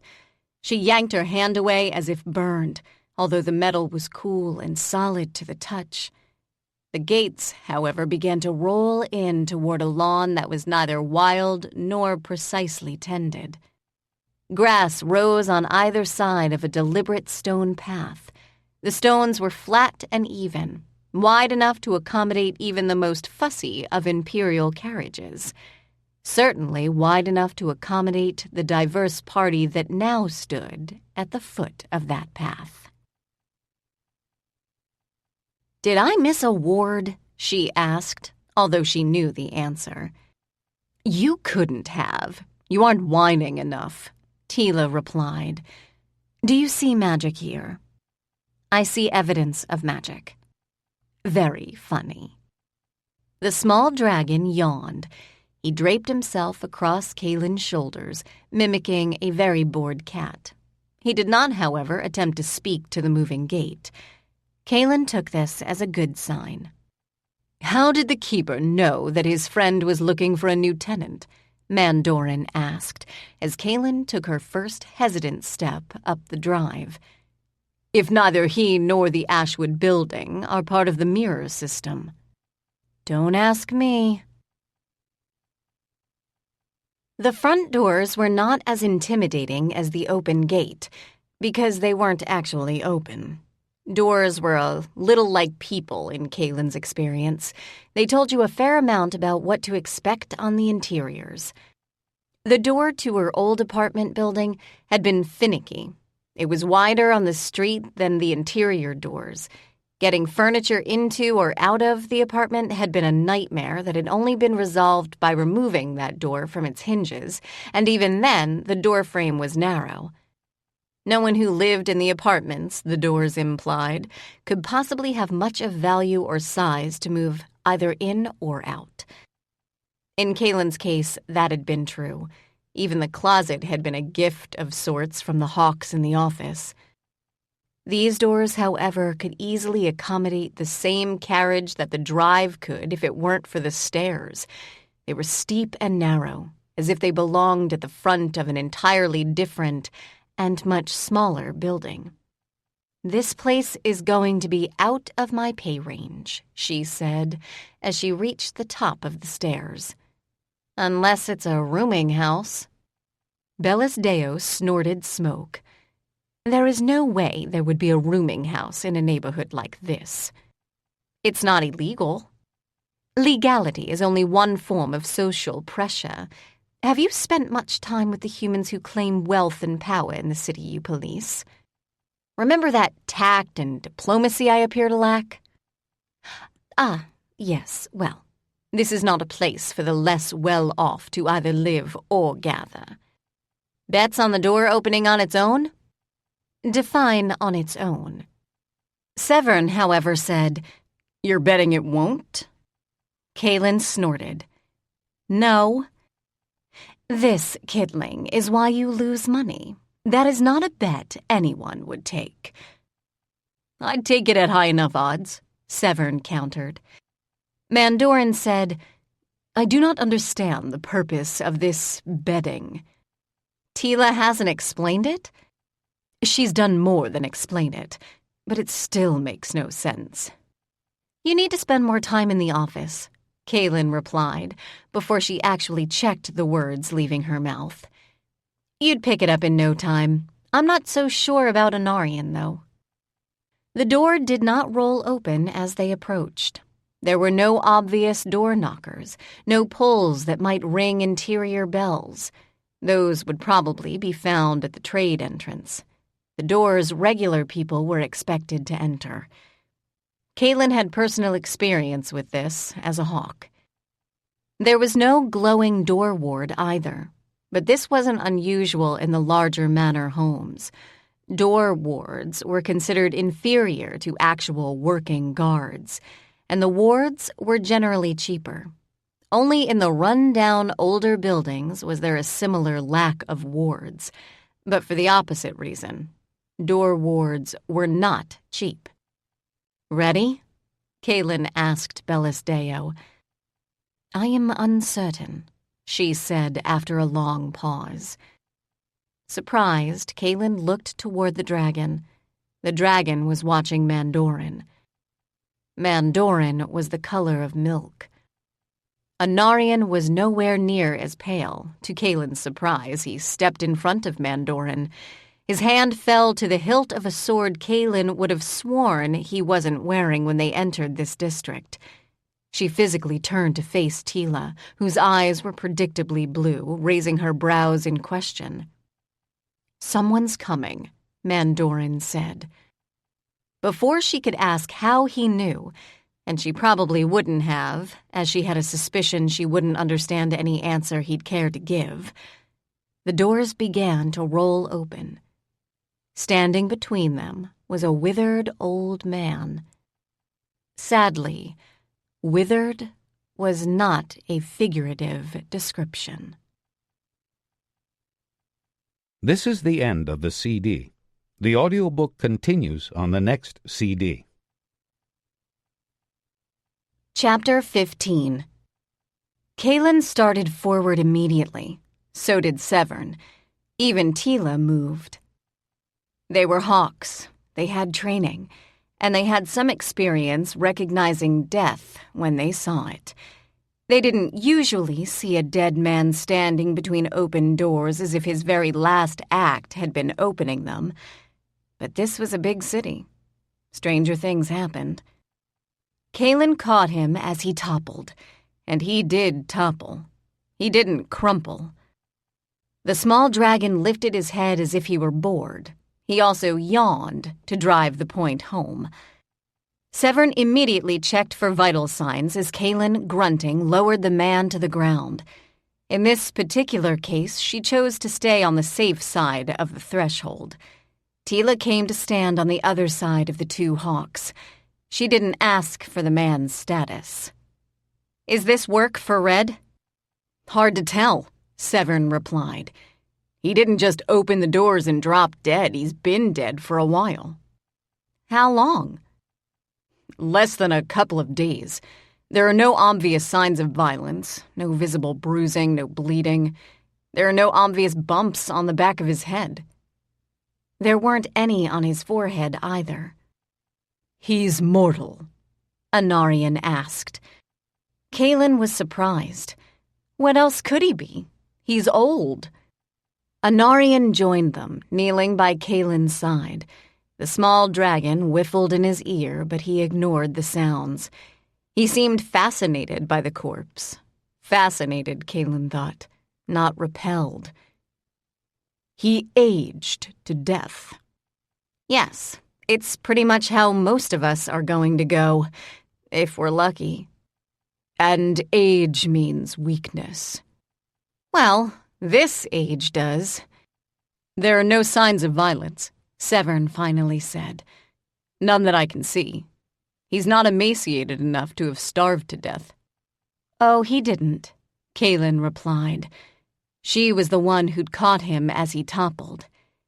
He certainly couldn't have been poor given where he was living, and his clothing is a little on the odd side, but it's not cheap. You are certain? Bellis Deo asked, keeping a respectful distance from the hawks at work. He lived here. Well, he either lived here or he wandered in through the trade entrance and died on the way out. There's no sign of struggle. There's no sign of anything obviously wrong. To know more, we'd have to send him to Red. Before Bellis Deo could ask, Kaylin said, Red doesn't examine every corpse in this city. He barely has the resources to examine the bodies that are obviously murder victims. We can't just leave him here. No, we probably can't. Kaylin rose. But we're short a wagon or a carriage, and even if we did have one, we'd have no destination. She grimaced and added, I hope this wasn't the landlord. Her expression softened. And I hope he didn't die alone. No, of course not, a new voice said. They looked up. The light on the interior of the manse was bright and even.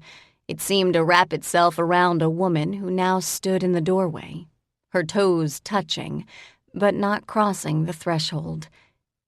He hoped, she added softly, to be able to meet the new residents.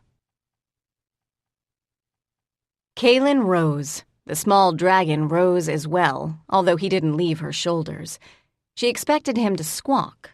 He was silent. His wings were high, but he hadn't yet extended them. Did you know him? Yes. Do you know if he has family in the city? Kaylin blinked. They had examined the body in the light from the foyer, but the light, at the time, hadn't been so harsh. She couldn't clearly see the speaker's face. She could see her height and the shadowed outline of her body. Her voice was strong and clear, but it didn't imply youth. No, he has no remaining family in the city. There is a plot of land at the back of the manor, a small, private graveyard. You're going to bury him here? The woman nodded. I would appreciate your help in this. I'm afraid that I am not quite up to the task of digging a grave these days. If someone had told Kaylin that she would be digging a grave in a rich person's bloody backyard under the moon's light, she would have laughed at them. Well, no, she would have made a bet. Sadly, she would have lost. There were shovels of varying widths in a small shed at the corner of what was indeed a private graveyard. The graves were adorned by markers, all stone. The prospective landlord had offered them lamps. The dragons and the Barani didn't require lamps, given moonlight. Severn and Kaylin did. The landlord had used a rich person's version of help. She wasn't the one lifting shovels or making the hole in the ground. She wouldn't be the one filling that hole either. "Do you think she can even leave the house?" Kaylin asked as she tossed dirt into a growing pile. "I note you didn't ask her," Teela replied. She tossed a larger amount of dirt into the same pile. "You don't think she can?" "No." "Do you suspect she's responsible for the man's death?" "Did she?" Kaylin shook her head. "No, I think she genuinely cares that he's laid to rest here. I think she was waiting or hoping that someone would stop by who could operate outside of the manor. That just happened to be us." Magaran was using a shovel that looked in his giant hands like a spade. If they finished this job inside of an hour, it would be because he was helping. On the other hand, his first suggestion had been instant cremation. Kaylin explained that instant required magical aid, which they didn't happen to have on hand, and his brow had creased. Multiple times. Bellisdeo's chuckle made clear why. "It doesn't require magic at all. I could breathe on the corpse. You still aren't used to being surrounded by dragons, are you?" She exhaled a small cloud of smoke to make a point. "I don't think that's a good idea," was Kaylin's uneasy reply. "Of course you don't," Teela said. "It's the practical solution." Magaran, having been raised and trained in a world where corpses could be utilized by shadows to the great detriment of the living, would have argued. Bellisdeo shook her head, and he subsided. He did, on the other hand, insist on a pit that was at least 12 feet deep. Bellisdeo nixed that as well. And so they dug a grave for an old dead stranger. Kaylin thought the landlord looked on from one of the windows at the back of the house, but those windows, when she glanced at them, remained stubbornly empty. The Barani and the dragons felt that something ceremonial should be said once the corpse had been placed with surprising care in the open grave. Kaylin thought this was a waste of time and was forced to say as much when they deferred to the two mortals present. "He's dead. The dead don't care. We don't know him, and the only person who did isn't actually here." When this was met with silence, she added, "We mostly threw corpses into the Ob Lane in the fiefs, or we left them out in the streets overnight." Everyone looked appalled, which Kaylin found grating. "If you have something you want said, you can say it. I've got nothing. We're not leaving him to rot. We're not leaving him as food for the ferals so that they might, just might, not add to the body count before morning. We're not dumping him in the river. Which is illegal, as you well know. I know he didn't die alone. If we believe the landlord, he didn't die in pain. He was healthy until he died. He wasn't hungry. He wasn't cold, wet, or in need of shelter. For many of the people who grew up where I did, he was already blessed." Silence. Kaylin attempted not to feel resentful, but that left her feeling guilty. She'd spent a couple of days in the company of immortals. She knew they had their own problems and their own crises, and she could usually empathize because when it came down to it, she did feel for them. They were her friends. But they weren't like her. They never had been. The similarities didn't erase the differences. She closed her eyes, exhaled, and said, "Sorry." It was true. The differences would always be there. But Severn had lived the life she'd lived, and Severn wasn't snapping and snarling. "Why did you agree to bury him?" Teela asked. Magaran was busy putting away the shovels, which given his size proved difficult. The shed was not large. Because she wanted us to bury him. He's dead. He doesn't care. But she's not, and she does. "Are you certain?" Yes, no, yes. No one asked her to make up her mind. Teela, however, slid an arm around her shoulder. "Let's head back, then. If the landlord wants to say a few words, she can say them in private. I think she's waiting for us." When they once again climbed the narrow stairs, the doors were still open. Kaylin glanced up to the height of the foyer, expecting to see a chandelier, or four. There wasn't one. The foyer itself was not quite palatial. The ceiling was high, and the floors, marble, caught and reflected light. There were doors that faced the front doors, and smaller doors to the right and left. There were also staircases, and these were wide, that curved from a recessed second story on both the right and the left. They wound their way down, pointing to the foyer's center. What there wasn't, anywhere in sight, was the landlord. "Hello?" Kaylin said, squinting slightly as her eyes adjusted to the difference in ambient light. "Hello?" She could swear her voice echoed. She glanced at Teela, who shook her head. She then turned to Mandorin.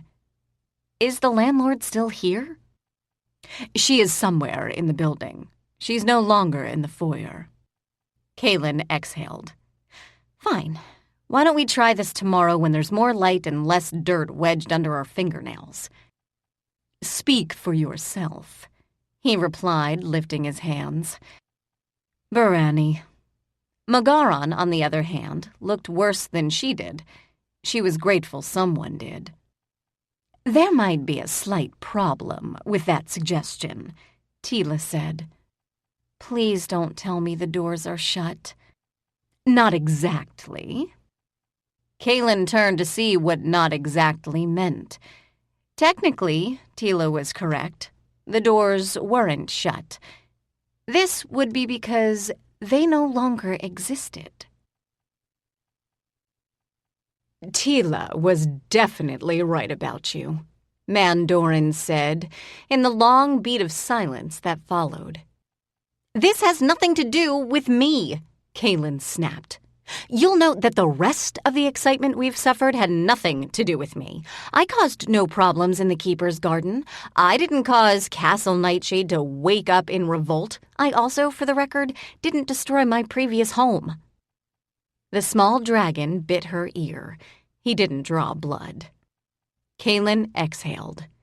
"And I know you didn't mean to cause trouble either. I'm sorry. I would like, just once, for things to work out the normal way." "What is normal?"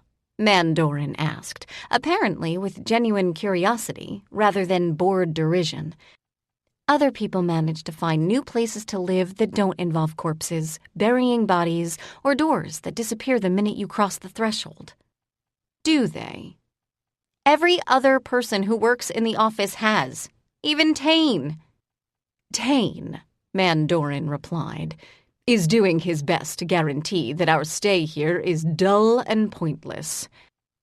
Teela cleared her throat, loudly.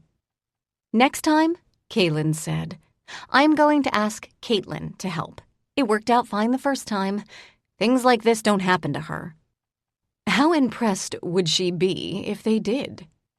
"They wouldn't." "How would you feel if you got her involved in something like this?" "You win," Kaylin said. "And yes, I'm whining." "And it's not attractive." "Neither are dirty fingernails." "Yes, okay, the whining is worse. Just give me a sec." She removed the stick from her hair, shook it out, and put it back up again. Looking at her reflection in the reflective, smooth flooring, she said, This is why I need a place of my own. I want my own home."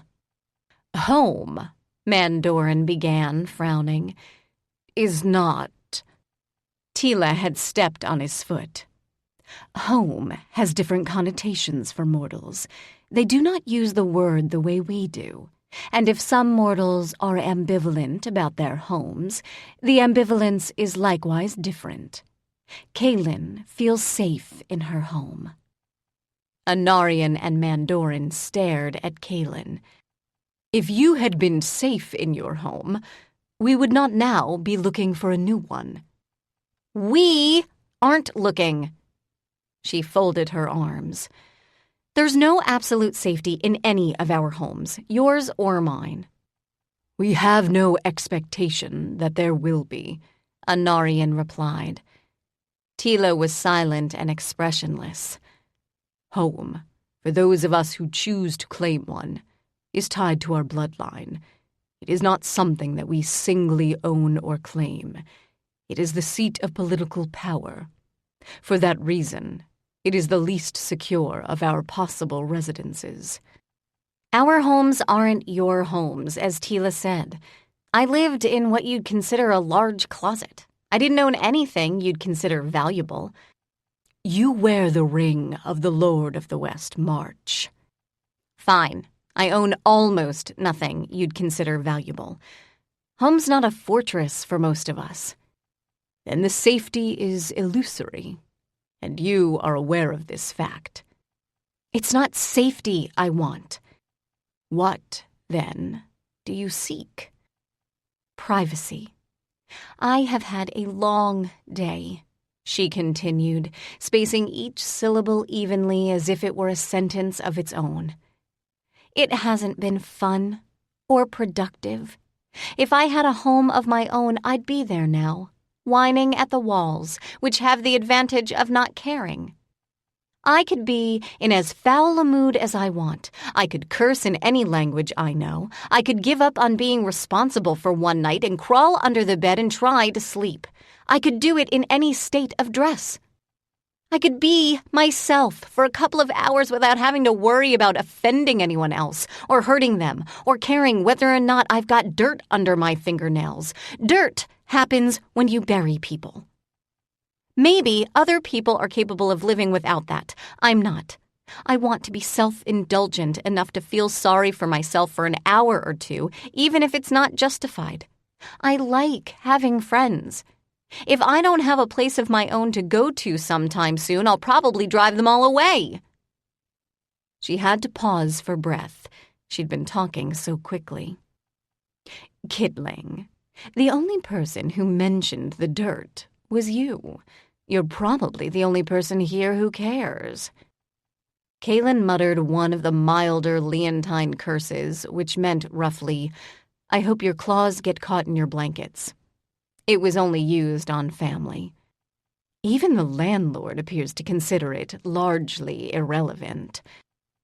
"I'd like to know what the landlord considers relevant," Kaylin replied. She considered the words only after they'd left her mouth. Actually, I'll take that back. Not only was she dirty, she was achy. Digging graves at the tail end of a stressful day did that.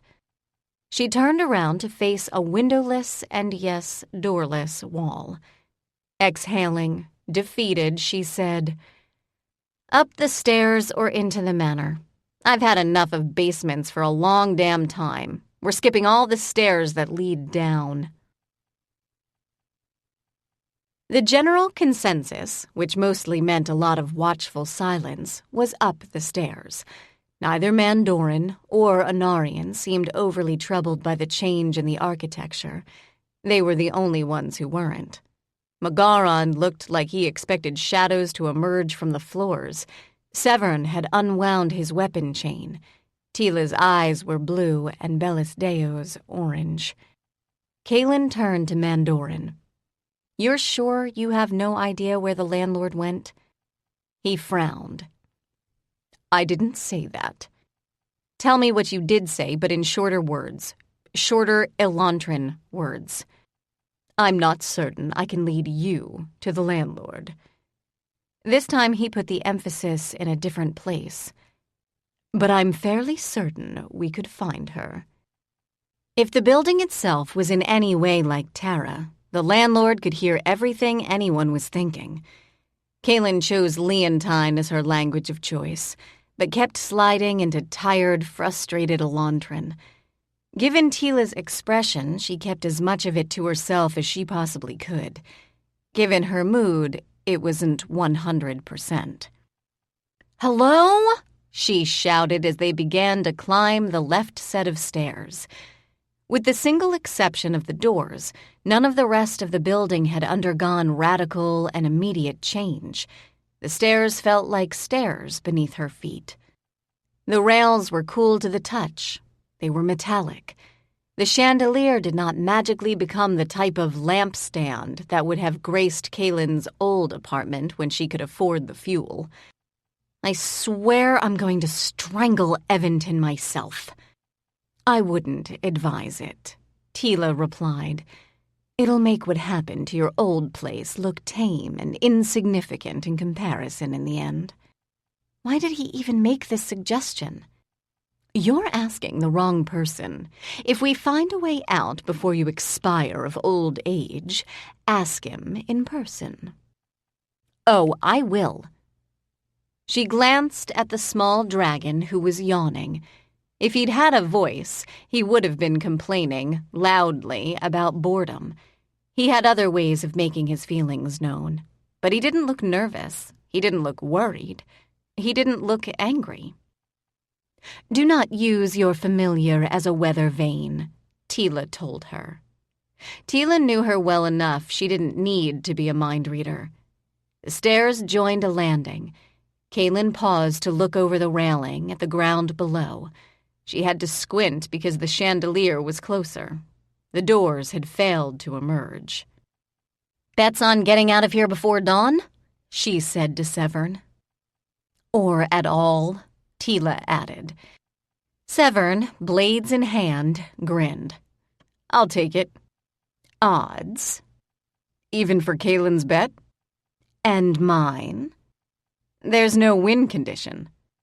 "Fine. Make it before the mortals perish." Severn chuckled. "You won't be able to collect." "Oh, that's a nice weapon you have there." Severn's answering smile was slow and deep. "I'd like to see you try to pick it up." All three of the Barani laughed out loud. A golden dragon brow arched. "The weapon was originally meant for Barani use?" Teela chuckled. "It was, or rather every wielder prior to Corporal Handred was one of my people. Weapons, however, are like friends or lovers. They form attachments that objective observers cannot predict, and they reject attachments that seem, to all outsiders, to be the most advantageous." "And if you attempted to wield the weapon?" "Now? If I were lucky, I would have a burned and blistered hand." "Lucky?" Bellisdeo asked. "Or powerful enough?" "Both. I have been accused of many things. Stupidity is not among them." "Not anymore," Mandorin murmured. "If we find this landlord, do you want anything other than escape at this point?" The obvious smart answer was no. For some reason, it wouldn't leave her mouth. The small dragon butted her cheek with the top of its head. "That's not a no," Mandorin said. "It should be," she replied, finally turning to face the hall beyond the balcony. "But—" She shook her head. "Share," he said, grinning. "I don't enjoy finding corpses, and I definitely don't enjoy digging graves for them, but it seemed clear to me that the landlord cared for her former tenant and cared about what happened to his body. My guess is that she doesn't just kidnap new tenants off the street. I don't think the manor is a prison. Well, not usually." "Based on what evidence?" Kaylin shrugged. "It's entirely possible her tenant was only allowed to leave because he was dead." When Kaylin failed to answer, Mandorin looked like he wanted to pull his perfect hair out by the roots. He was frustrated. I told Teela I wanted to give you my name, and she nearly bit my head off. But this way of conversing is tiring. Kaylin was appalled, and she wasn't even Barani. You do not go around giving out your true name because you find speech tiring. Add a few colorful phrases, quadruple the length, and you have Teela's speech. You're certain your eyes can't change color? Yes. Other mortals have normal eyes. He glared at Teela. What? It's true. Leontines, Aryans. I haven't met the other races, but I'm told they all have normal eyes. She's not offended. And do you know that how? She's not exactly reticent, Teela. I'm not sure why I'm not supposed to ask about the differences. They're there, and she understands them better than I do. It's not her job to explain herself to you. It is if she wants me to understand her. Bellis Deo had sidled up to Kaylin. Should I have Magaron throw him over the rails? No, I don't think Magaron's guaranteed to succeed, and I think Teela would take it badly. She wouldn't, Teela said. Kaylin exhaled, again. She didn't remember inhaling. Leave it, Teela. Why? Because I asked you similar questions when I first joined the Hawks, and you answered them. Were you offended at the time? No, mostly amused. A little surprised, but mostly amused. You don't look particularly amused. I've had a crappy day. If I were in a better mood, I wouldn't mind being talked about as if I were a really clever pet. Bellis Deo snorted. You're never going to be in a mood that good. I was the official mascot for the Hawks for a number of years, and I survived. I even liked the Hawks enough to want to become one. Mascot. Don't ask. We might as well look for the landlord. I kind of feel like this is a game of hide-and-seek. Are you any good at seeking? No, I suck at hiding, too, if that helps. There were doors on either side of the hall, 3 each. They were not as tall as the doors that opened into the foyer, but they couldn't be, at least not from this side. The ceilings were a normal variety of high. The hall was well lit. Too well lit. It implied sunlight with no obvious windows to let it through. The doors were rectangular in shape, which pretty much described doors throughout the city, with a few notable exceptions. But these doors had carvings as ornamentation. They looked like very rough impressions of people at first glance. They reminded her of the mud figures Marin's children made, but with a lot less dirt. They were, however, part of the door itself.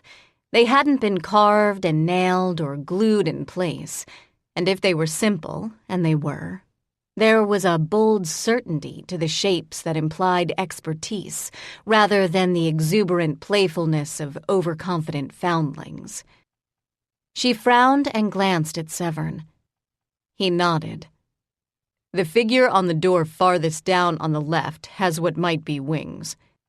And on the far right, Teela added, I think I can make out the hint of pointy ears. These are more like silhouettes given solid shape than actual carvings. Are we meant to enter the door appropriate for our race? Bellis Deo asked. She didn't sound particularly pleased by the prospect. Kaylin wasn't either. If the body of the previous tenant hadn't been obviously mortal, she'd do what? Storm out of the manor in a huff? I think this is supposed to be us, Mandorin pointed out. He'd stopped at the first door on the right, in front of the raised outline of someone tall and slender. There were no distinguishing physical characteristics in silhouette, because hair was apparently not included. Kaylin had never seen a bald Barani. You can open it if you want, she told Mandorin. Teela cleared her throat. Fine. Kaylin crossed the hall and reached for the large brass handle that would, in a normal building, be used to open the door. I'll open it. The small dragon yawned and stretched a wing across Kaylin's face. He didn't leave it in front of her eyes, so he didn't mean for her to look through it. You could be a little more helpful. Yawn. Squawk. I believe he's attempting to tell you that there's nothing to fear, Mandorin suggested. He'd come to stand by Kaylin's side, his long, slender hands clasped loosely behind his back. You were joking about giving me your name, weren't you? She asked, as she depressed the upper part of the handle. No. Mandorin, you've already seen my name. His tone was uncharacteristically serious. You've carried it. You've spoken it. I haven't. You have. You've only spoken it once, but Kaylin, I heard you. Had I not heard your voice, I could not have come back. You already know my name. I don't. The door clicked. If I did, you could speak to me the way you speak to the rest of your kin. Yes, I cannot. I've tried. We have all tried. It's strange. We've discussed it, he added. Sidarius decided that you were not enough of a threat that we need be too concerned. She pushed the door open, fully aware of what the need for concern probably entailed, given they were all Barani. Teela added, was quite definitive on the subject. She paused as she looked through the open door, and the pause became silence. This was the Barani door? She asked, when no one stepped in to fill it. The only two distinct doors were the Leontine and the Aryan doors. There is also one that heavily implies Tha-Alani, Severn added. But yes, there is very little to differentiate the dragons, the Barani, and the humans. The differentiation appears to be on the interior, Teela told him, moving through the doorway so that Severn could see the room. And I would guess that this was, indeed, the Barani room. The interior reminded Kaylin almost instantly of the rooms in the high halls, or the interior of the Hall-Leon. The ceilings were high, but rounded at the corners. The floors were a warm, unstained wood. There were rugs, yes, but they didn't demand immediate attention. The plants did that. The door opened into a hall. It was small, but not narrow. There was no rug at the front to keep the usual bits of tracked-in dirt in one easy-to-clean place. But dirt avoided the Barani, as if it were smart enough not to piss them off. There was a mirror to the left of the open door. Trailing ivy grew around its frame, as if it were a window. Mandorin had frozen for a second in the doorway, which made it hard for anyone who wasn't preternaturally graceful to move past him. He shook himself and entered, pausing at the mirror to touch the frame and to rearrange some of the leaves. He was silent as he left the small hall for the room at the end of it. He passed the two open archways to either side. Kaylin glanced in. She wasn't surprised to see two very large, very spacious rooms. One was definitely a bath very like Teela's in the high halls. But even here there were flowers that floated on the surface of the water. But the room at the end, which in theory should have been a bedroom, wasn't. It was almost an enclosed balcony, and it opened to sun and breeze. It reminded Kaylin very much of the warden's perch, although she couldn't exactly say why. The floors were not branches.